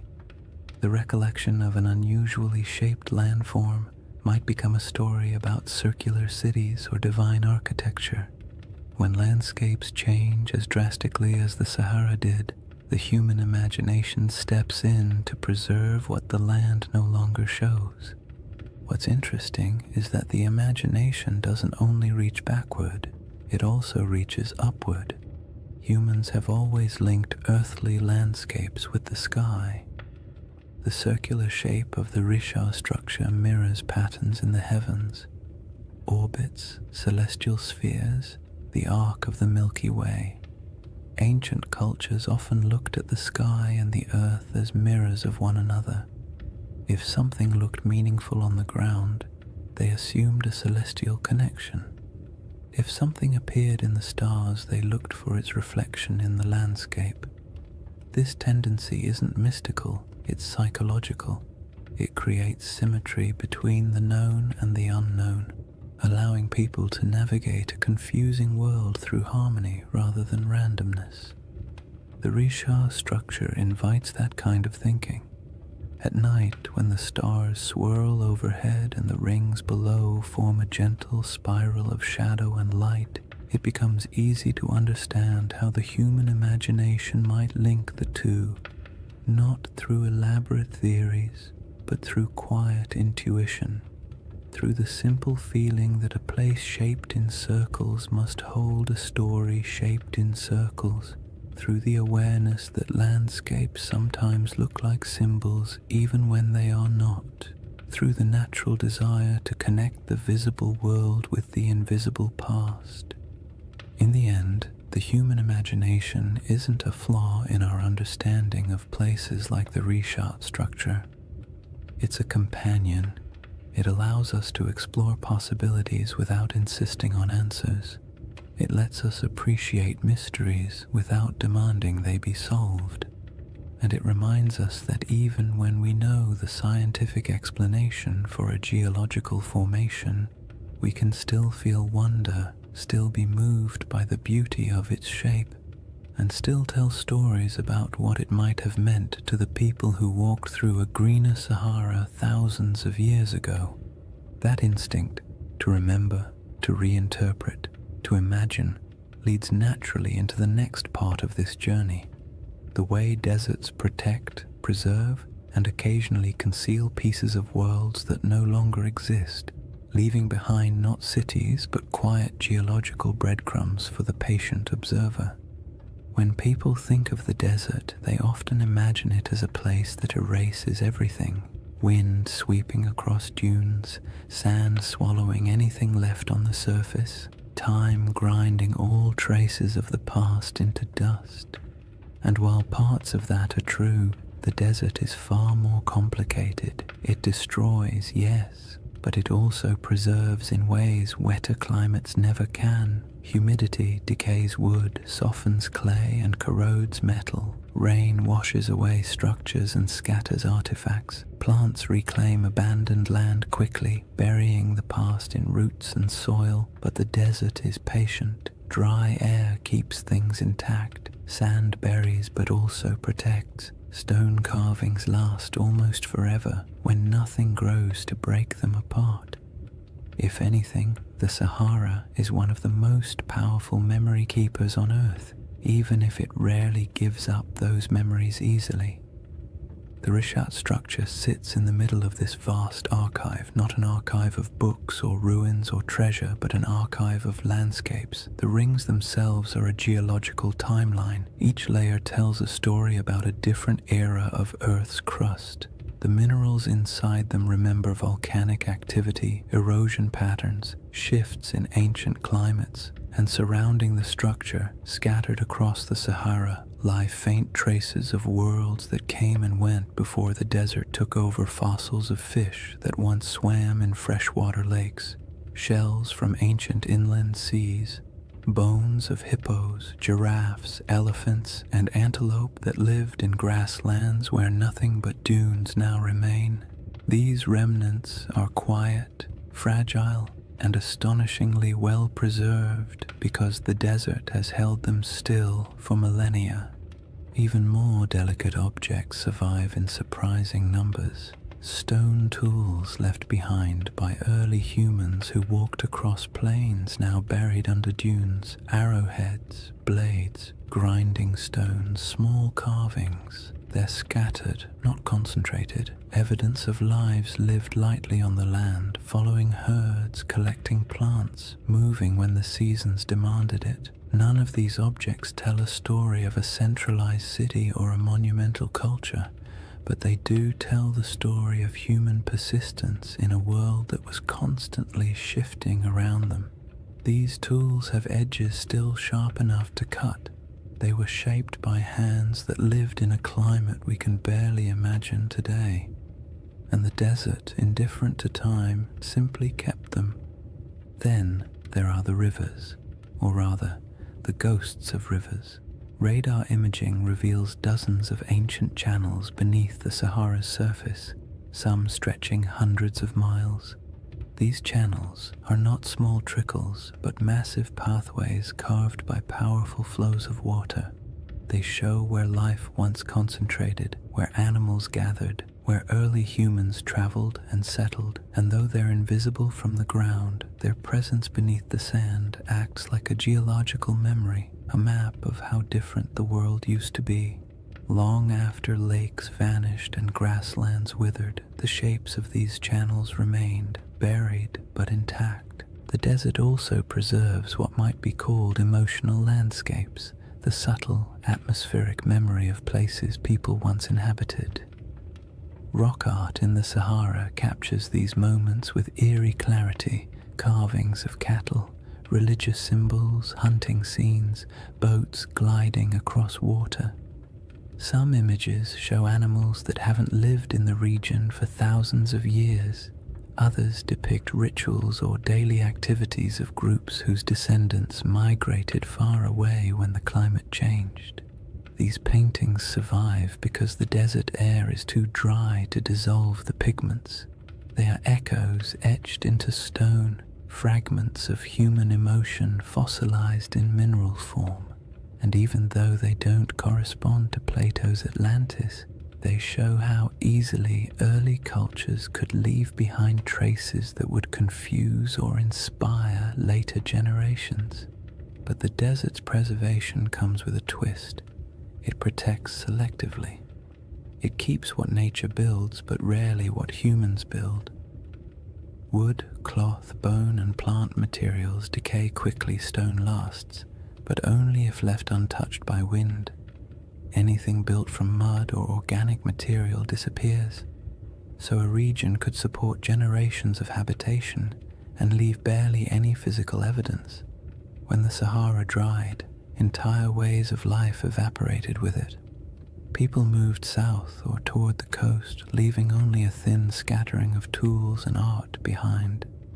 By the time later civilizations emerged in Egypt, Carthage, and the Mediterranean world, the memory of those Saharan cultures had already faded into rumor.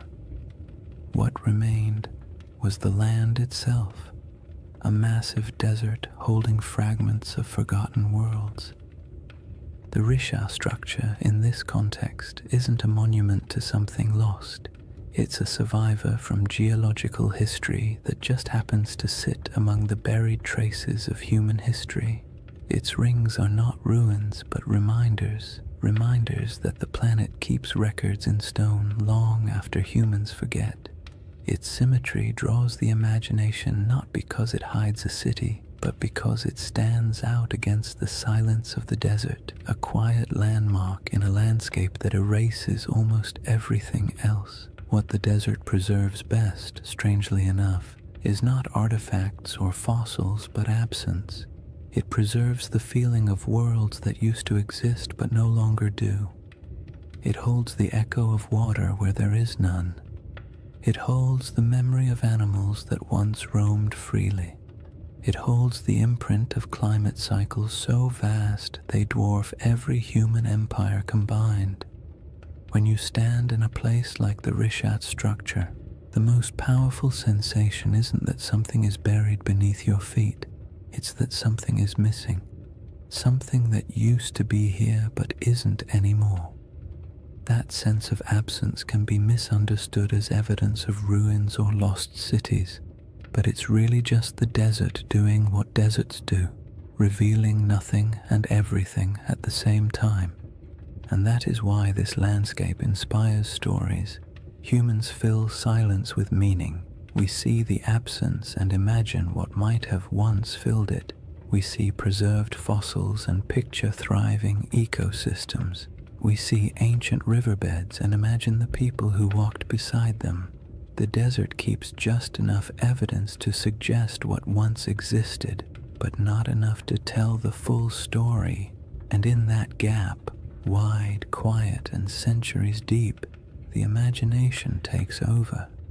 This brings us to the final movement of this journey, a gentle widening of perspective, a step back from geology and fossils and myths, and into the broader cosmic calm that emerges when you stand in the middle of a desert night and realize just how ancient, patient, and enduring the earth truly is. When you step back from all the theories, the geology, the ancient climates, and the quiet wonders preserved by the desert, the Risha structure becomes something simpler. Not a riddle demanding an answer, but a reminder of how small we are against the scale of time.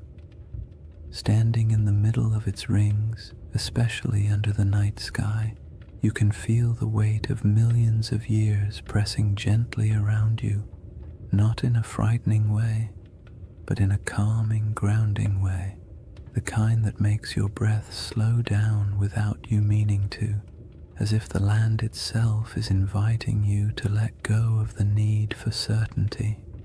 Because the truth is, the Rishat structure doesn't care what we believe about it. It existed long before humans tried to make sense of it, and it will exist long after our stories fade. The desert has watched entire civilizations rise and fall at its edges, while the eye of Africa simply remained what it always was, a geological formation shaped by pressures, erosion, and deep time. And yet, for something so indifferent, it has a remarkable ability to hold our attention, to stir our imagination, to make us lean forward and whisper, "What if?"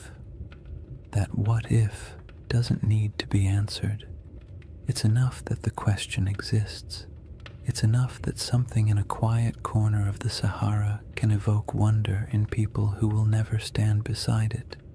We don't need Atlantis for the Risha to matter. We don't need a lost empire or buried ruins. The formation is compelling precisely because it sits on the edge of the known and the unknown, part science, part mystery, part myth, part memory.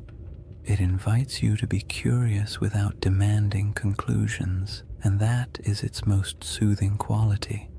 If you imagine the Risha at its quietest moment, perhaps just before dawn, when the stars begin to fade but the sun hasn't yet lifted over the dunes, the entire landscape feels suspended. The air is cool, still carrying the desert's nighttime clarity. The sky brightens slowly, revealing the faint outlines of the rings around you. The first light washes over the ridges, turning the stone soft shades of blue and gold. In this moment, it feels as though the structure is waking up, though of course it never sleeps.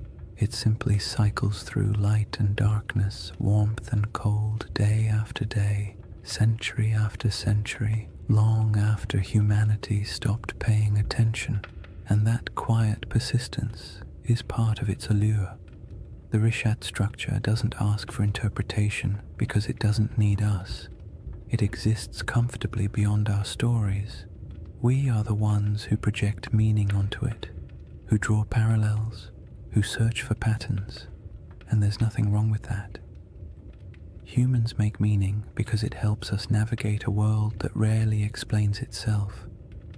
But when you're standing in front of something so ancient, so vast, and so unaffected by our questions, the impulse to interpret eventually softens.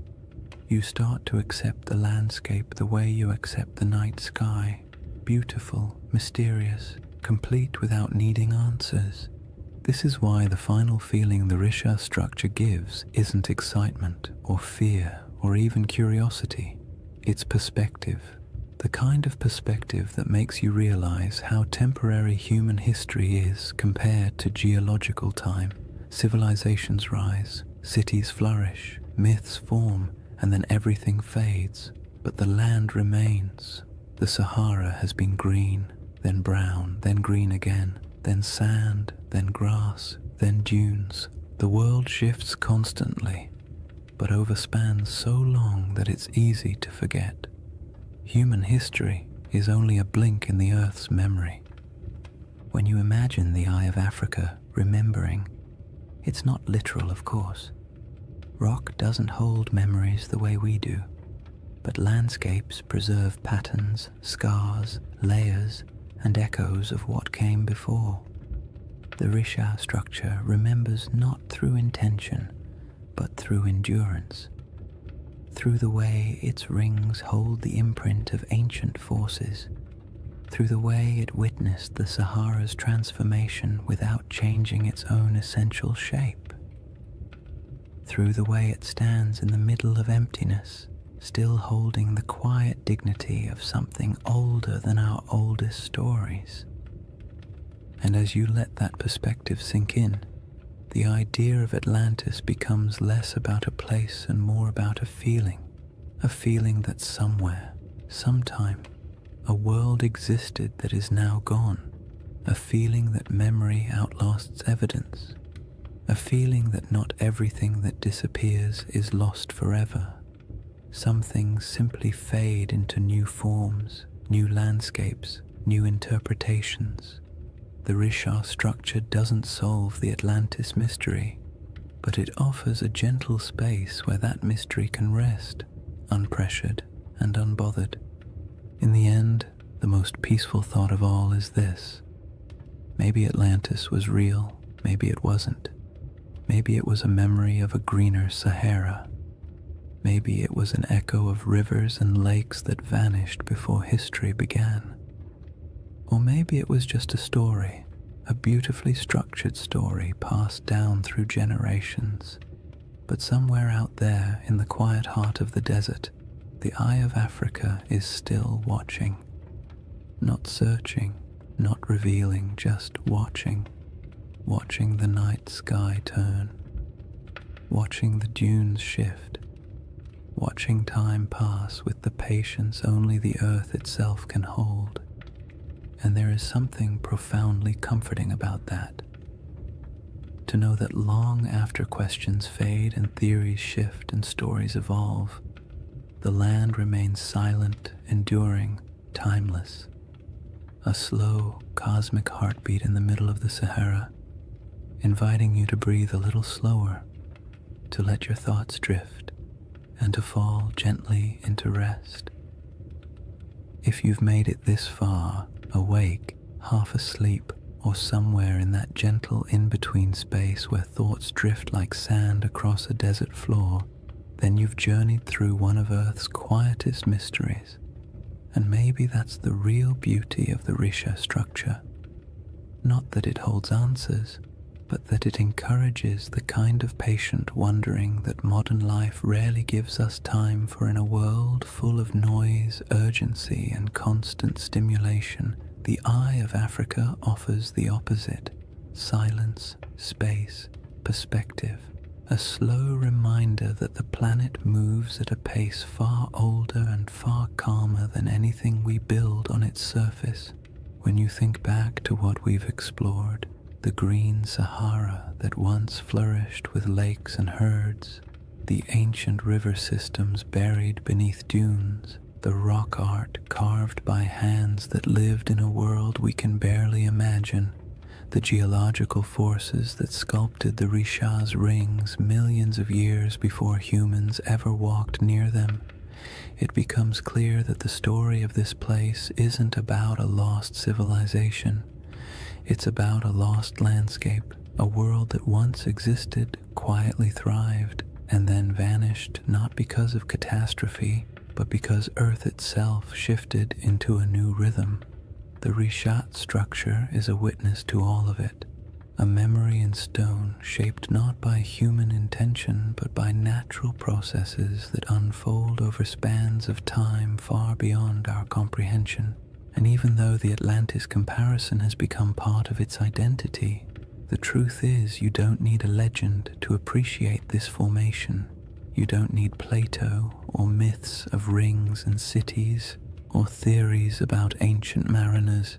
You only need the simple awareness that our planet contains places so strange and so beautiful that they feel like stories even before we start telling them. The Rishat structure is one of those places. Perfectly circular, timeless, a little unsettling, completely mesmerizing, the kind of formation that makes you pause and remember that the Earth was sculpting wonders long before anyone arrived to give them names. There's a quiet comfort in imagining the Eye of Africa as a presence rather than a puzzle, not a watcher in any mystical sense, but a symbol of endurance. It has seen the Sahara as a cradle of life, then as a wilderness, and now as a vast ocean of sand. It has seen climates shift, species migrate, and entire ecosystems vanish into memory. And through all of it, it stayed where it was, letting time carve every ridge, every basin, every curve. There's something almost meditative about that, the idea that some things don't chase meaning, they simply endure and allow us to come to them with whatever questions or stories we carry. As you settle into the final moments of this journey, imagine once more the Rishat structure under the stars, the rings around you fading into shadow, the sky stretching overhead like an ancient tapestry, the air cool, the sand carrying the day's warmth, the wind quiet enough to feel like the earth is holding its breath. In that moment, all the theories, all the debates, all the speculation falls away. What remains is just the land, unconcerned, immense, older than memory, a reminder that our place in the world is temporary but also meaningful in its own small way. And maybe that's the real gift of places like this. They allow us to step outside ourselves, to drift gently into perspective, to remember that not everything needs to be solved. Some mysteries are meant to rest. Some landscapes are meant to simply be admired, and some stories, like the Sahara itself, are more soothing when left open, when allowed to breathe, when allowed to drift into the same soft silence that defines the desert at night. So as you drift towards sleep or into a deeper state of calm, let the Rishat structure fade into that quiet space behind your thoughts. Let the rings dissolve into darkness, the stars soften overhead, and the desert wind carry away whatever tension you brought with you. The earth has been here a long time, and it will be here long after the worries of today have faded. You are small compared to the scale of geological time, but that smallness is not a burden. It's a comfort, a reminder that it's okay to rest. Thank you for spending this time exploring one of the planet's most beautiful and enigmatic features. If you enjoyed this journey and you'd like to drift through more forgotten landscapes and ancient mysteries crafted to help you unwind, consider liking the video and subscribing to the channel. It truly helps, and it means a lot. And before you fall asleep fully, let me know in the comments where you're watching from and what time it is for you. I love seeing the entire world gathered in one quiet, shared moment. For now, take one last breath. Let it go slowly, and let the desert night close around you. The Eye of Africa will keep its silent watch. You only need to rest.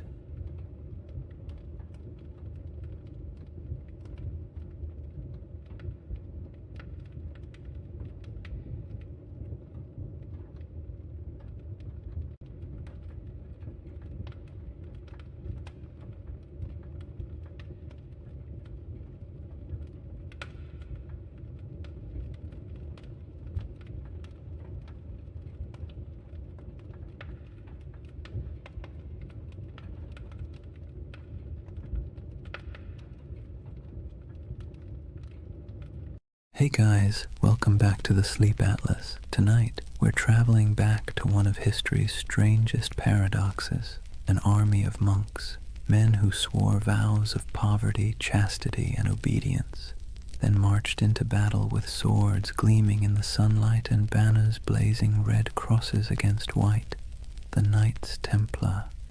For the next 2 hours, you're not in the 21st century anymore.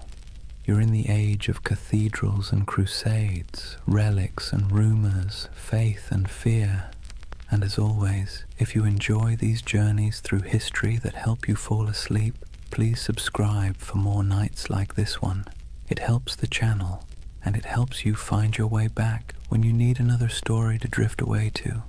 Now tell me in the comments, what's keeping you up tonight? Because tonight, we're going to talk about a brotherhood that was born in faith, drenched in blood, and consumed by legend. A story that begins not in a palace, but in silence. Imagine, a torch flickers in an underground chamber beneath Jerusalem. The year is 1119. The city still smells faintly of conquest, burned wood, incense, and the metallic tang of drying blood. 9 knights kneel in a circle. Their armor creaks as they bow their heads. One of them, Hugh de Payens, a French nobleman with eyes like chipped flint, swears an oath before God to live without wealth, without women, without fear, to protect the pilgrims traveling these deadly roads to the Holy Sepulchre.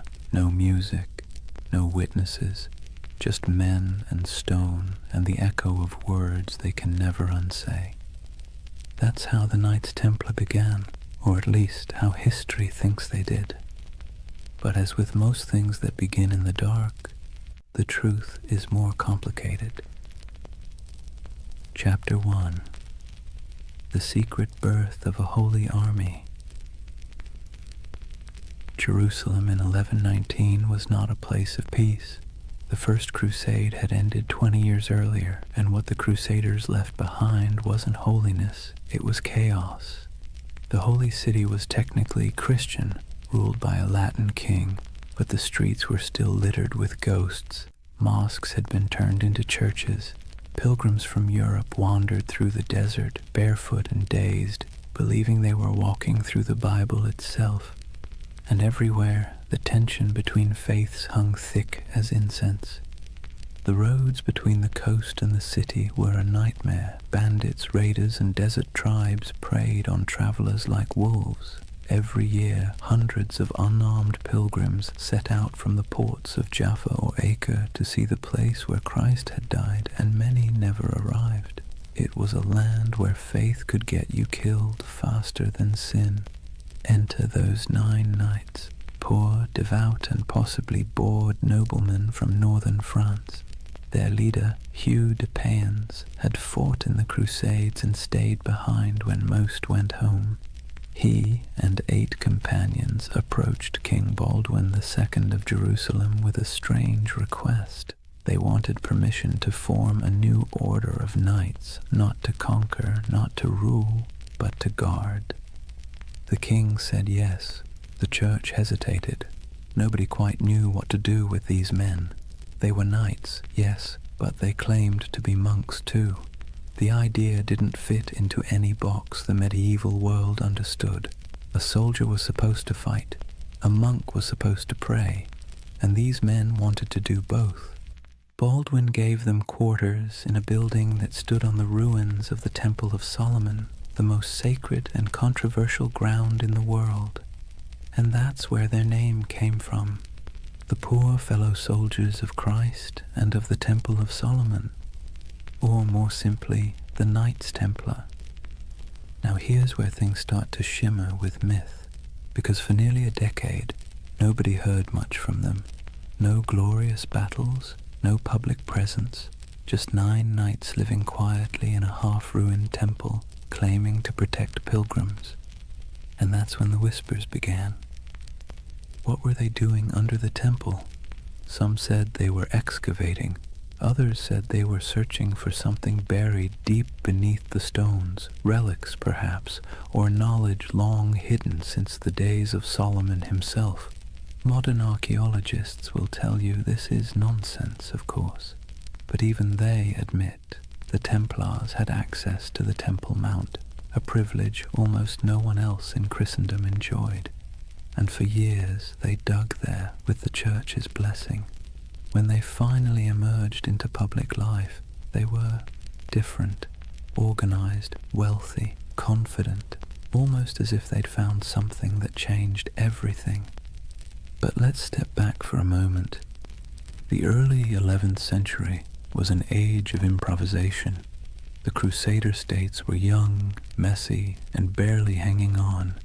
Every kingdom was a patchwork of loyalties, half knights, half pilgrims, and a lot of wishful thinking.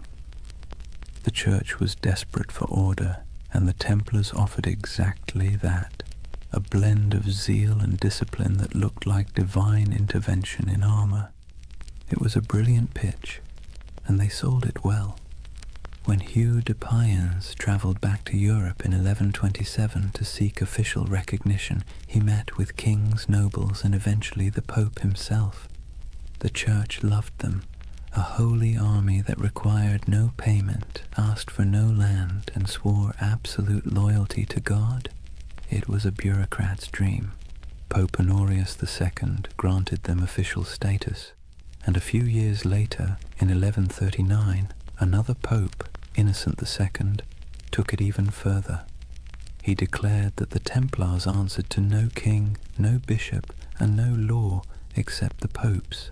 They were untouchable, exempt from taxes, allowed to cross borders freely, and permitted to collect donations directly from the faithful. In other words, the Knights Templar became a multinational corporation, centuries before such a thing should have existed.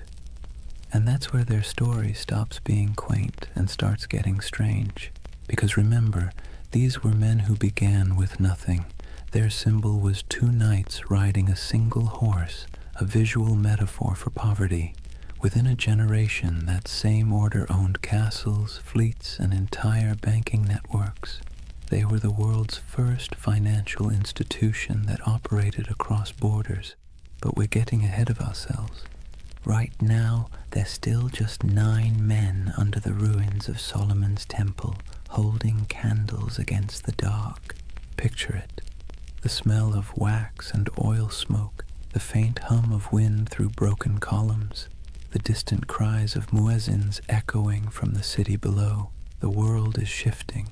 Faith, power, greed, all swirling together into something entirely new. Somewhere between prayer and politics, the Templars had found a formula that worked. A soldier's discipline, a monk's devotion, and a businessman's pragmatism, all wrapped in one dazzling symbol, a red cross on white. And as their power grew, so did the myth. People whispered that the knights never truly slept, that their prayers could call down miracles, that their swords glowed in battle like divine fire. In an age starved for heroes, the Templars became living icons. And for the Church, they were proof that holiness could conquer the world, or at least fund its expansion. Still, even in these early days, the seeds of their downfall were already being planted, because whenever power hides behind purity, suspicion follows. For now, though the world was enchanted by them, Europe sent them gold, recruits, and blessings. The Templars began to build fortresses across the Holy Land, stark geometric structures designed not for beauty but for survival. The first of these rose near Gaza, its walls thick and severe as if carved from a single thought, hold, and hold they did. Against heat, disease, and endless waves of enemies, the Templars endured. They were a strange hybrid, too pious for ordinary knights, too violent for ordinary monks, but somehow they worked. The desert turned them into something sharper, harder, less human, and the world rewarded them for it. By the end of the 12th century, the Templars were no longer a curiosity. They were a force of nature. Their red cross fluttered on every major battlefield from Antioch to Acre. Pilgrims prayed to them as if they were saints. Kings borrowed money from them as if they were banks, and behind their stoic silence they smiled, because they knew the holiest men in Christendom were also its most indispensable. The Holy Land. It sounds peaceful, doesn't it? Golden deserts, olive groves, sun-bleached ruins, the kind of place you might imagine angels hovering over in serene silence. But in the early 12th century, it was anything but serene. Jerusalem had been liberated by Christian crusaders only a few decades earlier, and let's be clear, liberation in medieval terms usually meant blood up to the ankles.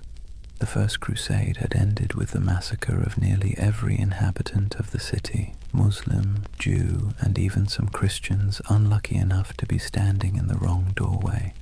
The survivors who staggered out of those gates left behind a city that was holy, yes, but also haunted. Now, imagine you're one of the pilgrims arriving from Europe after that carnage. You've sold your land, kissed your family goodbye, and endured months on a leaky ship that smelled of salt, vomit, and desperation. You finally set foot on the sacred soil of Jerusalem, only to realize it's crawling with mercenaries, thieves, and rival priests arguing over who owns which holy relic. There were monks selling pieces of the true cross for pocket change, relic peddlers waving around bones that supposedly belonged to every apostle, and beggars who could quote scripture better than bishops. It was chaotic, commercial, and weirdly alive. The Holy Land was supposed to be a place of purity, but it was also a marketplace of faith, and this was the world the Templars were born into. To protect pilgrims, they needed roads. To patrol the roads, they needed horses. To feed the horses, they needed money.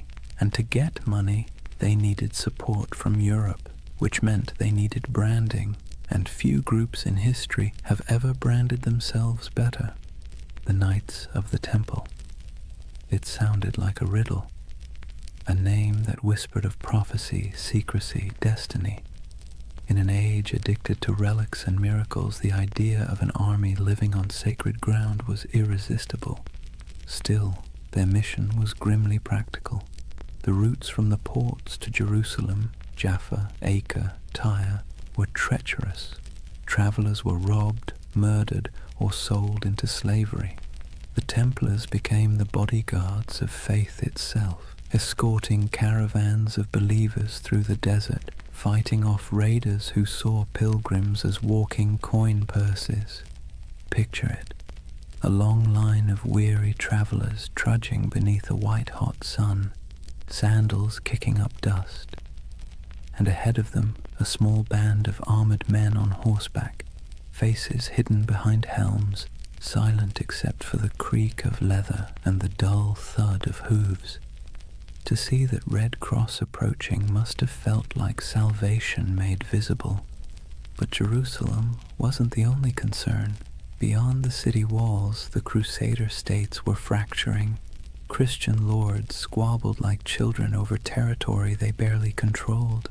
The Kingdom of Jerusalem, the County of Tripoli, the Principality of Antioch, all were fragile, stitched together by ambition and distrust. The Muslim world, meanwhile, was far from united but infinitely more patient. Leaders like Zengi, Nur ad-Din, and later Saladin understood that the Crusaders were temporary.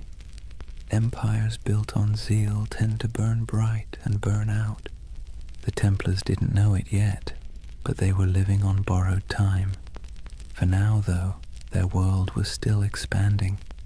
They built their first fortresses across the Holy Land, massive, angular structures that looked more like stone mathematics than architecture. No decoration, no vanity, just geometry and faith. These weren't castles meant to impress. They were meant to survive. Thick walls, narrow gates, cisterns for water, hidden staircases for escape. If you were a Templar stationed in one, your days were predictable. Prayer, Patrol, repair, repeat. The heat was relentless. Armor became ovens. Horses collapsed from thirst. And yet, they endured. They believed every drop of sweat was a prayer, every scar a kind of devotion. The Templar life was monastic but also militarized. They rose before dawn, prayed, trained, rode, and ate simple meals in silence. Even at the table they sat in pairs, sharing food from a single bowl, just as they once shared horses when they were poor. That duality, poverty and power, humility and dominance, defined them. To outsiders it made the Templars look almost supernatural. They were disciplined in a world that thrived on chaos. They didn't drink, gamble, or chase women. They didn't hoard gold for themselves, but for the order. Compared to the average Crusader knight, who often behaved like a drunk tourist with a sword, the Templars seemed godlike. But discipline has its price. Their strictness made them feared, but it also made them cold, and in a land that worshipped stories, coldness was suspicious. Rumors spread that they worshipped strange idols, that their prayers were not quite Christian, that beneath their white mantles they bore symbols not approved by Rome. None of it was true, yet, but you can see why people started to talk. The Templars were always apart. They answered to no king, no priest, and no local authority. They were an army within an army, a church within the church. And whenever men form a power that stands outside all others, paranoia soon follows. Still, in the 1130s and 1140s, those fears were whispers drowned out by praise. Pilgrims wrote home about the silent, white-cloaked knights who saved them from bandits. Kings sent donations, nobles offered land. The Templar name spread across Europe like wildfire. Soon new recruits poured in, sons of minor lords, second brothers with no inheritance, men too proud to farm and too poor to rule. To join the Templars was to gain purpose, rank, and immortality of a kind. When they swore their vows, they gave up everything, property, family, even their names. They became one organism, and that made them terrifyingly efficient. Meanwhile, in Jerusalem, politics festered. The so-called Latin kingdom looked glamorous from afar. Gleaming churches, processions of relics, knights shimmering in gold. But behind the spectacle lay disease, infighting, and endless debt. Maintaining an army in the desert cost a fortune, and Europe's appetite for holy war was already fading. That's where the Templars' financial genius quietly began. They developed systems for storing, transferring, and protecting wealth for pilgrims and crusaders alike. A traveler could deposit money at a Templar preceptory in London, receive a coded letter, and withdraw the funds safely in Jerusalem. It was medieval banking, and it worked. While the kings of the Crusader states struggled to feed their armies, the Templars were busy inventing international finance. It's a miracle they didn't invent the credit card. Their wealth, however, wasn't just monetary, it was reputational. In a world obsessed with honor, the Templar cross became a brand of trust. Churches displayed it proudly, merchants painted it on their ships.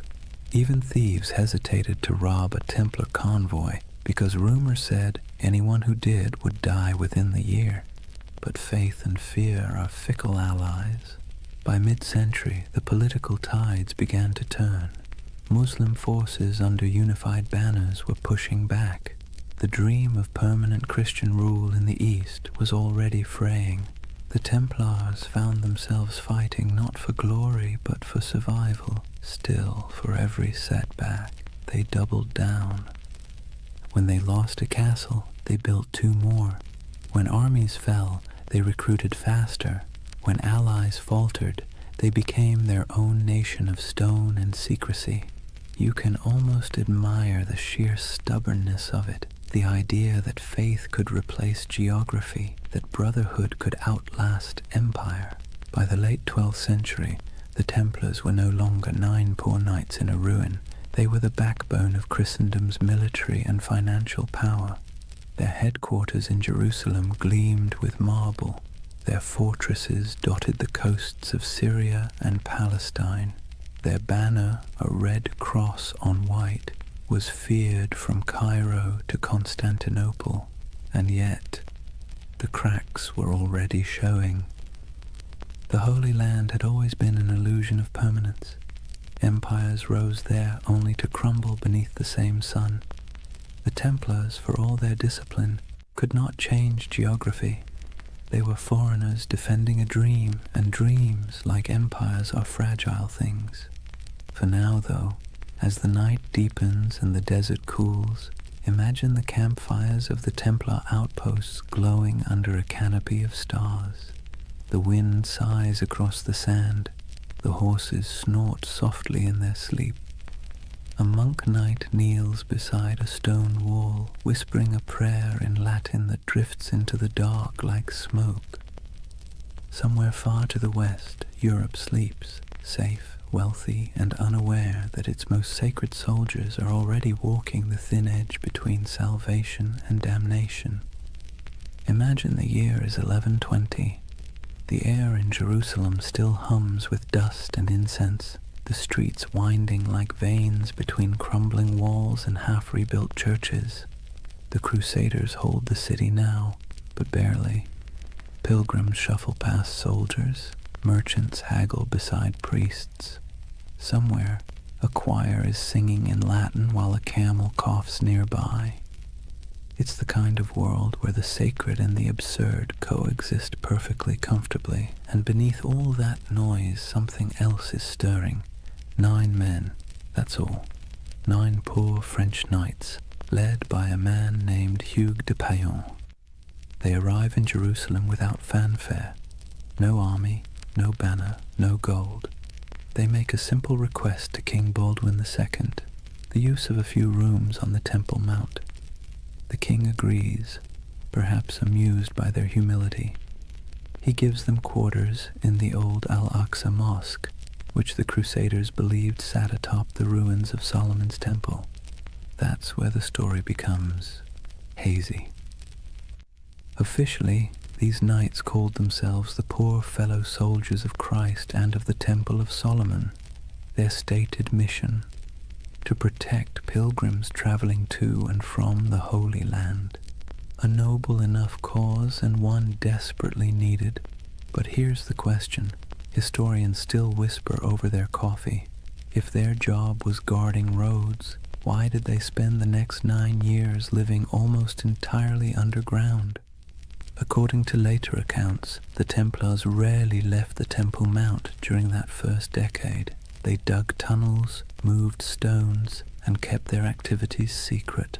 When questioned, they gave vague answers about renovations and holy works, which, let's be honest, is exactly what you say when you don't want people to ask more questions.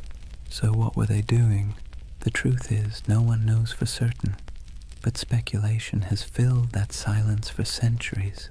Some believe they were excavating ancient ruins, searching for relics buried since the days of Solomon. Others suggest they were hunting for texts, scrolls containing forgotten wisdom, early Gnostic writings, alchemical treatises, even architectural blueprints said to hold divine secrets. And then, of course, there's the most enduring rumor of all, the Holy Grail. It's easy to roll your eyes now, but picture it from their perspective. You're in the 12th century, sleeping on the ruins of the most mythic temple in history. You're a warrior who believes God speaks through symbols, and beneath your feet are thousands of years of rubble, Babylonian, Persian, Roman, Byzantine. If faith ever had a basement full of mysteries, this was it. The Templars' time under the Temple Mount became the seed of every legend that followed.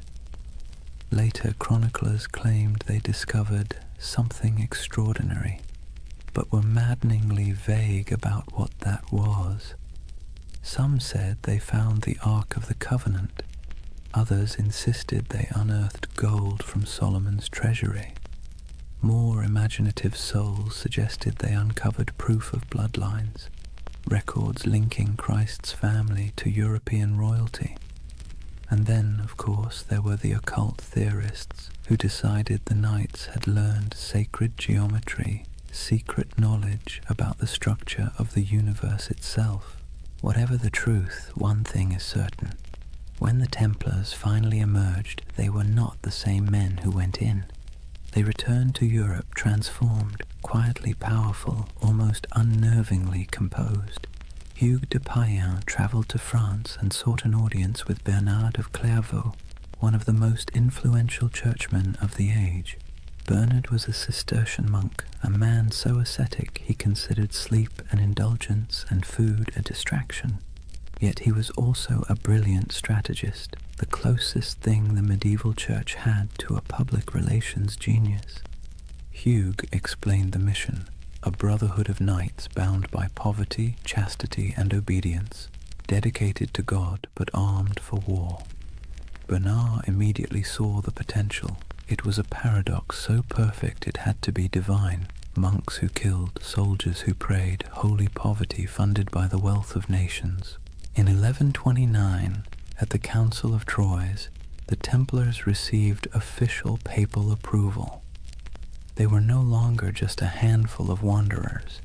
They were an order of the Church.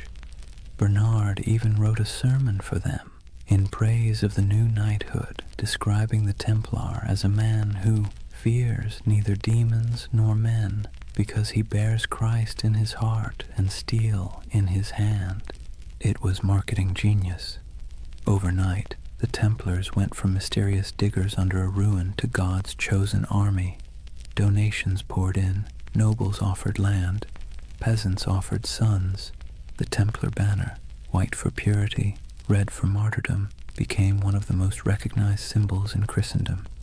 But still, the whispers persisted. Even as they rose, people kept asking, what did they find beneath that temple? Why did they never speak of those 9 silent years? The truth, if there is one, is probably less cinematic and more bureaucratic. Archaeology as we know it didn't exist.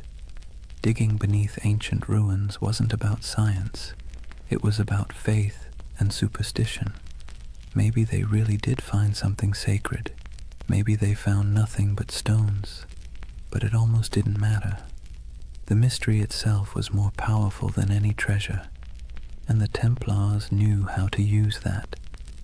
You see, medieval Europe adored relics because relics made the invisible visible. A saint's bone could turn a dusty chapel into a pilgrimage site. A scrap of cloth from Christ's robe could transform a forgotten village into a holy destination. The Templars, deliberately or not, became a living relic. They didn't need to show proof of miracles. Their very existence was the miracle. Their silence became their sanctity, their secrecy, their strength. And silence travels farther than any sermon. When you think of the early Templars, don't picture roaring armies. Picture candlelight flickering in a stone corridor, the faint echo of Latin prayers, the sound of picks striking stone somewhere deep beneath the earth. 9 men convinced that God had chosen them for something they didn't fully understand, but could feel like a heartbeat in the dark. The idea of the hidden runs through everything they did afterward. Their architecture, simple, geometric, full of hidden passages. Their symbols, crosses, circles, dual riders on one horse. Even their banking system, which relied on coded letters and secret ledgers, carried that same shadowy precision. It's as if the memory of that underground decade never left them. They had been under the world, and when they emerged, they brought a little of the underworld with them. By the time they were formally recognized, the order already had chapters spreading across Europe. Preceptories in Paris, London, and Aragon became both fortresses and treasuries. Templar seals began to appear on documents everywhere. a sign that whatever business was being done, it was trustworthy, incorruptible, and conveniently untouchable by taxes. They were monks, they were soldiers, they were accountants, and they were untouchable. If it sounds like a setup for disaster, that's because it was. But for now, their ascent felt unstoppable. Jerusalem glowed in their imagination as both a holy city and a buried promise. Whatever they had found, or thought they had found, gave them a sense of destiny that radiated outward. They built fortresses across the Holy Land like a constellation, each one a star of faith, light against the desert.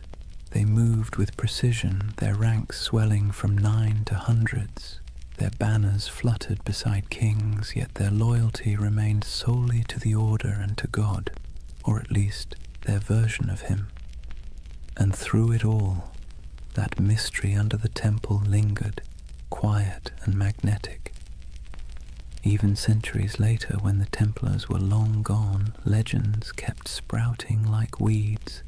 Freemasons claimed descent from their architects. Alchemists said their secrets survived in hidden manuscripts. Occultists saw them as guardians of forbidden wisdom. Historians, somewhat exasperated, kept insisting they were just monks with good bookkeeping skills.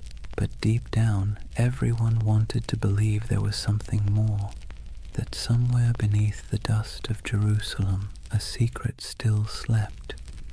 So perhaps it's fitting that the story of the Knights Templar begins not with battle, but with silence, not with conquest, but with curiosity. Because if history has taught us anything, it's that the most powerful empires are often built on unanswered questions.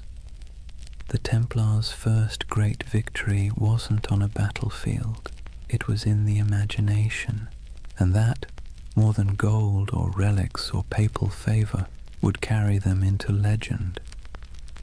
Picture Rome in the early 12th century, a city that smells of candle wax and incense, but also of politics. Papal banners hang limp in the sun. Monks shuffle through marble corridors whispering in Latin, and outside the streets reek of tanneries and ambition. The church by now was more than a faith. It was the nervous system of Europe, pulsing through every kingdom, dictating who ruled, who knelt, and who burned. Kings were crowned by its hands, empires justified by its blessings. And into this complicated organism walked Hugh de Payen and his strange little band of knights. They didn't look like much. They were poor, quiet, foreign. Their armor was worn, their mission vague. Yet they brought with them something the church found irresistible: usefulness. You see, the Holy Land was chaos. The Crusader kingdoms had been carved from blood and miracle, and now they were crumbling just as quickly. Pilgrims were still being robbed, caravans ambushed, relics stolen, and cities changed hands faster than anyone could update the maps. The church needed protectors, reliable ones, faithful ones. And the Templars, well, they were perfect. No wives, no children, no debts, no distractions, just pure obedience. The kind of men who'd ride into battle without pay, die without complaint, and most importantly, funnel everything they owned directly into the hands of the church. But they needed legitimacy first. The Pope's blessing wasn't just a stamp of approval, it was armor. It turned obscure men into an institution. So Hugh de Payen traveled to meet with the powerful Abbot Bernard of Clairvaux, a man both saintly and strategic. Bernard was the face of the Cistercian reform movement, which prized simplicity, purity, and obedience. He lived on bread, wore plain robes, and wrote letters that could humble kings. He was also, conveniently, the Pope's favorite monk. When Hughes explained the idea of warrior monks, men who prayed like monks but fought like crusaders, Bernard saw opportunity gleaming like gold leaf in a gospel. Think of it. Europe was overflowing with restless knights, violent men with nothing to do once the Crusades ended. They roamed the countryside, looting villages, feuding over puddles of land, and repenting on Sundays. The church couldn't stop them, but what if it could redirect them? The Templars were the perfect solution. Channel the chaos of knighthood into a holy purpose. Sanctify violence, wrap war in prayer. Bernard became their champion. He wrote, in praise of the new knighthood, a sermon that would become their manifesto. In it, he drew a sharp line between ordinary knights and these new holy warriors. The Knight of Christ, he wrote, fights the battles of the Lord without fear, for he bears Christ in his heart and steel in his hand. It was genius, simple, poetic, dangerous. With those words, the Templars became the Church's favorite paradox. Men who could kill for peace, who could die for salvation, who could hold a sword and a rosary in the same hand and never feel the contradiction. At the Council of Troyes in 1129, the Templars were officially recognized as a religious order. Pope Honorius II approved their rule, a strict code of conduct modeled after monastic life but adapted for war. They took vows of poverty, chastity, and obedience. They ate in silence. They wore plain white mantles to symbolize purity, later marked by a red cross, the color of martyrdom. They slept in communal dormitories, their armor near at hand. They prayed 8 times a day. And yet they were also soldiers, men who trained for battle, guarded caravans, and fought with terrifying precision. It was an impossible combination, but that was the point. The contradiction itself was their mystique. The Church, always hungry for spectacle, adored it. Sermons across Europe began praising these poor knights of Christ as living saints. Relics were touched to their swords. Songs were written about their devotion. Donors poured gold into their coffers. Within a decade, they owned lands across France, England, and Iberia. Within 2, they controlled a network that stretched from London to Jerusalem, all under the cross, all under God. The irony, of course, was that their vow of poverty made them one of the richest organizations in Europe. Nobles who couldn't join gave donations instead. Merchants stored money in Templar houses for safekeeping, the world's first reliable banking network.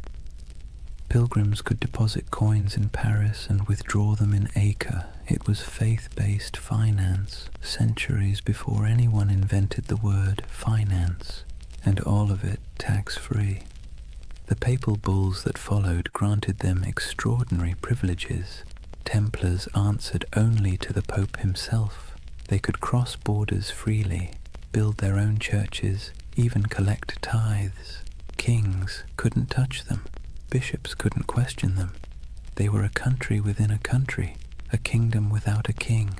And perhaps most importantly, they believed their mission was divine. Every Templar fortress was built like a sermon in stone, simple, geometric, symmetrical. Their architecture rejected ornamentation, favoring clean lines and silent strength. Every chapel pointed east toward Jerusalem.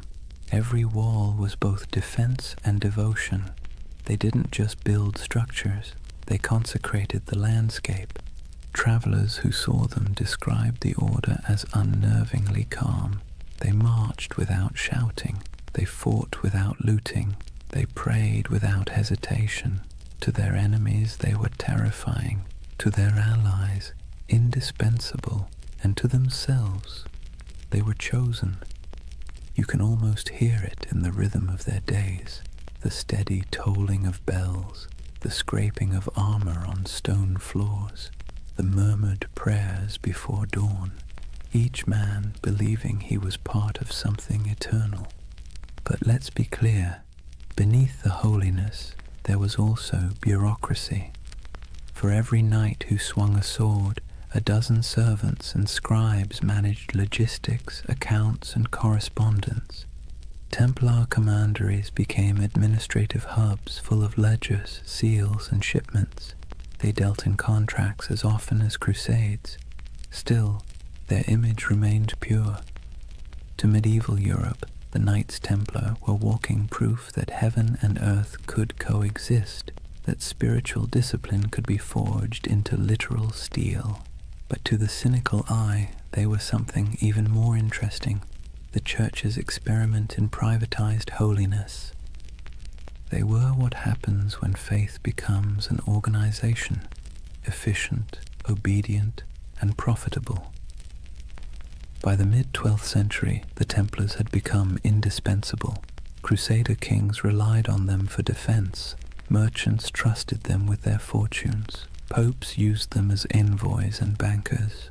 If you wanted something done quickly, quietly, and absolutely, you called the Templars. But with power came something more dangerous than sin, perception. People began to notice that the order's members rarely answered questions. They had their own language, their own symbols, their own rites. Their headquarters, a vast round church in London modelled after the Holy Sepulchre in Jerusalem, seemed deliberately mysterious. And then there were the rumours, always the rumours. Some said they still possessed what they found under Solomon's temple. Others claimed they performed secret ceremonies, that they whispered oaths in the dark, that they had seen things no mortal should. And yet the Church did not question them, not yet. For now Rome was content. The Templars had become everything it could hope for, holy warriors, loyal bankers, global agents of faith. But you can sense the shift coming, can't you? The same way you feel a storm before it breaks. Because no institution, no matter how divine, can grow this fast, this powerful, without making enemies. Kings who owed them money began to resent them. Clergy jealous of their wealth began to whisper, and the pilgrims they once protected began to wonder if these poor knights might be serving something other than God. But that part of the story comes later. For now the order stands at its shining zenith, a creation of faith and fear, cloaked in purity but humming with power. The Vatican's blessing had turned them from a rumor into a reality, and that reality would reshape the medieval world in ways no one, not even the Pope, could have imagined. It's almost poetic, really. The Church had set out to sanctify war, and in the process it had created something far more potent, the first multinational corporation of the soul. And as history will show, nothing that powerful ever stays holy for long. Imagine the early morning light over Jerusalem, a pale gold haze drifting through the heat, settling softly over the domes and stones. The city still breathes the air of miracles and blood.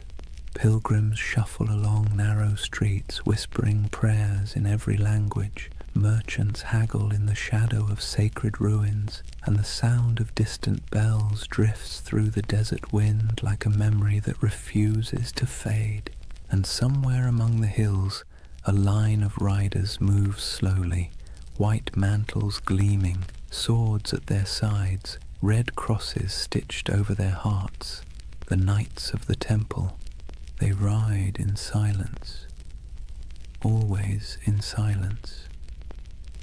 To the people watching they seem otherworldly, not nobles, not monks, something in between. They do not laugh or boast. They rarely remove their helmets in public, and when they pass through a market, the crowd parts as if by instinct. It's said that a Templar's gaze could freeze a man, not with fear, but with the strange gravity of conviction. In that moment, the myth was already being born. The story spread faster than their horses could ride. Word of a brotherhood who answered only to God, men who took no wives, owned no lands, and gave everything to their order, soldiers who prayed before battle and confessed after killing, knights who marched under the sign of the cross but lived by a code sharper than any blade. Europe adored them. The Church, of course, encouraged it. Myths are good for business, and the Templars were perfect propaganda. They embodied everything the papacy wanted the faithful to believe: purity, discipline, divine protection. Sermons compared them to angels with swords. Paintings showed them glowing in battle, untouched by arrows, faces calm in the chaos of holy war. But the truth was more human and, in a way, more beautiful. Most Templars were ordinary men drawn from a world that offered few choices, younger sons of minor nobles who'd inherited nothing, restless adventurers, repentant sinners, and zealots in search of purpose. They joined not because they were fearless, but because the world outside offered even less certainty. And for all its rules and austerity, the temple offered something rare: belonging. In a Europe fractured by war, famine, and class, the Order was one of the few places where a man's worth wasn't defined entirely by birth. Inside the walls of a commandery, everyone wore the same cloak, ate the same bread, followed the same hours of prayer. Rich or poor, noble or peasant, all knelt together before dawn. It was unity by discipline, equality by surrender. And yet, the outside world saw only mystery. They were everywhere and nowhere, riding on crusades, manning castles, managing estates, escorting pilgrims. A traveler might encounter a Templar outpost in the forests of Burgundy, another in the sands of Antioch, another on a cold island in the North Sea, and each one would look exactly the same: white walls, red crosses, silence. They had become an idea that transcended geography. When they rode into battle, their presence was like a symbol made flesh. Chroniclers described them as unbreakable formations of white and red, banners flapping, hooves thundering, lances angled in perfect symmetry. They rode in pairs, one knight, one sergeant, their discipline tighter than any army before them, and they didn't retreat, ever. There's a story, probably exaggerated but worth repeating, that at the Battle of Montgisard in 1177, fewer than 100 Templars helped turn the tide against Saladin's massive army. Outnumbered 20-1, they charged headlong into the desert heat, cutting through enemy lines in a frenzy of faith and exhaustion. When it was over, their commander supposedly knelt in the sand and whispered a single prayer: Non nobis Domine, non nobis sed nomini tuo de gloriam. Not unto us, O Lord, but to your name give glory.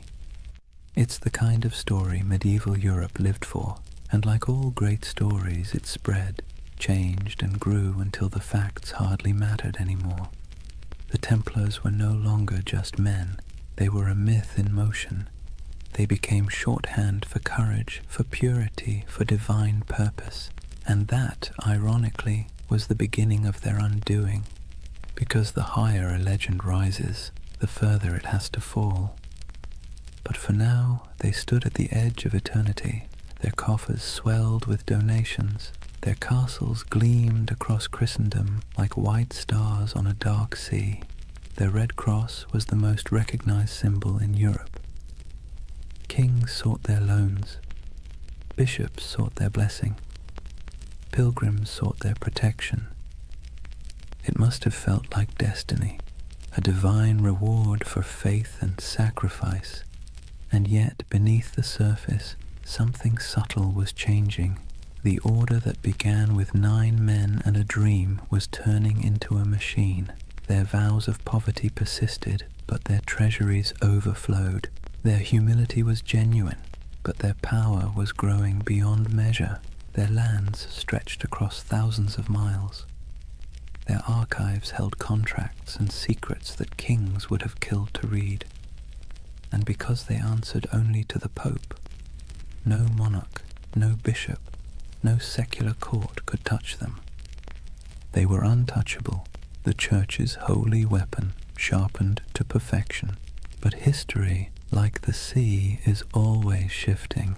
The Crusader states were beginning to crumble. The Muslim world had learned from its defeats and was uniting under stronger leaders. Supply lines were long, morale was short, and faith, that delicate fuel, was flickering. The dream of permanent Christian dominion in the East was dying, and the Templars, who had built their identity on that dream, suddenly found themselves defending something that no longer existed. It's easy, centuries later, to imagine them as fanatics or villains, but maybe they were just men trapped in momentum, unable to stop the wheel they had helped set in motion. By the time their banners fluttered over the last surviving Crusader fortresses, their legend had already outgrown them. In Europe they were saints, in the East they were demons, and in their own hearts, who knows, perhaps a little of both. The ordinary knights must have felt it, the slow decay beneath the glory, the endless wars that achieved nothing, the heat, the sand, the weight of armor, the prayers whispered into silence, the feeling of being instruments of something divine, and yet increasingly something political. But legends don't need clarity, they need symbols, and the Templars had become the most powerful symbol in the medieval world, the perfect fusion of faith and violence. You can almost see it, a banner rippling against a stormy sky, red cross vivid against the white cloth, lightning flashing behind it. To a peasant in a church pew or a monk in a distant cloister, that image meant safety, devotion, and divine justice. To a king in debt, it meant something else entirely. The story of the Templars was no longer being written by saints or chroniclers.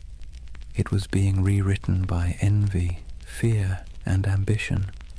But for now, the curtain hasn't fallen, the candles still burn, the chants still echo in stone halls. The world hasn't yet turned against them. The 9 knights who once huddled beneath the Temple Mount have become an army, a network, a myth. Their legacy has taken on a life of its own, glowing, untouchable, and slightly unreal. And like all myths, it has begun to blur the line between truth and dream. That's where Chapter 1 closes, not with an ending, but with a vision of a brotherhood standing on the edge of something vast and unknowable. Their swords gleam in the sun, their white cloaks ripple in the desert wind.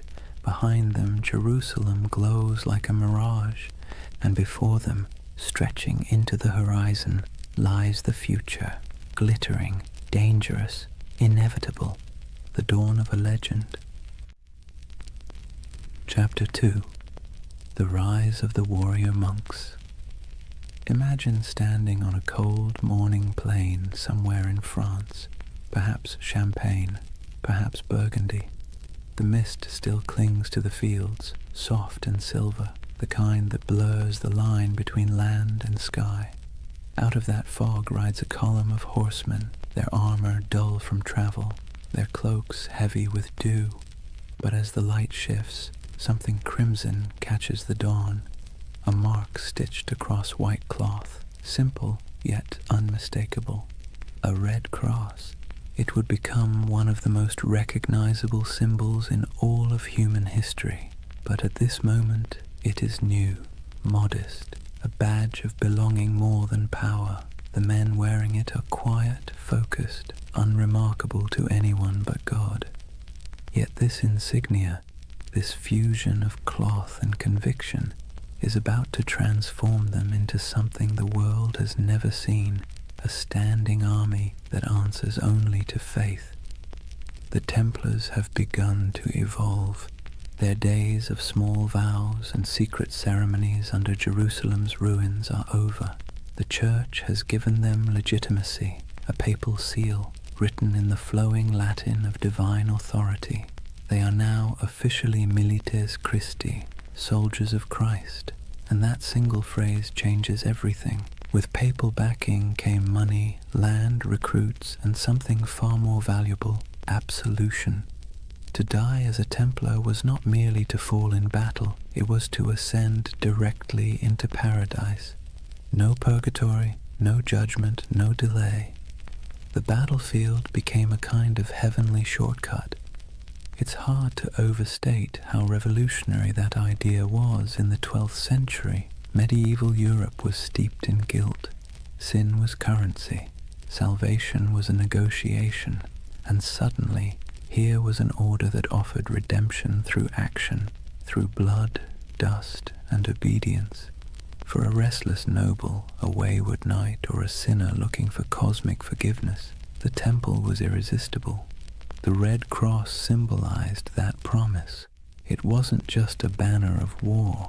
It was a visible reminder of invisible faith.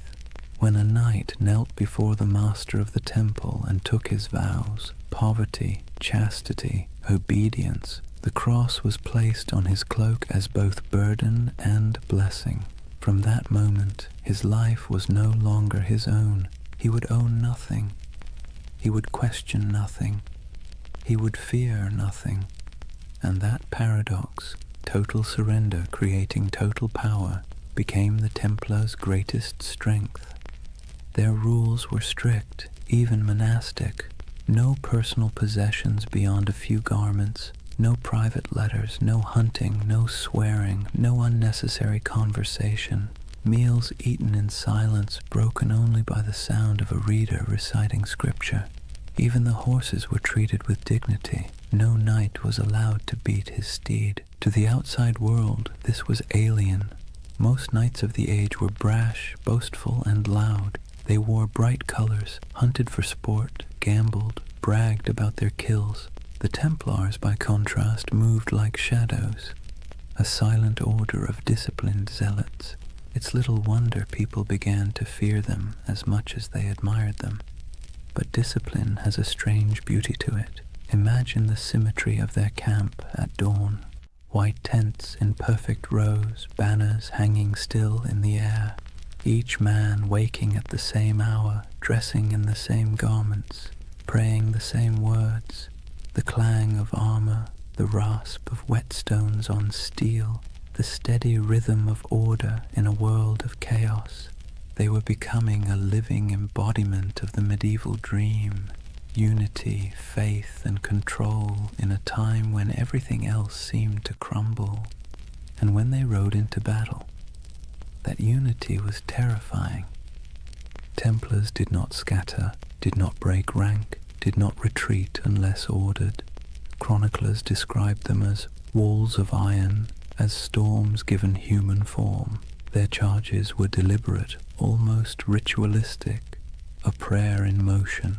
They would advance in complete silence until contact, their lances lowering as one, hooves pounding like a heartbeat. And when the moment came, the cry broke like thunder, Non nobis Domine. Not for us, O Lord, but for you. Then chaos, then history. Every battle became a kind of mass, blood replacing incense, steel replacing song, and the world watched in awe. To the average medieval person, the Templars seemed immortal. When others fled, they stayed. When others hesitated, they rode forward. Stories spread of miraculous victories, of angels fighting beside them, of enemies struck blind by divine light. Whether any of it was true hardly mattered. Faith had become spectacle, but behind the spectacle was a machine. The Templars weren't just warriors. They were administrators, bankers, engineers. Their rule book, the Latin rule, reads like both a spiritual guide and a military manual. Every moment of the day was accounted for, every piece of armor inspected, every coin recorded. Their efficiency was unmatched, and so was their wealth. By the mid-12th century, they controlled estates across Europe, vineyards in France, mills in England, castles in Spain, olive groves in Cyprus. donations poured in from nobles seeking spiritual insurance. And because Templars were sworn to poverty, those donations didn't dissipate, they accumulated. They began lending money to kings, transporting treasure across borders, and safeguarding pilgrims' deposits. If you were traveling to the Holy Land, you could leave your fortune with the Templars in Paris and withdraw it in Jerusalem. In effect, they invented the medieval checking account. Faith and finance. It's a partnership as old as civilization. But to the Templars, it wasn't greed. It was logistics. Money was a tool for God's work. Armies need supplies, ships, food, fortresses. And if the order had to run the most efficient financial network in Christendom to maintain that mission, so be it. They became, paradoxically, both the humblest and richest men in Europe. Their castles were built like sermons, austere, geometric, designed for endurance, not comfort. No stained glass, no gold leaf, just stone, purpose, and symmetry. Inside, their halls echoed with the quiet rhythm of devotion, the scrape of boots, the murmur of prayers, the metallic whisper of chainmail. To walk into a Templar commandery was to step into another world, a world where faith was function and order was sacred. And yet, for all their restraint, there was grandeur in their simplicity. Their red cross became more than fabric. It became an idea. When people saw it, they saw authority, salvation, and something close to fear. The same emblem that comforted pilgrims terrified heretics. It's strange how power works. The more humble they appeared, the more unstoppable they became. In a way, that red cross marked the beginning of a new era, not just for the Templars, but for the medieval imagination itself. It was the age of symbols, when meaning outweighed truth. A knight's banner could terrify more effectively than his sword. A relic could justify a war. A prayer could bend kings, and no symbol was stronger than that cross. Bold, clean, impossible to ignore. It was faith simplified into geometry. When the sun hit it, it glowed like blood. Some chroniclers wrote that it frightened the enemy before the fighting even began. Others said it calmed the men who bore it. Maybe both were true. Maybe that's the real magic of symbols. They shape both sides of the story. Over the next century, that cross would ride on countless banners across the Holy Land. Through dust storms, over dunes, across shattered city gates, it would gleam under the desert sun and soak in the rain of 1,000 sieges. It would be seen by kings, slaves, monks, and merchants alike, and every time it appeared it carried the same quiet message: obedience, faith, inevitability. From 9 nights came hundreds, then thousands. From humble vows came armies, from silence came history, and still they prayed before battle, as they always had. Still they whispered the same words. Still they believed that death, if it came in service of God, was not an end, but a homecoming. It's easy, centuries later, to romanticize them, to picture gleaming armor, sacred banners, holy purpose. But beneath the poetry was exhaustion. They marched through deserts where the air shimmered like glass. They fought for cities that would fall again within a decade. They believed themselves instruments of divine will, yet the wars they waged often felt endless, abstract, and hollow. And that contradiction, devotion mixed with futility, is what makes their story so human. By the time the Red Cross became synonymous with power, its wearers had already begun to wonder what it meant. But for now, in this chapter of the story, there is still clarity, still unity, still purpose. The order of the temple stands at its peak, pure, confident, and unstoppable. 1,000 banners ripple in the wind. The sun gleams on polished armor, and the red cross burns like a brand upon the world. The world belongs for a moment to the knights of the temple. Imagine waking before dawn, not to an alarm or the gentle hum of a phone, but to a bell, deep, resonant, and unrelenting. The sound rolls through the dark halls of a stone dormitory, pulling a dozen men from sleep at once. There are no complaints, no yawns, no hesitation.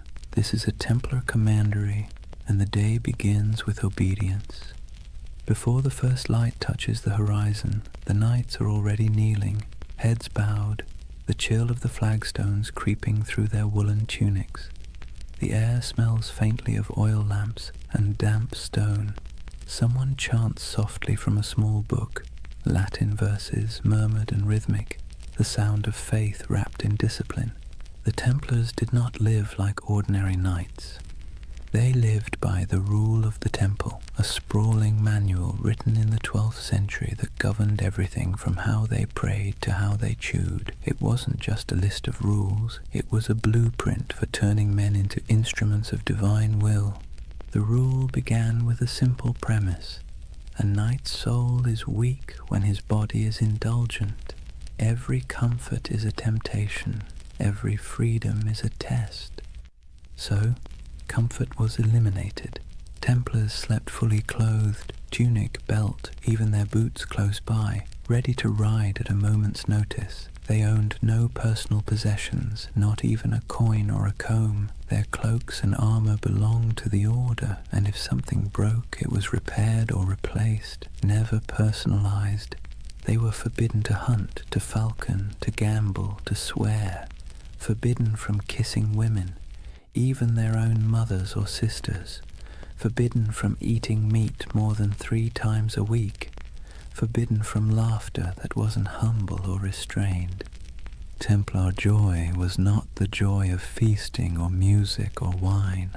It was the quiet satisfaction of obedience, and obedience to them was the purest form of freedom. Every knight took a vow of poverty, chastity, and obedience, the holy trinity of control. But unlike monks who lived behind monastery walls, Templars carried their vows into the world. They were soldiers, but their battlefield was also their monastery.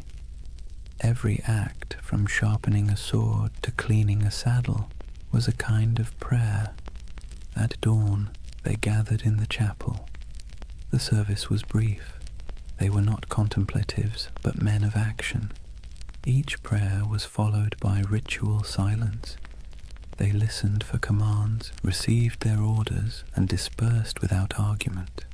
Theirs was a faith built on motion, not meditation. After prayers came breakfast, bread, sometimes cheese, and a cup of watered wine. Meals were eaten in near silence.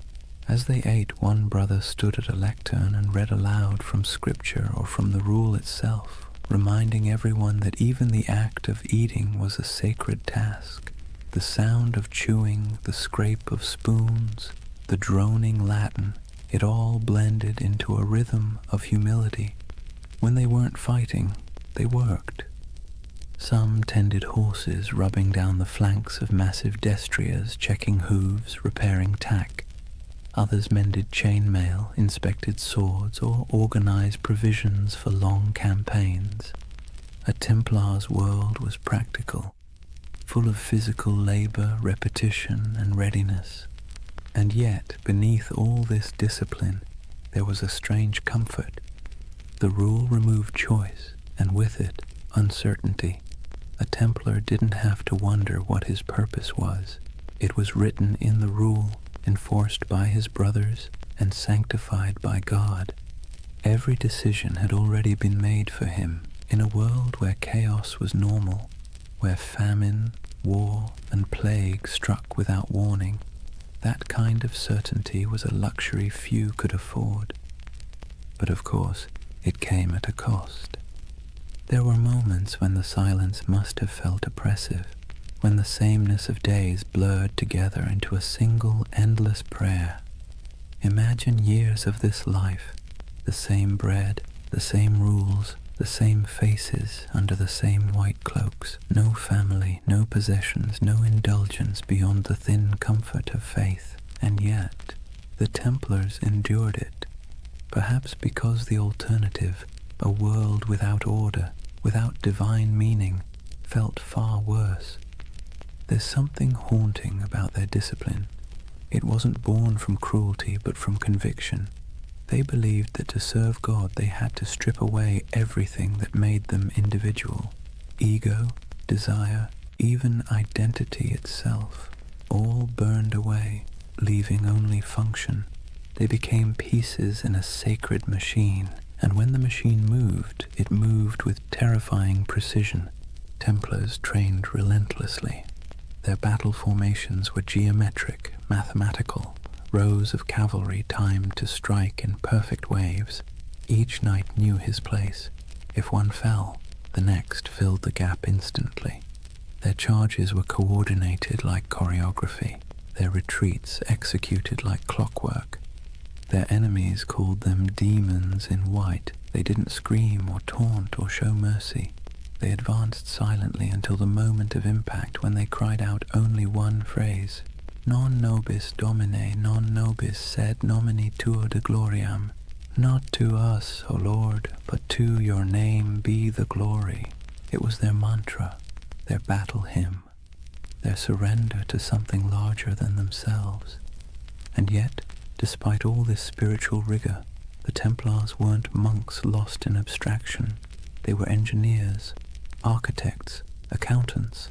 They ran farms, managed estates, built fortresses, and oversaw trade routes.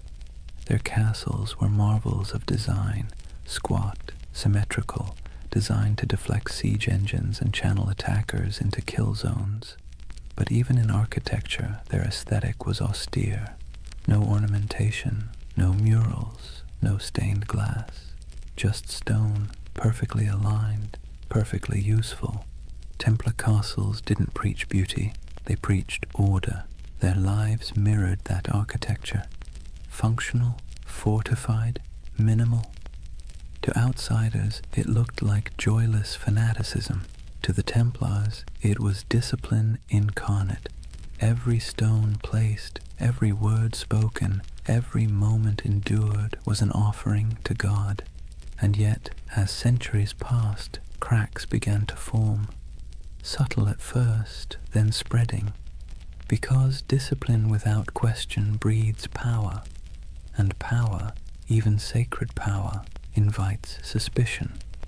The Templars' strict hierarchy made them efficient, but it also made them secretive. Their rituals were closed to outsiders. Their vows of silence protected not only their faith, but their operations. Kings and bishops began to whisper, what did these warrior monks do behind closed doors? Did their oaths hide something darker? The rule of the temple, written to sanctify obedience, began to look like a veil. And the more power the order gained, the more castles, the more treasure, the more influence, the more that veil began to draw attention. It's a pattern as old as history. Purity breeds envy, secrecy breeds rumor, and strength breeds fear. But that comes later. For now, imagine one of those long Templar days near its end, the sun dipping low behind battlements, armor hung to dry, the smell of horse sweat and oil in the air. The chapel bells toll again, soft and steady. The knights gather one final time, kneeling in rows, their white cloaks ghost-like in the flickering candlelight. They pray not for victory, not for wealth, not even for peace. They pray for endurance, for the strength to obey again tomorrow and the day after until the end of their lives. Outside, the wind carries the smell of dust and salt. Somewhere beyond the horizon, enemies are gathering, empires are shifting, and history is already writing its next betrayal. But inside the chapel there is only the rhythm of prayer, the faint creak of chainmail, the murmur of Latin words fading into the night. And above them, Carved into the stone arch of the temple wall, the red cross catches the last trace of sunlight, still, unchanging, eternal. For now, imagine the first thing that hits you isn't the sight, but the heat. The air itself feels alive, sharp with salt from the sea, heavy with dust from the desert, and tinged with the scent of oil, incense, and sweat. You've just stepped into the Holy Land sometime around the year 1140, and you're walking through a world where heaven and earth have been fighting for custody of the same patch of ground for generations. The Crusader kingdoms were born from blood and disbelief. After the First Crusade captured Jerusalem in 1099, waves of settlers, soldiers, and zealots streamed eastward, knights chasing absolution, merchants chasing profit, peasants chasing a miracle. What they found was a land older and more complicated than anything they'd been promised. Picture Jerusalem then, not the golden city of postcards, but a dense, sun-bleached labyrinth of limestone walls, narrow streets, and markets bursting with languages: Arabic, Greek, Latin, Armenian, Hebrew, all colliding in the same dusty air. Bells rang from churches while the call to prayer echoed from minarets. Frankish knights and Muslim merchants haggled over silk. Pilgrims shuffled barefoot past relics too sacred to question. The Holy Land was less a battlefield than a mosaic, fragile, shimmering, and always on the verge of breaking. For the Templars, this was both home and battleground. They arrived as guardians of faith, but quickly became administrators of empire. They built massive fortresses to anchor the Crusader presence, stone giants rising from the desert like mirages made real. One of their most famous was Crac des Chevaliers, the castle of the knights. If you've ever stood on a cliff and felt the wind try to push you backward, you'll know the feeling of that place. Perched high above the Homs Gap in modern Syria, it was less a castle and more a declaration. Double walls, circular towers, arrow slits that could whisper death at 100 yards. The stones gleamed pale under the sun, and from its ramparts you could see for miles the mountains, the valleys, and the endless horizon of sand and sky. Inside, it was strangely orderly. Kitchens, chapels, barracks, even a bathhouse. You could live there for months without stepping outside, which was convenient, since stepping outside usually meant someone was trying to kill you. The Templars' castles weren't built to impress, they were built to endure. They were a theology of stone, faith expressed in geometry. The Crusader kingdoms themselves were strange hybrids, part European colony, part medieval experiment. French nobles ruled over Middle Eastern cities filled with Syrians, Greeks, and Jews. Mosques stood beside cathedrals. Crusader coins bore Latin inscriptions on one side and Arabic ones on the other. In some ways it worked. Trade flowed, cultures mixed, and for a brief shimmering moment East and West coexisted, not peacefully, but practically. Templars thrived in that liminal space. They spoke local languages, made deals with Muslim rulers, and hired Arab engineers to fortify their walls. Despite their reputation as fanatics, the Templars were pragmatists. They had to be. The Holy Land wasn't a sermon, it was survival. Still, survival came at a price. The heat wore on them, the endless patrols through sand and rock, the smell of blood baked into armor, the weight of divine expectation pressing down like the sun itself. Every campaign was a pilgrimage of exhaustion. Imagine a Templar caravan winding across the desert. Horses sweating beneath white banners marked with red crosses, sand grinding in every crevice of armor. They march in silence except for the creak of leather, the occasional clink of mail. Ahead lies an enemy they can't see, only the shimmer of heat on the horizon. By nightfall they camp beneath a vault of stars so clear it feels like a cathedral of light. Prayers are murmured, wounds are tended. The men sleep on bare ground, swords within reach, their faith both pillow and weapon. In this land even the air felt charged with contradiction, sacred and savage all at once, and nowhere was that clearer than in Jerusalem itself. For a brief century the city stood under Christian control, a jewel of Christendom wrapped in ancient dust. The Templars' headquarters was no ordinary building. It was the Al-Aqsa Mosque, believed at the time to stand on the ruins of Solomon's temple. To the Muslim world it was one of Islam's holiest sites. To the Templars it was the very foundation of their identity, the Temple of Solomon, the birthplace of their name.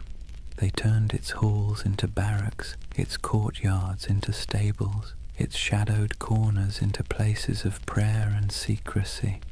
There, in the dim glow of oil lamps, the Templars trained, planned, and perhaps, as rumors later claimed, uncovered something ancient. Some said they found relics buried beneath the Temple Mount, the Ark of the Covenant, the Holy Grail, scrolls of forgotten wisdom. Others said they simply found nothing and invented mystery to fill the void. Whatever the truth, their presence in Jerusalem became mythic. The sight of their white mantles moving through the streets, calm, silent, immaculate, inspired awe and unease in equal measure. They were soldiers of God, but they moved like ghosts. Their faith was practical, but their reputation became supernatural. Pilgrims whispered that Templars could not be killed by ordinary men. Enemies swore they saw them fight after being struck down, and perhaps that was the point. In a land where death was daily and miracles were currency, a little fear was useful. Templar strategy was as psychological as it was martial. They fought not just with swords but with image, the cross on their chest, the silence in their ranks, the absolute certainty in their purpose. Their presence in battle could shift morale before a single blade was drawn. When the call to arms came, whether at Ascalon, Damascus, or Hattin, the Templars rode out not as individuals but as one unbroken will. Their discipline was terrifying. They charged in perfect formation, shields tight, lances lowered, red crosses blazing against white. They were often the first to enter and the last to retreat. In moments when other armies broke, the Templars held, and when they died where they stood. But for all their valor, their victories were temporary. The Crusader kingdoms were built on sand, politically, literally, and theologically. They could conquer cities, but they could never conquer geography. The further they stretched their lines, the thinner their strength became. And while Templars built walls of stone, their enemies built alliances. Muslim leaders like Zengi, Nur ad-Din, and eventually the great Saladin began to unify what had once been divided. The dream of Christian dominion over the East began to falter as reality, relentless and strategic, pressed back. Still, for nearly 2 centuries, the Templars endured. They were the spine of the Crusader world, a constant presence whether guarding pilgrims on dusty roads, escorting kings, or defending castles that seemed impossible to hold. And through it all they believed, or at least tried to, that their struggle was holy, that every drop of sweat, every wound, every brother lost was part of a cosmic design. But in quieter moments, as the wars dragged on and the Holy Land slipped further from their grasp, doubt must have crept in. What happens when a holy mission stops feeling holy? When obedience begins to feel like futility? When you've spent your life serving God with sword and blood, and still the world refuses to be saved? History doesn't record their private thoughts, but you can imagine the silence inside those massive stone fortresses, the kind of silence that comes after years of praying into a void. The Templars' castles still stand in ruins across the Middle East, in Syria, in Israel, in Turkey, their stones sun-bleached, their halls open to the wind. Stand in one, and you can almost hear the echoes, hooves on cobblestone, the whisper of chainmail, the low murmur of prayer. Those walls remember. They remember a time when faith and empire shared the same heartbeat, when men rode into battle convinced they were defending heaven itself. And maybe, in their own way, they were. Because for all its contradictions, the Crusader dream wasn't just about conquest, it was about belief, belief so strong it reshaped landscapes, rewrote maps, and built fortresses that still defy time. The Templars were both its architects and its prisoners, bound by duty, by faith, by the unbearable beauty of purpose. And even as the Crusader kingdoms began to crumble, they didn't loosen their grip, they just prayed harder, fought longer, and built higher, until the day came when the walls themselves began to crack. But that's a story for the next night. For now, picture that world one last time, the desert glowing gold under the last light of day, the red cross fluttering above a fortress wall, and somewhere inside, a group of knights kneeling in silence, their faces half-shadowed, their faith still unbroken. The wind moves through the stones like a sigh, the candles flicker, and the Holy Land sleeps, as it always has, torn between heaven and earth. Imagine standing in a candle-lit chamber somewhere in Paris in the early 1200s. The air smells of beeswax and damp stone. At a table sits a man in white robes marked with a red cross, quill poised above parchment. Before him, a merchant lays down a pouch heavy with coins, silver deniers, gold florins, copper dirhams from faraway ports. The knight nods, seals the parchment with wax, and hands the merchant a folded document stamped with the sigil of the temple. "Show this in Jerusalem," he says, "and you'll receive the same sum." The merchant bows, the pouch stays, the man leaves. And just like that, without a single coin crossing a sea, the Knights Templar have just performed one of the earliest forms of international banking. You see, the Templars weren't just warriors, they were administrators, financiers and logisticians of staggering sophistication. While kings still measured their treasuries in piles of glittering metal, the Templars had already learned that information, records, signatures, trust was worth more than gold. Their network stretched from the windswept shores of England to the sun-scorched walls of Jerusalem, a chain of commanderies that functioned as safe houses, training centers, warehouses, and financial hubs all at once. Each of these commanderies was like a small universe, self-sufficient and meticulously organized. They had their own chapels, fields, mills, and workshops. Some raised horses, others produced wool, wine, or grain.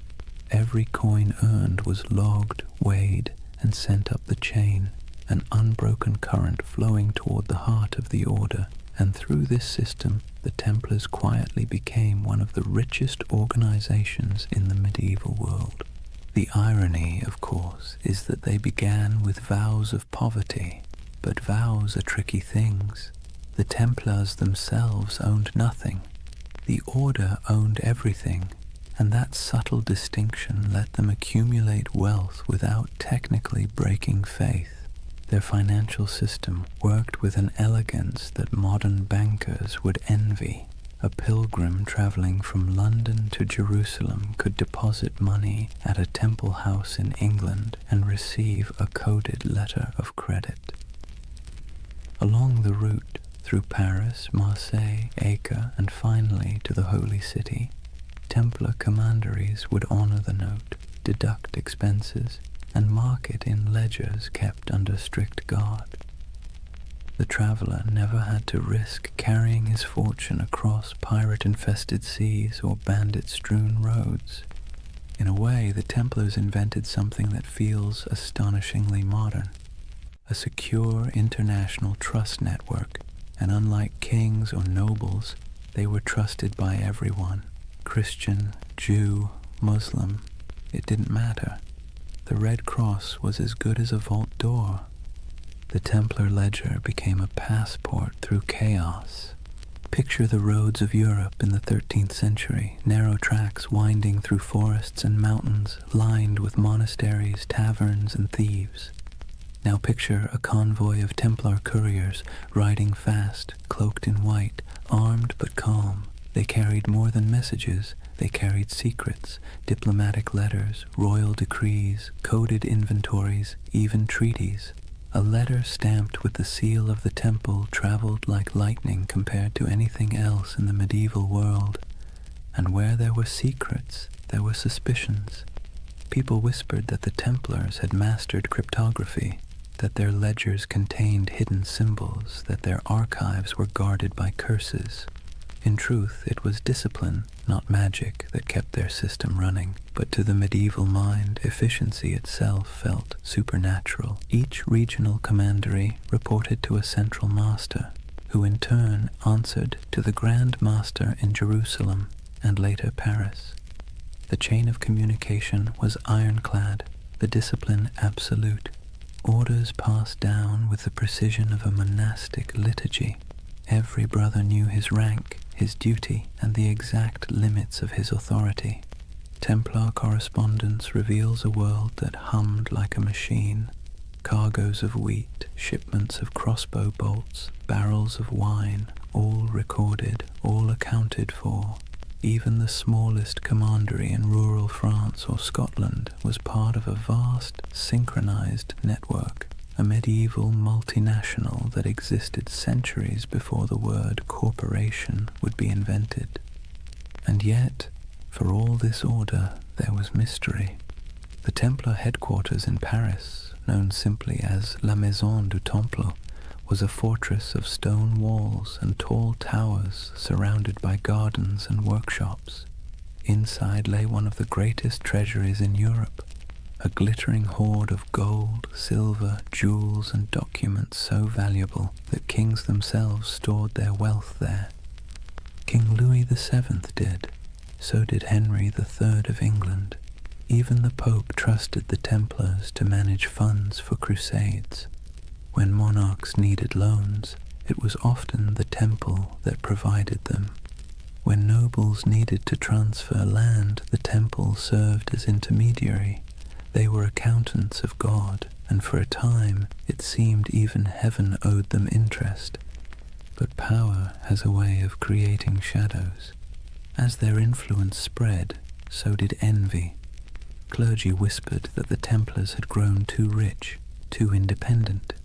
Kings resented being indebted to monks with swords. Rumors began to drift through Europe like incense, that the Templars worshipped idols, that their rituals were secret and profane, that the cross they bore was not a sign of purity, but of blasphemy. Still, in their heyday, those whispers were little more than background noise. Outwardly, the Templars thrived. Their fortresses dotted Europe and the Levant, solid, silent, identical in style, as if each had been built from the same blueprint. Stone geometry repeating across continents. They didn't just build castles, they built infrastructure, bridges, ports, farms. They managed trade routes that linked the Mediterranean to northern Europe. They established supply lines for crusading armies that stretched across thousands of miles. Without them, the very logistics of holy war might have collapsed. It's easy to forget that behind every knight charging into battle was a chain of bakers, blacksmiths, and scribes keeping the machine running. The Order's power didn't come from miracles. It came from ledgers. But not all their wealth was material. the Templars also held something far more dangerous: information. Through their far-flung network, they gathered intelligence about politics, trade, and warfare from every corner of Christendom. They knew which kings were broke, which roads were unsafe, which alliances were shifting. In an age before newspapers, that knowledge was gold. Their reach was so vast that you could travel from Scotland to Syria and never truly leave their shadow. Every few days' journey, you'd find another Templar house, white walls, red cross, the same rhythm of prayer and order. Their presence was both reassuring and unnerving, like a vast skeleton under the skin of medieval Europe. To ordinary people, they must have seemed immortal. Their discipline never wavered. Their symbols never changed. Generations rose and fell, and still the Templars endured, unmoved, unstoppable. Even their dress added to the myth. While nobles flaunted velvet and jewels, Templars wore plain wool, dyed white for purity. Their only ornament was the red cross, a reminder of both sacrifice and authority. When they moved through a town, heads bowed, they looked less like men than like an idea, one that walked and breathed and collected rent. And it wasn't only men. Though the order itself was male, its network included women, nuns, widows, and lay sisters who worked in the commanderies, managing estates, caring for pilgrims, brewing ale, and keeping the wheels turning. History rarely mentions them, but without them, the Temple's empire of faith would have faltered. By the mid-13th century, the Templars had reached their zenith. Their ships carried goods across the Mediterranean. Their estates covered vast tracts of Europe. Their influence seeped into every court, every treasury, every crusade, and yet, like all empires, they had already sown the seeds of their own decline. The Holy Land, their reason for existing, was slipping away. Muslim forces were reclaiming city after city. The Crusader states were shrinking, and with them the spiritual justification for the Temple's existence. But the Templars adapted. They shifted their focus westward, becoming less of a crusading order and more of a financial and political one. Their castles became banks, their swords gathered dust, their prayers became ledgers, and with each ledger, their power grew. But so did resentment. Imagine being a king and realizing that the most efficient, trustworthy, and wealthy organization in your realm doesn't answer to you. It answers to no one but God, and maybe the Pope. That unease was the first tremor before the fall. But for now, in the candlelit rooms of the 1200s, the world still looked stable. Templar scribes bent over parchment, quills scratched, coins clinked softly in wooden chests. Outside, the moonlight shimmered on stone, and the red cross of the order fluttered faintly in the night wind. It was a world of precision, discipline, and quiet ambition. A world that believed itself eternal. And perhaps, for a while, it was. Picture a long stone hall lit by morning light through narrow slits in the wall. The air smells faintly of straw and cold iron. Dozens of men kneel side by side, white mantles draped over their shoulders, red crosses stark against the fabric. No one speaks. The only sounds are the shuffle of boots, the whisper of breath, and the faint crackle of a torch. It's not a church exactly, not a barracks either. It's both, and that contradiction is the essence of the Knights Templar. Discipline was their creed. Every movement, every word, every thought was governed by the rule of the temple, a sprawling set of commandments written in the early 12th century that blended the rigidity of a monastery with the brutality of a battlefield. And yet, for all its severity, there was beauty in that order, a rhythm that shaped their days like the tolling of distant bells. They rose before dawn to pray, their voices echoing in unison. Then came the chores, feeding horses, sharpening weapons, tending armor, mending cloaks, cleaning wounds. Breakfast was simple: bread, sometimes watered wine, rarely meat. Then training, endless training, sword drills in formation, mounted charges across dusty fields, bow practice until fingers blistered. To the outside world, they were holy warriors. To themselves, they were servants of God, of each other, and of discipline itself. Templars lived by vows of poverty, chastity, and obedience, but those words meant something very different in their world. Poverty meant no personal possessions, but the order itself owned vast estates. Chastity meant avoiding women entirely, even in conversation, an easier rule to write than to live by. And obedience meant complete submission to one's commander, even unto death. That last vow was the hardest, and the one that defined them. A Templar didn't fight for victory. He fought to obey. If ordered to hold a line, he held it. If ordered to die, he died. There was no hesitation, no bargaining, no emotion. In battle, this made them terrifying.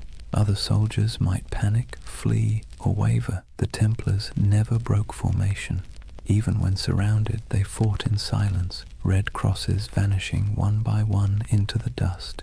It's tempting to romanticize that kind of devotion, but there was nothing romantic about it. It was hard, mechanical, and often lonely. Templars were forbidden to embrace their own brothers without permission, forbidden to joke or sing frivolously, forbidden to play games of chance. Even laughter was discouraged, except in moderation. Their armor, too, reflected that restraint, plain, functional, unadorned. No bright colors, no gilded crests, only the red cross sewn near the heart. It was said that when the Templars rode into battle, the sound of their charge was unlike anything else. Not the roar of chaos, but the low thunder of synchronized hooves, a kind of terrible harmony.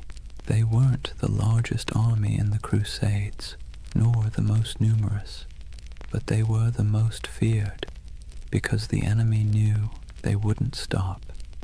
Every Templar learned to fight and die as part of something greater, and that mindset extended beyond the battlefield. Inside their commanderies, every task, no matter how small, was done with the same ritual precision. From the folding of cloaks to the cleaning of armor, everything had its method. The order saw chaos as the devil's playground, and order as divine. Imagine the life of a young recruit, a sergeant or a serving brother, joining the temple. He would begin as an associate, working the stables, tending the fields, carrying water. He'd sleep on straw, wake before dawn, pray, eat little, speak less. The nights might seem distant, stoic men of few words, but in truth everyone shared the same weight of silence. Templar silence wasn't emptiness, it was control. They believed words carried danger, pride, gossip, temptation. So they learned to communicate through gestures and glances, through efficiency rather than expression. Meals were eaten in near silence, a monk reading scripture aloud while others chewed. If you wanted salt, you didn't ask, you pointed. If you needed bread, you waited your turn. Over time, that silence became a kind of language, a pulse that connected them more deeply than speech ever could. And perhaps that's why their discipline bordered on the sacred. Their punishments were severe but predictable. A brother who broke his vows, who stole, lied, or behaved pridefully, might be stripped of his cloak, forced to eat on the floor, or made to lie face down during Mass while others stepped over him. For grave offenses he could be expelled entirely, his red cross torn away like a soul in exile. But for most, it never came to that. The Templar mind was trained like a blade, sharp, steady, and resigned. Even their daily routines reinforced obedience. The day was divided by bells, prayer, labor, rest. Each moment accounted for. They prayed before battle, after battle, before eating, before sleeping. Every act was sanctified, every breath a form of worship. And yet, for all their austerity, there was a quiet humanity beneath it. The rule allowed small comforts, wine on holy days, the company of brothers during feasts, laughter when earned. They kept dogs and falcons. They played music sometimes, though always solemnly. Their lives weren't joyless, just measured. To outsiders, that restraint looked inhuman. To insiders, it was peace. Because here's the thing, medieval life was unpredictable, dangerous, and filthy. Plague, famine, war, it was all chaos. The Templars built a life where everything made sense, a world of routine, duty, and clear purpose. That order was their sanctuary. And yet, there's a strange irony in that. For all their vows of humility, the Templars radiated pride, not arrogance exactly, but a certainty that they were different, chosen. While other knights fought for lords, women, or glory, the Templars fought for eternity. Their enemy wasn't just flesh and blood, it was sin itself. That certainty gave them strength, but it also made them untouchable. When they marched through cities, people stepped aside. Their white mantles glowed in the sun. Children watched them pass in awe. Priests blessed them. Merchants envied them. Kings tolerated them. And slowly, without realizing it, they became what they were sworn to resist, powerful, privileged, and proud. Their discipline, once spiritual armor, became something colder, a mask. By the late 13th century, the Templar ideal had begun to crack. The Holy Land was lost, the Crusades had soured, and yet the Order still trained, still prayed, still obeyed, as if nothing had changed. It's almost haunting, that image. An army without a war, marching in perfect silence toward a future that no longer needed them. They kept their rituals alive even as their purpose faded. The morning prayers, the vows, the cold meals, the endless drills, like monks in armor performing the same liturgy long after the congregation had gone home. If you had visited a Templar stronghold, then, say, Tomar in Portugal, or the great fortress of Crac de Chevalier, you'd have seen perfection on the surface, polished discipline, unbroken ranks, but beneath it, something else was stirring, uncertainty. What happens to an order built for holy war when holiness itself goes out of fashion? The Templars didn't have an answer. They just kept obeying. And maybe that's the tragedy. They were so trained to follow command that when the commands themselves became corrupt, when kings and popes turned against them, they couldn't adapt. Their discipline, once their shield, would soon become their downfall. But that's later. For now, in the twilight of their golden age, they still looked unshakable. Picture them one last time. A column of knights riding through the gates of Acre, the last stronghold of Christendom in the east. Sunlight glints on their helmets. The sea wind carries the smell of salt and steel. Their banner ripples, a red cross against white. They move as one body, one will, one faith.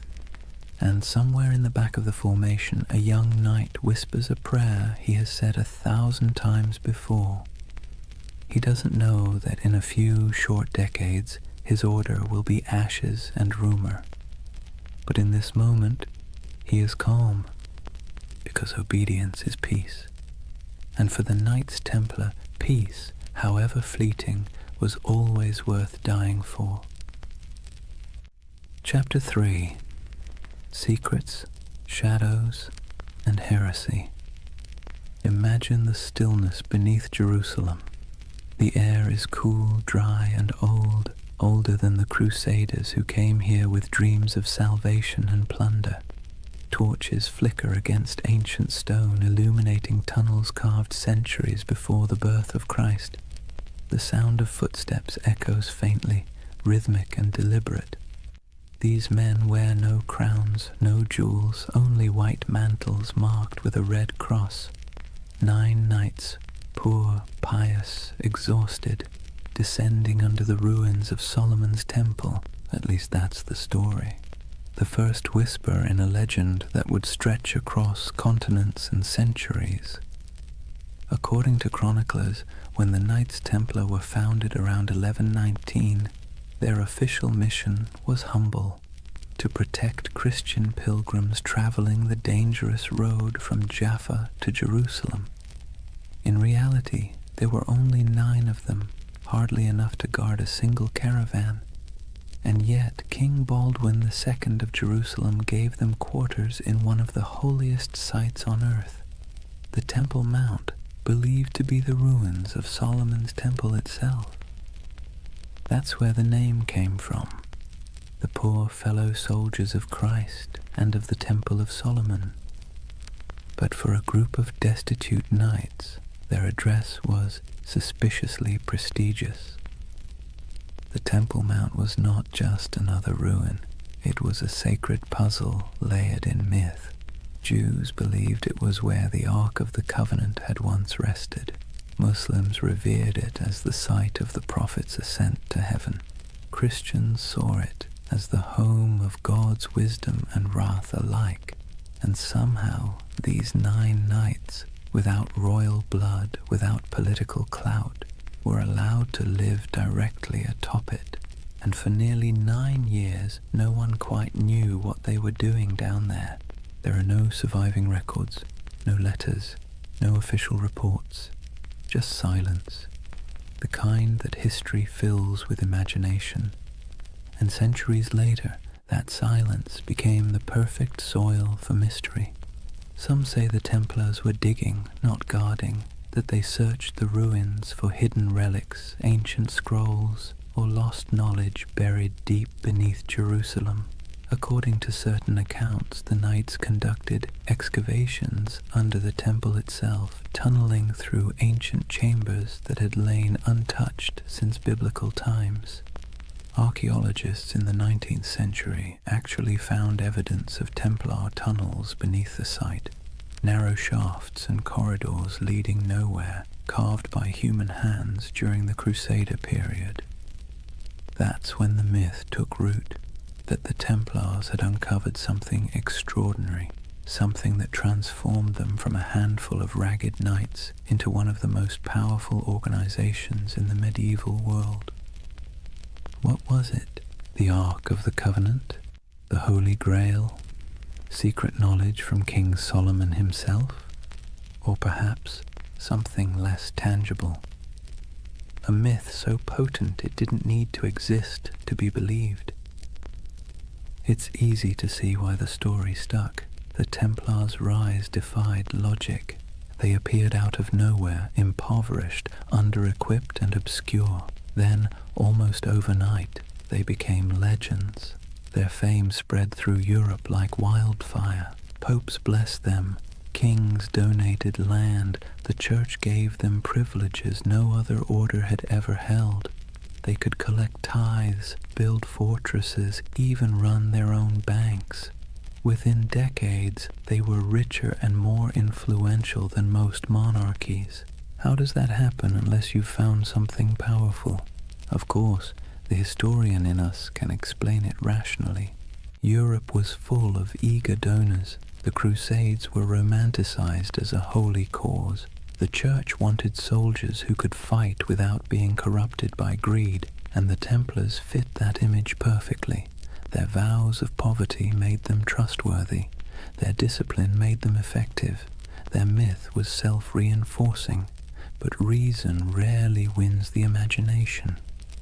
And so the legend persisted that beneath the stones of the Temple Mount they discovered secrets the church itself feared, hidden teachings, forbidden wisdom, proof that faith was not as simple as it seemed. You can almost hear the whispers, a flicker of torchlight in the dark, the scrape of metal against stone, the muttered Latin of a prayer or a spell. It's nonsense, of course, probably, but beautiful nonsense. That's the curious power of the Templar myth. It lives in the gap between faith and doubt, between the seen and the unseen. Take the idea of the Grail, for instance. In medieval Europe, the word didn't mean a chalice at first. It meant a vessel of divine mystery, something that contained the essence of truth. The connection between the Templars and the Grail only appeared centuries later, in 12th and 13th century romances, when poets like Chrétien de Troyes began weaving stories of knights, purity, and hidden relics. Those tales weren't history. They were dreams, but dreams with staying power. To the medieval mind, it made perfect sense that the holiest warriors would be the keepers of the holiest object. And to the modern mind, still restless in the dark, it makes perfect sense that an empire's rise must hide a secret. Maybe that's why the Templars continue to haunt us, because we can't resist the idea that someone, somewhere, found the truth and kept it to themselves. But beneath the mystique, there's something more mundane and more fascinating. The real secret of the Templars wasn't gold or relics. It was organization. While other Crusader groups floundered in chaos, the Templars built a system.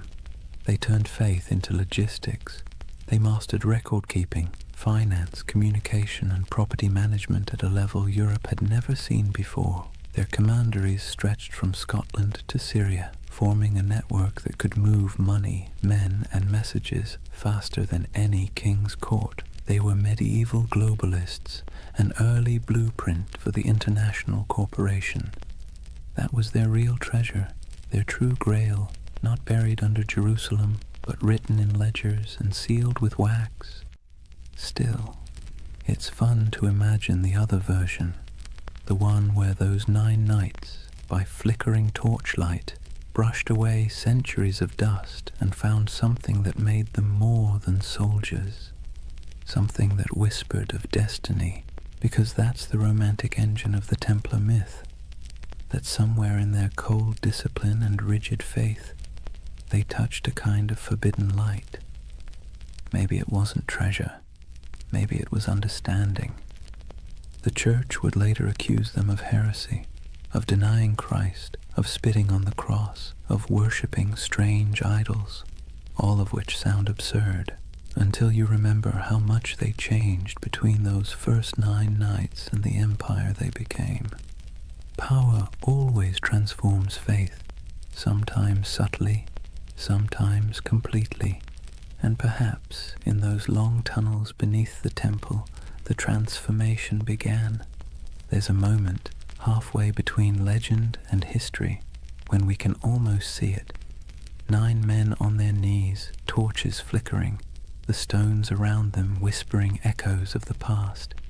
They think they're praying, but maybe in that silence something ancient is listening.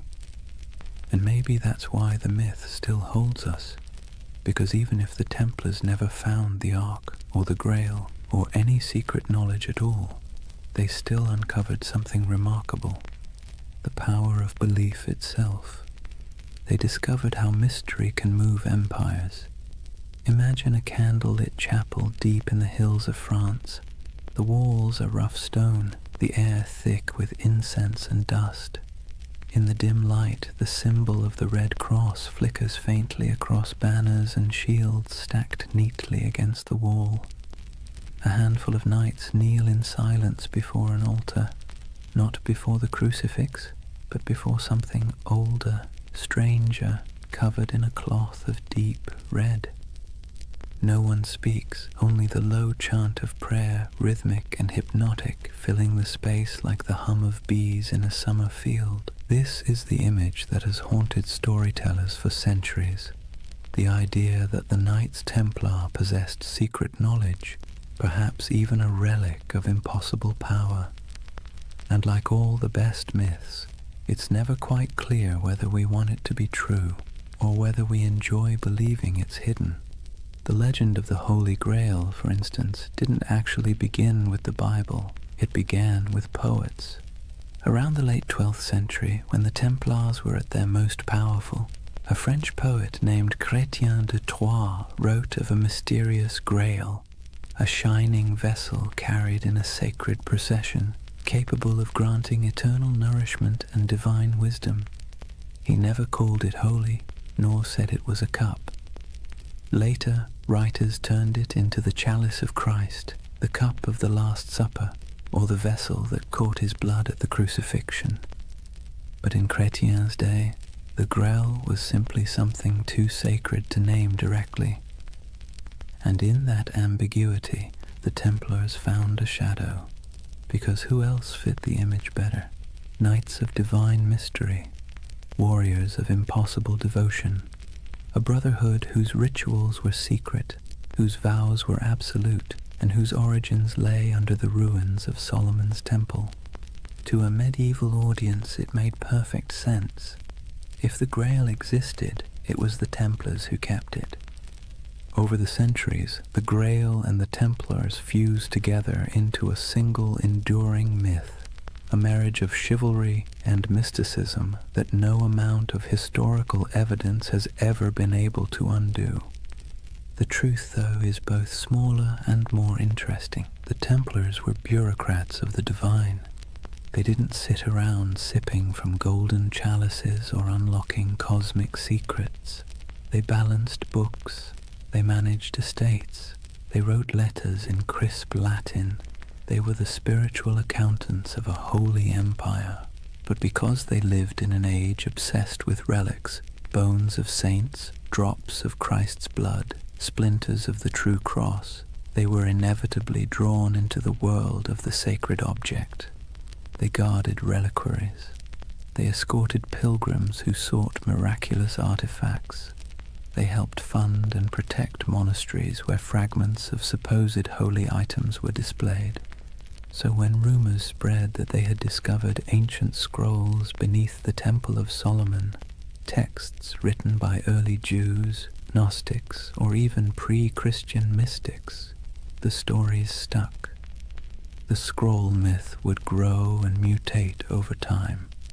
Some later accounts, centuries after the Templars were gone, claimed they had found the Book of Thoth, an Egyptian text of divine wisdom. Others said they uncovered teachings from the lost tribes of Israel, and some whispered of alchemical diagrams, maps of the cosmos itself, hidden away from the church to protect humanity from knowledge it wasn't ready to bear. Of course, there's no evidence for any of this, but myths thrive where evidence fails, and perhaps that's what made the Templars so irresistible to later imaginations. They embodied that perfect combination of real power and secret silence. The Church itself fueled much of it, unintentionally, because the Templars, though loyal to Rome, answered to no king, no bishop, no worldly authority. They were free to move money, land, and information across borders. They could send coded letters that no one else could read. They had their own internal justice system, their own chapels, their own prayers. In other words, they looked a lot like the very thing the Church feared most, a second church. And that's when suspicion began to bloom. Whispers spread that the Templars practiced strange rituals, that their initiations involved renouncing Christ, spitting on the cross, or worshipping a mysterious head called Baphomet, that their power came not from God but from something older. Most historians agree that these accusations were lies, propaganda created to destroy them later. But it's worth noting why those lies were so effective. Because they sounded plausible. Because secrecy always invites projection. If you give people a locked door, they will imagine what's behind it. And for medieval Europe, already steeped in apocalyptic fear and superstition, the Templars became the perfect vessel for that imagination. Their very success became suspicious, their discipline unnatural, their wealth sinful, their silence heretical, and yet maybe there was something beneath all the rumor. Not magic, not relics, but an attitude. See, the Templars didn't pray like other monks. Their spirituality wasn't cloistered, it was militant. Their daily life was about control, obedience, and the annihilation of the self. Every moment of pleasure, every trace of comfort was stripped away to make room for purpose. In a sense, that was a kind of secret knowledge, the knowledge that faith and suffering could be fused into a single weapon. And that's what made them so dangerous. Not to the Muslims they fought in the Holy Land, but to the church that eventually feared them, because the Templars didn't seem to need intermediaries. Their faith was too direct, too efficient, too pure. When you can talk to God through action, you make priests nervous. By the time the Crusader kingdoms began to crumble, the Templars' mystique had already surpassed their usefulness. Europe no longer needed warrior monks, it needed bankers, diplomats, and obedient clergy, and so the Templars' mysticism, once admired, became suspect. It's strange, isn't it, how quickly a symbol of holiness can become a symbol of heresy. 1 century they were Christ's chosen, the next they were whispered to be sorcerers. But perhaps that's the price of mystery. The more tightly you guard your secrets, the easier it is for others to fill them with darkness.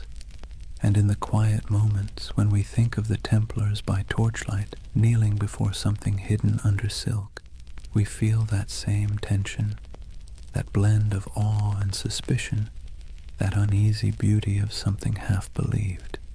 Because part of us wants to believe. We crave hidden truths. We need our mysteries, especially the ones that refuse to resolve. And maybe that's why, centuries later, the Templar myth is still alive, in Dan Brown novels, in video games, in conspiracy theories whispered on YouTube at 3 a.m., because it scratches that ancient itch, that somewhere, someone knows something we don't. It's funny how little we've changed. The medieval mind looked at the stars and imagined divine design. We look at old ruins and imagine lost technology. Both are acts of yearning, proof that we are wired to believe that history hides something from us. And perhaps the Templars were the first to realize that the greatest power isn't in what you know, but in what others think you might know. Theirs was a religion of silence, and silence in any age is seductive. Imagine the city of Jerusalem in the morning light. The walls are pale gold, dust drifting through narrow streets where merchants lift their shutters and donkeys stamp impatiently in the shade. From the hills beyond, the desert glows like a sea of faded fire. Bells ring from the Church of the Holy Sepulchre, and somewhere a muezzin's call answers softly from across the valley.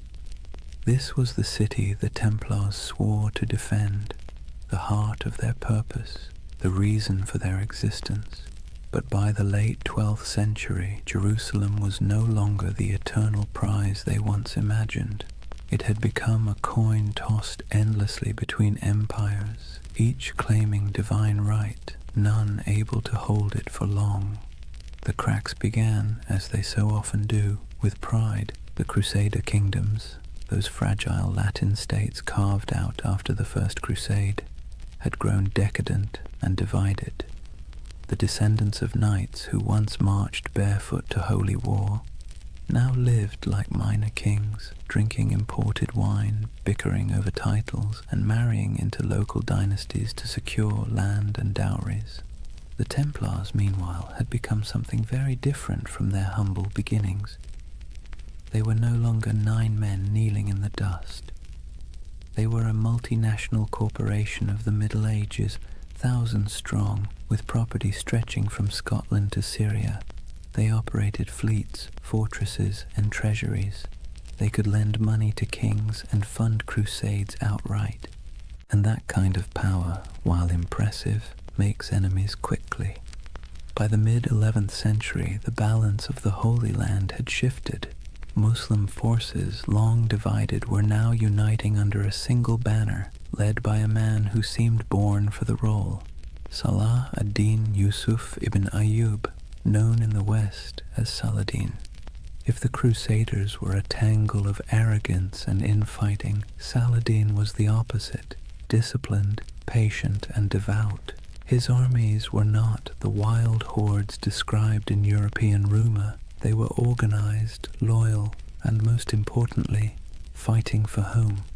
The Templars met them on countless fields, Hattin, Ascalon, Arsuf, and though they fought with ferocious resolve, they were outmatched by unity and strategy. The Battle of Hattin in 1187 was the breaking point. It began with a cruel trick of the sun. Saladin's army lured the Crusaders away from their water supplies, dragging them across the dry Galilean plains under a blazing July sky. By the time the Templars reached the horns of Hattin, they were half mad with thirst, their chainmail burning against their skin, their banners wilting in the heat. The Muslim forces surrounded them. Archers darkened the sky with arrows, smoke from burning grass choked the air, and when the fighting finally stopped, almost the entire Crusader army was dead or captured. The True Cross, a relic carried into battle like a talisman, was seized by Saladin's men. It was never seen again. The Templar Grand Master Gerard de Riedfort was taken alive. Saladin spared him, though many of his brothers were executed. He would live long enough to watch the walls of Jerusalem fall later that same year. When word reached Europe that the Holy City was gone, it was as if the world itself had cracked open. Sermons thundered across cathedrals, blaming sin, pride, and divine wrath. Monarchs trembled, pilgrims wept. The Pope called for another crusade, and through it all, the Templars stood in the ruins of their purpose. You can almost imagine the silence that followed. The once sacred city, its streets littered with the detritus of war, now echoed with the sounds of new rulers. The Templar headquarters on the Temple Mount was emptied, their altars dismantled, their treasures seized. What began as a holy mission now looked suspiciously like a failure of faith. For the first time, the Templars were without their holy ground, and without Jerusalem. They were forced to confront an uncomfortable truth. If the temple was gone, what exactly were they the knights of anymore? But endings have a way of becoming beginnings. Driven from the holy city, the Templars retreated to the coast, to Acre, Tyre, and Cyprus, where they rebuilt themselves as the guardians of ports and pilgrims rather than of the temple itself. Their castles became symbols of endurance. Crac des Chevaliers in Syria rose like a stone crown over the hills, its walls layered and massive, designed to resist even the most determined siege. Safed Tortosa, Athlit, each fortress a defiant miracle of engineering, built with geometry, patience, and faith in stone. In those high towers, the Templars kept the flame of their order alive. But it was different now. Less about holy destiny, more about survival. Their discipline hardened into something colder. Their prayers became shorter, their eyes sharper. They trained recruits not to imagine glory, but to endure isolation, hunger, and the dull ache of endless duty. And yet, despite all this loss, their legend somehow grew. Europe romanticized them even as the Holy Land slipped away. Chroniclers back home painted the Templars as holy martyrs, holding back the tide of heathens. Donations poured in. New recruits arrived from noble families eager for redemption. It's one of history's great ironies. The worse they failed in the East, the more powerful they became in the West. But under the surface, something had changed. Their order was no longer about the sacred geography of Jerusalem. It was about the machinery of power. And in that subtle shift from spiritual to financial, the seeds of their downfall were already being sown. When the Crusades began, the Templars fought for the soul of Christendom. By the 13th century, they were its bankers.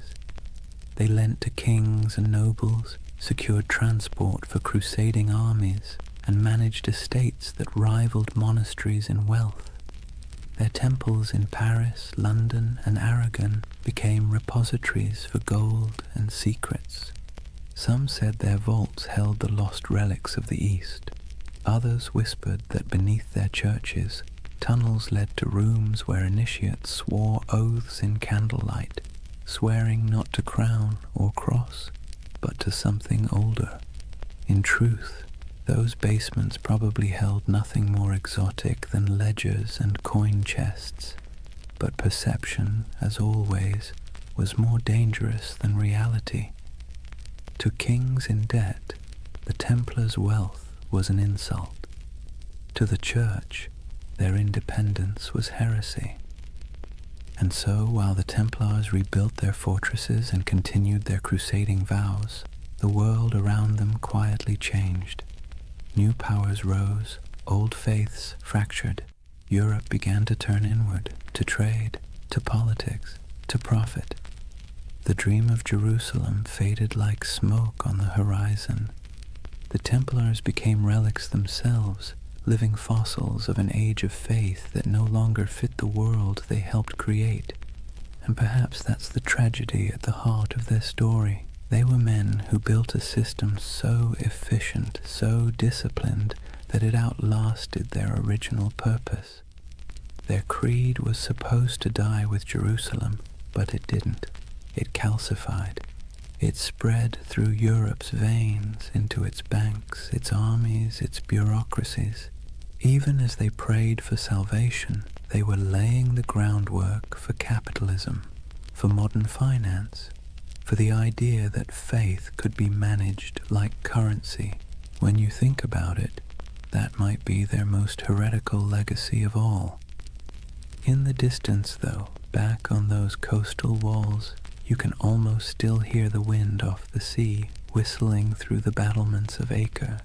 The Templar banners still flutter there in imagination, crimson crosses fading against the salt air. They never stopped believing they could reclaim the Holy Land.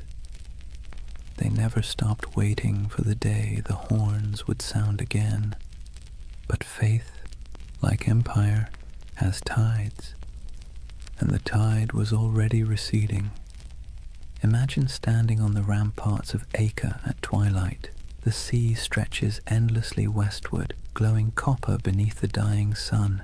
Seagulls drift above the harbor where broken ships list in the water, their masts creaking softly. Behind you, the wind carries the scent of smoke and salt, and the low, steady hum of prayer from men who know the end is coming. This is the world of the final crusades, not the holy fire of the first generation, not the fevered marches of kings and saints, but a quieter, more desperate echo. The age of glory was over. What remained was a grim, bureaucratic persistence. Wars fought on borrowed faith, borrowed time, and borrowed money. By the late 13th century, the Kingdom of Jerusalem existed mostly on parchment and in memory. Its capital, if one could call it that, was Acre, a coastal city pressed between a restless sea and endless desert. It was crowded, rich, and tense, a city of pilgrims, traders, and soldiers living shoulder to shoulder in uneasy tolerance. Here the Knights Templar had built their final fortress, a marvel of engineering, all white stone and iron gates, its walls thicker than any catapult could breach. Within those walls, gold and relics were stored in vaults beneath torchlit halls. Above them, in chapels that echoed with Latin chants, the Templars still prayed for Jerusalem, though most knew they would never see it again. They had become the custodians of a dream already dying. The last crusades were not holy wars anymore. They were logistics operations, charters, supply lines, contracts. The romantic image of knights charging across the desert had long since been replaced by the grinding reality of politics. Kings back in Europe promised armies and delivered excuses. Popes issued bulls calling for redemption and sent none. The Templars and their rivals, the Knights Hospitaller, did what they could. They fortified the remaining coastal strongholds, trained recruits from France and England, and negotiated uneasy truces with Muslim rulers, who now viewed them less as enemies and more as relics of a fading age. For nearly a century, the Templars held their line. A few miles of coast, a handful of towers, and the weight of an entire lost empire on their shoulders. Then, in 1291, the inevitable came. A vast Mamluk army, disciplined, relentless, and armed with the confidence of history, swept across the plains toward Acre. Their banners blackened the horizon. Their engines rolled like thunder. Inside the city, panic spread like wildfire. Citizens fled to the harbor, merchants burned their ledgers, priests carried relics to the ships, whispering prayers that no one believed would work. The Templars, as always, took their positions. From the battlements, they could see the Mamluk campfires stretching endlessly into the desert night. The siege began with drums, then fire, then days of unbroken assault. It was not the glorious last stand of legend. It was chaos. Stones crashed into the towers, arrows rained like iron hail, walls cracked and bled dust. The Templars fought with methodical silence, their discipline unbroken even as everything around them burned. Eyewitnesses would later write that when the outer wall finally collapsed, the sound was like a mountain giving way. Within days, Acre was gone. The Templar fortress fell piece by piece, and those who survived fled to their ships, carrying little more than their order's banner and the bitter taste of failure. When the city burned behind them, so did the last true Crusader stronghold in the Holy Land. It was over. The Crusades had lasted nearly 2 centuries, and now, after all the pilgrimages, sieges, and sermons, the Holy Land was once again entirely in Muslim hands. For the Templars, the loss was more than strategic, it was existential. They returned to Europe as an army without a battlefield, an order without a purpose. Their castles in the east were gone, their mission obsolete, but they were still wealthy, still disciplined, and still bound by vows that made them useful or dangerous, depending on who was watching. They settled mostly on the island of Cyprus, rebuilding their headquarters there. From its harbors, they continued to dream of returning to the Holy Land, though it was clear to everyone that the age of crusades had passed. But faith is a stubborn thing. The Templars still believed that their duty was not complete. They trained, prayed, and planned as if the next crusade was always just one papal decree away. And Europe for a while humored them. Popes still called them the sword of the church. Kings still borrowed their money. Peasants still whispered prayers for them. But under the surface, the world was changing. Trade was replacing war. Cities were replacing castles. Banks were replacing swords. And the Templars, with their vast holdings and network of treasuries, found themselves at the uncomfortable center of this transition. They had invented the closest thing to modern finance, a system where a pilgrim could deposit gold in Paris and withdraw it in Acre using coded letters of credit. It was genius, practical, and efficient, and in hindsight, catastrophic. Because when the wars ended and the debts came due, kings looked at the Templars' wealth and saw temptation, not salvation. Especially one king in particular, Philip IV of France. Philip was a man both pious and paranoid.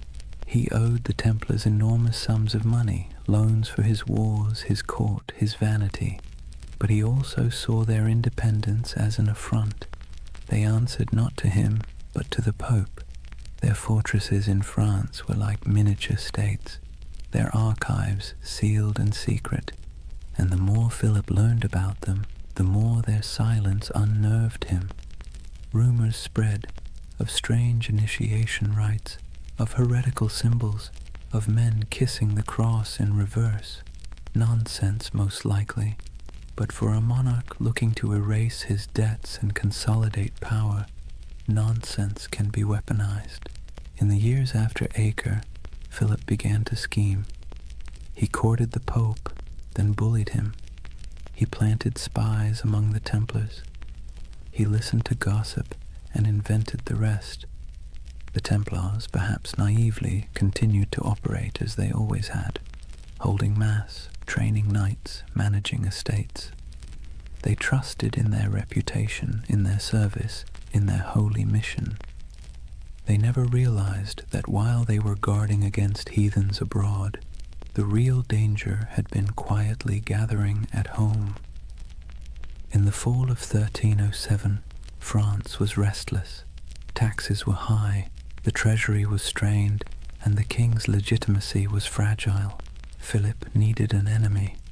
And what better villain than a secretive, wealthy brotherhood whose glory had long since faded into rumor?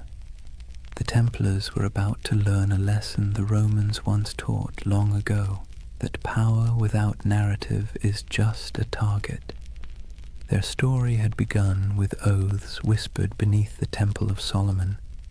It was about to end in the flicker of torches and the hiss of sealed orders. History, like the sea, has its own rhythm, rising, falling, devouring. The Templars, once masters of both faith and war, had finally drifted too far from shore. Their banners would not fall on the battlefield, but in the courts of kings. Their last enemy would not wield a sword, but a quill.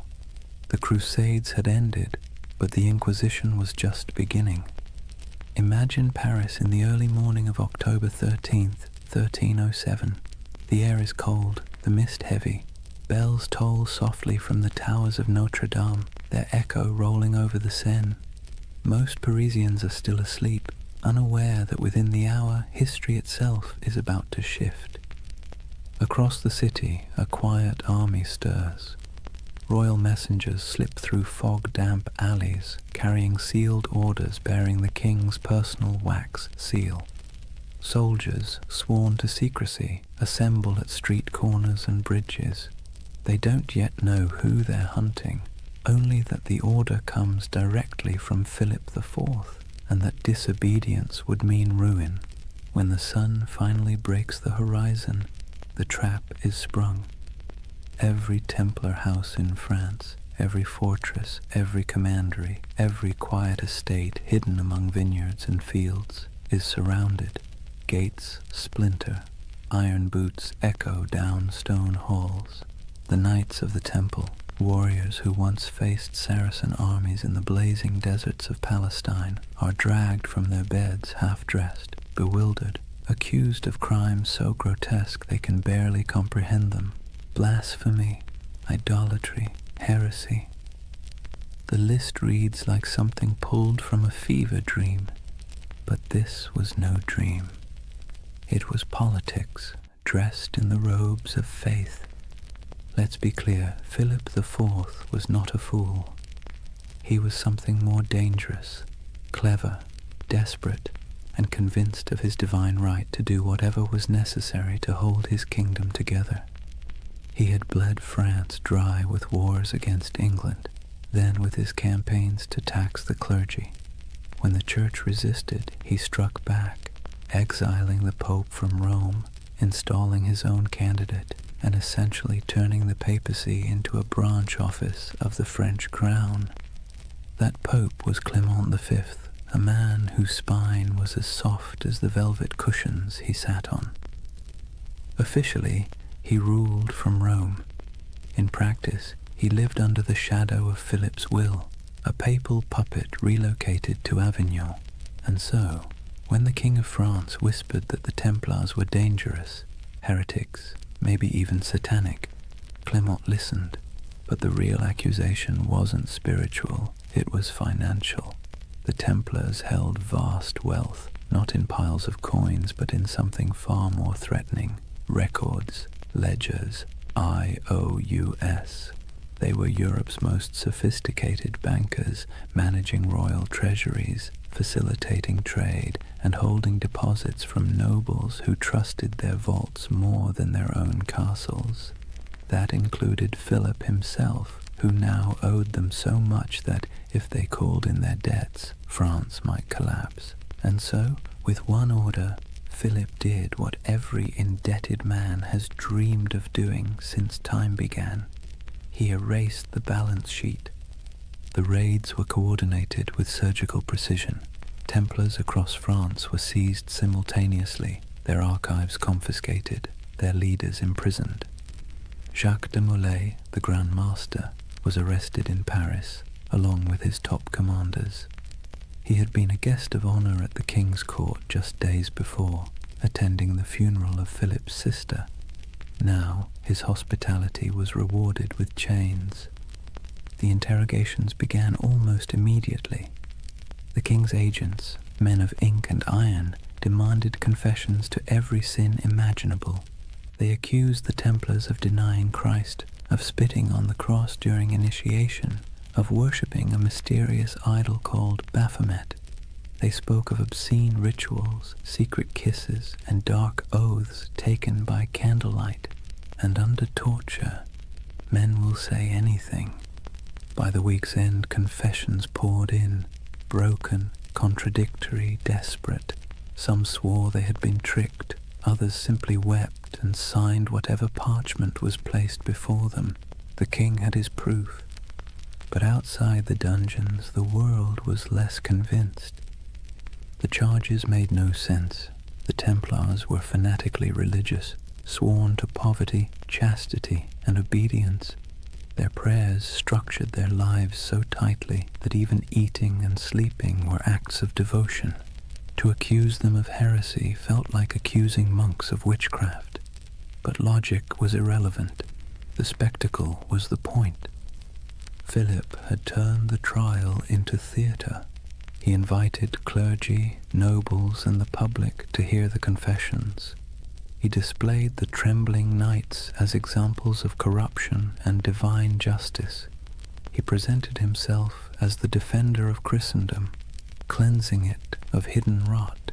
And for a public weary of taxes, famine, and failed wars, it worked.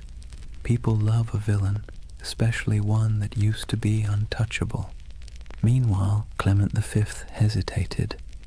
As head of the church, the Templars were technically under his jurisdiction, not Philip's, and he knew, deep down, that the charges were absurd.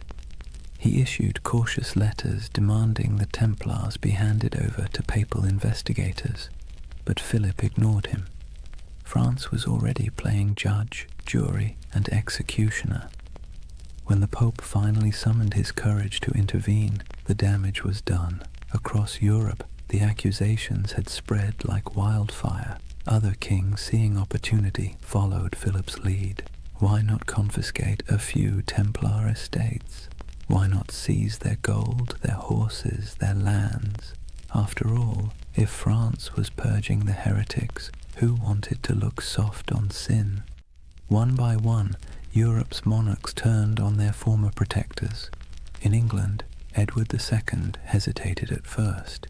He actually liked the Templars, but papal pressure forced his hand. In Spain and Portugal, the order was dissolved and reborn under new names, with new insignia, to preserve their assets while appeasing the church. In Germany and Italy, their properties were quietly absorbed by the Hospitallers, rivals who had survived by being slightly less rich and slightly less suspicious. But in France, there was no mercy. The king's prisons overflowed with knights. Some recanted their forced confessions, and for that they were burned alive. Others were kept in darkness for years, their order formally disbanded by papal decree in 1312.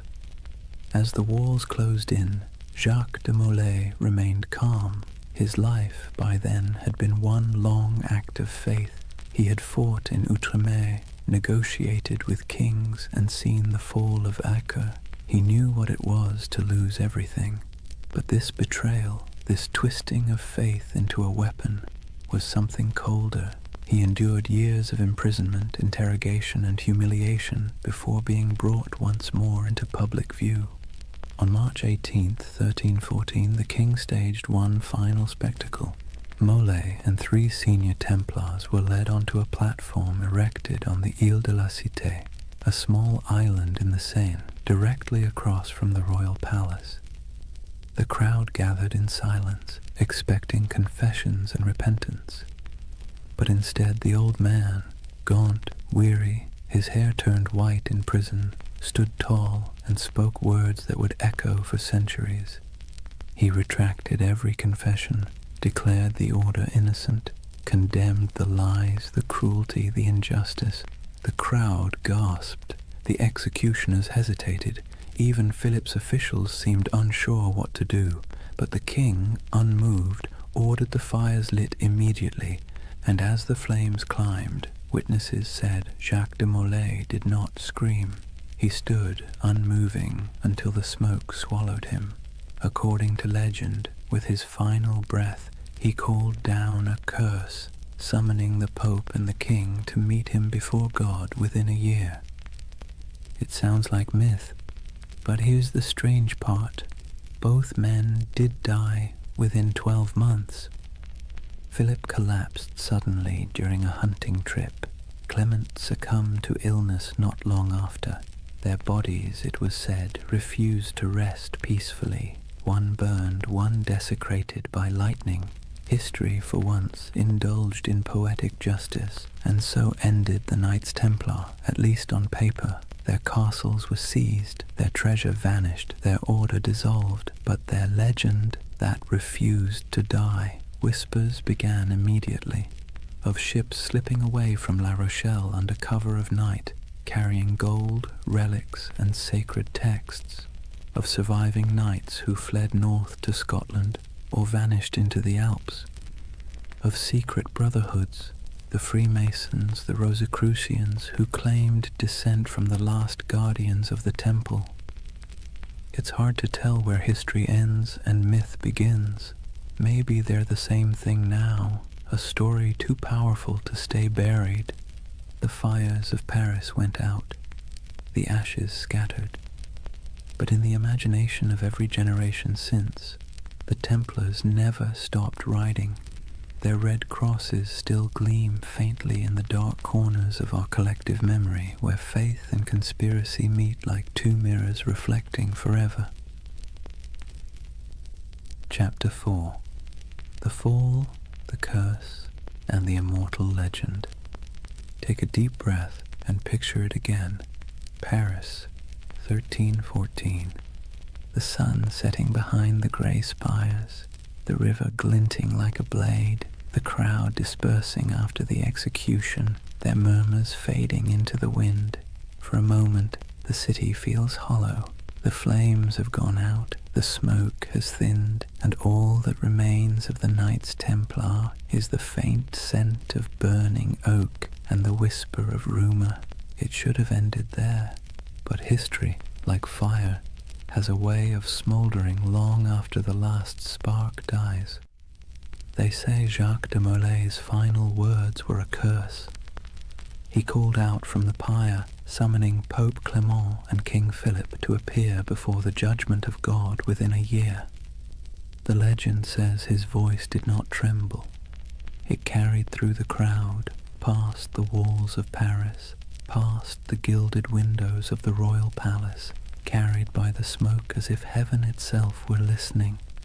And then, as the flames consumed him, something strange happened. The air shifted. The crowd fell silent. Even the guards who had lit the pyre looked uneasy, like men who had just seen something they shouldn't have. You can almost hear the echo, soft, defiant, and final. Within 1 year you will answer before God. It's the kind of line that sounds too neat to be true. And yet, history, either by coincidence or poetic design, obliged. Within a month, the Pope fell ill. Clement V's body gave out after years of stress, guilt, and compromise.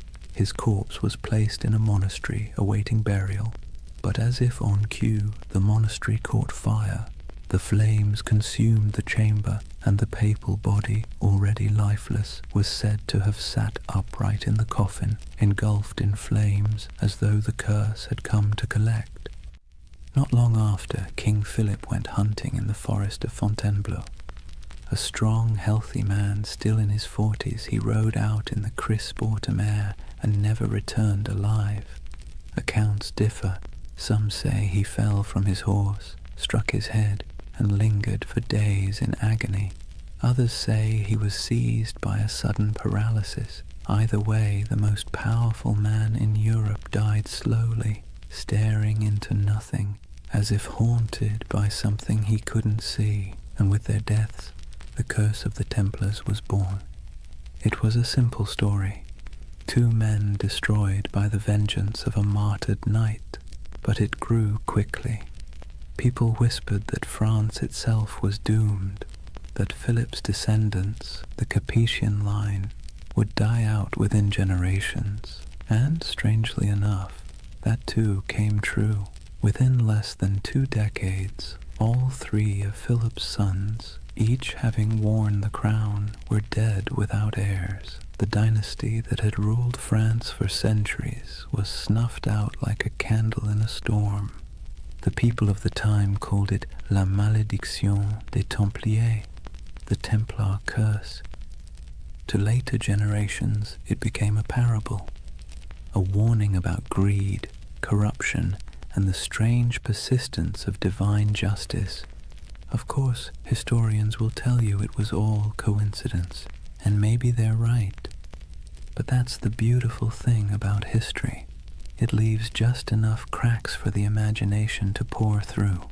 When you close your eyes and think of those final days, it's not hard to believe that something larger was at work, a kind of cosmic balancing act, subtle and cruel. The Templars, who had built their order on discipline, loyalty, and faith, had been betrayed by those who claimed to uphold the same virtues. And perhaps, just perhaps, the universe took notice. Yet even as their bodies turned to ash, their legend began to breathe again. Within a generation, stories of the hidden treasure of the temple began to surface. Gold, relics, and ancient knowledge spirited away from France before the arrests. Ships loaded in secret at the port of La Rochelle, sailing west into the mist. Some claimed they vanished into Scotland, others into Portugal, and some said they crossed the ocean itself, centuries before Columbus, to lands unknown. The myth of the lost Templar fleet became the fuel for countless tales. Sailors swore that on stormy nights they'd seen ghost ships bearing red crosses on their sails, gliding silently across the waves.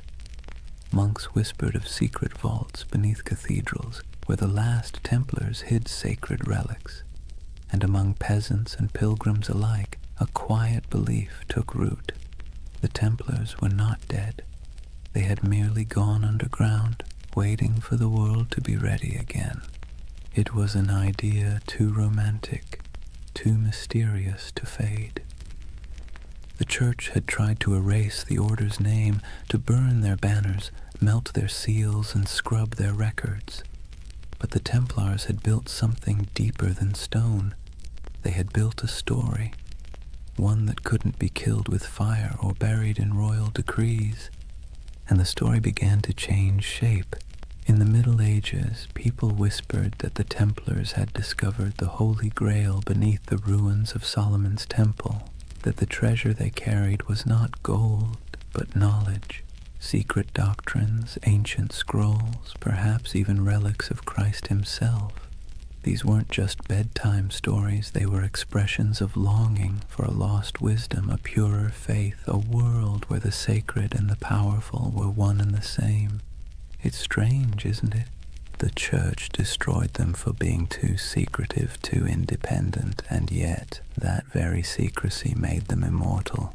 The less we knew, the more we wondered, and wonder, as every myth maker knows, is the soil in which legends grow. By the 14th century, the Templars were ghosts. By the 15th, they were saints of imagination.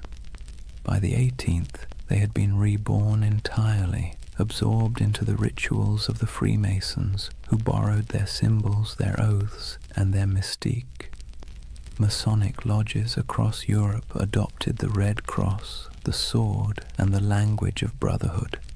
In their dimly lit halls, among candles and geometry, men in powdered wigs whispered oaths not unlike those once spoken in Jerusalem. And in those flickering moments, the Templars lived again, not as soldiers, but as symbols, symbols of resistance, of hidden knowledge, of purity lost and truth buried beneath the weight of time. Somewhere along the way, their story stopped being about history at all. It became about us, about our hunger for mystery, our suspicion of power, our desire to believe that somewhere in the forgotten corners of time, the pure and the brave are still watching. And that brings us back to that fateful Friday, the 13th of October, 1307, the day that superstition itself was born. Before that morning, Friday the 13th meant nothing. It was just a date. But after the Templars were seized, tried, and condemned, it became a symbol of betrayal and bad luck. The day the innocent were destroyed by the powerful. The day faith was tested and justice mocked. The day one of the most disciplined brotherhoods in human history was wiped out in a single breath. Centuries later, we still flinch at that date without remembering why. Maybe that's the real curse, not divine vengeance, but cultural memory, a faint echo of injustice that hums quietly beneath the surface of modern life. Every time the calendar aligns and Friday falls on the 13th, we pass through that echo. Most of us shrug it off, but somewhere deep in the collective mind, a voice whispers, "Be careful." It's the whisper of a fire crackling on an island in the Seine. The whisper of 9 knights kneeling in the dark, taking oaths no one else would ever hear. History loves to bury its ghosts, but ghosts, if nothing else, are patient, and so the legend of the Templars endures, not as a warning, not as dogma, but as a lullaby for the restless. A story that reminds us that even in corruption, there can be faith. Even in endings, there can be echoes. That the night, however dark, always remembers the shape of its stars.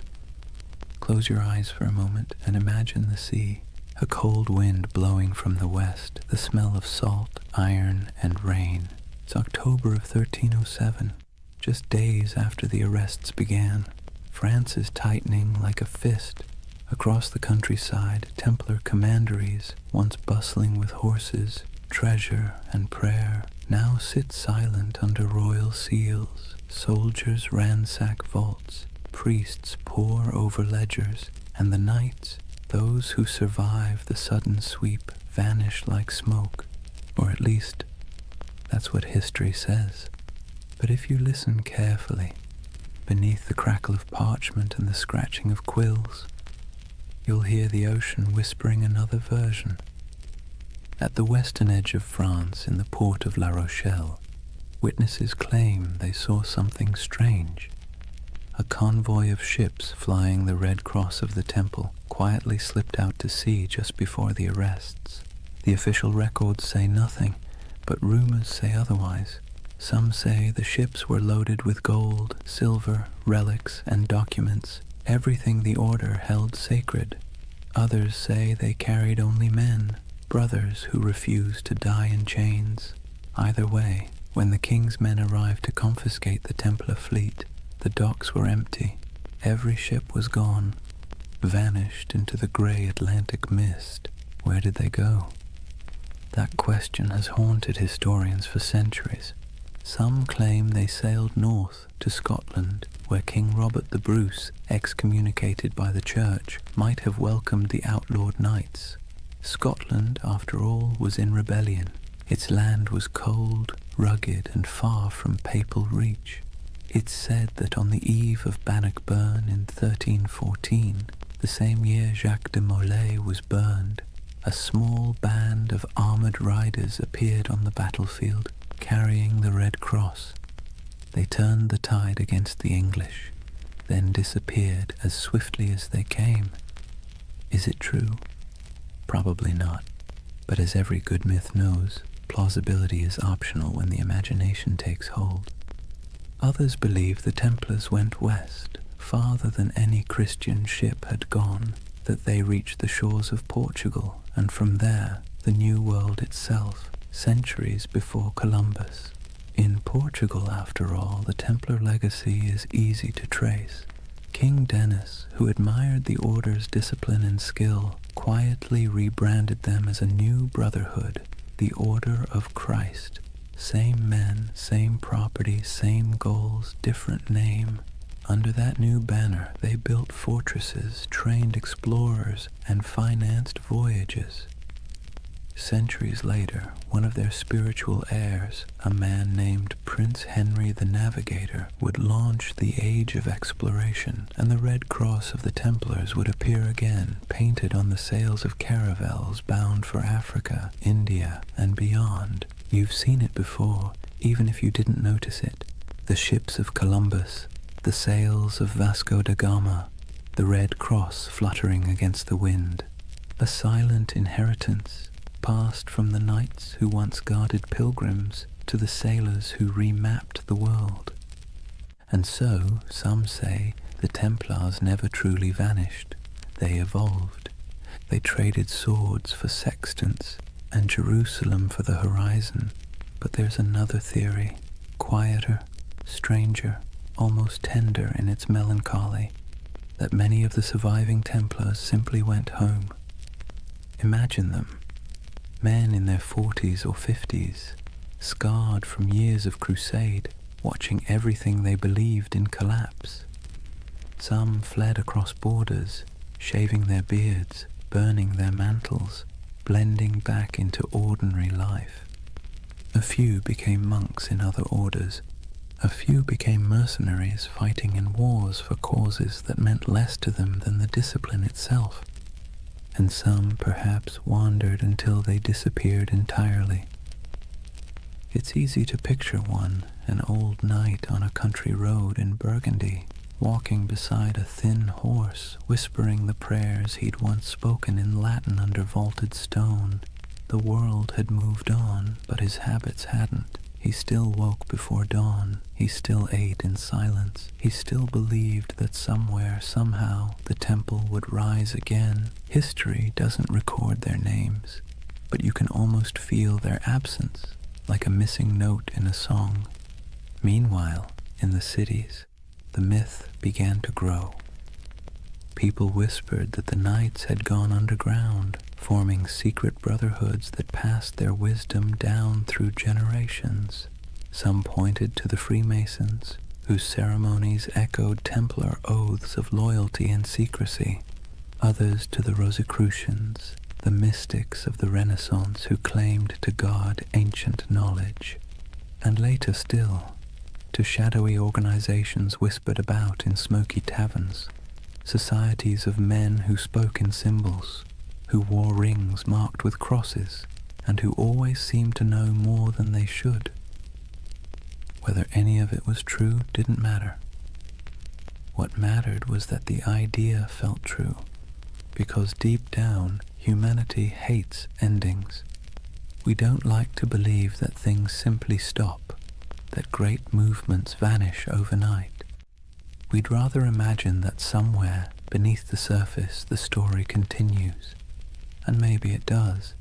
In Scotland, legends grew of hidden lodges beneath cathedrals, where descendants of the Templars met by candlelight. In Spain and Portugal, old families claimed to possess relics from the temple, swords, seals, and parchments that no historian could trace. And in France, the ghost stories began. Peasants said that on stormy nights they saw riders in white cloaks galloping through the woods near old commanderies, their torches flickering like stars, no hoofbeats, no voices, just the wind, the rain, and the sound of metal brushing against metal. The church called it superstition, but the peasants knew better. They said it was the Templars, still keeping watch. Centuries later, during the French Revolution, when mobs looted churches and burned archives, strange things were found. Stone carvings of Templar crosses hidden behind altars, letters sealed with wax bearing the order's symbol, and cryptic diagrams suggesting that not everything had been destroyed. Even Napoleon, the great skeptic, was rumored to have been fascinated by them. When he invaded Egypt in 1798, he brought with him not just soldiers, but scholars, engineers, and, oddly enough, men obsessed with the Templar myth. They saw the pyramids, the ruins of ancient Alexandria, and believed they were walking in the same footsteps as those mysterious knights who had once dug beneath Solomon's temple. It was as if every century rediscovered the Templars anew, each generation projecting its own dreams onto their ghost. For the Renaissance, they were seekers of hidden wisdom. For the Enlightenment, martyrs of superstition. For the modern age, symbols of rebellion against authority. And through it all, their image never changed. White cloaks, red crosses, silent resolve. The perfect blend of purity and menace. That's the strange paradox of the Knights Templar. They began as humble monks sworn to poverty and ended as eternal figures of power. They were meant to defend faith but became symbols of doubt.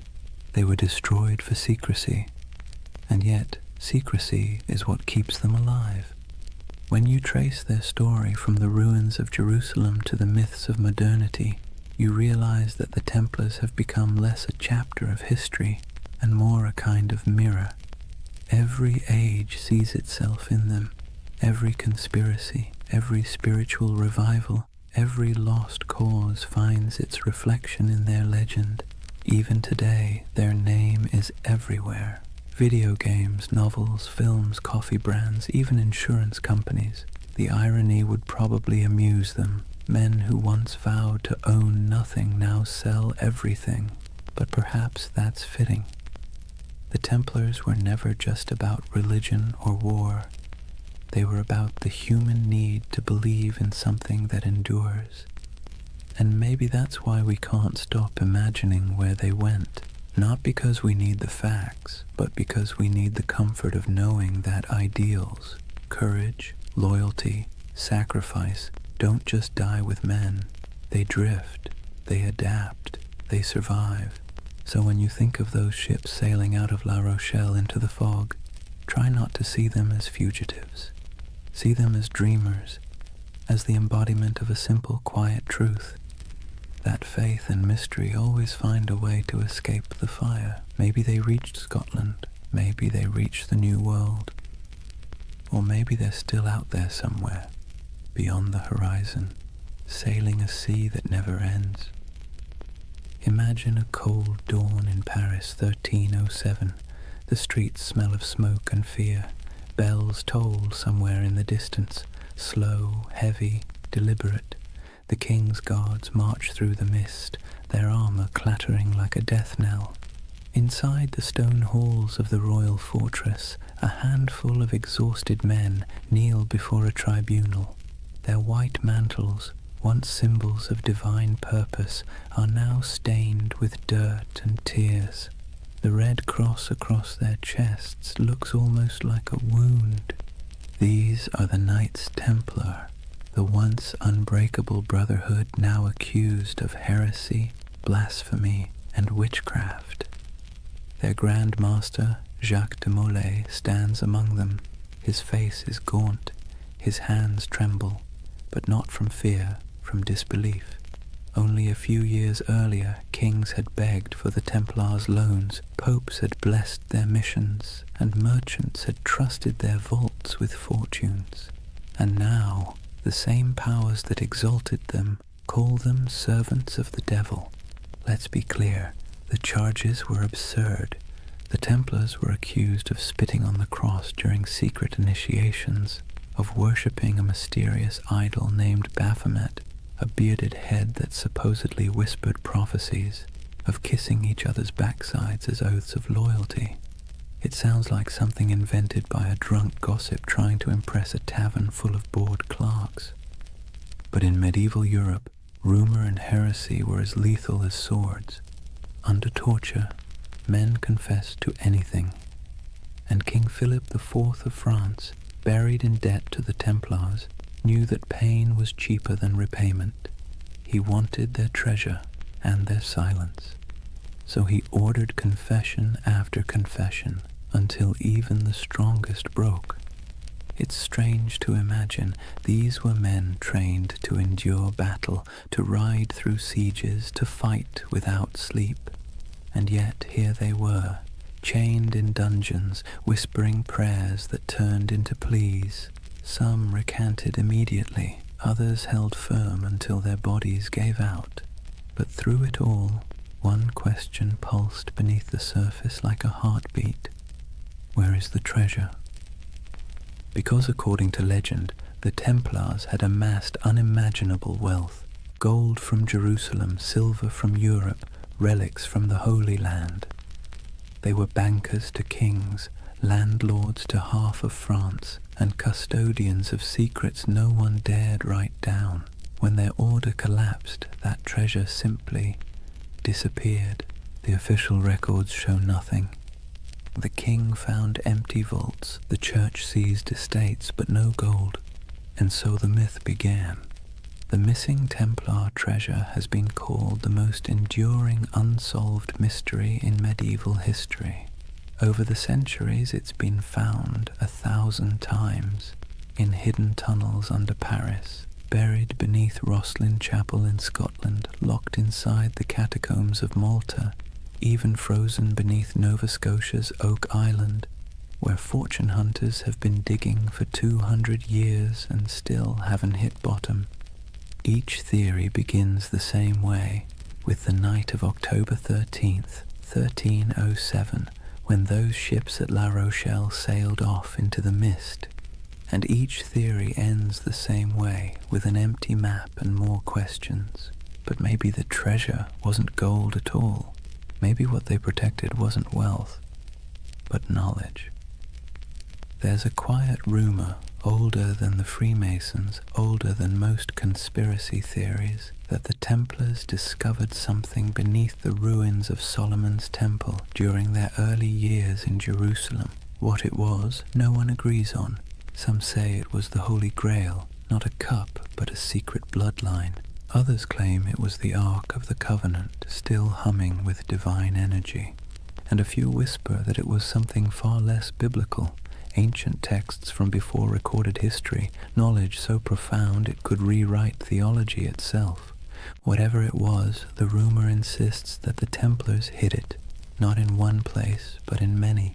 Fragments, scattered like seeds across Europe, buried under chapels, sealed in crypts, or disguised as relics. You can almost imagine it. Stone corridors lit by flickering torches, brothers moving in silence, passing relics wrapped in linen. No words spoken, no records written, only vows that what was found in the Holy Land must never be lost again. It's beautiful, isn't it? The idea that knowledge can be smuggled through time, that truth, like treasure, can survive corruption, fire, and forgetfulness.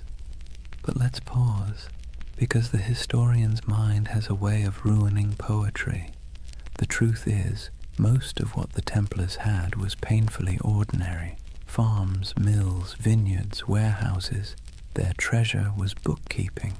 Still, the legend persists, because it speaks to something deeper, a yearning for meaning behind mystery. We want to believe that somewhere beneath the dust, something sacred still waits to be uncovered, and maybe, in a way, it does.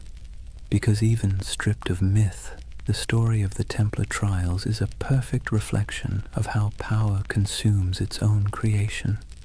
King Philip's campaign wasn't just about greed, it was about fear, the kind that festers when kings realize faith answers to no one. The Templars had grown too independent. Their wealth was international. Their loyalty was to God, not to any throne. They were an early version of globalization, efficient, disciplined, untaxed. They'd become everything monarchs hate, powerful, moral, and incorruptible. And so Philip did what tyrants always do when faced with something they can't control. He called it evil. By 1310, the trials had become theater. Dozens of knights were paraded through Paris to confess and repent before crowds. Some, desperate for mercy, repeated the false confessions they'd made under torture. Others refused, and for that they were burned. The flames were said to burn clean. No black smoke, only white. People whispered it was the Holy Spirit taking their souls. Others said it was the wind carrying away the last truth the church dared not hear. But one man's death would outlive them all. Jacques de Molay, the Grand Master. In 1314, after 7 years of imprisonment, he was led to a small island on the Seine. The executioner tied him to the stake as the king's men watched. When asked for a final confession, de Molay refused. He looked at the crowd and spoke instead to the heavens. He declared that both the king and the pope, Philip and Clement, would soon answer before God for what they had done. It was less a curse than a statement of cosmic bookkeeping, but it landed like a thunderclap. Within a year, both men were dead, and so legend turned to prophecy. The curse of Jacques de Molay was born. In taverns, people whispered that the Templars had struck back from beyond the grave, that the king's line was doomed, and when Philip's dynasty collapsed within a few generations, the myth grew stronger. History remembers it as coincidence, but myth doesn't care for coincidence. It prefers poetry, and in that poetry, the Templars became immortal. Their treasure, whatever it was, became eternal. Their curse became their revenge. You can see echoes of it everywhere, in novels about secret codes and grail quests, in stories of lost bloodlines and hidden orders, in the fascination that still surrounds their name. Because deep down, the story of the Templars isn't just about power or faith. It's about loss. The loss of certainty, of purity, of something once believed to be incorruptible. And perhaps that's why it still hums beneath our collective imagination, because when we stare into history long enough, we start to see ourselves. The way faith becomes ambition, ambition becomes greed, and greed becomes legend. So maybe the real Templar treasure isn't buried in stone or sealed in vaults. Maybe it's the myth itself, the part of human nature that refuses to stop believing, even when reason tells it to. The belief that something holy might still be hidden under all this noise and dust, that even in ruin there's a secret worth protecting, and somewhere, under moonlight or memory, a ship still drifts through fog, carrying not gold, but the weight of a promise, the promise that no truth ever really disappears. It just waits to be rediscovered. Picture this, the flames dying down on that island in the Seine, the crowd dispersing into the night, their faces glowing with the reflected orange of what they'd just witnessed. And above it all, the black smoke curling toward the spires of Paris, drifting into legend. Jacques de Molay was dead, but his curse, if you believe in such things, had already taken root. The chroniclers of the time, even the cautious ones, couldn't ignore what happened next. Within months, Pope Clement V was dead of illness. Within a year, King Philip IV was thrown from his horse and died suddenly. No heirs, no fortune, no redemption. It was as if the fire had leapt from de Molay's pyre into the royal bloodline itself. Whispered superstition turned to conviction. The Templars had called down divine justice.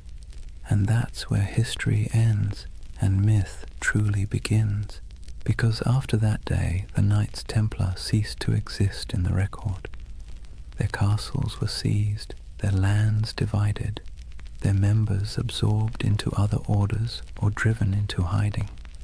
But their name, their symbol, only grew stronger. You can destroy a building, you can hang a man, but you can't kill an idea that has already become a myth. Let's be honest, the world loves a good mystery wrapped in moral ambiguity. The Templars were the perfect storm, part saint, part sinner, disciplined yet secretive, blessed yet cursed. And so, century after century, their shadow kept resurfacing in new disguises. In medieval Germany, people whispered that the Templars had gone underground, literally tunneling beneath mountains to guard their hidden treasure. In Scotland, they were said to have joined Robert the Bruce at the Battle of Bannockburn, their white mantles glowing like ghosts as they charged across the misty fields. In Portugal, they supposedly rebranded as the Order of Christ, quietly sailing under new banners as Europe's age of exploration began.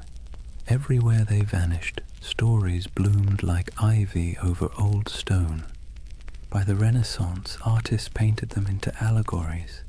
By the Enlightenment, philosophers invoked them as symbols of reason suppressed by superstition. By the 18th century, they'd re-emerged again, this time whispered to be the ancestors of the Freemasons, the supposed keepers of ancient wisdom and architects of secret societies that shaped revolutions and empires alike. No proof, of course, but when has lack of proof ever stopped a good story? And then came the 19th century, a perfect breeding ground for myth. Romantics were obsessed with lost causes, fallen knights, and tragic purity. The Templars became literary gold. Poets wrote of their courage, novelists embroidered their rituals, and painters gave them halos of melancholy light. They became a mirror for every generation's anxieties. The pure few against the corrupt many, the dream of spiritual order in a chaotic world. And that's the secret ingredient to their immortality. Each age reshapes them to fit its own fears and fantasies. For the Victorians, they were noble martyrs. For the mystics, guardians of sacred geometry and alchemical truth. For the modern internet, they're either ancient aliens or early bankers. The spectrum runs from the sublime to the ridiculous, and somehow the Knights Templar fit perfectly into both. But why? Why them and not some other crusading order lost to time? Maybe it's because they sit right on the fault line between faith and doubt. They were monks with swords, believers who killed, poor men who became rich, holy men who served kings. Their contradictions make them endlessly recyclable, adaptable to whatever mystery you want them to represent. And let's be clear, people love contradictions. They feel human, they feel possible. The Templars are not gods or demons. They're a reflection of how ambition twists faith, how purity curdles into power, and how power always inevitably invites its own destruction. It's almost poetic that they were accused of worshipping a severed head, because in a way, that's what their legend became, a body without a leader, kept alive by imagination, headless but somehow still breathing. Let's drift for a moment to one of those places still whispered about, Rosslyn Chapel, Scotland. Built in the 1400s, long after the Templars' supposed end, it's a riot of stone carvings, angels, vines, strange geometric knots, and figures that seem oddly ancient. In the quiet of that chapel, with dust in the sunlight and the faint echo of distant hymns, you can almost believe the stories, that beneath its floor lies a vault, and in that vault lies a secret, one so profound it could change everything we know about history. But then again, maybe it's just a crypt, maybe it's just stone and shadow, and maybe that's the point, that the real magic of the Templars isn't what they left behind, but what we keep searching for.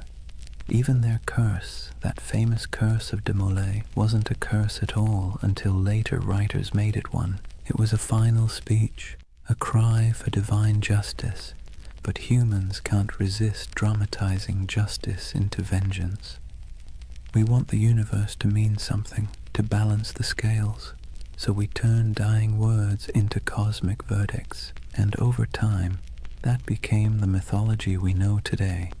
Friday the 13th, the day of the arrests, turned into a symbol of bad luck. Their crosses became icons of mystery. Their disappearance became proof of survival. It's all absurd, and yet strangely comforting, because buried within the fantasy is a wish that truth survives corruption, that goodness hides rather than dies, that somewhere there's still a secret order of noble souls keeping the flame alive in a world that's long gone dark. And who knows, maybe that's true, not in the literal sense, but in the sense that stories are secret orders. Each retelling keeps the memory alive. Each listener becomes an initiate, one more person who knows that once there were men who tried to turn faith into action and paid the price. So when you hear their name, the Knights Templar, maybe don't imagine treasure or curses or cryptic symbols. Imagine something quieter, a group of men kneeling under torchlight, making promises they could never keep but tried to anyway. Imagine their breath clouding in the cold air, their armor cold against their skin, their hearts probably as uncertain as yours or mine. And perhaps in that uncertainty lies their true immortality, because we don't remember them as saints or villains. We remember them as the dream that somewhere in the chaos of history, people once believed they could create something pure, something incorruptible, something worth dying for. And though their towers have fallen and their banners turned to dust, the idea still flickers in stone carvings, in folk tales, in the glow of every conspiracy theory forum at 3 a.m. The Templars endure not because they were flawless, but because they were human. And humans have always dreamed of perfection, even as we fall short of it. So when you finally close your eyes tonight, imagine the world they left behind. Imagine the quiet after the fire, the soft sound of waves against forgotten shores. Somewhere a candle burns low, somewhere an oath is whispered again, and somewhere in the deep rhythm of history the order still rides, not in armor but in memory, because the truth is, nothing truly holy ever dies. It simply changes shape and waits to be remembered. So now we reach the end, or rather, the echo. The story of the Knights Templar doesn't really end. It simply fades like candlelight in a long corridor, stretching further and further into shadow. If you've stayed with me through this entire journey, through crusades and curses, through deserts and dungeons, take a moment to notice the quiet. The world they built and the world they lost are both long gone, but the silence they left behind still hums with meaning. Imagine it, Europe asleep under frost, old cathedrals creaking with age, the moonlight brushing against statues of long-forgotten knights. In that stillness, you can almost hear them, The faint clink of armor, the whisper of prayer, the soft murmur of devotion and doubt braided together. Because that's what the Templars really were. Not gods, not monsters, just men standing at the fragile intersection between the sacred and the human. They tried to build heaven with earthly tools, swords, stone, oaths, and hope. And like everyone who's ever reached too high, they fell. But falling doesn't mean failure. It just means the dream became too heavy for the age that held it. History loves to paint the Templars as symbols of greed, of purity, of secrets, of sin. But perhaps they were simply mirrors, reflecting what every civilization fears most. That no matter how powerful we become, or how righteous we think we are, time will eventually unmake us, fold us back into silence. And yet, the beauty is that silence isn't nothing. It's the space where memory lives, it's where myths breathe, and it's where you, right now, can find peace. As you drift, think of how strange it is that the same stones that witnessed their vows now lie beneath traffic, beneath cities, beneath centuries of dust. But if you look closely, the pattern is still there, in church floor tiles, in the geometry of modern skylines, in the lingering idea that faith, when coupled with discipline, can move empires. Every age finds its Templars, not in armor, but in conviction, not guarding pilgrims, but guarding truth, or art, or compassion, or whatever fragile thing seems worth defending in their time. Maybe you've been one of them without realizing it, someone trying to build something pure in a world that doesn't always reward purity. So tonight, as the story fades, let the noise of history recede behind you. The clash of swords, the whispers of betrayal, the long sermons and louder silences.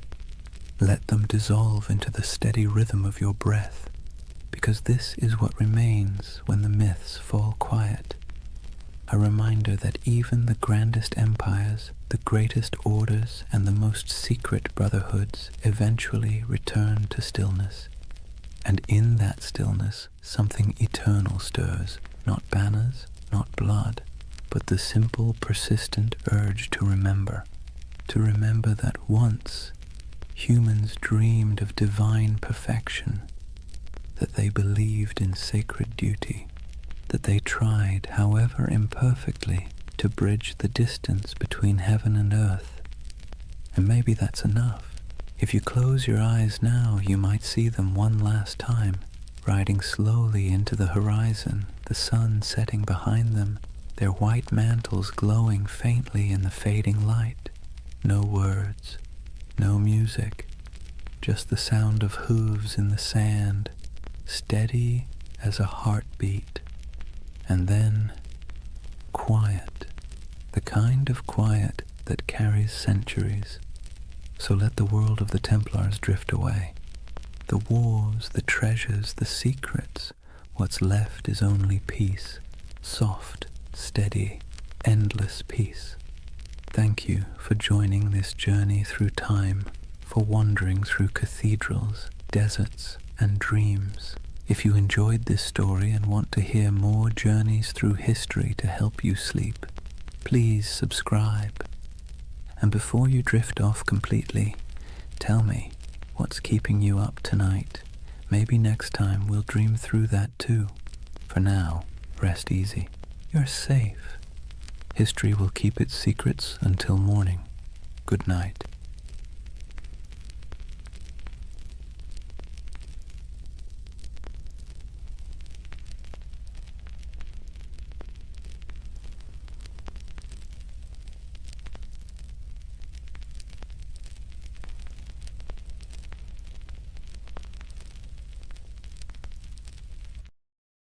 Hey guys, welcome back to the Sleep